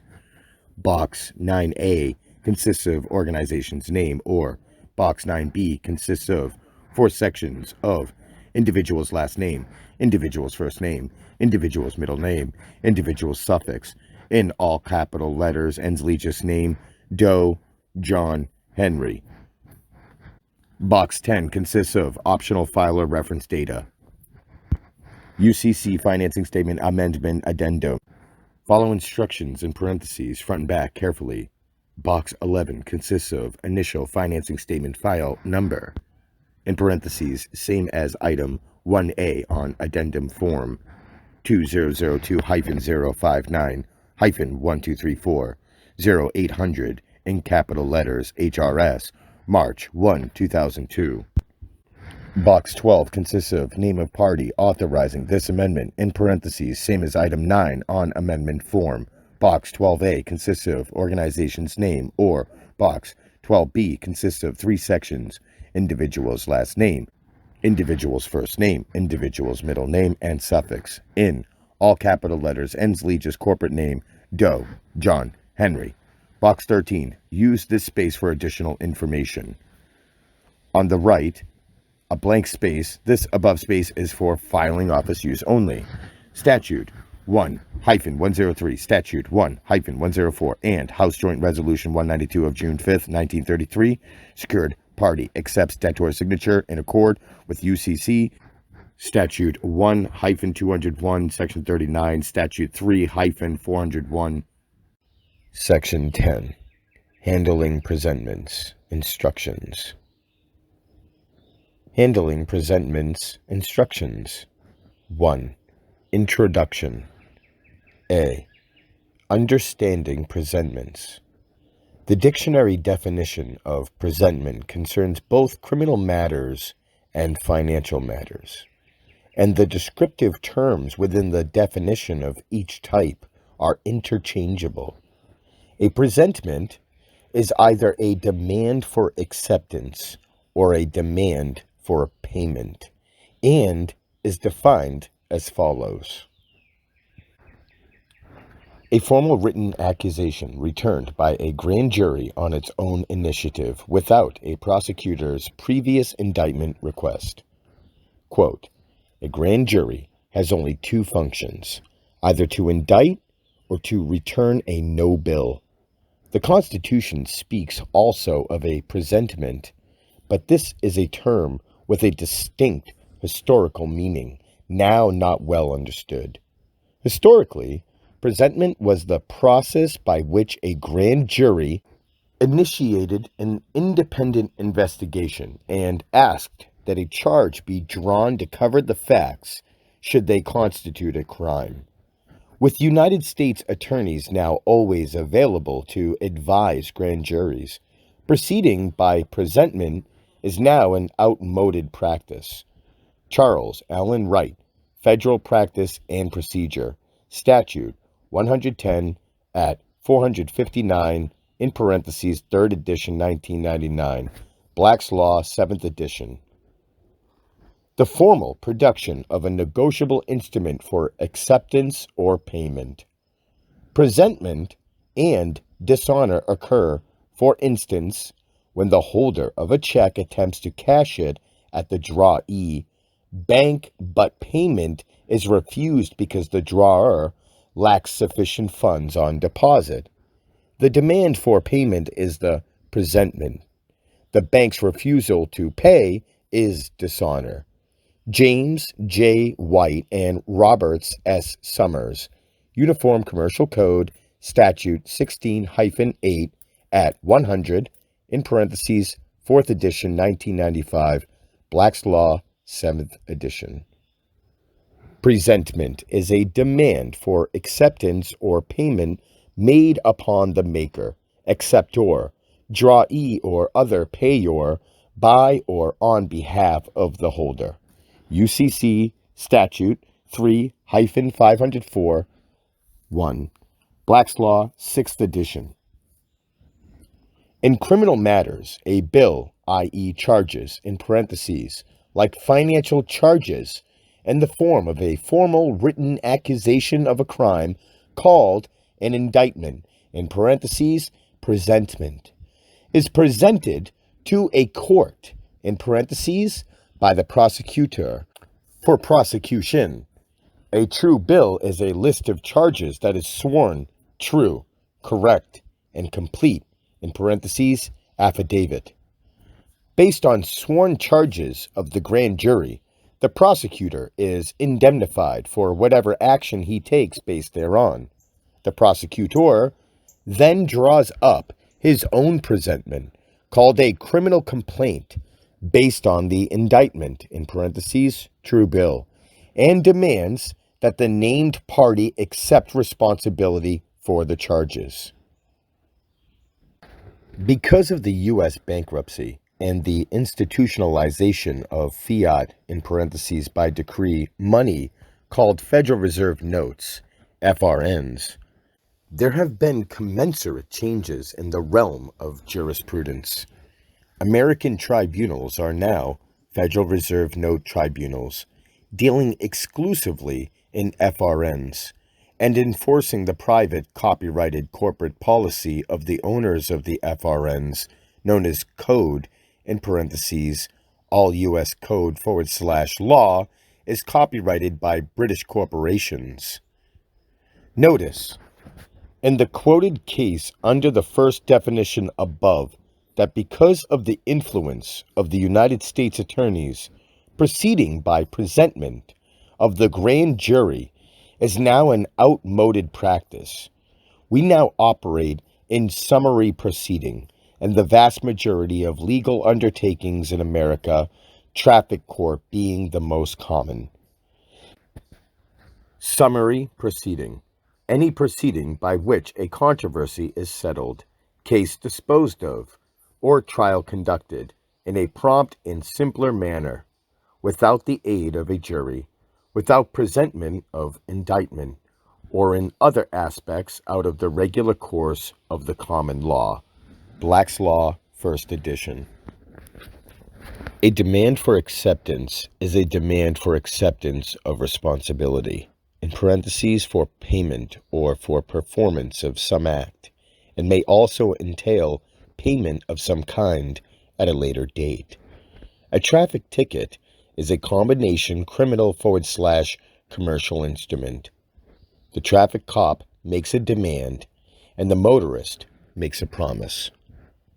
Traffic tickets are negotiable instruments, and negotiable instruments consist strictly of orders to pay and promises to pay. The cop issues an order for acceptance, in parentheses of responsibility to pay against the credit of the trade name, and the motorist signs a promise to, in parentheses, accept responsibility for the charge and appear, in parentheses, and if necessary pay the ticket. If the motorist fails to accept responsibility for the ultimate payment of the ticket at any point in the process, he is arrested and jailed. When anyone in government demands that you accept responsibility to perform some act, he is issuing a presentment, concerning which there are monetary charges associated with a failure to perform. Presentments come in oral, written, and electronic form. Acceptance of any presentment executes a contract. In the private sector, presentments usually come from attorneys, but since all attorneys are officers of the state, we are forced with essentially the same situation. Courts could not function without attorneys. We are endowed with a special property right, in parentheses, right to practice law, granted a title of nobility, in parentheses, esquire, via letters patent, and elevated above common men, in parentheses, fees enforced by judicial decree, win or lose. In order to issue a presentment, a prospective issuer must have an account where a charge can be lodged. For example, if police cannot determine the trade name of a detainee, in parentheses held for questioning, with a brief period of time, they must release him. The trade name is the account name under which a sovereign conducts business, albeit unwittingly. The trade name, as well as the true name, compromises property. Note: drawee, one to whom a bill of exchange or a check directs a request to pay a certain sum of money specified therein. In the typical checking account situation, the bank is the drawee, the person writing the check is the maker or drawer, and the person to whom the check is written is the payee. Barron's Law Dictionary, 3rd edition, 1991. An attorney is an officer of the court, and as such, an officer and arm of the state. 7. Corpus Juris Secundum 4. Virgin Islands Bar Association vs. Dench. D.C. Virgin Islands, 124 F. Supplement 257. Letters patent and open document under seal of the government granting some special right, authority, privilege, or property, or conferring some title. A Standard Dictionary of the English Language. Funk and Wagnalls Company, 1903. Registration of your trade name, in parentheses, via birth, etc., constitutes the voluntary surrender of custody of the property, in parentheses, name, and establishment of an account. When a government actor says, "May I have your name, please?" he is literally asking you to turn over your property, the trade name, for him to use however he pleases, and to charge the account, the flesh and blood man, as surety for the party in whose name the account appears, is held accountable for any charges leveled against the trade name. The reason for the criminal and financial charges seem to run together, overlap, and mirror the other is that they are both commercial in nature. This is the Admiralty jurisdiction mentioned in Part 1, theory of this manual. In Admiralty, the military, in parentheses, in its many forms, is used to enforce criminal penalties for civil offenses.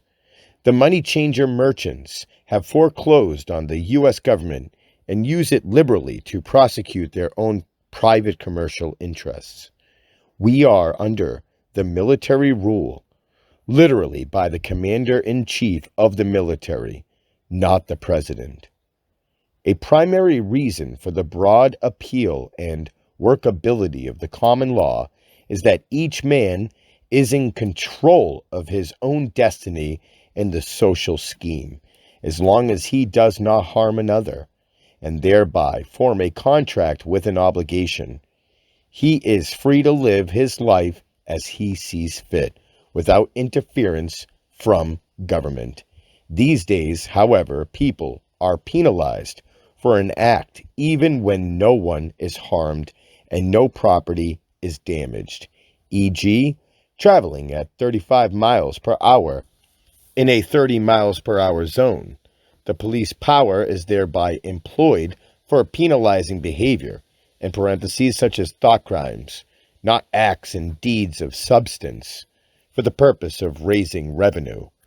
When someone violates his own sense of moral rightness in his conduct as a member of society, no matter how justified, he is weakened under the police power of the state. For this reason, it is a good idea to reassess your life as you embark on this stage of the journey and begin using and relying on the power of the documents and processes offered herein, which is formidable, and make sure that you are giving yourself the best chance for a worry-free existence. Betraying your own sense of fair play is the quickest way to undermine all progress. In the end, it is your own sense of decency, ethical behavior, and interaction with others that determines your fate. Just by trying to do the right thing on a moment-to-moment basis brings about clarity of perception not otherwise available, and can easily turn out to be your saving grace in a time of need. These documents are all based on the power of common law, private property rights, and consensual contracts, and are enormously successful in crushing assaults on your fiscal integrity. Their efficacy has been acknowledged at both the lowest and very highest levels of government in this country. They have changed the course of every proceeding in which they were introduced, including criminal cases where the accused was already convicted. That is because the common law still exists and is in full force. It has just been covered over.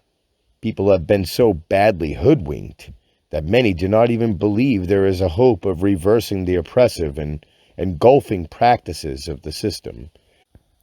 There is hope. It lies in the common law and in your ability to maintain in the face of the mendacious bent of Big Brother's operatives.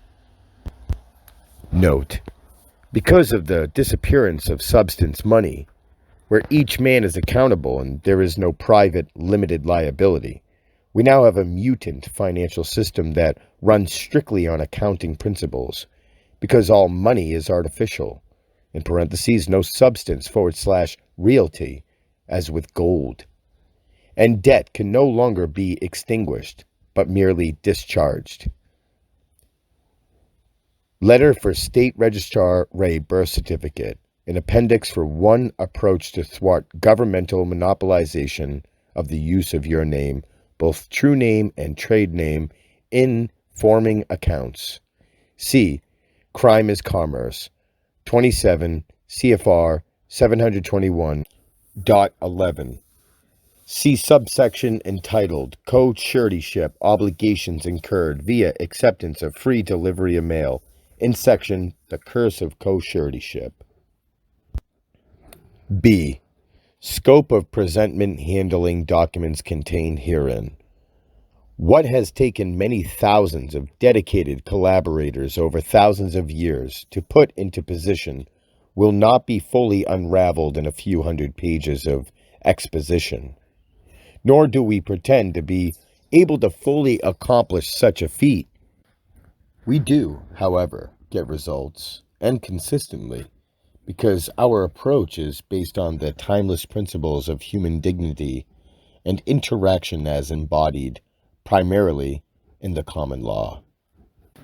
The chosen masters are not pleased that their wealth confiscation and freedom usurpation machinery can be rendered ineffective, and even more upset that their own device, in parentheses the UCC, can be used to victimize them.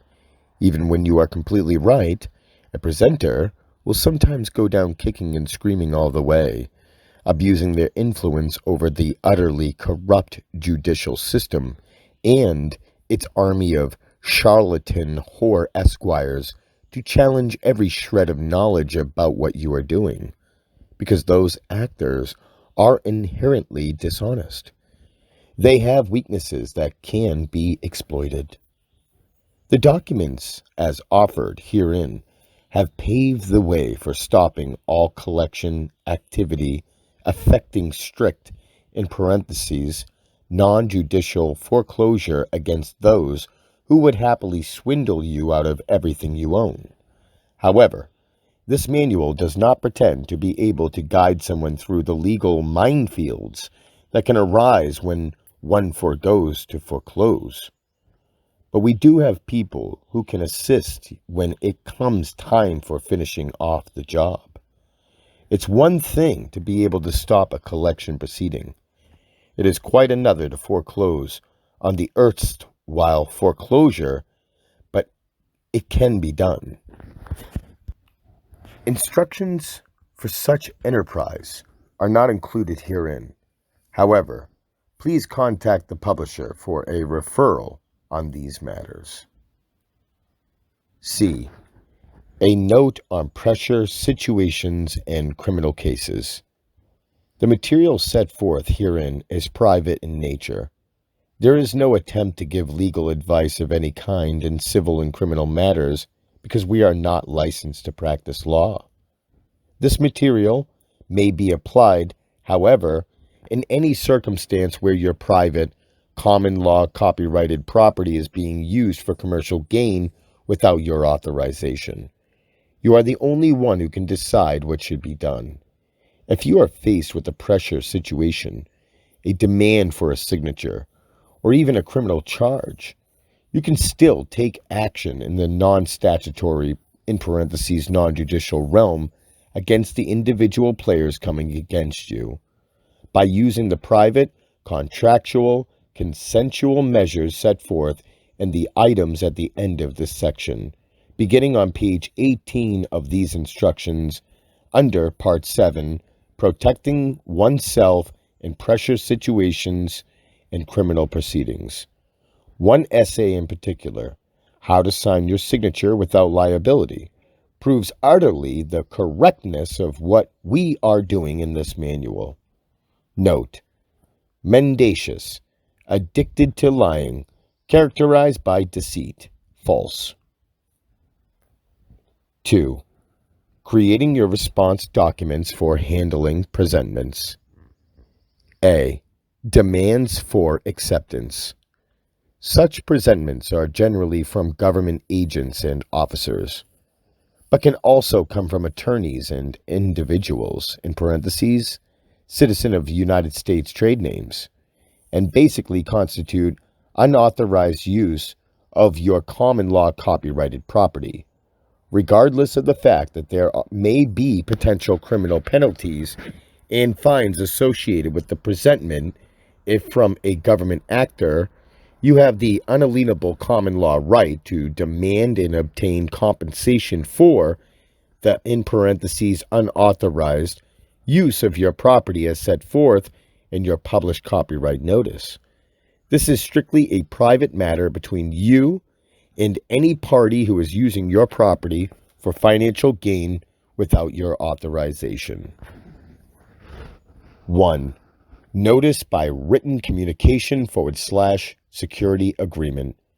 Entitled in non-judicial terms so as to align with tenets of the Uniform Commercial Code.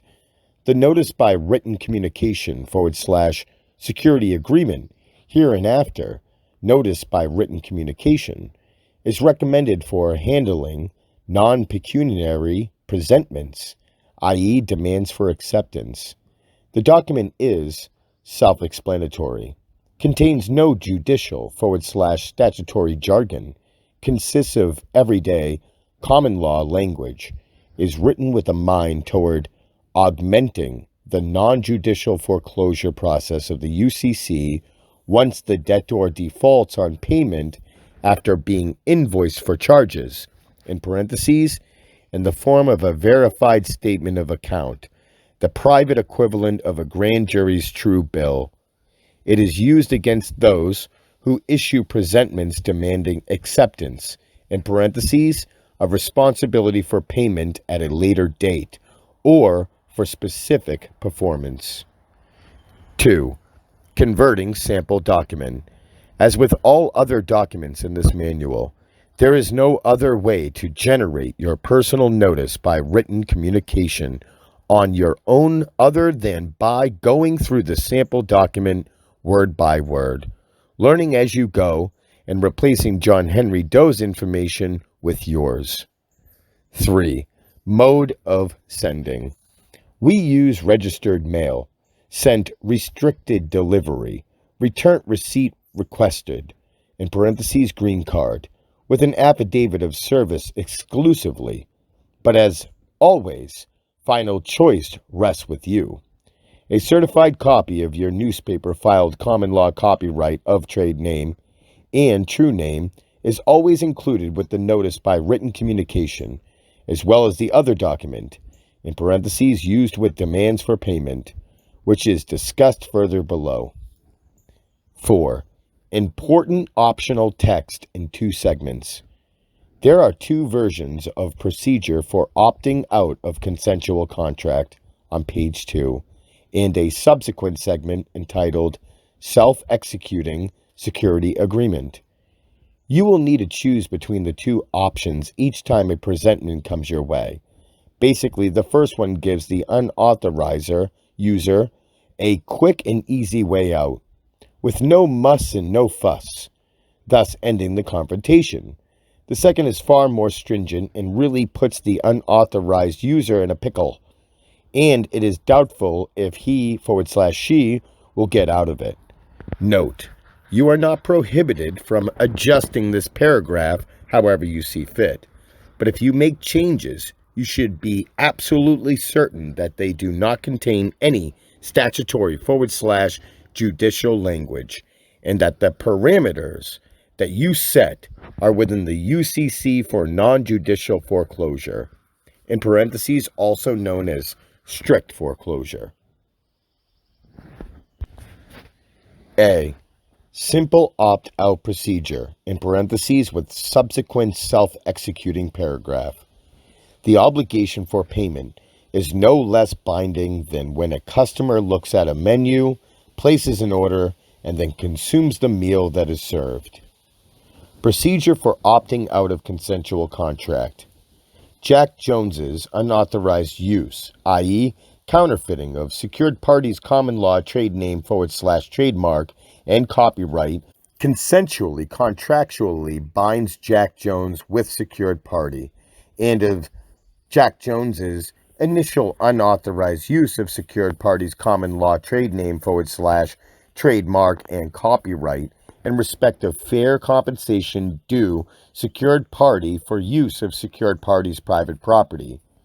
All caps, Jack Jones can opt out and withdraw from all caps Jack Jones's consensual contract with secured party and retain no obligation associated therewith only by immediate cessation of any and all further unauthorized use of secured party's common law copyrighted property.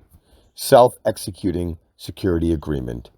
By the act of any single instance of unauthorized use of secured parties' common law copyrighted property by all caps Jack Jones, following all caps Jack Jones's receipt of this notice by written communication, all cap Jack Jones, hereinafter user, only in this self-executing security agreement section, accepts the obligation of this consensual contract. This notice by written communication concomitantly becomes a security agreement hereinafter. Security agreement, wherein user is debtor and John Henry Doe, common law, spelling and pronunciation, copyright symbol, is secured party and user. B. Difficult opt-out procedure, in parentheses with subsequent self-executing paragraph. The time period referenced within this segment is the 72-hour Regulation Z Federal Truth in Lending Act period that is initiated when someone voluntarily incurs an obligation. The party has 72 hours from midnight of the day after execution of the transaction to back out of the deal. In parentheses, see Truth in Lending Act and glossary for the act in pertinent part. Procedure for opting out of consensual contract.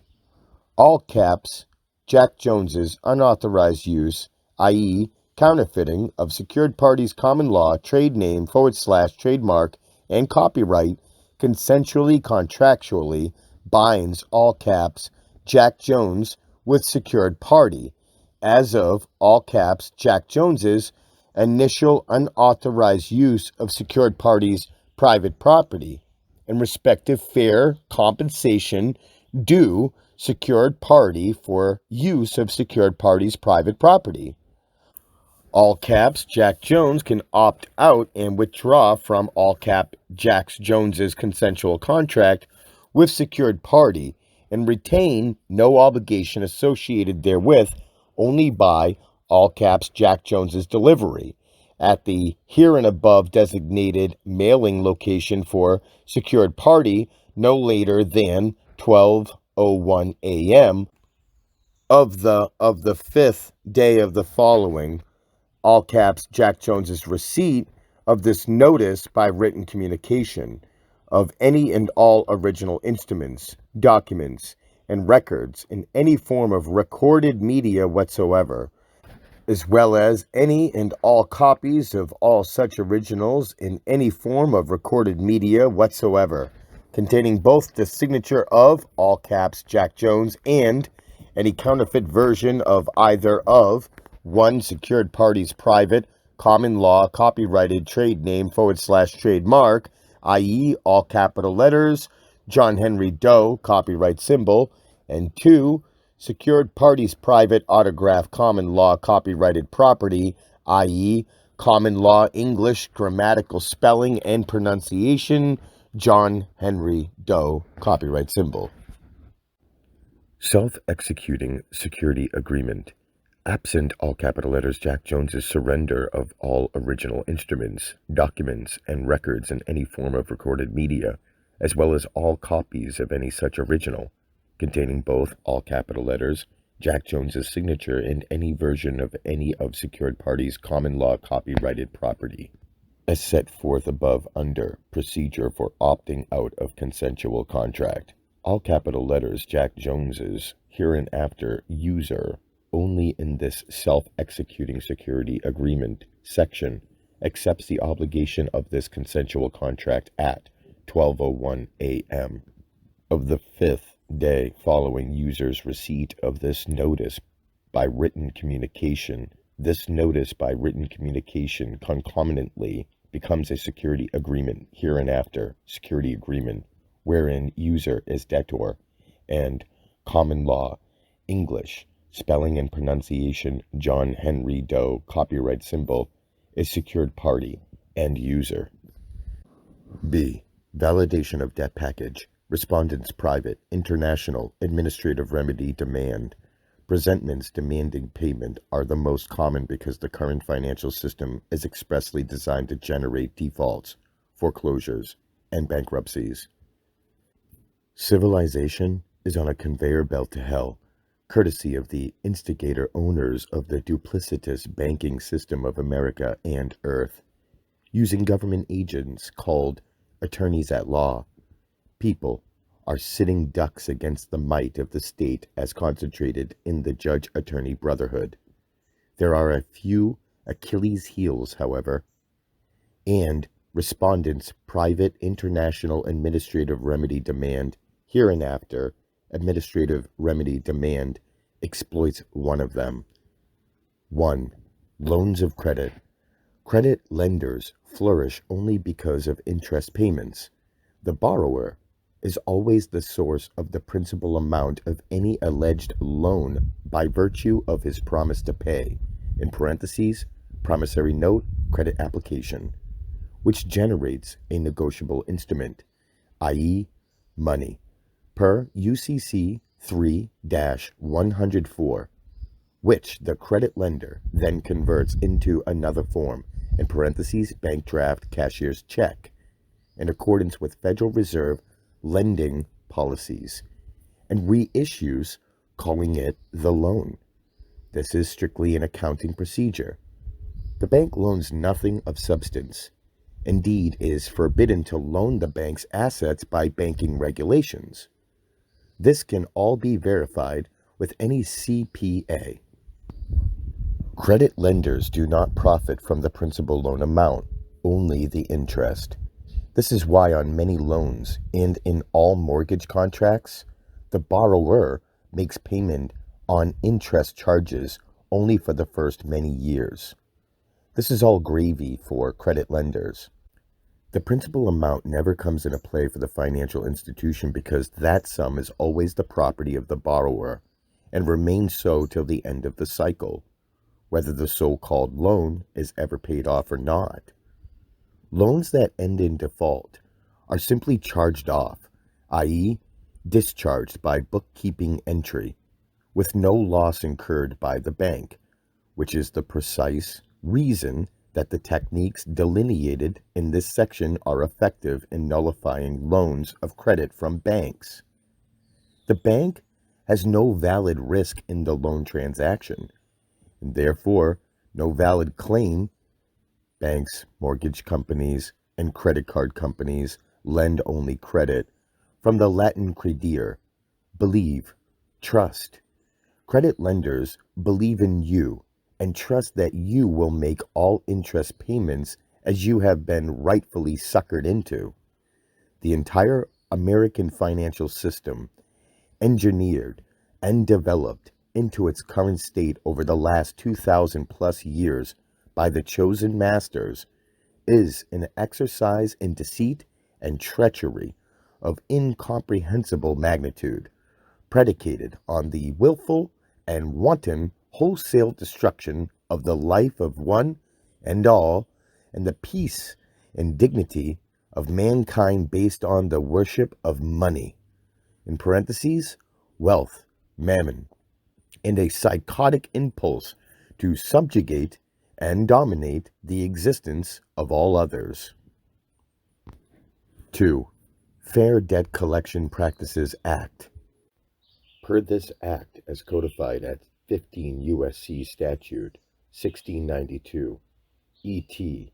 SEQ, and as abundantly pointed out within administrative remedy demand, a debt collector must, if requested, provide a verification of the alleged debt, i.e., validate the debt.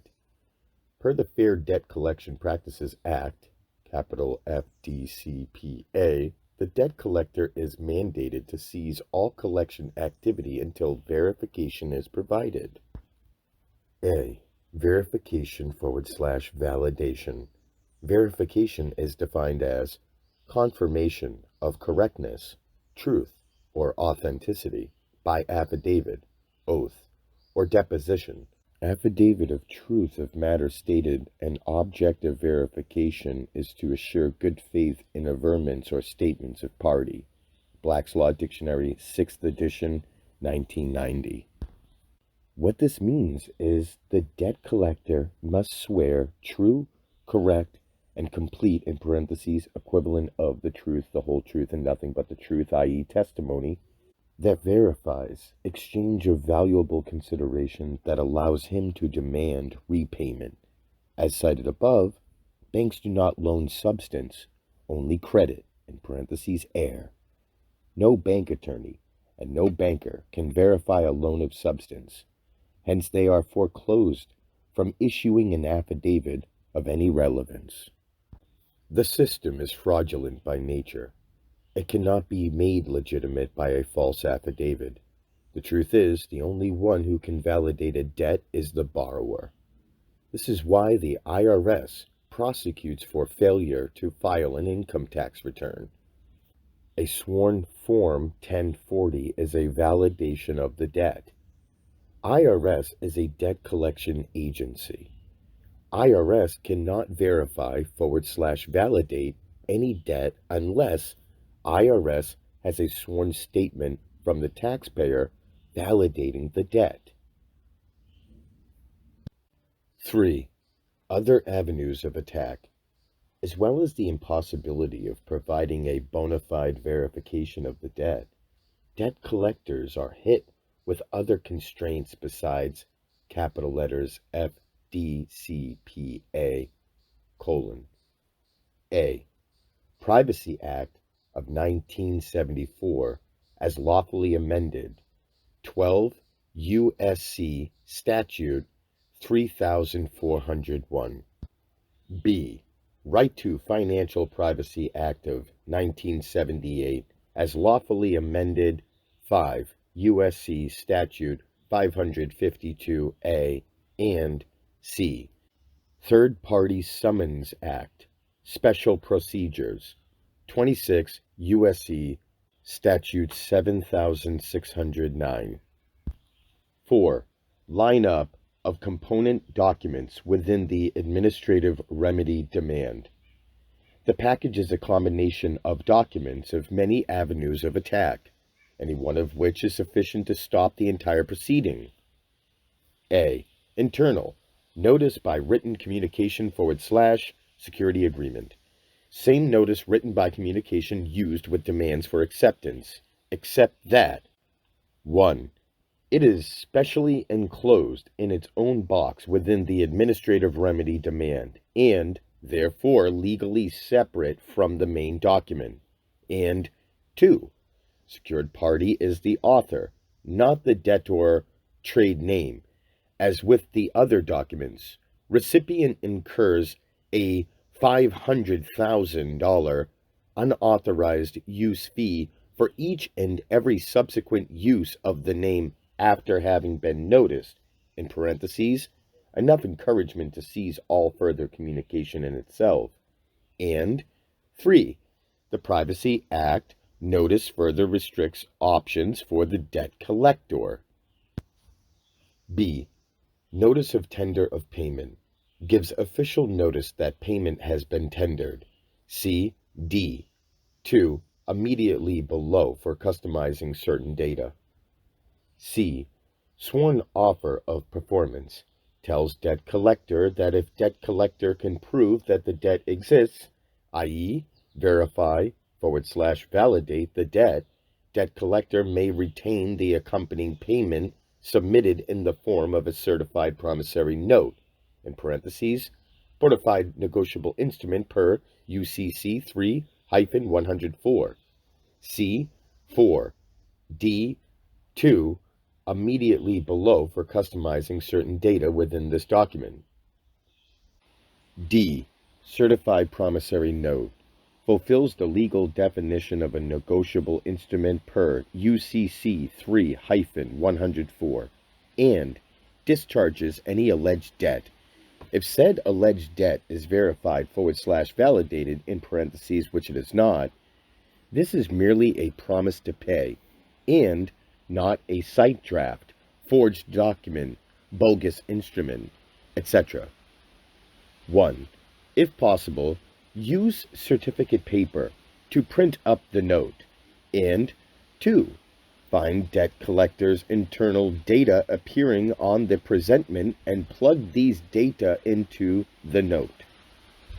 Examples are alleged market code, alleged our file number, alleged capital letters FHA case, alleged loan number, etc. In other words, customize the promissory note and the other documents within the package that mention same in parentheses, i.e. 4B and 4C, immediately above. Notice of tender of payment and sworn offer of performance, respectively, using the data contained within the presentment. E. Sworn and witnessed verification of tender of payment. Proof of tender of payment. Under Public Policy, in parentheses, House Joint Resolution 192 of June 5, 1933, a debt is discharged upon tender of payment, even if it is not accepted. F. Debt Collector Disclosure Statement contains numerous lawful requests for information, all of which debt collector is obligated to provide, any one of which can invalidate debt collector's attempt to collect his bogus claim. 3. Selecting the correct party to receive your written communication. 1. Ray computer printouts. We do not recommend corresponding with computers, but it is important to respond. If you get a computer-generated presentment, call up the sender organization, feign a cooperative attitude, and find someone who will either admit that he/she sent you the computer printout, or will issue another with his/her name on it. If you have no name, use the senior executive of the organization. Hopefully you will not see many of these. 2. Notice by written communication / security agreement. It is recommended that you send out at least two of these when you receive a presentment demanding acceptance in parentheses of responsibility for payment at a later date or responsibility for specific performance. A. One for the agent in parentheses unauthorized user who put his/her name /signature in parentheses same thing per UCC 3-401 on the presentment, and B. One for the agent's principal in parentheses law firm, government agency, bank, etc. This puts them on notice that any additional use of your private property by any of their agents automatically executes the consensual contract in parentheses and obligates them for each use from the beginning. 3. Validation of debt package, the administrative remedy demand. Used when someone is demanding payment of you for a loan of credit or an unsubstantiated debt of some type, such as payment of taxes, in parentheses, as long as you have not already inadvertently validated the debt by swearing that you owe it. A. Proper usage. This package will not work when a creditor has given you substance in exchange for your promise to pay. Only credit. An example of this is buying a used car from a dealer who does not use an outside creditor, but carries the paper himself. He can validate the debt because he personally gave you substance.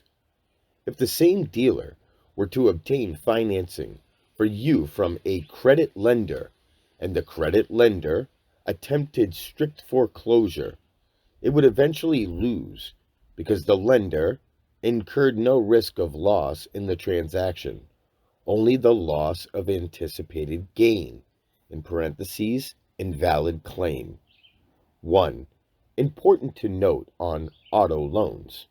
Auto loans are issued with the proviso that the lender can take the car, in parentheses, strict foreclosure, if you fail to make payments as agreed. However, If they cannot find the car, they have no way to enforce this clause. In parentheses, they can only sue for the balance, plus costs and attorney fees. For this reason, it is a good idea to keep the car safely tucked away in an entirely different location until the matter is concluded, because they will swipe the car if given half a chance, thus forcing you to go through their tag team partners down at the local courthouse if you want to get the car back without forking over Federal Reserve notes. B. You are current on your payments, but want to terminate the loan anyway. In this circumstance, you can call in and ask for a payoff balance. Written notification of a payoff balance does not constitute a presentment, in parentheses, not a demand, but can be used to ascertain correct dollar figure. Request a payoff balance that is good until a certain date, in parentheses, 2 to 3 weeks from date requested. Inform agent that you need the balance in writing, in parentheses, not verbally, and you need someone to verify the figure because you do not want them coming back afterwards and saying, "Oh, there is this other charge we forgot to mention," etc. Just tell them you need written verification by a responsible party that the payoff balance is accurate. They should have no problem complying. 1. Correct recipient for sending in payoff balance. Even though you have a verified payoff balance, it is very likely that the sender will be unfamiliar with the certified promissory note. However, there is another officer that is well acquainted with the significance of such, head of the collections department. For this reason, it is not a bad idea to send your package to head of collection department. Since payoff balance is not a presentment, reword mentions of presentment to written communication. C. Behind on payments, threats of foreclosure. Even in extreme circumstances, credit lenders like to refrain from sending out actual presentments. They especially like to withhold the name of the agent sending the correspondence, instead using the name of the principal, in parentheses, the name of organization, a generality, a department within it, etc., instead of that of the flesh and blood man/woman. The purpose is to get you into the 11th hour and then bring in a government agent, i.e., an attorney, to finish you off. In parentheses, see Section 2, The Truth About Esquires, segment entitled The Fox Guards the Henhouse, for proof of an attorney's government agent status. Use the first presentment you can get your hands on and request that they validate the debt. All collection activity must cease, at least according to the Fair Debt Collection Practices Act, until said validation is provided. However, shyster judges and attorneys do not like being told that they can no longer pillage and plunder as they have been doing for their entire career, and may try other tactics to get you to trip up. Keep putting their nose back into the validation. D. Courts and attorneys that ignore the FDCPA requirement to validate. This issue cannot be addressed in this manual because neither we nor the publisher are licensed to practice law and, accordingly, do not give out legal advice. However, if you run into a particularly sticky situation, the publisher may be able to recommend a consultant that can assist you. 4. Preparing your package for transmittal.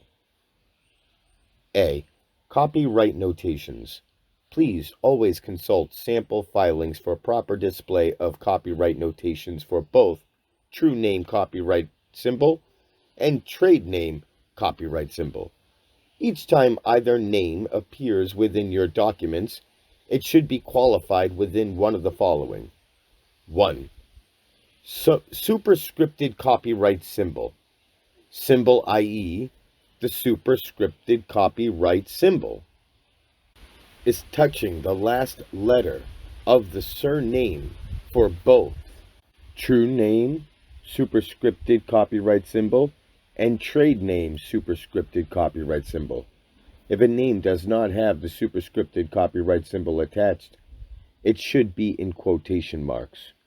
Or 2. Quotation marks. True name, superscripted copyright symbol, and trade name, superscripted copyright symbol, should be set in quotation marks when the superscripted copyright symbol is not used. B. Signatures. Closely follow sample documents when applying a signature. Vital note, all signatures. See how to sign your signature without liability in this section. 1. True name, superscripted copyright symbol, more closely approximates who you are than all capital letters trade name. Always sign in red ink, in parentheses, symbolizing the blood of living, breathing man / woman. 2. Trade name, superscripted copyright symbol. Trade name, copyright symbol, should always be printed in capital letters, preferably in blue ink for ease of identifying the original document. In parentheses, black ink can sometimes be indistinguishable from a photocopy without close examination. 3. Witnesses. Have your witnesses sign their normal cursive, in parentheses, longhand signature in blue ink where needed. Not necessary for them to have a copyright symbol with their signature, but nothing prohibiting it either. D. Attachments. The sample documents indicate which other documents get attached. Basically, it goes like this. 1. 5-page standalone notice by written communication / security agreement. 1. Presentment containing unauthorized use of your name. 2. Notice by written communication / security agreement included within the 14-page validation of debt package. Attach both of the following. 1. Either the presentment or the document containing the payoff balance, in parentheses, modified to replace the term presentment with written communication, in parentheses, do not capitalize the letter or initial letters, use all lowercase letters. And 2. Certified copy of UCC financing statement, in parentheses, copy certification by document custodian of the original certified copy from the UCC filing office. Retain the UCC filing office certified copy and attach the new notary certified copy. E. Debtor name and address notation at top of page. Place debtor's capital letters trade name, military style, at top of page, in parentheses, requirement for inclusion as attachment in a filing. F. Certified copy of affidavit of publishing of copyright notice from newspaper, using the copy certification by document custodian form. Make a certified copy of the newspaper affidavit of publishing for each envelope that you mail. Retain your original affidavit of publishing. G. Photocopy entire final stack of signed documents before sending. Once you have fully assembled the entire package, make a photocopy of everything. Staple both sets. Place the original in the envelope for mailing, and the copy in your records. F. Registered mail envelope and mailing. Best procedure for using registered mail is described in the instructions appearing at the top of sample registered mail receipt in this section. Please read the instructions before sending registered mail. A. Return receipt requested. Provides a signature and date of receipt of package by recipient. Proof that the package was received. B. Restricted delivery. Check this box and pay the extra fee. More evidence of full disclosure on your part. C. Affidavit of mailing. Proof of the contents of the envelope. An indispensable component in the process of proving your position and effecting foreclosure on any unauthorized user. Always have someone do an affidavit of mailing in these matters. Proof that recipient actually received the package is then uncontestable. Mail the original. Retain a photocopy of the original for your records. 5. How to deal with former creditors after paying by promissory note. A. Typical responses. There are a couple of typical responses that former creditors will give upon receiving a certified promissory note, in parentheses within the 14-page administrative remedy demand. 1. Congratulatory letter for paying off the loan. And 2. Urgent phone calls, phone messages, or correspondence asserting, demanding, or pleading that you call them and speak with them immediately. B. Former obligation is discharged. People can be tricked and conned into unwittingly accepting the obligation if they discuss anything with the creditor once the promissory note has been tendered. The debt is discharged upon tender of the instrument. It matters not it is accepted or rejected, in parentheses UCC 3-603. Typically, the former creditor will seek a telephone conversation with the former debtor to try to convince him/her that the debt must be paid in Federal Reserve notes, FRNs, per public policy at House Joint Resolution 192 of June 5, 1933. Nobody has any obligation for paying in FRNs. The promissory note is a negotiable instrument, in parentheses money, constructed in strict accordance with the UCC, in parentheses Statute 3-104, and legally discharges the debt. Once tendered, the debt is discharged. Period. C. Vital information. There is no good that can come from discussing the former debt with the former creditor after payment has been tendered. D. Handling phone calls from former creditors. 1. Sample telephone conversation. Former creditor. Is this, all capitals, John Doe? In common law, English, grammatical spelling, and speech, John Henry Doe. Who's calling? Former creditor. This is Jack from Bank of Texas. Is this all capital letters and leeches, John Doe? And common law spelling and pronunciation of English pronunciation and spelling, John Henry Doe. What's the purpose of the call? Former creditor. I need to speak with Hans Leach's John Doe about a payment we recently received on his, in common law spelling and English grammatical spelling and pronunciation.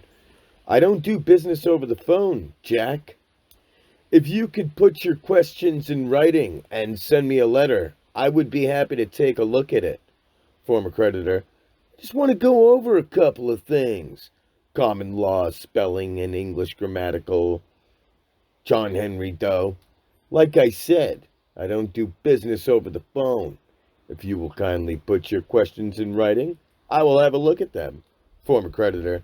I understand, Mr. Doe, but this will only take a few minutes. If I could just ask you, John Henry Doe. I'm being as clear as I can, Jack. I only deal with such matters in writing. Former creditor. You've made that very clear to me, Mr. Doe.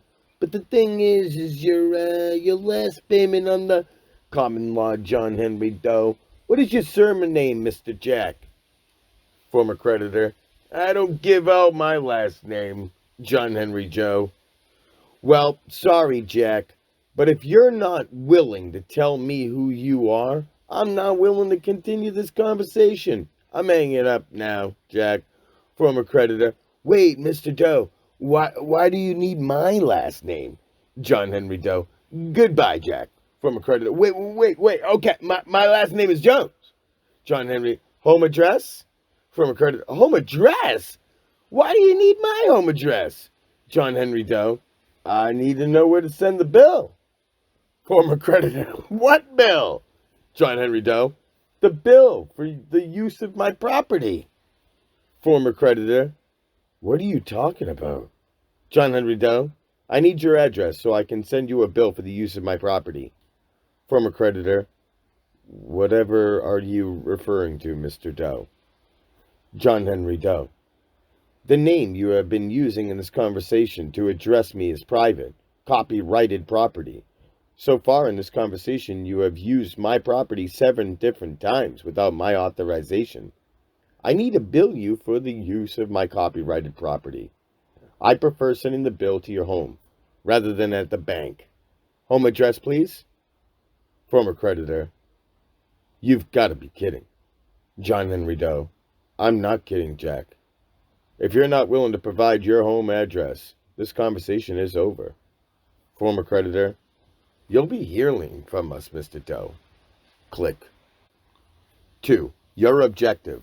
Take it as far as you need to get the caller to hang up. If he gives you a home address, ask him for a phone number. If he gives you a home phone number, ask for a Social Security account number. Tell him that you don't know who he is and that you need to verify all the previous data he gave you with the Social Security account number. He will not call you again. 3. Caller's objective. Someone else might call you again at a later time, but it will be the same story. The debt is discharged, and their legal department knows it. They are only calling for the purpose of trying to persuade you that you can only pay in FRNs. If not actually mistakenly engaged in conversation with the caller, he/she would try to make you feel bad and scare you with bogus threats. Anyone who is assigned to call you after you have sent in such an instrument knows exactly what he/she is doing and has been briefed on how to get you to pay in Federal Reserve notes. To handle them as above, and they will stop calling. 4. Key points to remember. A. Never answer a question. B. Never identify yourself. C. Never discuss anything that the caller brings up. D. Always interrupt if the caller pursues a conversation/questions you after having been noticed that you don't do business over the phone. E. There is no need to be hostile, but you must be firm and not tolerate any attempts at getting you into a conversation. And F. Do not consent with anything the caller wants. You can even tell him/her that you do not consent for him/her using your copyrighted property, using your telephone number, calling you at home, etc. E. Correspondence urging you to call. The choice is yours, but anyone who uses your copyright property to write you a letter deserves a notice by written communication/security agreement. F. If you receive a presentment, in parentheses, demand for payment, afterwards, if a follow-up presentment comes in the mail, you should 1. Mail the sender, in parentheses, agent, a personalized notice by written communication/security agreement, and a copy of the served 14-page administrative remedy demand and its proof of mailing, in parentheses, green card and affidavit of mailing. And 2. If you also serve the principal with notice of the fees for use of your private property, you may commence with the collection process on the principal using the last correspondence, in parentheses, presentment or not, as proof of execution of the contract. These instructions begin in Part 6 immediately below. 6. Steps to take after execution of consensual contract by unauthorized user. 6. Steps to take after execution of consensual contract by unauthorized user.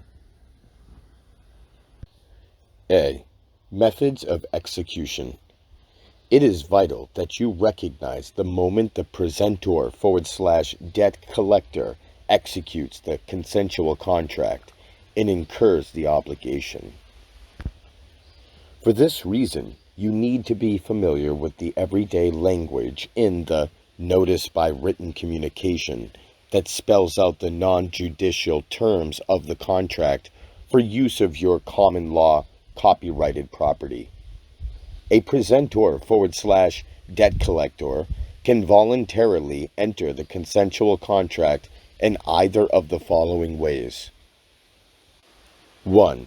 By any subsequent use of your true name or trade name after having been noticed. 2. By failing to comply with the specified terms of opting out of the consensual contract and turn over all originals and all copies of any and all records in any form, in parentheses, written electronic tape containing your copyrighted property, in parentheses, true name and all capital letters, trade name. B. Steps immediately after presentor/debt collector executes consensual contract. 1.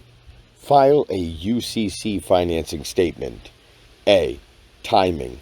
This filing is done at the very first possible instant.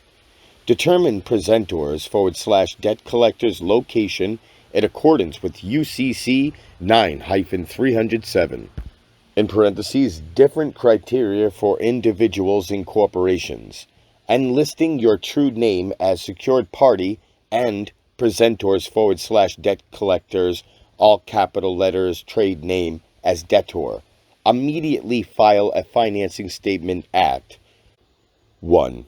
State level in the UCC filing office, and 2. County level if you can locate debtor's real estate holdings. Legal description of debtor's real property goes in box 14 on the addendum page, in parentheses, 1 UCC financing statement for each piece of real property. Follow guidelines for real estate filing listed in Section 8 UCC Financing Statement Instructions. B. Use of addendum page. Place an X in the last checkbox in box 13, fixture filing, for both state and county filings.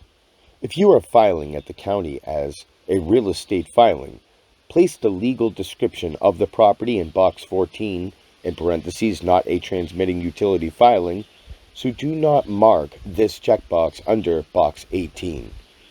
C. Security agreement.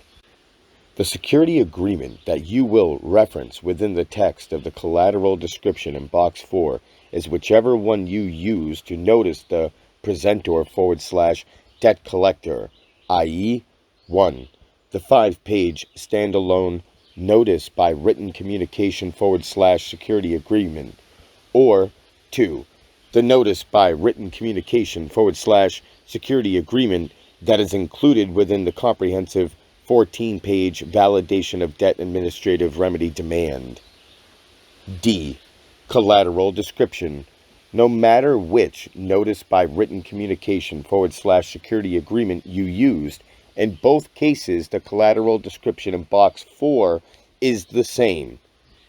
Quote, all of debtor's assets, land, and personal property, and all of debtor's interest in said assets, land, and personal property, now owned and hereafter acquired, now existing and hereafter arising, and wherever located, described fully in security, agreement entitled Notice by Written Communication/Security Agreement, dated, in block parentheses, date of the particular notice by written communication/security agreement that you used, by and between debtor and secured party.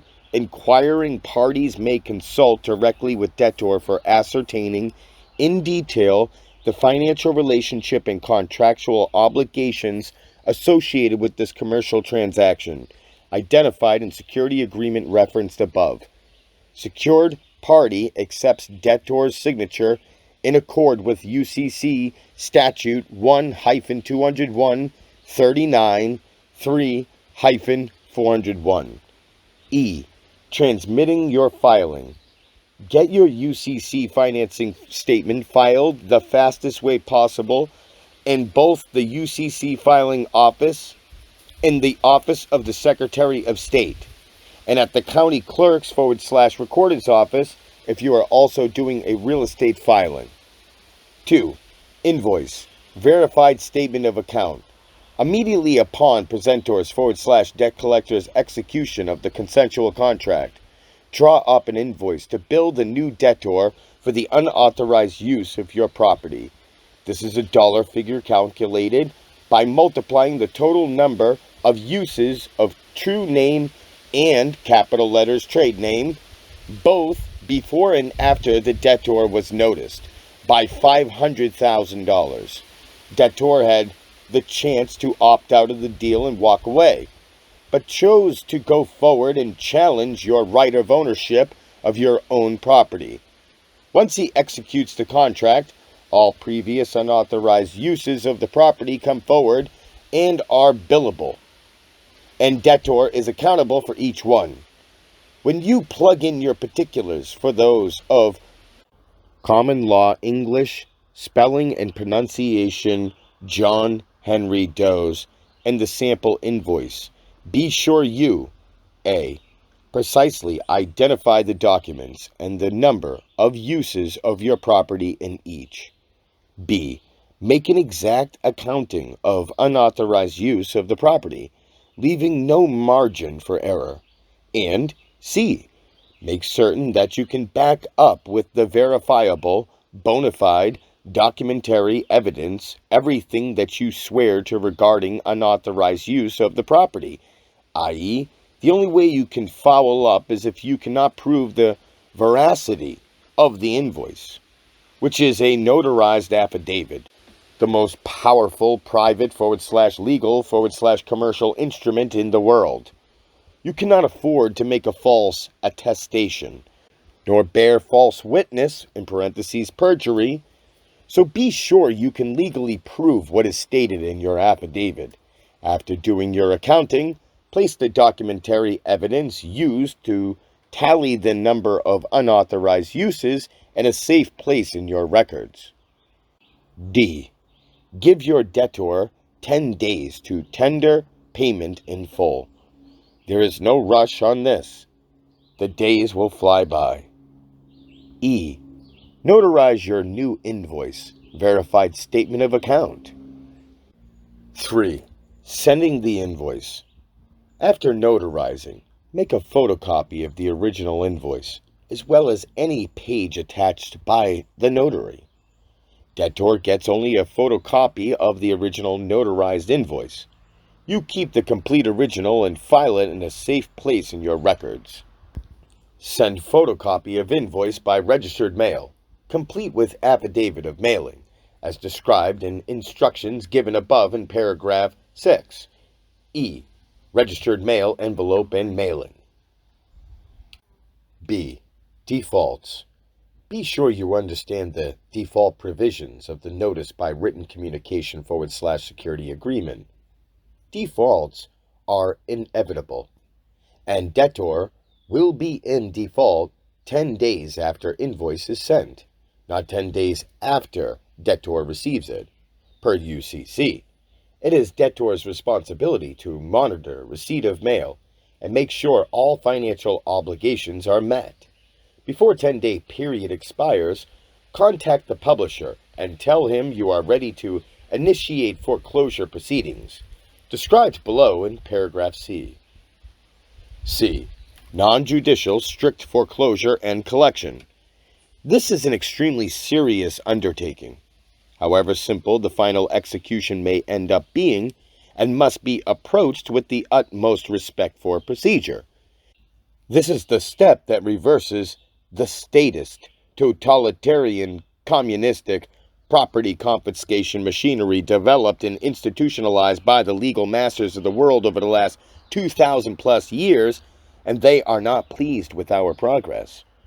For these and other reasons, It is not recommended that anyone attempt this process on a first-time basis without help from someone who has already successfully done it. It is not enough just to be right. You must be perfectly right to avoid retaliation from Big Brother. Legal experts in the UCC and revised Article 9 have written entire books on just this subject to guide their fellow Esquire mercenaries in ravaging America because it is so significant and easily misunderstood. Even some judges misunderstand the default provisions of revised Article 9. The publisher has been supplied with contacts to help you in this wise. So as soon as you know when you will be ready to go forward with strict foreclosure, it is time to make contact. 7. Protecting oneself in pressure situations and criminal proceedings. A. Speaking and acting for oneself. See the essays Helpful Notes for Pressure Situations and How to Sign Your Name When Your Signature is Demanded, an appendix for real-life solutions for everyday confrontations with Big Brother. 1. Affidavit of John Henry Doe by Special Visitation. A. Meaning of special visitation.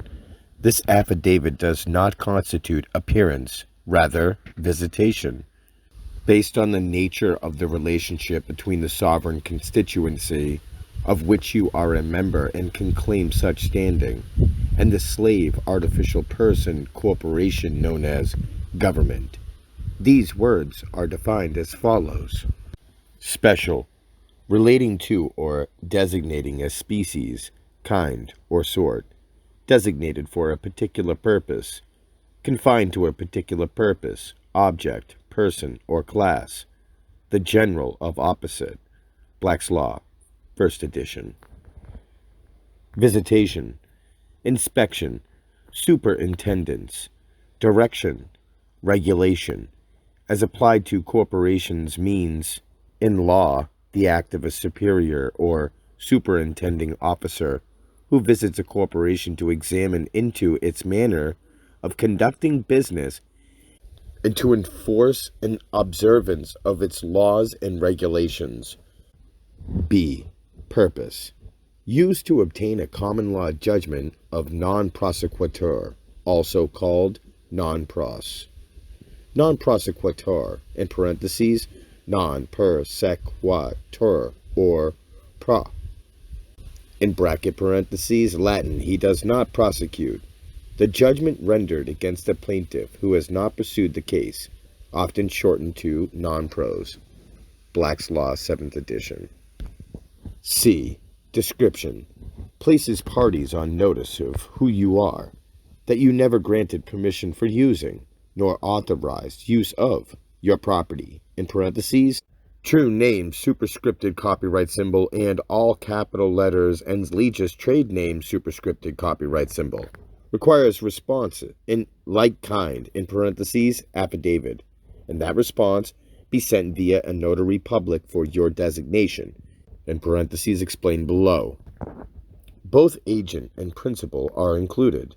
Such notice can be sent by registered mail and can be filed in person as well, depending on the advantage of each method.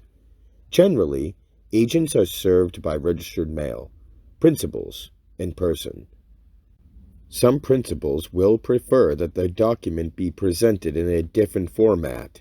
Document is dated common law style. D. Notary public. A notary is an officer of the state and has international jurisdiction. Notary public. A public officer whose function is to attest and certify, by his hand and official seal, certain classes of documents in order to give them credit and authenticity in foreign jurisdictions, to take acknowledgments of deeds and other conveyances, and certify them the same, and to perform certain official acts, chiefly in commercial matters, such as the protesting of notes and bills, the noting of foreign drafts, and marine protests in cases of loss or damage. Black's Law, first edition. Notaries are of very ancient origin. They were well known among the Romans and exist in every state of Europe, and particularly on the continent. Bouvier's Law Dictionary, 6th edition, 1856. Hereinafter, Bouvier's 6th. An officer appointed by the executive, or other appointing power, under the laws of different states. Their duties are generally prescribed by such laws, the most usual of which are 1. To attest deeds, agreements, and other instruments, in order to give them authenticity. 2. To protest notes, bills of exchange, and the like. 3. To certify copies of agreements and other instruments. Bouvier's, 6th edition. Their acts have long been respected by the custom of merchants and by the courts of all nations. Bouvier's, 6th edition. Noting the title of the 14-page validation of debt package, i.e., Respondent's Private International Administrative Remedy Demand, we are in the international realm when dealing with the current de facto government. Coincidentally, a commercial enterprise overlorded by a lineage of former merchant shippers on the high seas who employed the services of notaries heavily as an aid in international commerce, primarily for the handling of notes in parentheses, promissory notes, and bills in parentheses, bills of exchange, i.e., orders to pay. The office of notary public is far more powerful than even the average notary is aware of, cultivated so for maintaining governmental control in economic matters. 2. Notary's certification of non-response. A notary is an officer of the state, and, as such, a notary's word carries great weight in state matters. When the notary attests that no correspondence was received from any of the agents and principals that have charged, in parentheses, dual significance of legal / commercial terms, you for an alleged crime, a common law judgment of non-pros is obtained. Agents and principals can avoid the $500,000 name use fee by using the term secured party instead of the sender's true name, superscripted copyright symbol / all caps trade name ends legis superscripted copyright symbol for addressing correspondence. But nearly all reject this option. The notary confirms non-receipt of correspondence with a simple form called certification of non-response, a sample of which appears in appendix under Notary's certification of non-response. You drop the form listing each party that you want the notary to acknowledge as not having heard from, and bring it to the notary for his / her seal and signature. 3. Enlisting the help of a notary. Ideally, you will have a notary public among your friends, family, and associates. If not, it is a simple matter to enlist the help of a notary for a certification of non-response. A. Speaking with the notary. Contact a notary in a friendly fashion and tell him / her that 1. You are handling a matter in which you need outside third-party verification that your requests for a written response from certain people are being ignored. 2. His / her word as notary would remove all doubt in the matter. And 3. You would just drop by in a couple of weeks with a short list of people to see if the notary had received any correspondence from any of them and pick up any such correspondence that had arrived. And 4. For those who had not sent anything, you would be happy to pay, in parenthesis brackets, you choose a number, dollars, in parenthesis brackets, a realistic and agreeable fee, for a simple one-sentence acknowledgement that nothing had come in from the parties the notary had not heard from. B. After securing notary's certification of non-response, Serve each agent and principal in the same fashion the original affidavit was served. You now have profound evidence on the record that nobody ever had any right to use your common law copyrighted property without your authorization, and that no such authorization was ever given. Besides the financial charges for use of your property, the attackers are in no man's land, up the creek without a paddle, because there is no legal foundation / basis for their attack. B. Suggestions on what to say when challenged by Big Brother's operatives. C. Helpful notes for pressure situations on page 322 in this section for ideas on how to avoid dealing with Big Brothers altogether, and how to cope with its operatives in unavoidable situations. C. Doing business with any and all who use your private property. Upon receipt of any presentment bearing your common law copyrighted property, for both civil and criminal matters, immediately serve each and every involved party proceeding against you, in parentheses including judges, clerks of court, prosecutors, attorneys, and others, with his / her own personal notice by written communication. Use difficult opt-out procedure, in parentheses with subsequent self-executing paragraph, text described under paragraph 2, 4b of these instructions, and send by registered mail. You can also send one to the presiding chief judge of a particular courthouse and thereby place the entire courthouse on notice. Those who do not surrender all originals and all copies containing your private property, in parentheses, and any form of recorded media, into your possession within the 72-hour Truth in Lending Act period, thereby execute the consensual contract, immediately file a UCC financing statement against all such parties, both at state level and obtaining a legal description of all their real estate holdings at county level. Each piece of real estate needs its own separate financing statement. In parentheses, you can only file against one property in a single real estate filing at county level. Draw up an invoice for each party and bill them by registered mail. In parentheses, send a copy of the notarized original invoice. Retain the original, based on the number of uses of your copyrighted property multiplied by $500,000. D. Assistance. If despite all of the above, you are still having a tough time of it and would like assistance from someone familiar with these kinds of situations, you may want to contact the publisher, who may be able to recommend a consultant who can help you. All capital letters, ens legis, military-styled spelling name, Doe, John Henry, superscripted copyright symbol, P.O. Box 9999, Los Angeles, California, 90010, non-negotiable, March 14th, 2002. U.S.P.O. Registered Mail Article Number, capital R.R. 111222333, U.S.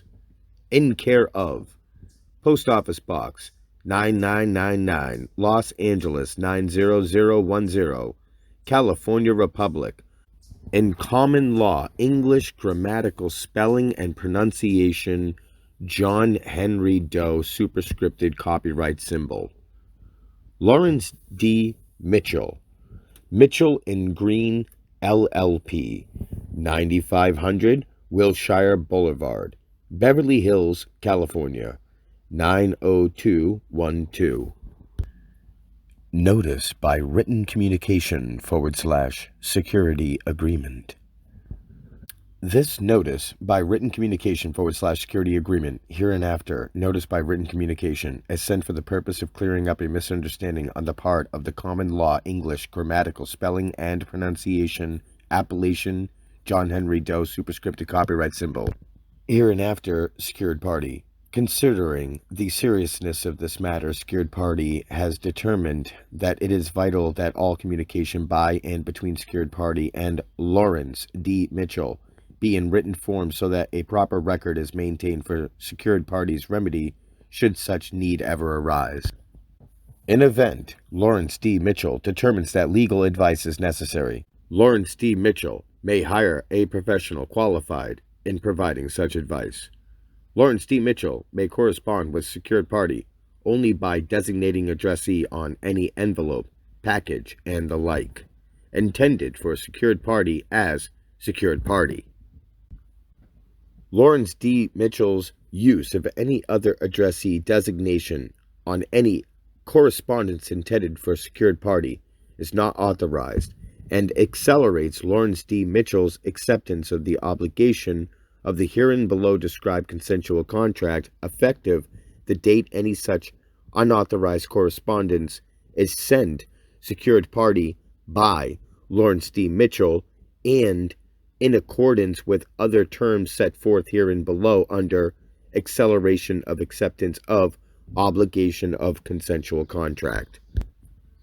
It is secured parties understanding that Lawrence D. Mitchell does not hold a perfected security interest in any property of all capital letters ens legis John Henry Doe superscripted copyright symbol, also known by any and all derivatives and variations in the spelling of said name used with the intent of referring all capital letters ens legis John Henry Doe superscripted copyright symbol, and likewise in any secured collateral of secured party.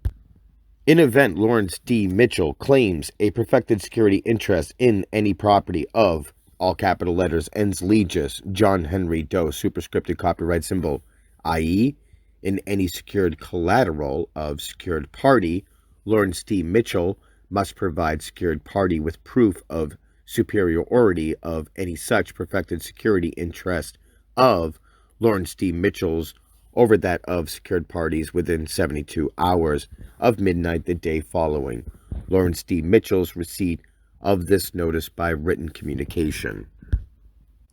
Secured party is not now, nor has secured party ever been a surety, nor an accommodation party for all capital letters ens legis John Henry Doe superscripted copyright symbol, nor for any derivative of, nor for any variation in the spelling of all capital letters ens legis John Henry Doe superscripted copyright symbol, nor for any other juristic person, and is so indemnified and held harmless by all capital letters ens legis John Henry Doe superscripted copyright symbol in hold harmless and indemnity agreement number JHD-030-473-HHIA, dated the 4th day of the 3rd month in the year of our Lord 1973, against any and all claims, legal actions, orders, warrants, judgments, demands, liabilities, losses, depositions, summonses, lawsuits, costs, fines, liens, levies, penalties, damages, interest, and expenses whatsoever,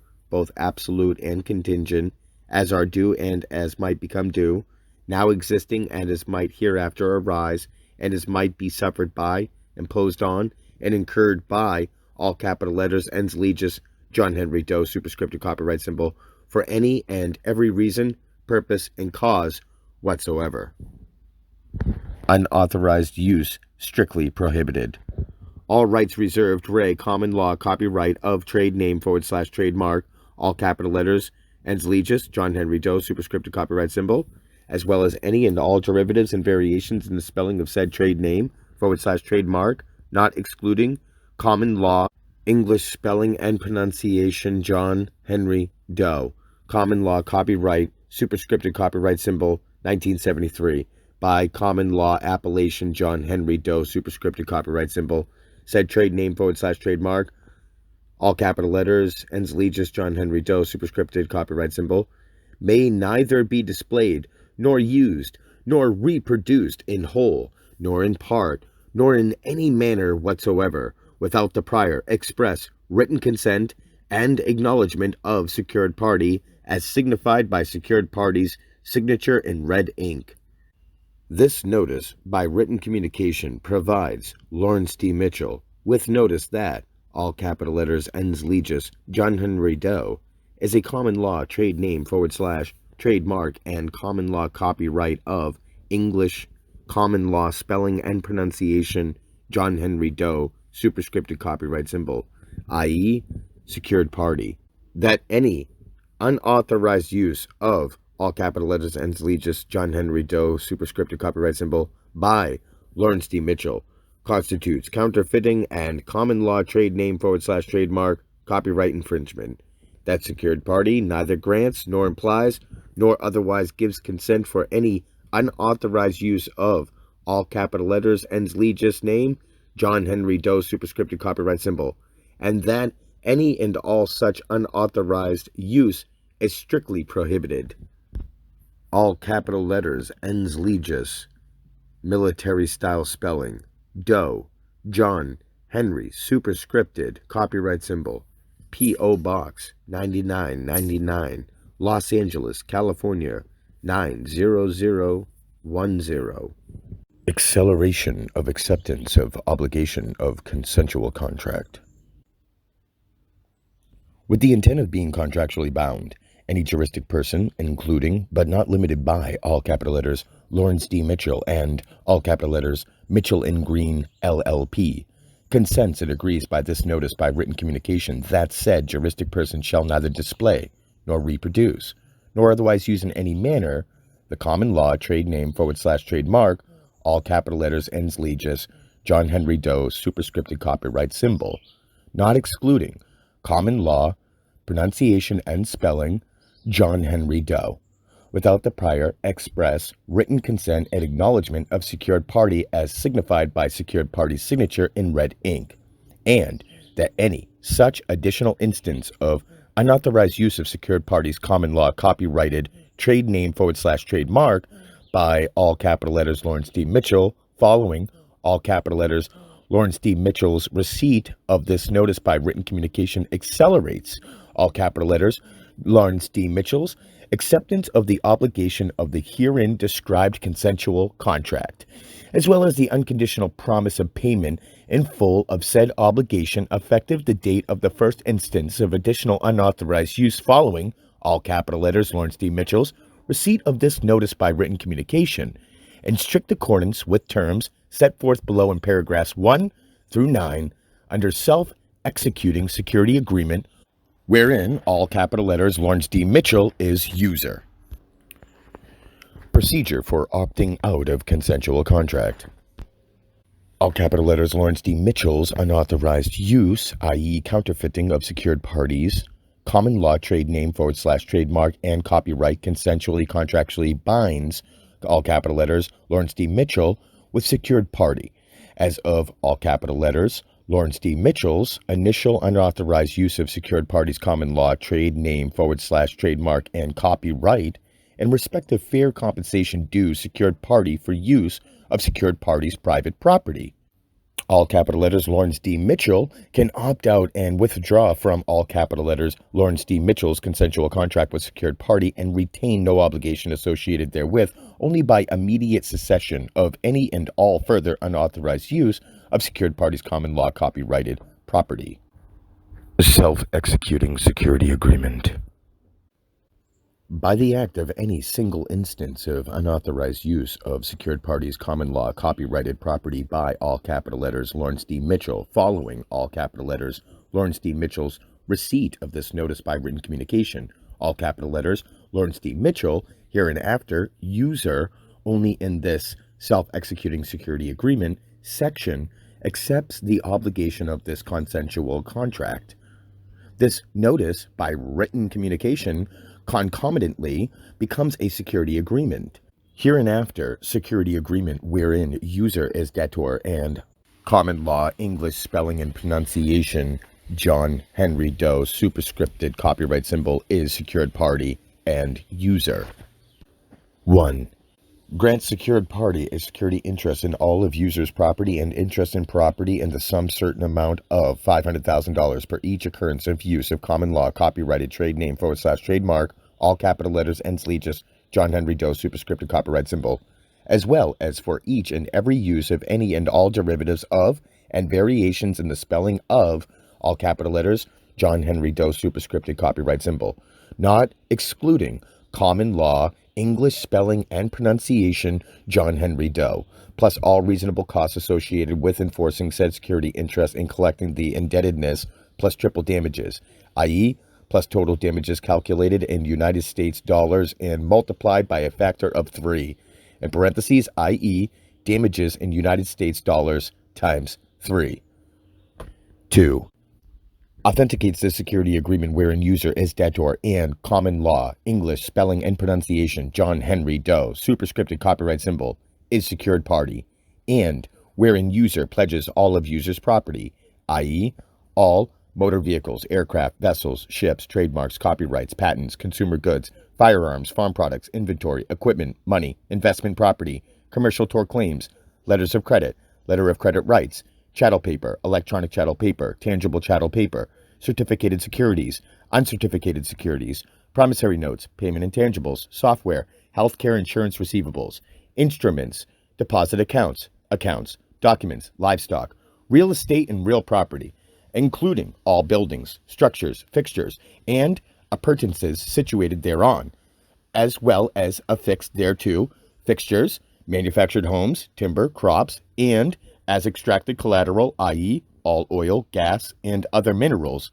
as well as any and all accounts arising from the sale of these substances, both at wellhead and minehead, accessions, increases, and additions, replacements of, and substitutions for, any of the property described herein above in this paragraph, products, produce, and proceeds of any of the property described herein above in this paragraph, accounts, general intangibles, instruments, monies, payments and contract rights, and all other rights arising out of sale, lease, and other disposition of any of the property described herein above in this paragraph, proceeds including insurance, bond, general intangibles, and accounts proceeds from the sale, destruction, loss, and other disposition of any of the property described herein above in this paragraph, records and data involving any of the property described herein above in this paragraph, such as in the form of a writing, photograph, microfilm,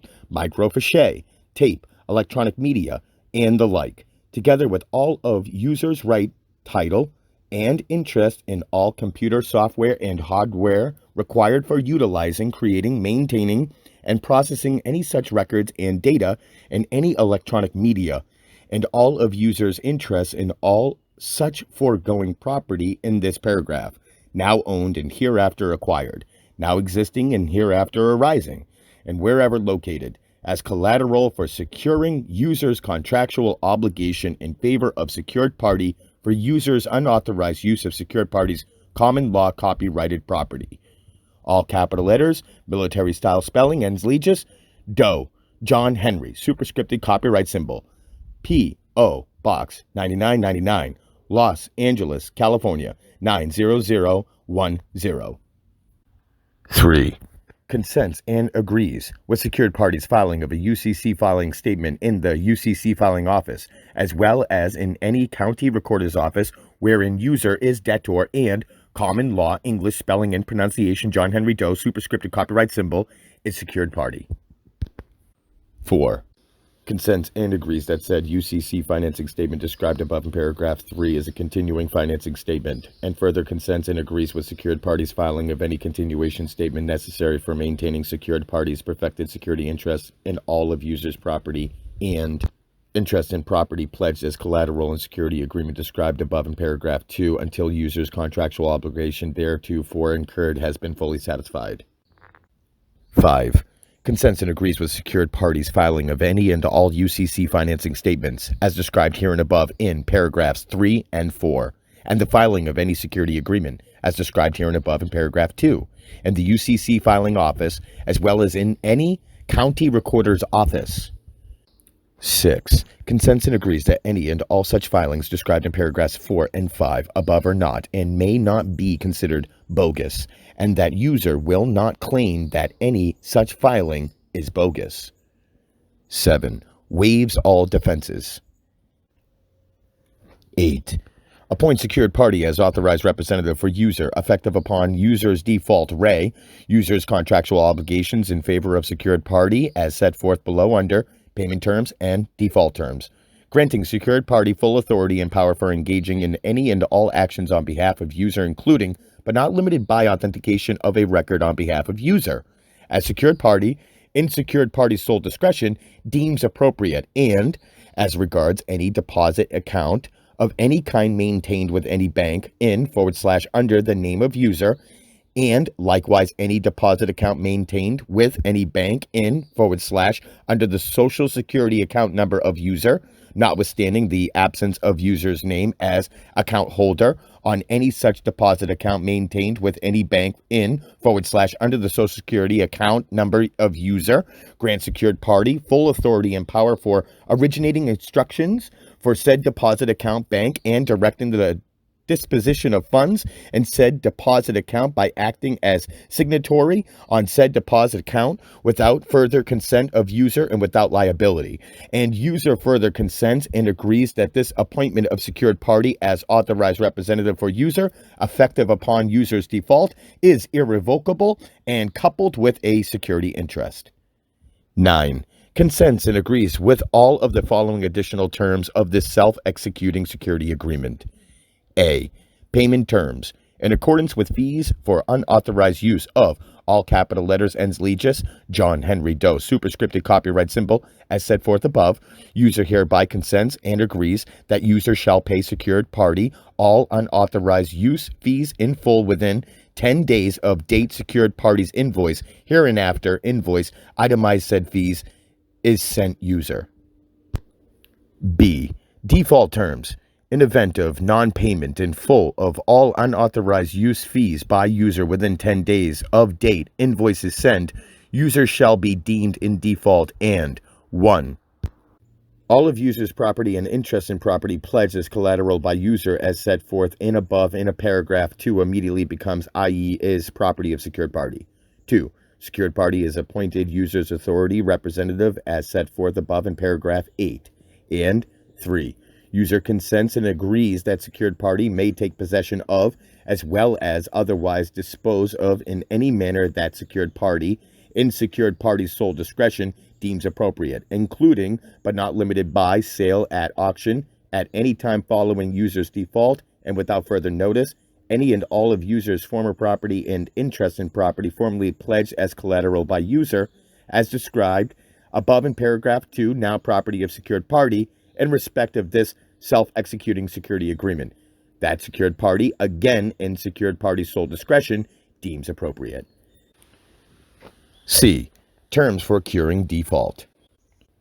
Upon event of default, as set forth above under default terms, user can cure user's default and avoid strict foreclosure re any remainder of user's former property and interest in property that is neither in the possession of secured party nor otherwise disposed of by secured party, only within 20 days of user's default, and only by payment in full of the balance of the sum certain amount owed by user, as noticed user in invoice, that is not already paid by secured party's possession, sale, liquidation, and the like of user's former property and interest in property pledged as collateral for securing user's obligation.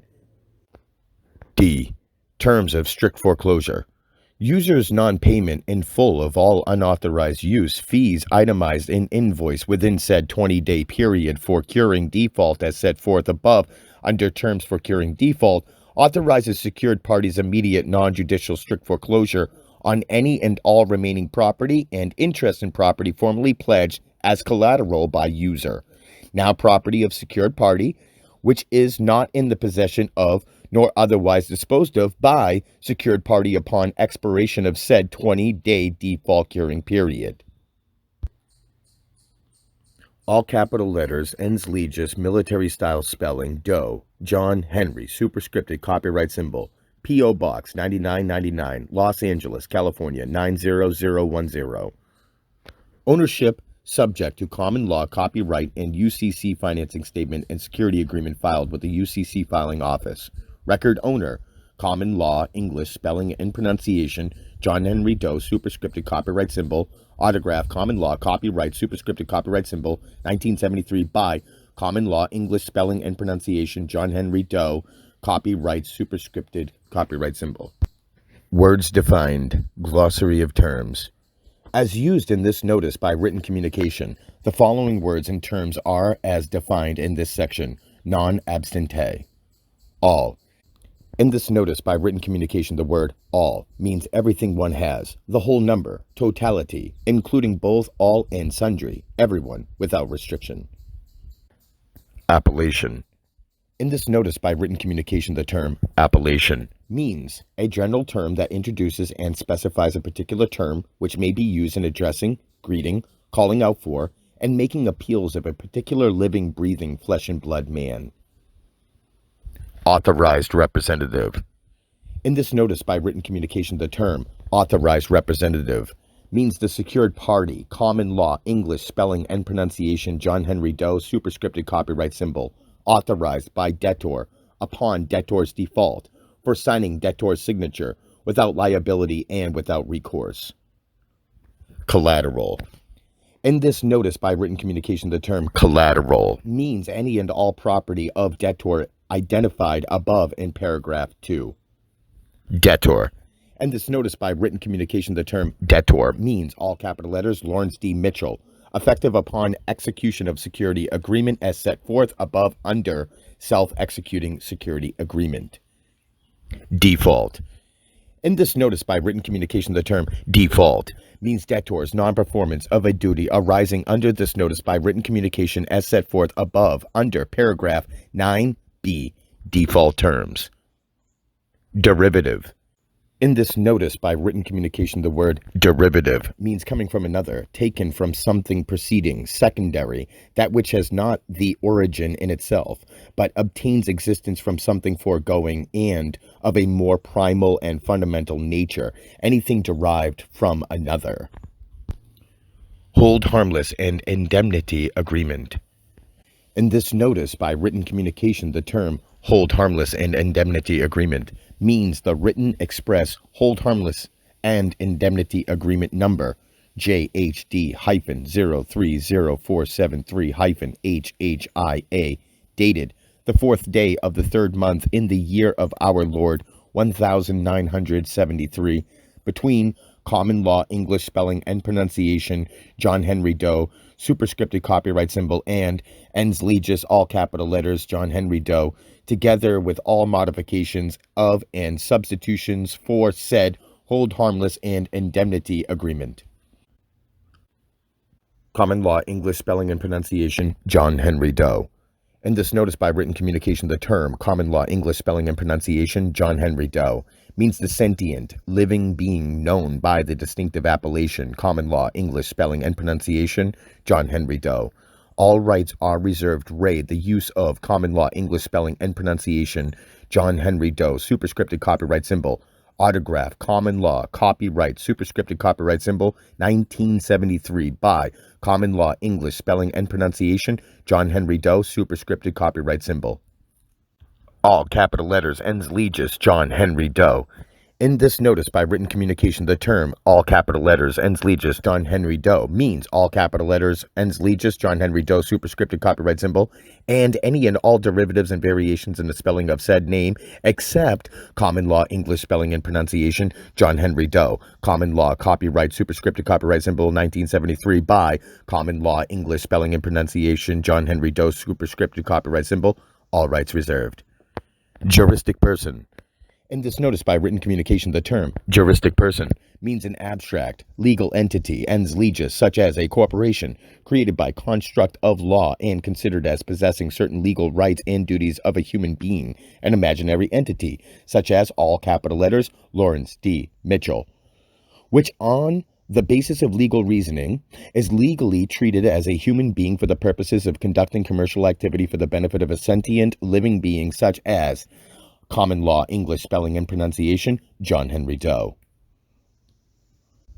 Quote, from the earliest times, the law has enforced rights and exacted liabilities by utilizing a corporate concept, by recognizing, that is, juristic persons other than human beings.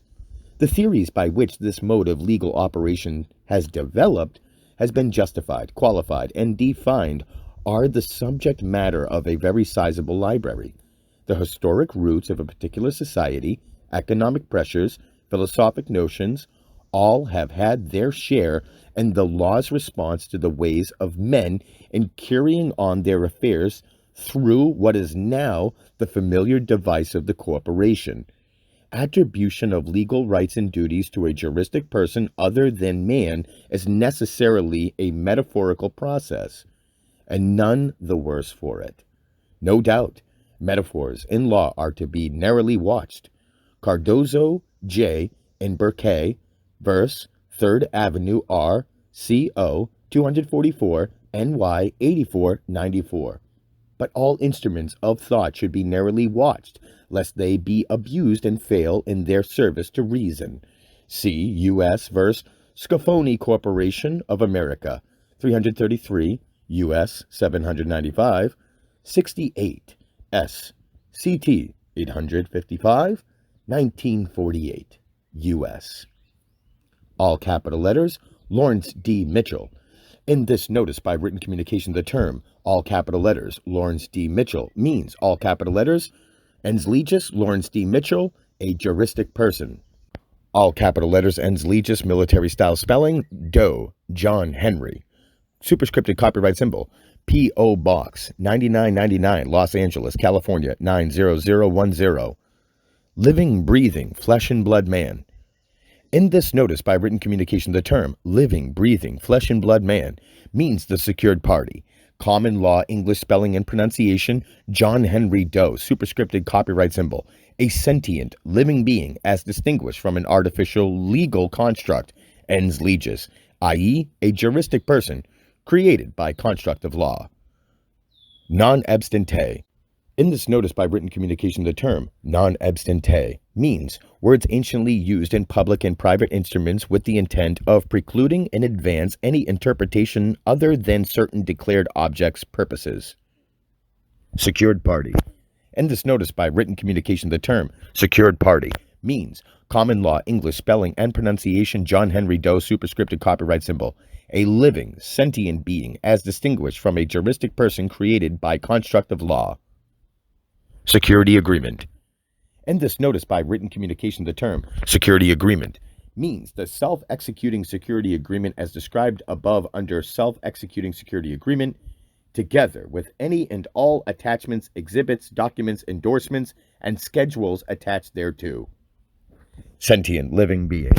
In this notice by written communication, the term sentient living being means the secured party, i.e., common law English spelling and pronunciation, John Henry Doe, superscripted copyright symbol, a living, breathing, flesh and blood man as distinguished from an abstract legal construct, such as an artificial entity, juristic person, corporation, partnership, association, and the like. Quote, there, every man is independent of all laws, except those prescribed by nature. He is not bound by any institutions formed by his fellow men without his consent. Cruden vs. Neal, 2 NC 338, 1796, 2 SE 70. Additional provisions. Any unenforceable provision of this notice by written communication is severed from this notice by written communication, but every remaining provision continues in full force and effect, and this notice by written communication is deemed modified in a manner that renders this notice by written communication effective and in full force and effect. In all cases, secured party continues without liability and is held harmless. Any prior communication, written document, and the like by and between respondent and secured party containing any mistake of secured party is invalidated thereby and of no force and effect, and may not be relied upon by respondent against secured party in this matter. All capital letters ens legis, Lawrence D. Mitchell consents and agrees that this notice by written communication is a private, consensual contract and may not be impaired by any third party.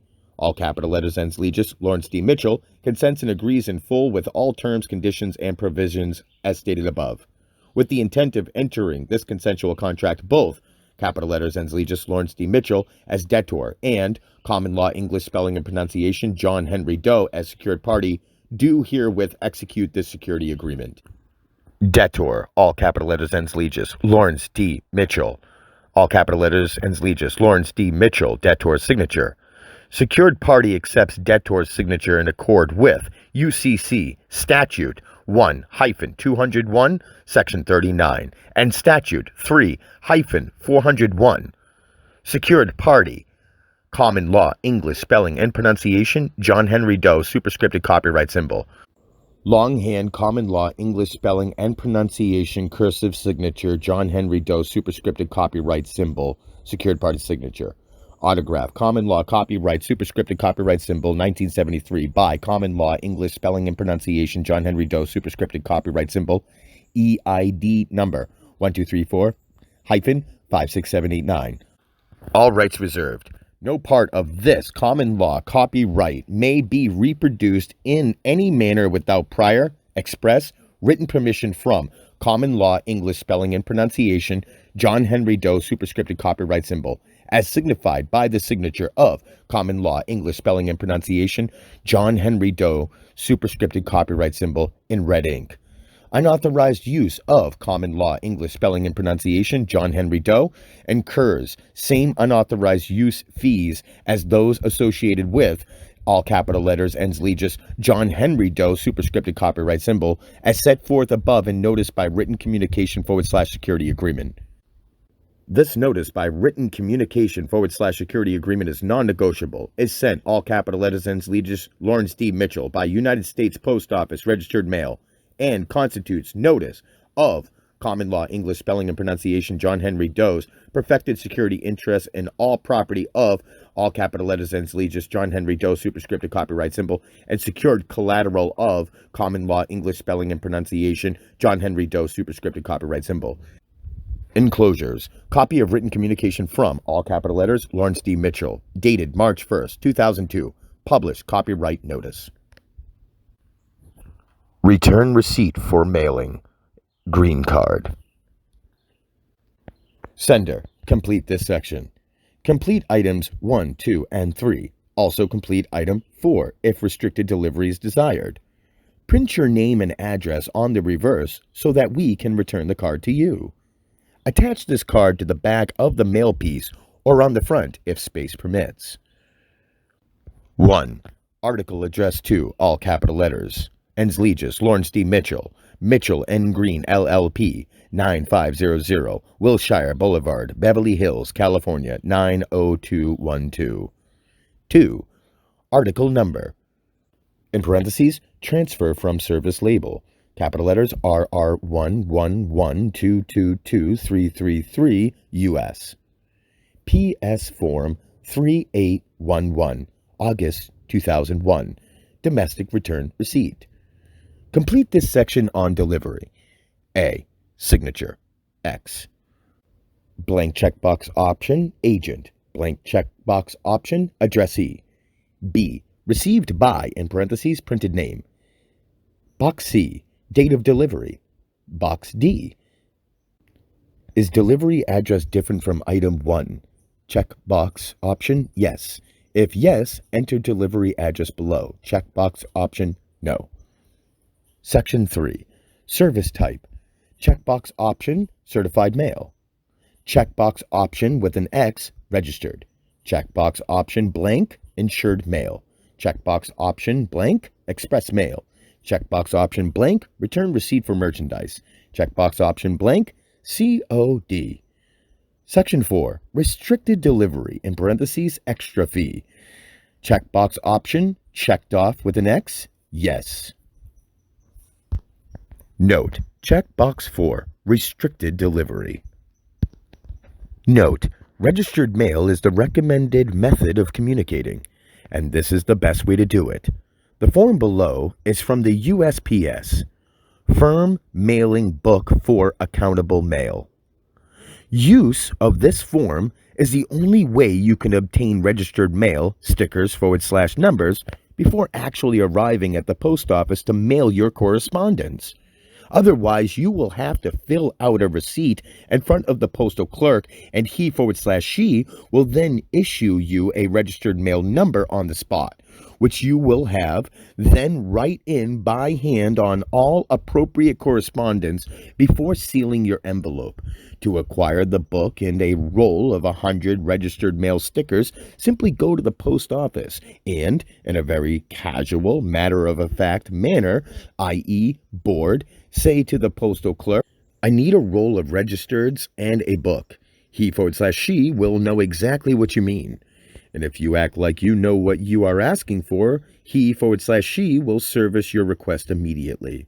If this is not to your liking, you may choose to use certified mail, which is much simpler, but also less secure and carries less legal weight. Form for accountable mail. Letterhead. Section 1. Name and address of sender. In care of Post Office Box 9999, Common Law Spelling of Los Angeles, 90010, Common Law, California, Common Law English Spelling and Pronunciation, John Henry Doe. Section 2. Indicate type of mailing. Checkbox option, X-Stoff, registered. Checkbox option, blank, insured. Checkbox option, blank, COD. Checkbox option, certified, blank. Checkbox option, blank, return receipt for merchandise. Checkbox option, blank, international recorded delivery. Checkbox option, blank, express mail. Section 3. Check appropriate box for registered mail. Checkbox option blank with postal insurance. Checkbox option X'd off without postal insurance. Section 4. Affixed stamp here if issued as certificate of mailing for your additional copies of this bill. Postmark and date of receipt.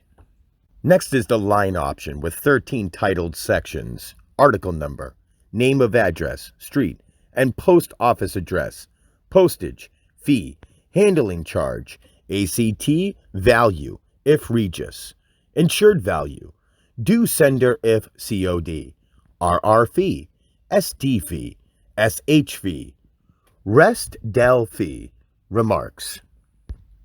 With block options below to fill out as optional and 15 applicable sections if necessary. 1.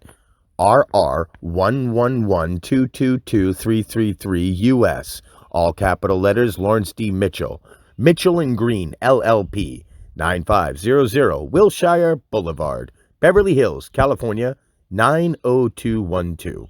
Line 2, RR 111222345 US, all capital letters, Mitchell and Green, LLP, 9500 Wilshire Boulevard, Beverly Hills, California, 90212. Down below, total number of pieces listed by sender. Next section, total number of pieces received at post office. Next section, postmaster per, in parentheses, name of receiving employee. Next section, the full declaration of value is required on all domestic and international registered mail.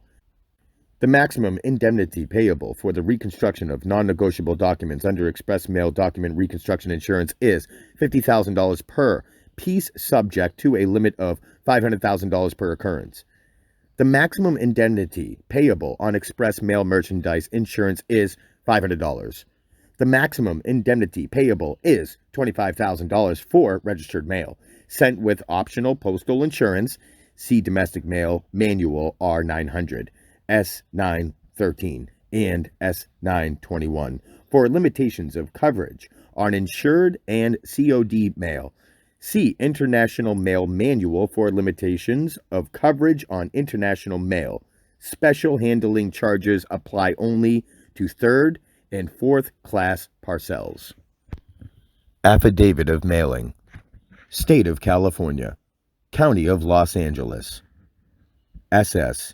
I am over 18 years of age and not a party to the within action.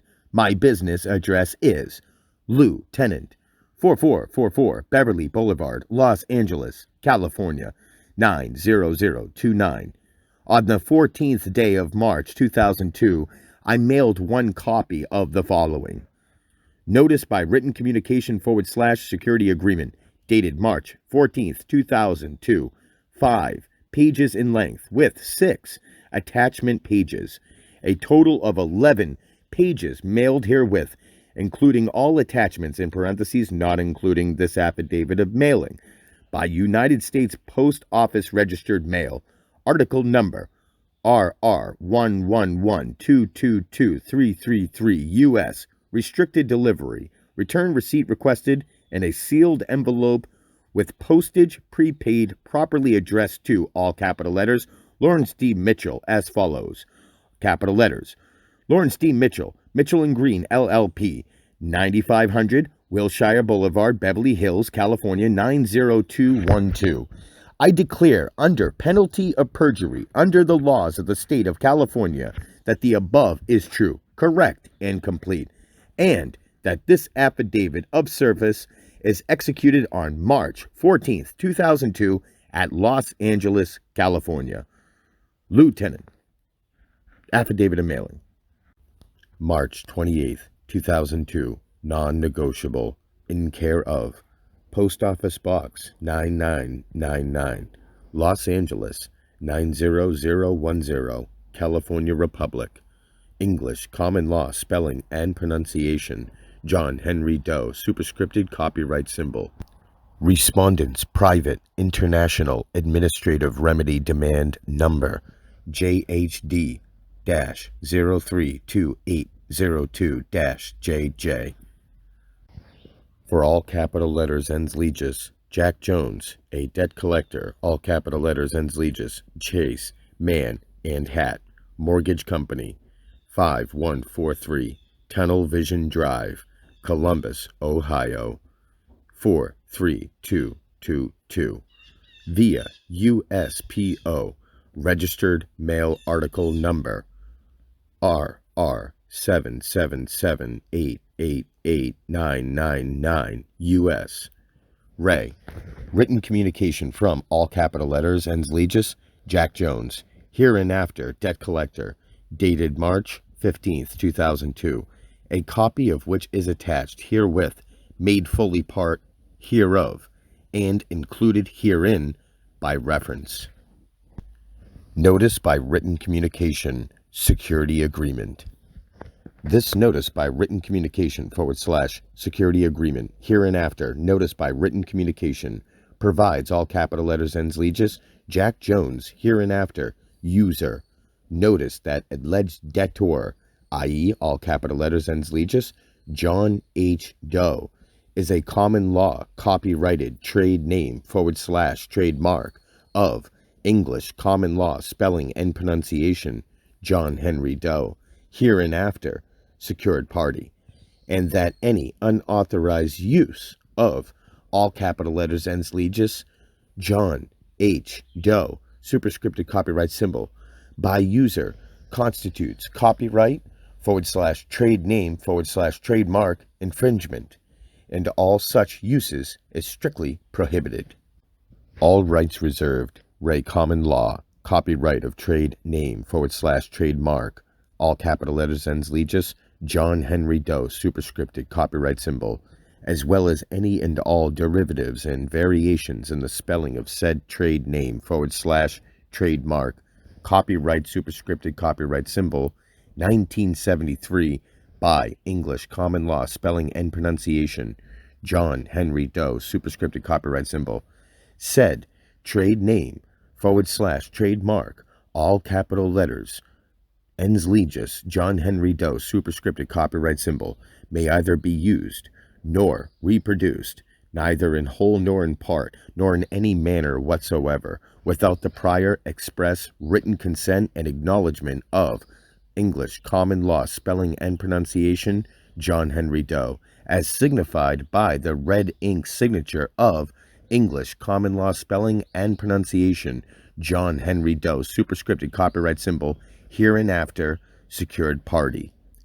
With the intent of being contractually bound, any juristic person, e.g., all capital letters ends legis, Jack Jones, and Chase, Man, and Hat Mortgage Corporation, as well as any agent and any principal of said juristic person, consents and agrees by this copyright notice that neither said juristic person nor any agent nor any principal of said juristic person shall display nor otherwise use in any manner the common law trade name / trademark, all capital letters ends legis, John Henry Doe, superscripted copyright symbol, nor any derivative of, nor any variation in the spelling of said trade name / trademark, nor the common law copyright described herein, without the prior, express, written consent and acknowledgement of secured party, as signified by secured party signature in red ink.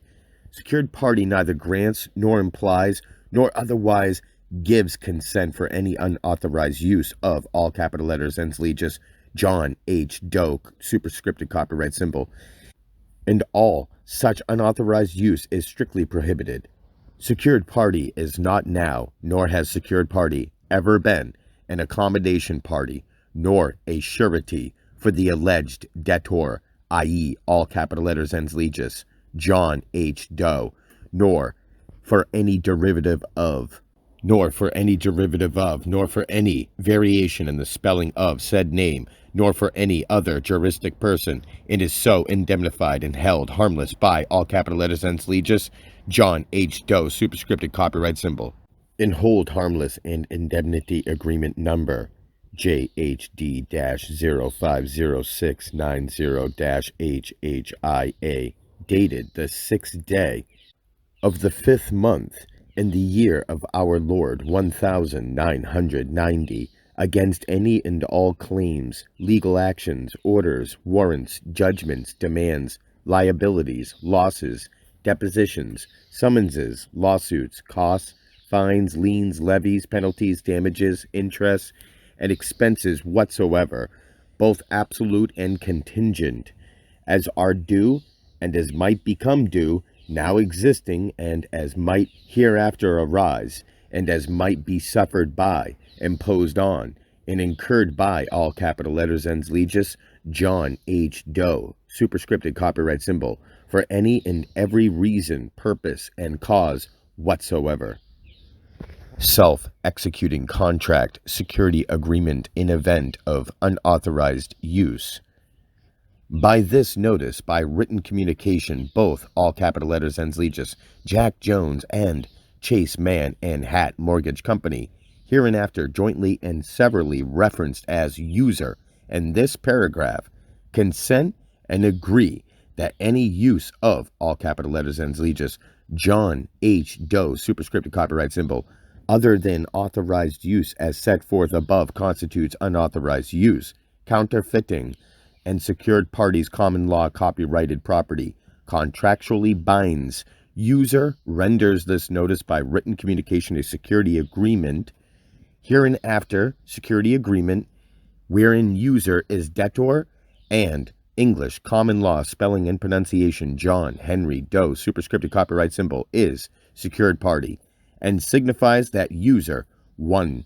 Grants secured party a security interest in all of user's assets, land, and personal property, and all of user's interests in assets, land, and personal property in the sum certain amount of $500,000 per each occurrence of use of secured parties common law copyrighted trade name / trademark, all capital letters ends legis, John Henry Doe, superscripted copyright symbol, as well as for each and every use of any and all derivatives of said common law trade name / trademark, not excluding English common law spelling and pronunciation John Henry Doe, plus costs, plus triple damages. 2.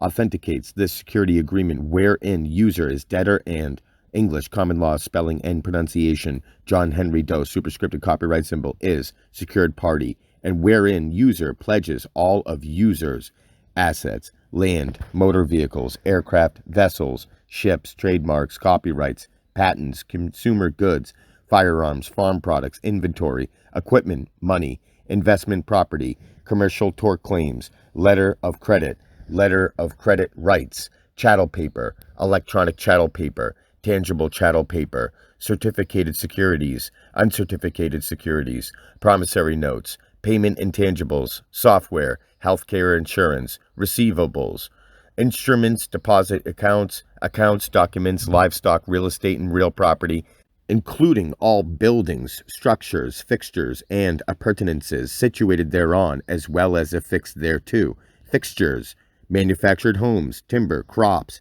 and as extracted collateral, i.e., all oil, gas, and other minerals, as well as any and all accounts arising from the sale of these substances, both at wellhead and minehead, accessions, increases and additions, replacements of and substitutions for any of the property described here and above in this paragraph, products, produce, and proceeds of any of the property described here and above in this paragraph, accounts, general intangibles, instruments, monies, payments, and contract rights, and all other rights arising out of sale, lease, and other disposition of any of the property described here and above in this paragraph.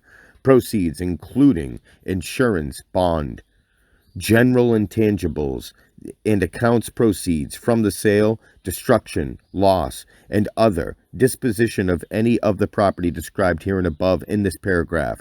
Records and data involving any of the property described here and above in this paragraph, such as the form of writing, photograph, microfilm, microfiche, tape, electronic media, and the like, together with all of users' right, title, and interest in all computer software and hardware required for utilizing, creating, maintaining, and processing any such records and data in any electronic media, and all of users' interest in all such foregoing property in this paragraph, now owned and hereafter acquired, now existing and hereafter arising, and wherever located, as collateral for securing users' contractual obligation in favor of secured party for users' unauthorized use of secured parties' common law copyrighted property. 3. Consents and agrees that secured party may file a UCC financing statement wherein user is debtor, and English common law spelling and pronunciation John Henry Doe superscripted copyright symbol is secured party. 4. Consents and agrees that said UCC financing statement described above in paragraph 3 is a continuing financing statement, and further consents and agrees with secured parties filing of any continuation statement necessary for maintaining secured parties' perfected security interest in all of users' property and interest in property pledged as collateral and security agreement as described above in paragraph 2, until users' contractual obligation theretofore incurred has been fully satisfied. 5. Authorizes secured parties filing of any UCC financing statement as described above in paragraph 3 and 4, and the filing of any security agreement as described above in paragraph 2 in the UCC filing office. 6. Consents and agrees that any and all such filings described in paragraphs 4 and 5 above are not and may not be considered bogus, and that user will not claim that any such filing is bogus. 7. Waives all defenses, and 8. Appoints secured party as authorized representative for user, effective upon user's default, user's contractual obligations in favor of secured party as set forth below under payment terms and default terms, granting secured party full authority and power for engaging in any and all actions on behalf of user, including, but not limited by, authentication of a record on behalf of user, as secured party in accordance with secured party's sole discretion deems appropriate, and as regards any deposit account of any kind maintained with any bank in / under the name of user, and likewise any deposit account maintained with any bank in / under the Social Security account number of user, notwithstanding the absence of user's name as account holder on any such deposit account maintained with any bank in / under the Social Security account number of user, grants secured party full authority and power for originating instructions for said deposit account bank and directing the disposition of funds in said deposit account by acting as signatory on said deposit account without further consent of user and without liability, and user further consents and agrees that this appointment of secured party as authorized representative for user, effective upon user's default, is irrevocable and coupled with a security interest. User further consents and agrees with all of the following additional terms, payment terms in accordance with fees of unauthorized use of all capital letters ends legis John H. Doe superscripted copyright symbol as set forth above. User hereby consents and agrees that all users shall pay secured party all unauthorized use fees in full within 10 days of the date user is sent secured party's invoice. Hereinafter, invoice itemizing said fees, default terms. In event of non-payment in full of all unauthorized use fees by user within 10 days of the date invoice is sent, user shall be deemed in default and a. all of user's property and interest in property pledged as collateral by user as set forth in above in paragraph 2 immediately becomes, i.e. is property of secured party. B. Secured party is appointed user's authorized representative as set forth in above paragraph 8. And C. User consents and agrees that secured party may take possession of, as well as otherwise dispose of in any manner that secured party, in secured party's sole discretion, deems appropriate, including, but not limited by, sale at auction, at any time following user's default, and without further notice, any and all of user's former property and interest in property formerly pledged as collateral by user, described above in paragraph 2, now property of secured party, in respect of this security agreement, that secured party, again, in secured party's sole discretion, deems appropriate.